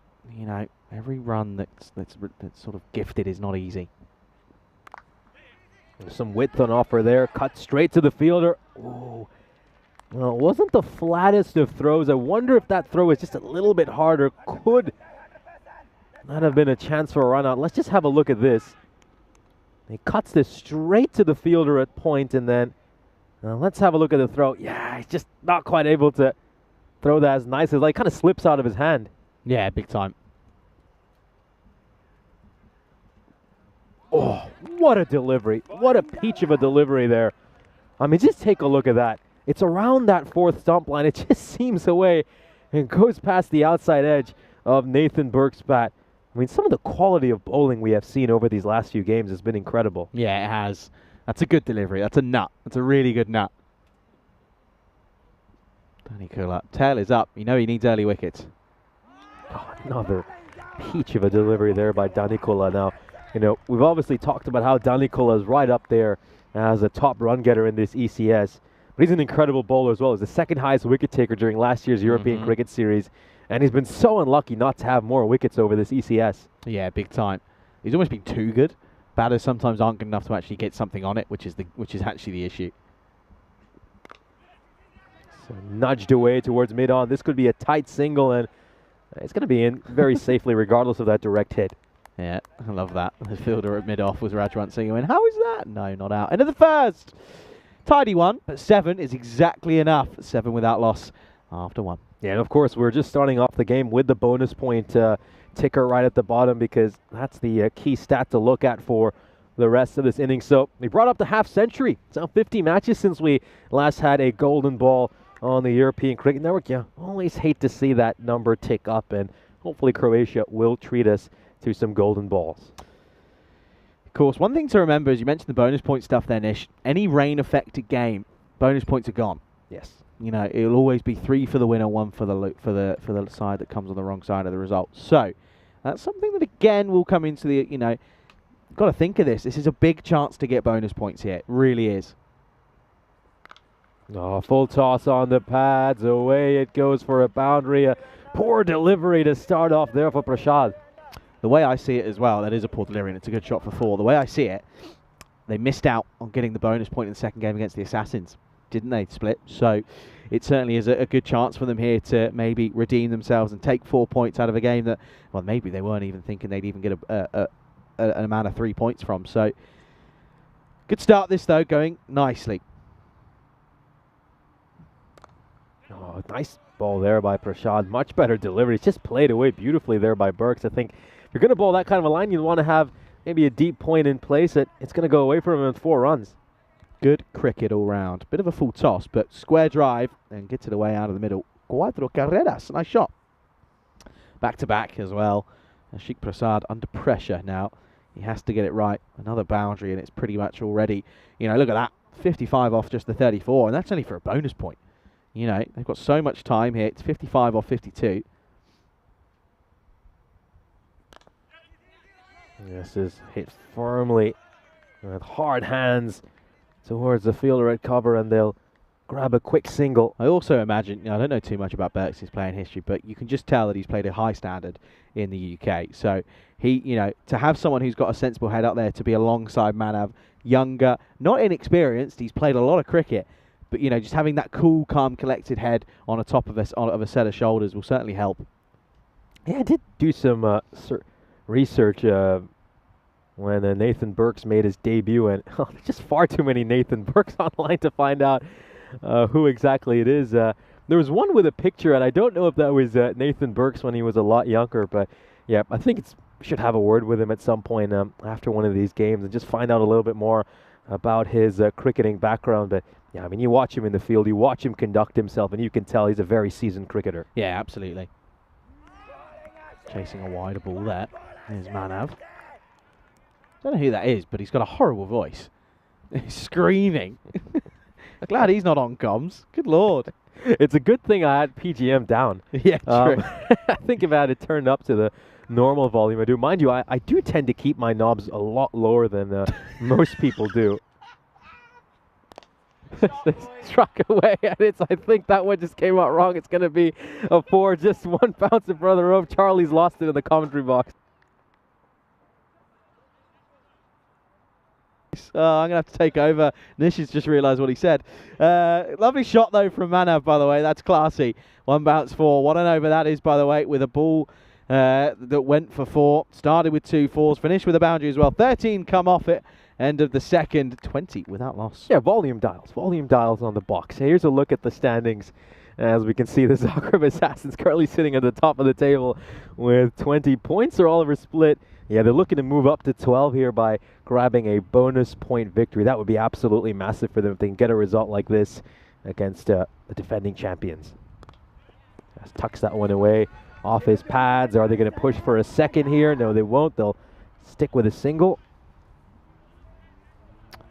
Manav, I told you, moving him to the top was a great idea. It looks great for Burks, and you know, this is what I'm saying. He's faced more balls than anyone in this lineup for SOS. So why would you not, really? Why would you not? Of course, David Skinner knows a lot about the local cricketing scene and says he believes Burke plays his cricket at Plymouth University. Oh, I'm going to do some digging. Do some digging for myself. That's what I'm going to do. Okay, yeah. Not going to lie. He's only a year and a half older than me. But he looks a bit more than that, if I'm being honest. Yeah, certainly a very mature-looking cricketer. Yeah, it's just been confirmed by Luca Papa Stubbs in the chat saying he does play in the UK for Plymouth University, and Plymouth University toured Split earlier this year, so that's probably where he came into contact with some of the Split players, and well, now he's donning the Sir Oliver Split red. Not a bad thing to come out of a uni tour, is it? Not fancy coming over, playing on TV. Yeah, all right.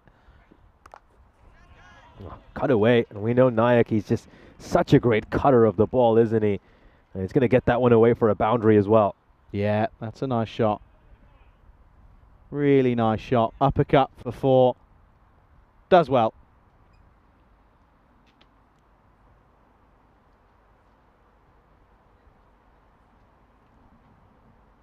It's 44 of 27 now for the bonus point, and Danikula struck for a boundary here. Just gives a little bit too much width on that last ball. Oh, this one just getting past Nayak. It's going to be a dot ball. Yeah. Comeback there from Danikula. Really good comeback.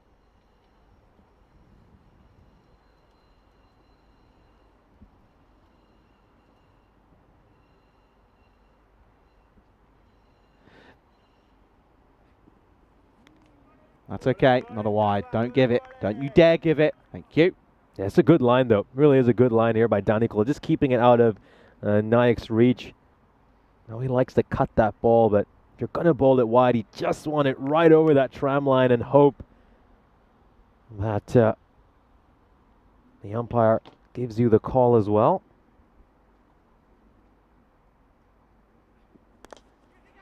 Now push towards mid-on, and that's going to be a dot ball. So good opening spell by Danikula. I think we've just become so used to him setting the tone well with his opening spells. Gives up just 13 runs in the 2 overs he bowls.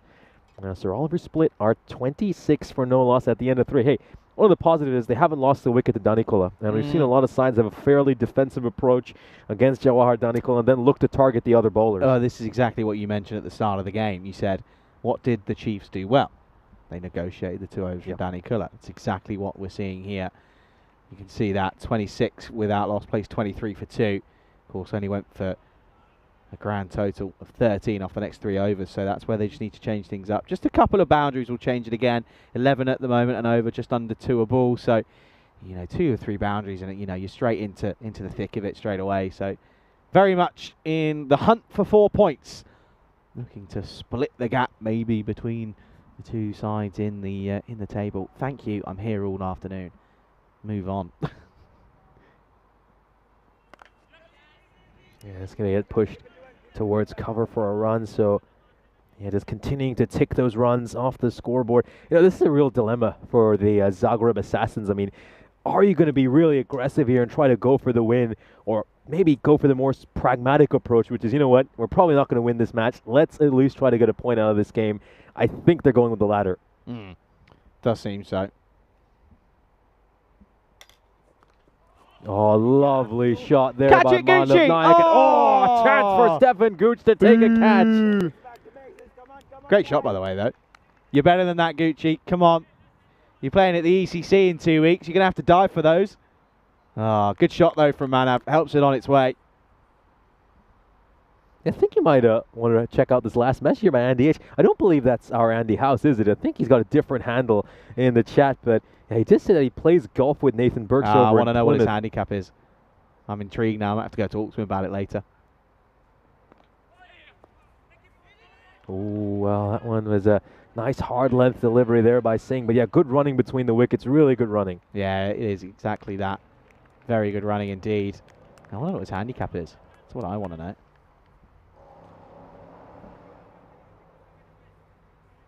36 of 21 now that required for the bonus point is still hovering around 10, which is perfectly fine from the Sir Oliver Split perspective.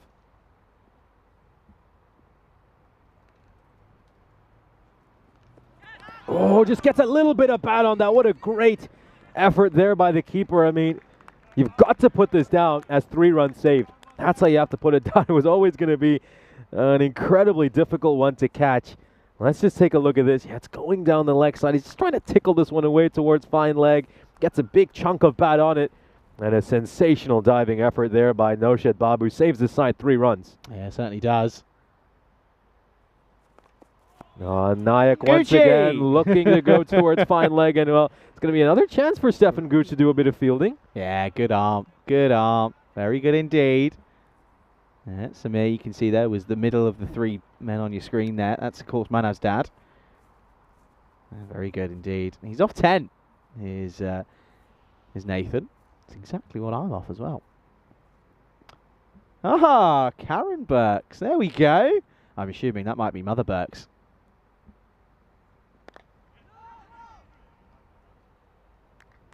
Right towards cover. That's going to be a dot ball. End of the fourth over. Sir Oliver split. Or 39 for no loss. Good opening partnership here. Really good. I think they're just going along at the rate that this Sir Oliver split side needs to go on and pick up all 4 points. As you can see, they're well above the required rate that they need. I think we've all pretty much determined that the goal for them here is to pick up all 4 points. And they've set up a good platform to do that. They negotiated the 2 Jawahar Danikula overs, and now they're really looking to target the rest of this bowling unit. Exactly that. That's what it's just the perfect way to do it. And they also have the time that they can sort of see off 2 overs. They don't mind losing 12 deliveries where it might not go ballistic. Ah, there we go. It is Mother. Just has to reach out of that one a little bit. Burks hits it straight at the field. This could be tight, but they'll just about make it across safely. Well,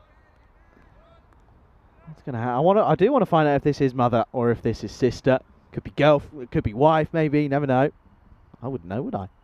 Oh, the Mozzies are back, Nish. David claiming that it is. Oh, he got one. Got it. See you later. Oh, nicely played. Beautifully played by Manav Naik. Just uppercuts that one. Knows third man is in the ring, and he just hits it over it for 4 runs. Let's take another look at that. Yeah, brilliant uppercut. Just manages to get his hands nicely underneath the ball and elevates it over that fielder. Just 1 bounce over the rope. Wasn't too far from being a 6. No, he plays it so well there. It really does. Afternoon, Birdie. How are you, Richie boy? Hope you're well. Good to see you. Has been a long time. I think the last time I even heard from you was all the way back in Rains Park, pal. Good to see you. Join us at the moment in what should be a... Oh, great take. That's a super grab behind the stumps from Naushad Babu, by the way. Watch this again. Oh, that's good. Any keeper would be proud of this. Oh, this really is a brilliant take, and we've seen Yoink. We've seen a couple of great efforts by Babu. He, of course, had that great dive to the leg side earlier this innings where he saved one that looks certain to go away for 4. There's a couple of those, does Manav, where he, well, unfortunately, just kind of gets stuck, doesn't he? It's a bit annoying for him. The feet just don't really get going.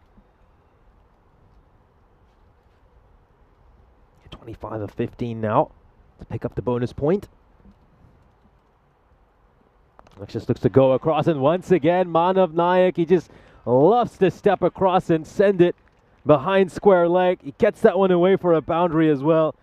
He just loves that shot, doesn't he? He just loves to lap it away for a boundary. Yeah, he certainly does. It's just timing. It really is. You know, it really does well to get it all the way over to the leg side. Steps well across. He is. You know, it's the risk versus reward, and at the moment, the reward is really paying off. Just 21 off 14 for the bonus point. Oh, stop it, Manav.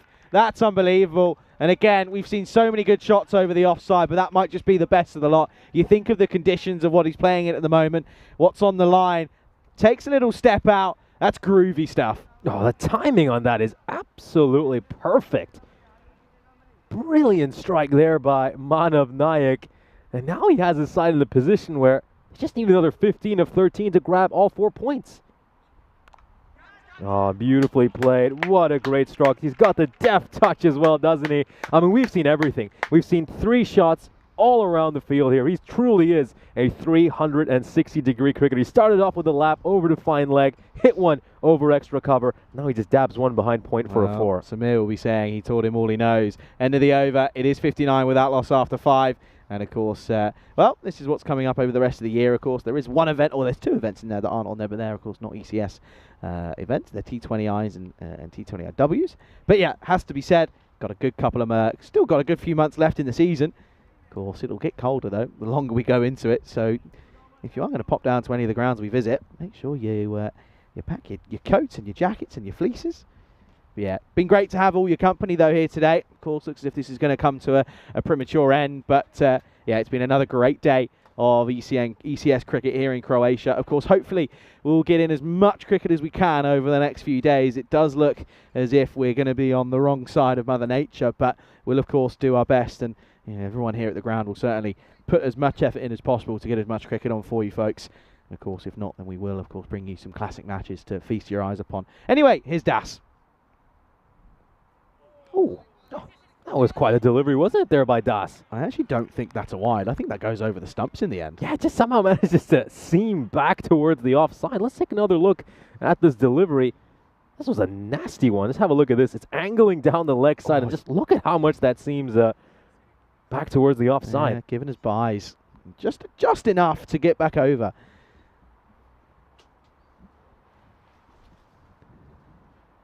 Oh, no. Oh, well. This one just down the leg side. I mean, Das can see Nayak stepping across, and then he just sees that leg stump, and he wants to go for it. And he ends up bowling a wide. Yeah, not where you want to be, realistically, in that regard.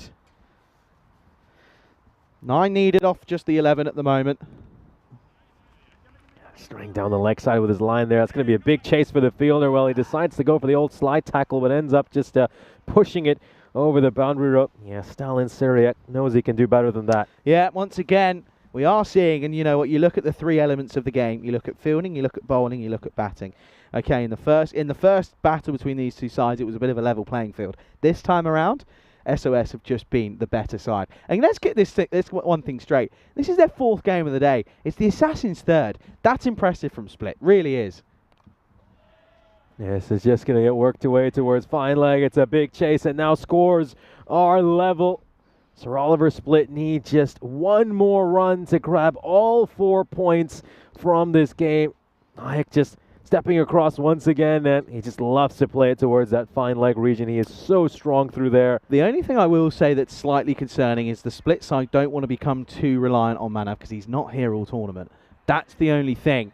So they've got to keep an eye on that one. They need to, maybe say, look, we're not going to have you opening every time because we need to give others an ample opportunity to change things up. There is going to be one left for a victory. So the field does come up and they do apply the squeeze.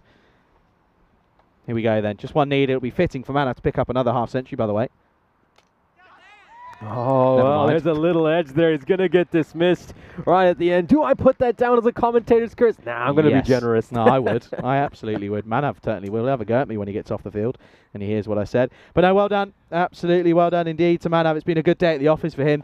Well, he does owe Spring some money after the incident that we had. But to be quite frank, he's made up for it with entertainment value. 46 off 22, a very good innings from 19-year-old Manav Nayak. And again, he can be very happy with what he's done. He's got his side 4 points here. Yeah, incredible batting by the young prodigy over these last couple of games. He scores his 2 highest career scores in these last 2 games. And this time, though, it does look like it's going to be in a winning effort as his side look like they're going to find their way over the finishing line. And Al Mamoon is going to score the winning runs. Sir Oliver Split will do it. They'll knock off the reigning champions. It's been a difficult day for the Zagreb Assassins. That's a couple of games they've lost today. Defeated earlier today by the Chiefs. And now Sir Oliver Split hand them a defeat as well. What a thumping victory for Sir Oliver Split, announcing themselves in this tournament. They've had a difficult time in their last couple of ECS appearances, but maybe they're turning things around this year, and this could finally be the season where they make it to finals day. Yeah, this is what's coming up tomorrow, though, of course. Weather dependent. Oliver Split will be back. They take on Sokol, and again, Oliver Split, they've got another 4 games tomorrow. Of course, Split, of course, doing the travelling. They have to travel quite a long way, so that's the reason why they're doing that. But, of course, yeah, we will see the likes of the Chiefs again and Sokol, so still no sign of Afyon Karahisar or Belgrade or Ljubljana, so they're going to have to wait until, well, what could be some bad weather. Let's have a look at the highlights then, and of course, it did start. Nope, you didn't get it, Nish. You're miles away, too slow. Not very Karate Kid-esque that time around. But it has to be said, to be quite frank, that in all honesty, there were times where, unfortunately, just done by the better side here. The move to put these two at the top of the order really, really paid off. And you can understand Manav. The shout to have Berksy up there was a bit of a long shot, has to be said, but of course paid off. He's a good player. We now know he's got some pedigree behind him, and it has to be said that in all reality, it looks like it might work off. Gucci was busy, by the way, but did an okay job. Did say he was easy pickings to take a bit of the mick out of, so it's absolutely fine.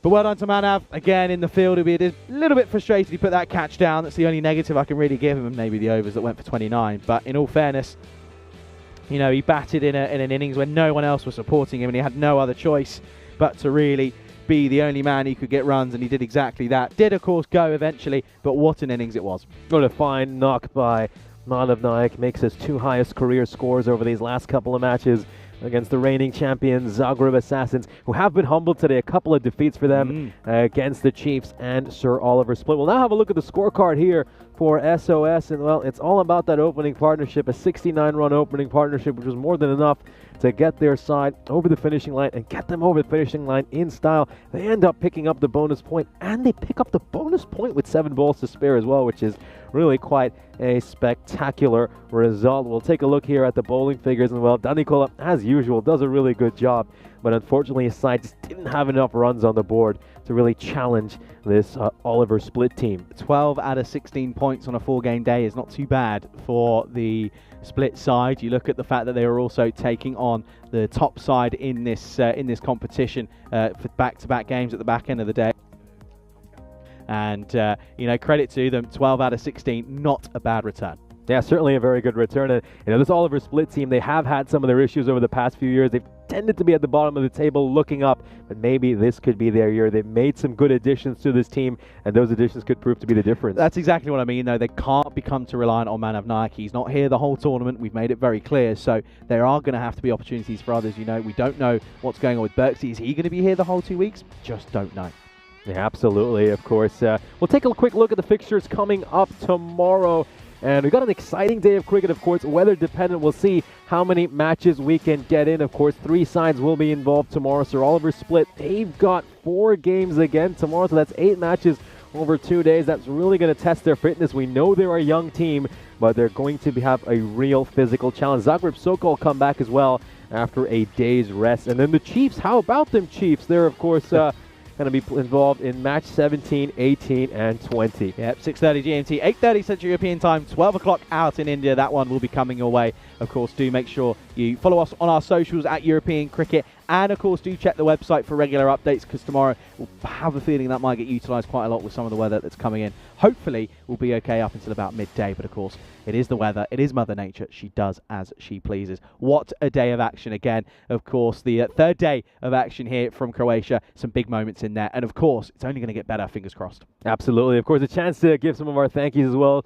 Big thank you to all of you for tuning into our stream, and of course everyone here at the Croatian Cricket Federation for being such great hosts. They're going to have a big challenge over these next coming days with some of the weather, when I'm sure they're going to be up to the task. And of course it has been a real pleasure to be alongside them over these last 3 days. Of course, a shout out to the Blue Crew as well. We couldn't do anything without all of you and our friends over at Spring Productions. Thank you so much for being alongside us throughout this day, and looking forward to working alongside all of you over these next 11 days. Absolutely. I echo exactly what Nish has just said. Well, that's all we've got time for, folks. It's been another great day of action. We'll leave you with the end of day highlights. We will be back tomorrow morning, and I tell you what, everyone needs to keep those fingers crossed over the next 12 hours. Hopefully we come to a dry ground tomorrow, but of course only time will tell. Enjoy the rest of your evening, everybody. We will see you in the morning. Have a good evening, everyone.